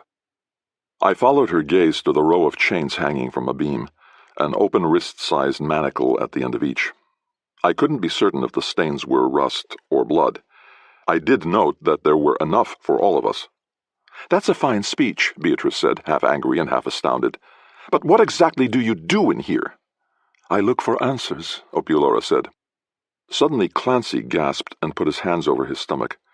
He pointed like a child confronted with something awful. On a table, half covered with a sheet, was a man's corpse. The skin was cut open and peeled back, and the white ribs pointed up. The removed organs were in clear containers, floating in some preservative liquid. The expression on the dead man's face was almost beatific. "By all the gods in the sky," Gerald said, appalled. "How many men have you killed in here?" "Your Majesty, you do me a dishonor. No one has died in here. I do not trade in experiments on living men. This was a criminal who died in prison. He's been more use to the world here than he ever was in life. Through him and others like him, I've learned techniques to save men. A fair trade, I'd think, for the life of a man who sowed only misery and destruction when he walked the earth." "It's an obscenity," Glendower said. "A man's body should be treated with respect." "Maybe you should hold off on the judgment," I said, tired and annoyed by his sanctimonious tone. "I've seen how useful this kind of work is on the battlefield. More men live now than used to, even 10 years ago, because of what women like this have learned and shared. Then the cost is too high, he sniffed. Tell that to their wives and children, I fired back. You've never fought anything more vicious than a sheep. A ram can be pretty ornery, Clancy offered. Shut up, son, Glendower snapped. Don't help me. Before I could snap off a reply, Liz warningly squeezed my hand. She was right, this was not the time. I said, We'll just have to agree to disagree then. Where's Isadora? Jack said, getting us all back on topic. Oh, yes, Opulora said. The young lady of the hour. She nodded at his injured arm. Is that broken? Probably, he said. It really hurt for a while. Now it's numb. You need to have it set then. Otherwise it won't heal properly, and might never work right again. My arm can wait, Jack said. Just take us to Izzy. Very well. Follow me. When we moved away from the door, it swung shut on its own and slammed with a finality that we all noticed. If this was an elaborate setup to get rid of all her enemies at once, then I carried the blame for walking us right into her clutches. This is spooky, Liz whispered as we moved through the huge room, past tables and devices whose purposes may have been wholly scientific, but that nonetheless seemed like they could do a lot of damage to a human being. And the strange fluids bubbling in some of the pots and cauldrons gave off odors that, while faint, were not reassuring. Who lives like this, surrounded by death? You can't understand life, Miss Dumont, Opulora said, until you know death. Would you appreciate the light without the dark? We entered an open space in the middle of the room. A 10-foot-high cylinder, 5 feet in diameter, rested under a shroud. Pipes ran under the fabric, adding and draining fluid. Soft bubbling came from it. Opulora gazed reverently at it. Your answer, my friends, is here. She pulled a rope that dropped the shroud to the floor. Beatrice cried out. It wasn't quite a scream, but it was close. Inside the clear-sided tank floated Isadora. She was still unconscious, and her face was serene and peaceful just like the dissected man. But that wasn't the strangest part. She was clad not in the tattered formal dress she'd worn as Aeola at the banquet, but in an elaborate court gown that slowly billowed in the gently bubbling liquid. It was identical to the one worn by the late Queen Sylvia in the painting. She's dead, Clancy said in his simple, flat way. No, she's not, Opulora said. The spell that once saved her life is being replaced with one that will allow her to go on living. Get her out, Beatrice said in a small, trembling voice. Then it rose to a shriek. Get her out! She's drowning! Get her out! No, Opulora repeated. She has only a short time left, then she will be returned to you. I swear on my own life. I watched King Gerald. It hadn't been so obvious in life, but with her face passive and immobile, and dressed as she was, the resemblance to Sylvia was unmistakable. Just as I'd hoped when I suggested something like this in the dungeon. Opulora smiled, the first true wide smile I'd ever seen on her face. I like your silence, Gerald. It shows off your wonder. But tell me, Your Majesty, why are you silent? He breathed in little shallow gasps. This girl looks like your late queen and my best friend, Opulora finished. As she should, being her daughter and yours. Gerald acted as if he didn't hear. Her eyes and her mouth, all as they were when we met, when we were so young. Okay, if nobody is going to ask, I will, Harry Lockett said. Exactly what are you doing to her? And what did you do back when her mother died? Opulora took a moment to gather her thoughts. What I did may seem like a miracle, but I assure you it was simply applied science and magic, though very, very difficult. Sylvia died when Isadore was barely 3 months along. I removed her from Sylvia's body before the effects of her mother's death reached her. I had to do it quickly and crudely, and for that I am sorry. But she was locked up alone in a secure cell, Harry said. There was no one with her when she was found. That's all true, she said. Gerald looked genuinely distraught. But, there's no way a baby could survive at that age, Beatrice said. Absolutely not. She's right, Gerald said, in a mutter that might have been meant only for himself. You're a traitor, trying to drive me mad. Would you prefer to execute me without trial, then? Opulora snapped. Or would you care to know how it was done? Oh, I think we'd all like to know that, Liz said. Through all this, Gerald continued to stare at Isadora as she floated in the tank. Only Hector and I noticed. I couldn't tell what the king was thinking, and that little glimpse of crazy Jerry had me on edge. I wished I had more than my boot knife in case things got chaotic again. Opulora led us to another door set into the curved wall. Again she pressed her palm to a glowing crystal, and the bolt drew somewhere on the other side. The new room beyond was dark, and the air that came out was cool and stale, as if it had been closed off for a long time. Opulora snapped her fingers, and lamps flared to life within. "Can you teach anyone to do that?" Jack asked. "Anyone who spends 5 years learning to speak the language of fire," Opulora said, and led us inside. This room was also high-roofed, but much smaller. Far less sorcery-related stuff filled it, and what was here was neatly cleaned, dried, and put away. Most odd were the walls, whitewashed to a semblance of almost cheeriness, with framed paintings of bright flowers and friendly animals, along with a wide window that during the day would fill the place with light. Before us stood a long table.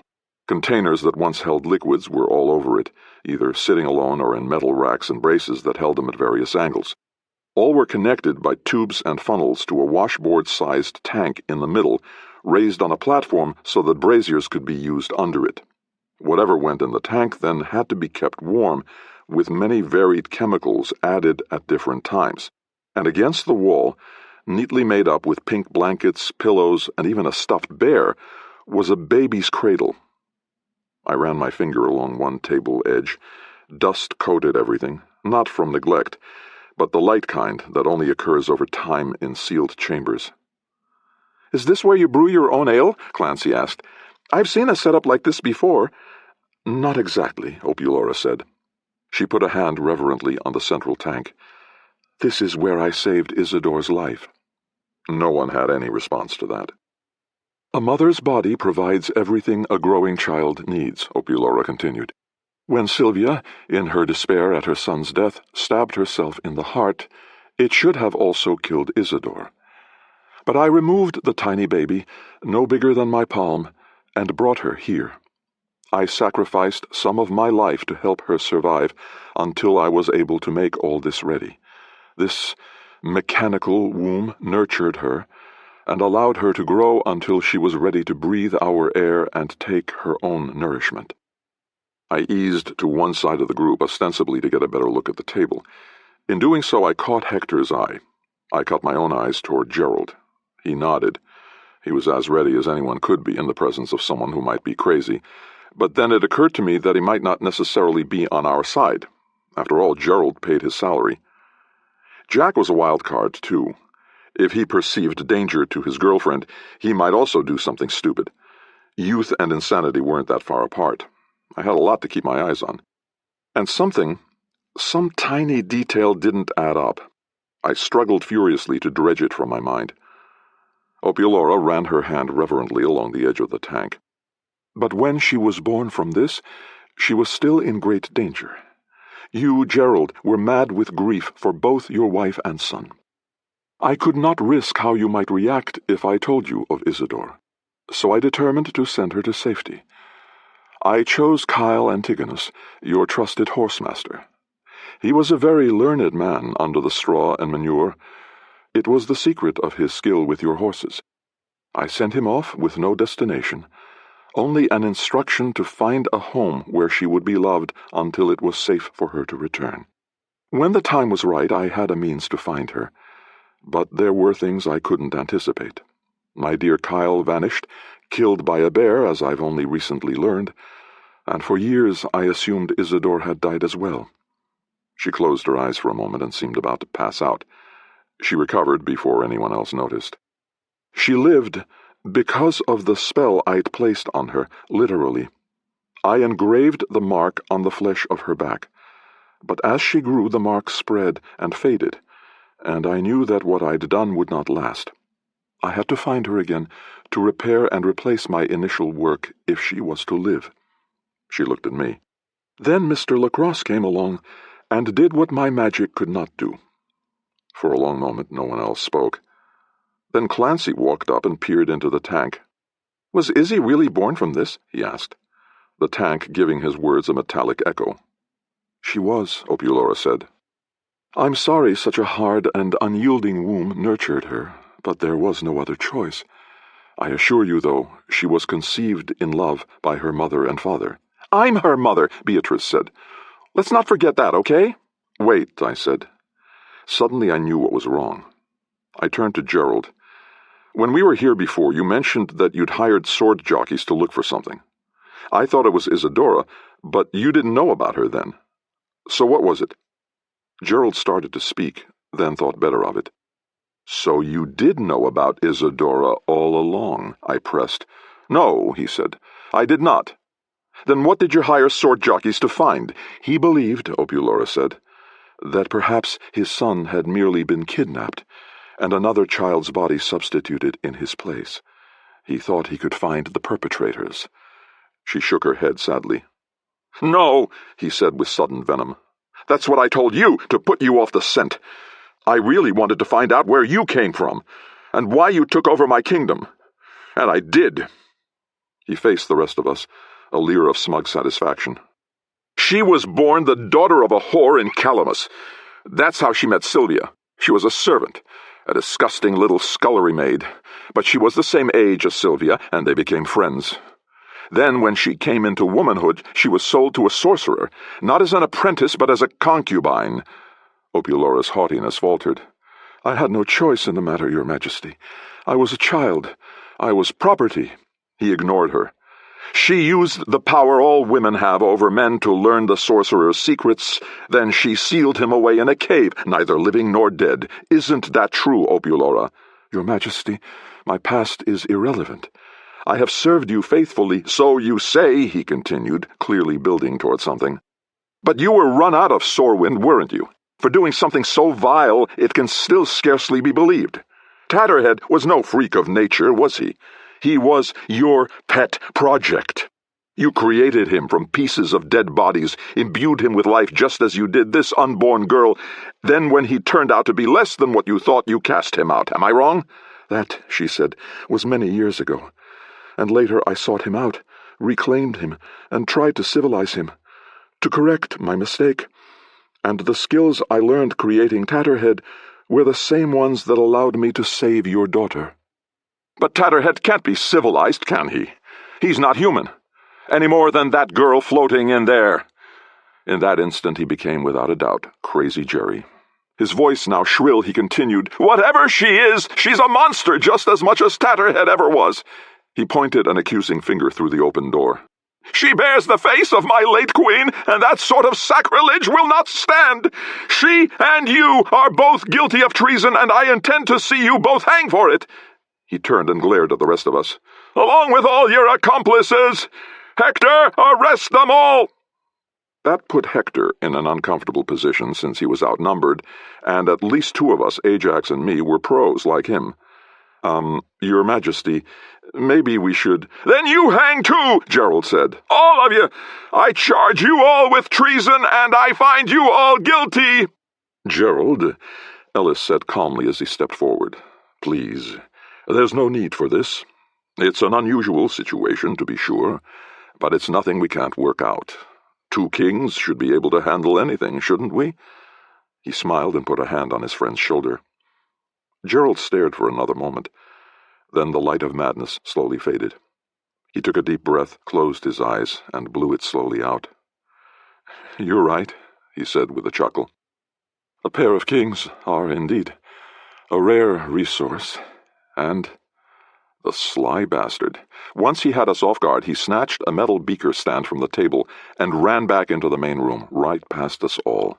I grabbed for him, but felt only the brush of his expensive and stylish clothes as he passed. "Stop him!" Opulora yelled. But before any of us could, he threw the beaker stand hard at the tank holding Isadora. It shattered, and the thick liquid gushed forth, carrying the girl's limp body with it. Chapter 27. Whatever the fluid inside the tank had been, it was slippery and tripped Gerald as he tried to run. Hector and I quickly secured the king, while Liz, Opulora, and Beatrice rushed to pick up Isidora where she had sloshed against the table. "Kill her!" Gerald cried as we tried to hold him back. "She's a monster! Kill her!" I didn't know which woman he meant, the sorceress or his own miraculous daughter. Beatrice picked up Isidora, who was as limp as she'd been on our ride here. Liz pushed the vials, beakers, and racks off the table. The noise was deafening and echoed from the distant ceiling. "Lay her down here," Liz said. "Carefully," Opulora added. Gerald began to shake, then convulse. It took all my strength and probably most of Hector's to hold the writhing monarch between us, especially with the floor now slippery beneath our boots. "Guards!" the king cried at the top of his voice. "Guards!" Then Owen Glendower, the last person I'd expect this from, stepped up and slapped Gerald so hard I worried that he'd broken the king's neck. The rich shepherd's face was red with anger, and his voice trembled as he said, "I don't care who you are, or what kingdom you rule. How dare you attack my granddaughter? If this is how you behave, then I thank whatever gods you care to invoke that she came to us and didn't stay with you." He turned and sobbed when he saw the girl's lifeless head lolled to one side. Opulora darted around the room, gathering things from other tables. "She's drowning," I said to myself. She'd missed the diagnostic forest for the trees, and no one else seemed to notice either. I yelled, "Hey, she's drowning! Ajax, take over for me here." When he did, I rushed to the table, sliding the last couple of feet, and grabbed Isidora. The formal gown, soaked with the gummy fluid, made her weigh as much as me. I tossed her legs over my shoulders so that she hung face down, and shook her until thick liquid dripped from her mouth and nose. When it stopped, I put her back down and said, "Liz." Liz knew what to do. She began bending Izzy's legs, pushing them up so that it forced her lungs to contract and expand. I pinched her nose shut and blew hard into her mouth. It was something I'd learned from a moon priestess on a seaside battlefield, where injured men were as likely to drown from falling face first into the surf as they were from their sword wounds. Unfortunately, it only worked on 1 man out of 5, and I'd never tried it on a woman before. With a gargling cough, Izzy spat a mouthful of liquid directly into my mouth, which made me choke and fall back. My boots slid on the wet floor, and I landed on my butt. Izzy gagged and sputtered some more, then winced and said raggedly, "Guys, I really need to pee." After a stunned moment of silence, we all, except Gerald, of course, began to laugh. Hard. The kind of uncontrollable laughter that comes when you've narrowly avoided disaster. Losing this girl had become such a terror to us all that for a moment our relief overwhelmed us. Beatrice helped the girl sit up on the edge of the table. "It's okay, honey, I'm right here. You'll be all right." She hugged her daughter fiercely, unconcerned with the slimy liquid soaked into the gown. Jack grabbed Isidora's arm with his good hand. "Will she?" he asked, his voice high and trembling, hope battling with fear. "I need to do one more thing," Opulora said. She gently shouldered Beatrice aside and took Isidora's chin firmly in her hand. She shoved one of the glowing glass balls into the girl's mouth. Isidora gagged again, but the ball seemed to dissolve into her tongue. She spat, scrunched up her face, and said, "Man, not to be crude, but that tastes like sheep ass." Jack laughed. "You kiss your mother with that mouth?" "I kiss you with that mouth, smart guy. I'm a farm girl, remember?" Opulora said with visible relief, "She's fine. For good." Gerald made a noise halfway between a shriek and a growl, twisted from his minders, and snatched a dagger from Hector's belt. I tried to grab him, but from my position on the floor, my fingertips only brushed his leg. He flung himself at Isidora. The wet, slicing sound as he drove the knife into her was vivid in the silent chamber. Isidora said softly, "Oh!" Jack screamed, "No!" Beatrice just screamed. Isidora and Gerald, with similar looks of confusion and surprise, both looked down at the blade protruding from her belly. Then Isidora slid off the table and fell to her knees on the floor. Hector and I pulled Gerald back, and Ajax put his sword to the king's throat. No one questioned his etiquette. Jack helped Isidora stand. The blood was vivid and seemingly everywhere. The king had cut something vital. "He stabbed me," Isidora said in disbelief, and clutched the table edge for support. "Here, let me," Jack said, and reached for the knife. "Don't pull it out," Opulora cried. "She'll bleed even more. Get her back on the table carefully." As Jack, using his good arm, helped Beatrice lift the girl, Gerald began to shake, then convulse.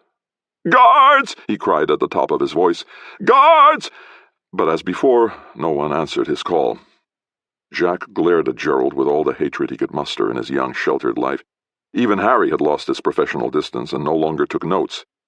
I didn't even remember getting to my feet, but I had my boot knife at Opiolaura's throat. "Save her," I said, my voice faint and tight. When I looked at the girl's drawn face on the table, I saw in my mind the tiny, scrunched-up countenance of the baby she'd once been, the baby who'd trusted me implicitly to keep her safe.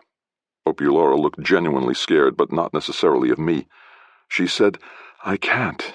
"No sentence I want to hear right now begins with those words," I said. "All right," she said. "I'll save her. You're right.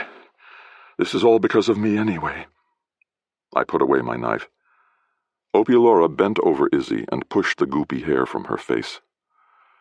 "Try not to hold your breath," she said gently. "Let me stick a knife in you and see how well you breathe," Izzy shot back. "If she dies," Jack said, his voice shaking. "If she dies, it's the will of all the gods in the sky!" Gerald shrieked. "She won't die," Opiolaura said calmly. She closed her eyes, and the lids fluttered as she whispered something. She put both hands flat on Isadora's stomach, the blades sandwiched between them. The gooey tank fluid, now stained red, oozed out between her fingers. "Pull out the dagger," she said sepulchrally. I reached for the hilt. "No," she said, her eyes still shut. "It has to be him." "Who?" Jack demanded. "You. It has to be the hand of love to give life." Jack grabbed the hilt with his left hand and took a deep breath. But when Izzy hissed in agony, he couldn't do it. More blood seeped around Opiolaura's hands, the heavy red kind you only bleed when you're dying. "Oh, come on, you big baby," Isadora said through her teeth. "Grow a pair, will ya?" Jack smiled wryly, took a deep breath, and with one slow, smooth motion, withdrew the blade. Isadora doubled up and grunted, the sound somehow conveying more pain than even the loudest scream. Opiolaura pressed down with all her strength, and more blood squirted up between her fingers. Again she whispered something I didn't catch. Then she pulled her bloody hands away. Through the rend made in the gown, Isadora's skin was soaked with blood as well. But the injury was entirely gone. The girl collapsed back on the table, gasping. Jack dropped the dagger to the floor. Gerald also went limp, except for the great gulps of air that racked his body. Suddenly he wrenched free of Ajax and Hector and bolted for the back of the room, where I saw another door, this one without a crystal lock. He slid into the wall on greasy boots, then opened it and dashed through. I reacted without thinking, because, hell, thinking hadn't done me much good so far. I ran after him, calling back, "Wait here, all of you!" Chapter 28. The door opened into a spiral stairwell. I heard Gerald above me, his slippery boots loud and wet on the stone. I raced to catch up, my own footing uncertain. The steps were worn and crumbled with age, and cobwebs clung to the walls. Dust stirred by Gerald's passing filled the air and made my eyes water. My legs and back protested this exertion, and I dearly wished I'd thought to grab Hector's sword. "Gerald!" I yelled up. "You can run, but you'll just get caught tired. Gerald!" I listened and thought I heard distant footsteps. "This is stupid, Your Majesty. You're the king. You can't just hide somewhere. If you can hear me, wait a minute before you do anything. I just want to talk to you, not drag you back." Hinges creaked somewhere above, followed by a loud slam. I climbed as hard as I could and found that the stairs went straight up to the ceiling, where a wooden hatch had been flung aside. Moonlight streamed through the opening. I paused long enough to catch my breath, then went through. I emerged onto a tower roof. It was about 30 feet across and completely flat, with no battlements or railings. The only way up or down were the stairs I'd just climbed. Above me, the sky was clear, and a bright moon lit the area. The night wind blew steadily, just hard enough to constantly remind you that you were far above the ground with slippery feet. And it was cold. My clothes had soaked up enough tank juice so that the breeze made my teeth chatter.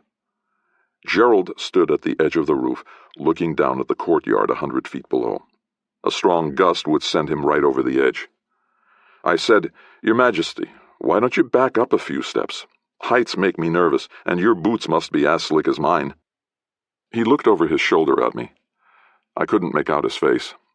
He said calmly, "I should have done this the day my wife and son died, and let Manoma start over with a clean slate. It couldn't be much worse than it is now." "Don't be hasty," I said. I swear I felt the tower sway beneath me, and I had the urge to drop to all fours, maybe flat on my stomach. I've seen kingdoms where that's happened. Everything usually gets burned down, and that clean slate costs a lot of lives. You've got some chaos, sure, but nothing a strong royal hand can't straighten out. How can I face them? How can Crazy Jerry command any respect now? I just tried to kill a defenseless girl." "Yeah, you did," I agreed. "But at least she's okay. Thanks to the very sorceress you imprisoned, I should point out. You're really not a very good judge of people." "That's truth," he said with a cold, self-mocking chuckle. "I can be lied to with impunity. I can be manipulated and flattered. And I know it, which is the worst part. I can just never see it coming." I eased toward him. I couldn't make a grab for him unless I got him away from the edge. "Tell me something. What made you think your wife was unfaithful?" He sobbed once, then choked it down. "You really want to know?" Another step closer.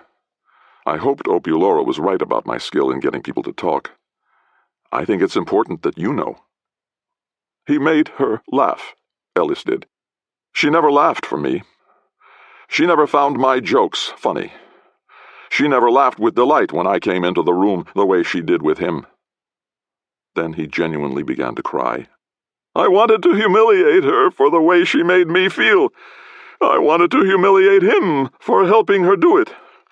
I imagined the two of them laughing at how easy it was to make me jealous. See, I knew they weren't really having an affair. They were just pretending to make a fool of me. Or at least that's what I told myself." I was within arm's reach now, but that was also close enough to either miss or send us both over the edge. I said, "Gerald, do you know what it means to see the spider in your cup?" Tears and snot glimmered in the moonlight, and his face was contorted with emotional agony. "The what?" "The spider in your cup," I said more distinctly. "Yes. I know that the poison supposedly doesn't work unless you see the spider. But that's just the tale, isn't it? Poison doesn't really work that way." Now that I had his attention, I discreetly slid back and spoke just softly enough that he had to lean toward me to hear. "It did with you, Gerald. You drank and saw the spider, right there in the mirror. The spider is you." He began to cry again. He wasn't one of those dignified criers either, his whole face and body contorted with sorrow and self-pity. "But it's not the end of the world," I continued, and felt a twinge through the scar over my heart. "Something similar happened to me once, a long time ago. I ignored it and denied it too, until it almost chewed me up inside. But eventually I worked through it." "How?" he sobbed, and took a step closer to me, away from the edge. That was enough. I grabbed him by his expensive tunic and threw him to the ground, then jumped on him and wrapped my arms around him, pinning his arms to his side. I did my best to hold him there against the stone despite our mutual slipperiness. "No!" he shrieked, kicking and screaming like a child. "No! Let me go! Let me go!" "Stop it!" I said. "I don't want to go through this anymore!" he yelled. "I just want it all to end!" He fought the way only a desperate man could fight, but he didn't have any stamina, so he quickly wore himself out. He finally collapsed, sobbing and beating the stone with his fists. I held him down until I was sure it wasn't another bluff, the way he'd done with Hector and Ajax. I crawled off him and awkwardly patted him on the back. "Just get it out, Your Majesty," I said. "Just get it out." And he did. I was embarrassed for us both, but 16 years of repressed guilt and grief was bound to be ugly. It took a while, but eventually his sobs slackened, and he lay face down, breathing heavily and whimpering. "It's okay," I said. "It's all going to be all right." "No," he said, wiping his nose like a child. "It'll never be all right. How can I look at any of them ever again? I'd have to kill them all." "I don't think that would send the right message." He sat cross-legged, and I did the same, ready to tackle him again if he made for the edge.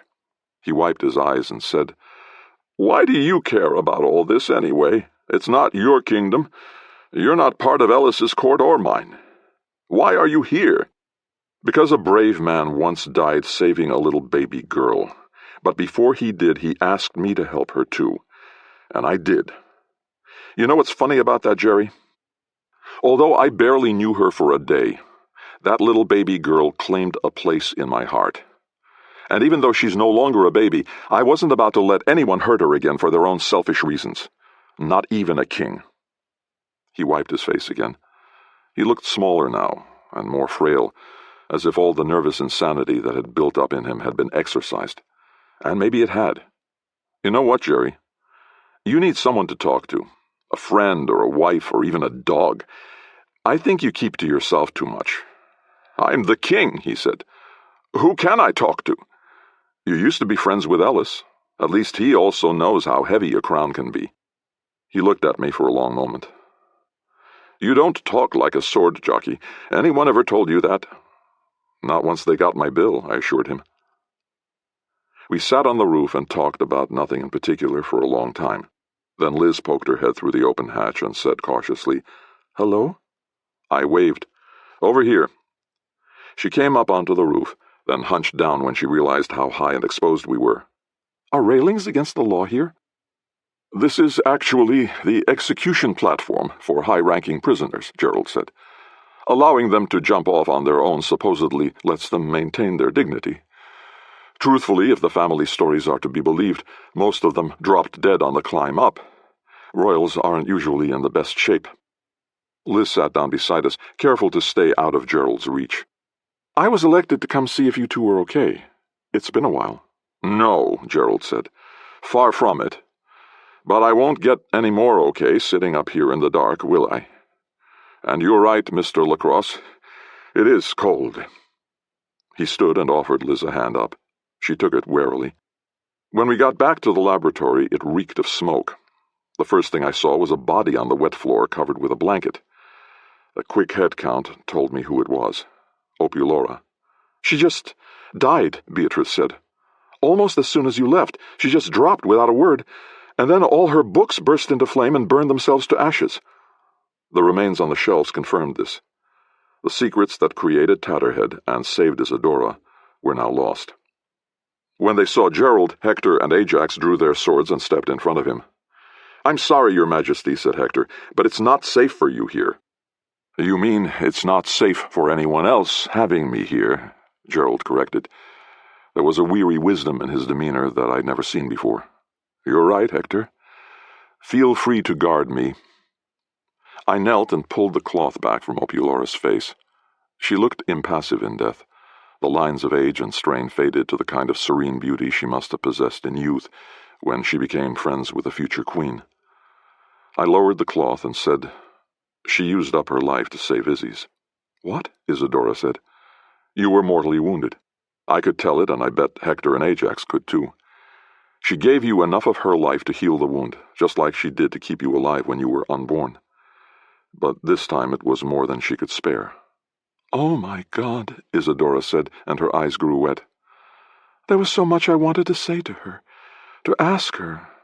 "That's the worst thing about this world," Gerald said. "People can be gone in the blink of an eye, and we never get to say what we should." Gerald and Isadora looked at each other, and their eyes met for the first time. Something passed between them. I couldn't say what or where it would ultimately lead, but there was now a connection where there hadn't been before. Man, I was tired of these people. Not that I disliked them, but I just wanted to not have their problems on my head anymore. Look, I don't think we have any more secrets to reveal here, do we? We're all clear on who did what, when they did it, and why, right? Right. Liz came over and put her arms around me. I wanted to go to sleep right then with her holding me. "So," Clancy said, "what happens now?" Isadora wrung goop from her gown. "I want a bath." "Someone should bury Opulora," Hector said. "Yes," Gerald agreed. "She may not have been a citizen, but she sacrificed herself for Manoma. She will be interred with all honor in the Tomb of Heroes. And then Princess Isidore will be introduced to her people, followed, it appears, by preparations for a royal wedding that will unite Manoma and Altura for generations to come. He smiled at Ellis. "Let's just wait a minute," Jack said. "You're all talking about Izzy like she's not here. Shouldn't we ask her what she wants to do?" Gerald said, "You're quite right, Prince John. My dear, my daughter, would you prefer to be announced as the Princess of Manoma or as the future Queen of Altura?" Still wet and sticky from her time in the tank, she looked like a bedraggled doll. "So my choices," she said at last, choosing her words carefully, "are between staying here and being a princess by birth, or going back to Altura and being a princess by marriage?" She looked at me for confirmation. "Those are two of your choices," I said. "There's no choice to your royal blood," Gerald said. "You are Princess Isidore, and this is your kingdom. And as either visiting princess or prospective daughter-in-law, you'll be welcome in Altura," Ellis said. Harry Lockett stood poised to mark down her words. Even Liz and I held our breath. "I think," she said slowly, "that until I have time to ponder all this in detail, I just want to go back to being the granddaughter of the richest sheep farmer in Mummerset." She moved over to stand between Beatrice and Clancy. "And the daughter of his eldest child. I can't change where I came from, but I can determine where I'm going. I'm no one's property and no one's slave. I choose for myself." She smiled. "Jack, do you still want to be a sheep farmer's boyfriend?" "More than I want to be a prince. No offense, Dad." Ellis said nothing. He was bothered. He knew enough to keep it to himself at that moment. "You will always be welcome here," Gerald said, too worn out for a new disappointment to register. "I know you may find that hard to believe, and I don't blame you for being a bit skeptical. But I hope one day I may be honored with your presence and learn more about you, Isidora." "So that settles everything," I said with genuine relief. "All the secrets are out. Everyone now knows who everyone else is and where everyone else is going. Is there anything we haven't cleared up?" "I plan to track down Billy Cudgel and settle accounts with him," Jack said. "I don't care what rock he hides under, I'll find him." "He's here," I said. "He is?" "He showed up out of the blue and helped me get past the guards at the city gate. He got arrested. He totally convinced me that he was my friend. I need to look him in the eye and tell him I'm onto him. That when he gets out, I don't want him sniffing around Altura for a royal handout." "Where would they take him?" I asked Hector. "The city jail, most likely," he said. Jack turned to me. "Would you come with me?" "Me? Why?" "Billy can be charming, very charming. I'd like somebody there who's immune to that." "As long as there's no devil's due involved," Liz said. There was some chuckling. "And while you're doing that," Beatrice said, "we'll be washing up and getting ready to go back home, right?" "Right, Mom," Izzy said. I watched Gerald closely for any sign of incipient crazy jerryness. He seemed like a beaten man, too weary to manage another outburst, but who knew how long that would last? Yet, hopefully, admitting the truth about himself, even to someone like me, had let off some of the pressure he'd let build for 16 years. "Go on with Jack and Hector," Ajax said quietly. "I'll take care of things here." He gave Gerald a significant steely-eyed warning glare. "And I'll make sure he does," Liz said. I nodded, then followed Hector and Jack out of Opulura's hidden laboratory. And it only took us half an hour to find another part of the castle that Hector recognized. Was that Opulura's final little joke? Hector and the scruffy jailer led me and Jack through the cell block. Each cell held multiple prisoners, many of them drunks. The smell of vomit, urine, and body odor hung heavy in the air. Somewhere a drunk cried. We reached one of the last cells, and the jailer put the key in the lock. 3 other slovenly men stood aside as we entered, and Hector eyeballed each of them, alerting them to what would happen if they got cute. Billy slept on the pile of straw in the back. He did not awaken as we approached. The jailer nudged him with his foot. "Hey, fat man, you've got visitors."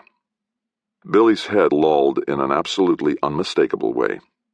Hector and I exchanged a glance. He knew it too. So did the jailer, who drew his long knife and backed the 3 prisoners into the corner. "All right, you murdering cowards, who did this? Tell me now, and you'll be the one who doesn't hang for this." I knelt and turned Billy onto his back.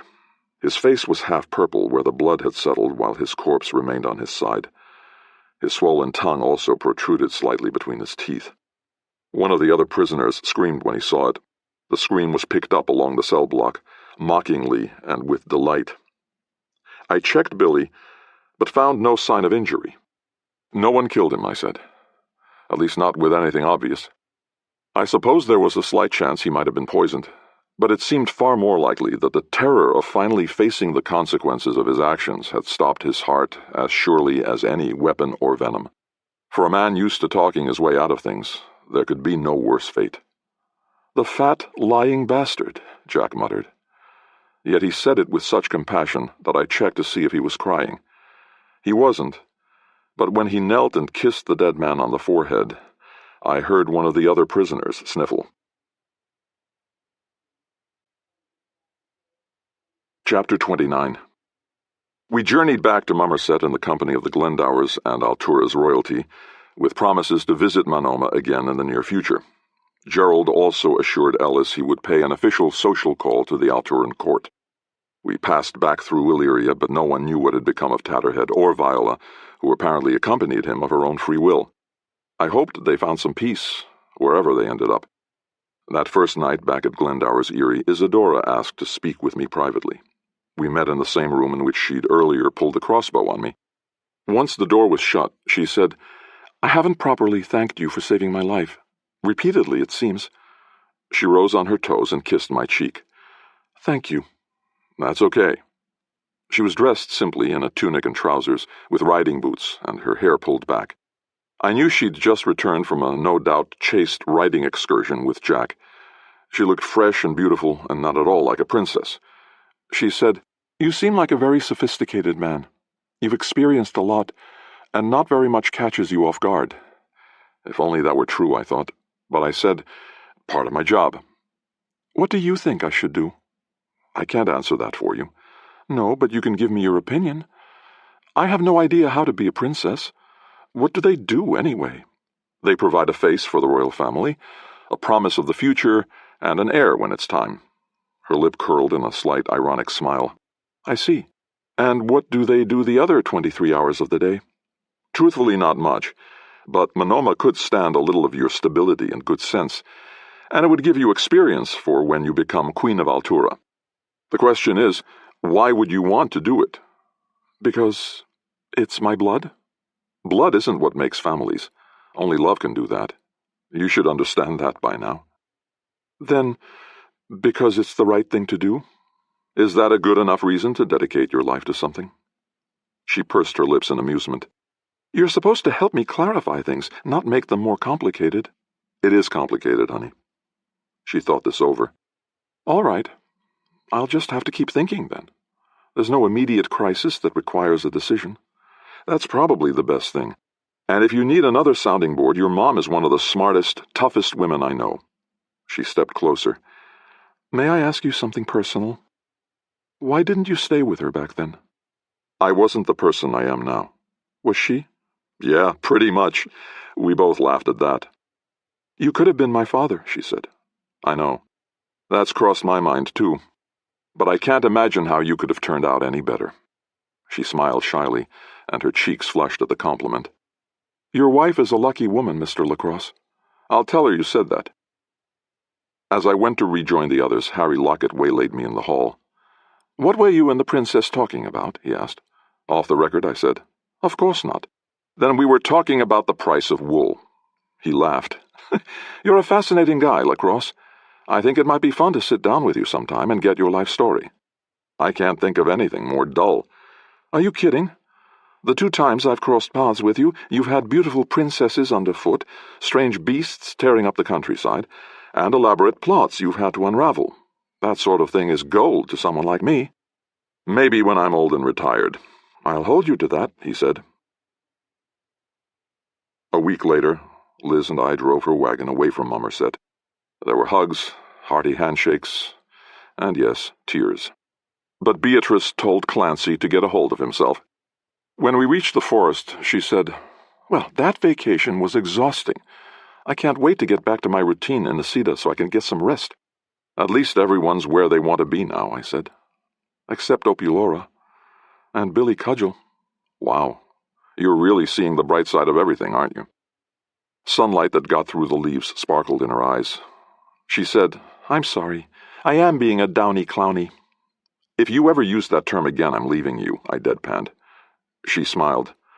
There's a lot of happiness back there, but it's built on a foundation of tragedy.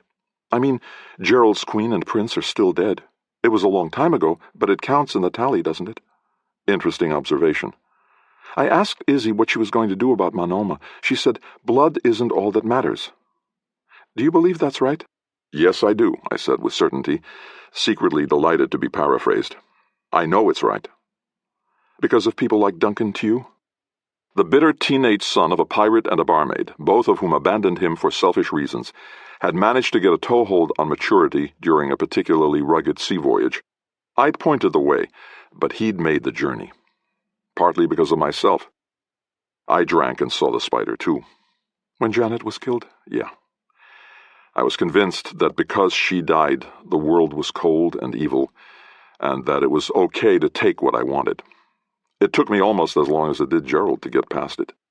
I didn't envy him the dreams he'd have for the rest of his life, either. The nightmares were easy. They scared you and you woke up. It was the other dreams. The ones where the people you loved were still alive, with all the emotions that entailed, and when you woke up you had to accept their loss all over again. No matter how happy you became, you never completely outran those. There never really is a spider, is there? Liz said. I mean, there's nothing to that story. Whether or not a poison works has nothing to do with seeing the source, right? Right. The spider is only in their mind, like Gerald's jealousy. But the web can cover a lot of ground, Liz said sadly. And a lot of time. You're mixing your metaphors, I pointed out. Yeah, well, your royal roots are showing. Not royal. Then what? I'm just a sword jockey with a big vocabulary. Not only a vocabulary, she said with a wink. Want to find an inn and do some more interrogating? You bet. I've got tons of secrets. We continued on, laughing and enjoying each other's company. It was a beautiful day, and the sun shone through the trees like the bright promise of a future. It shone for Monoma and Altura, too, a joint future inextricably linked, as they should have been all along. No spiders in anyone's cups anymore. This concludes the reading of He Drank and Saw the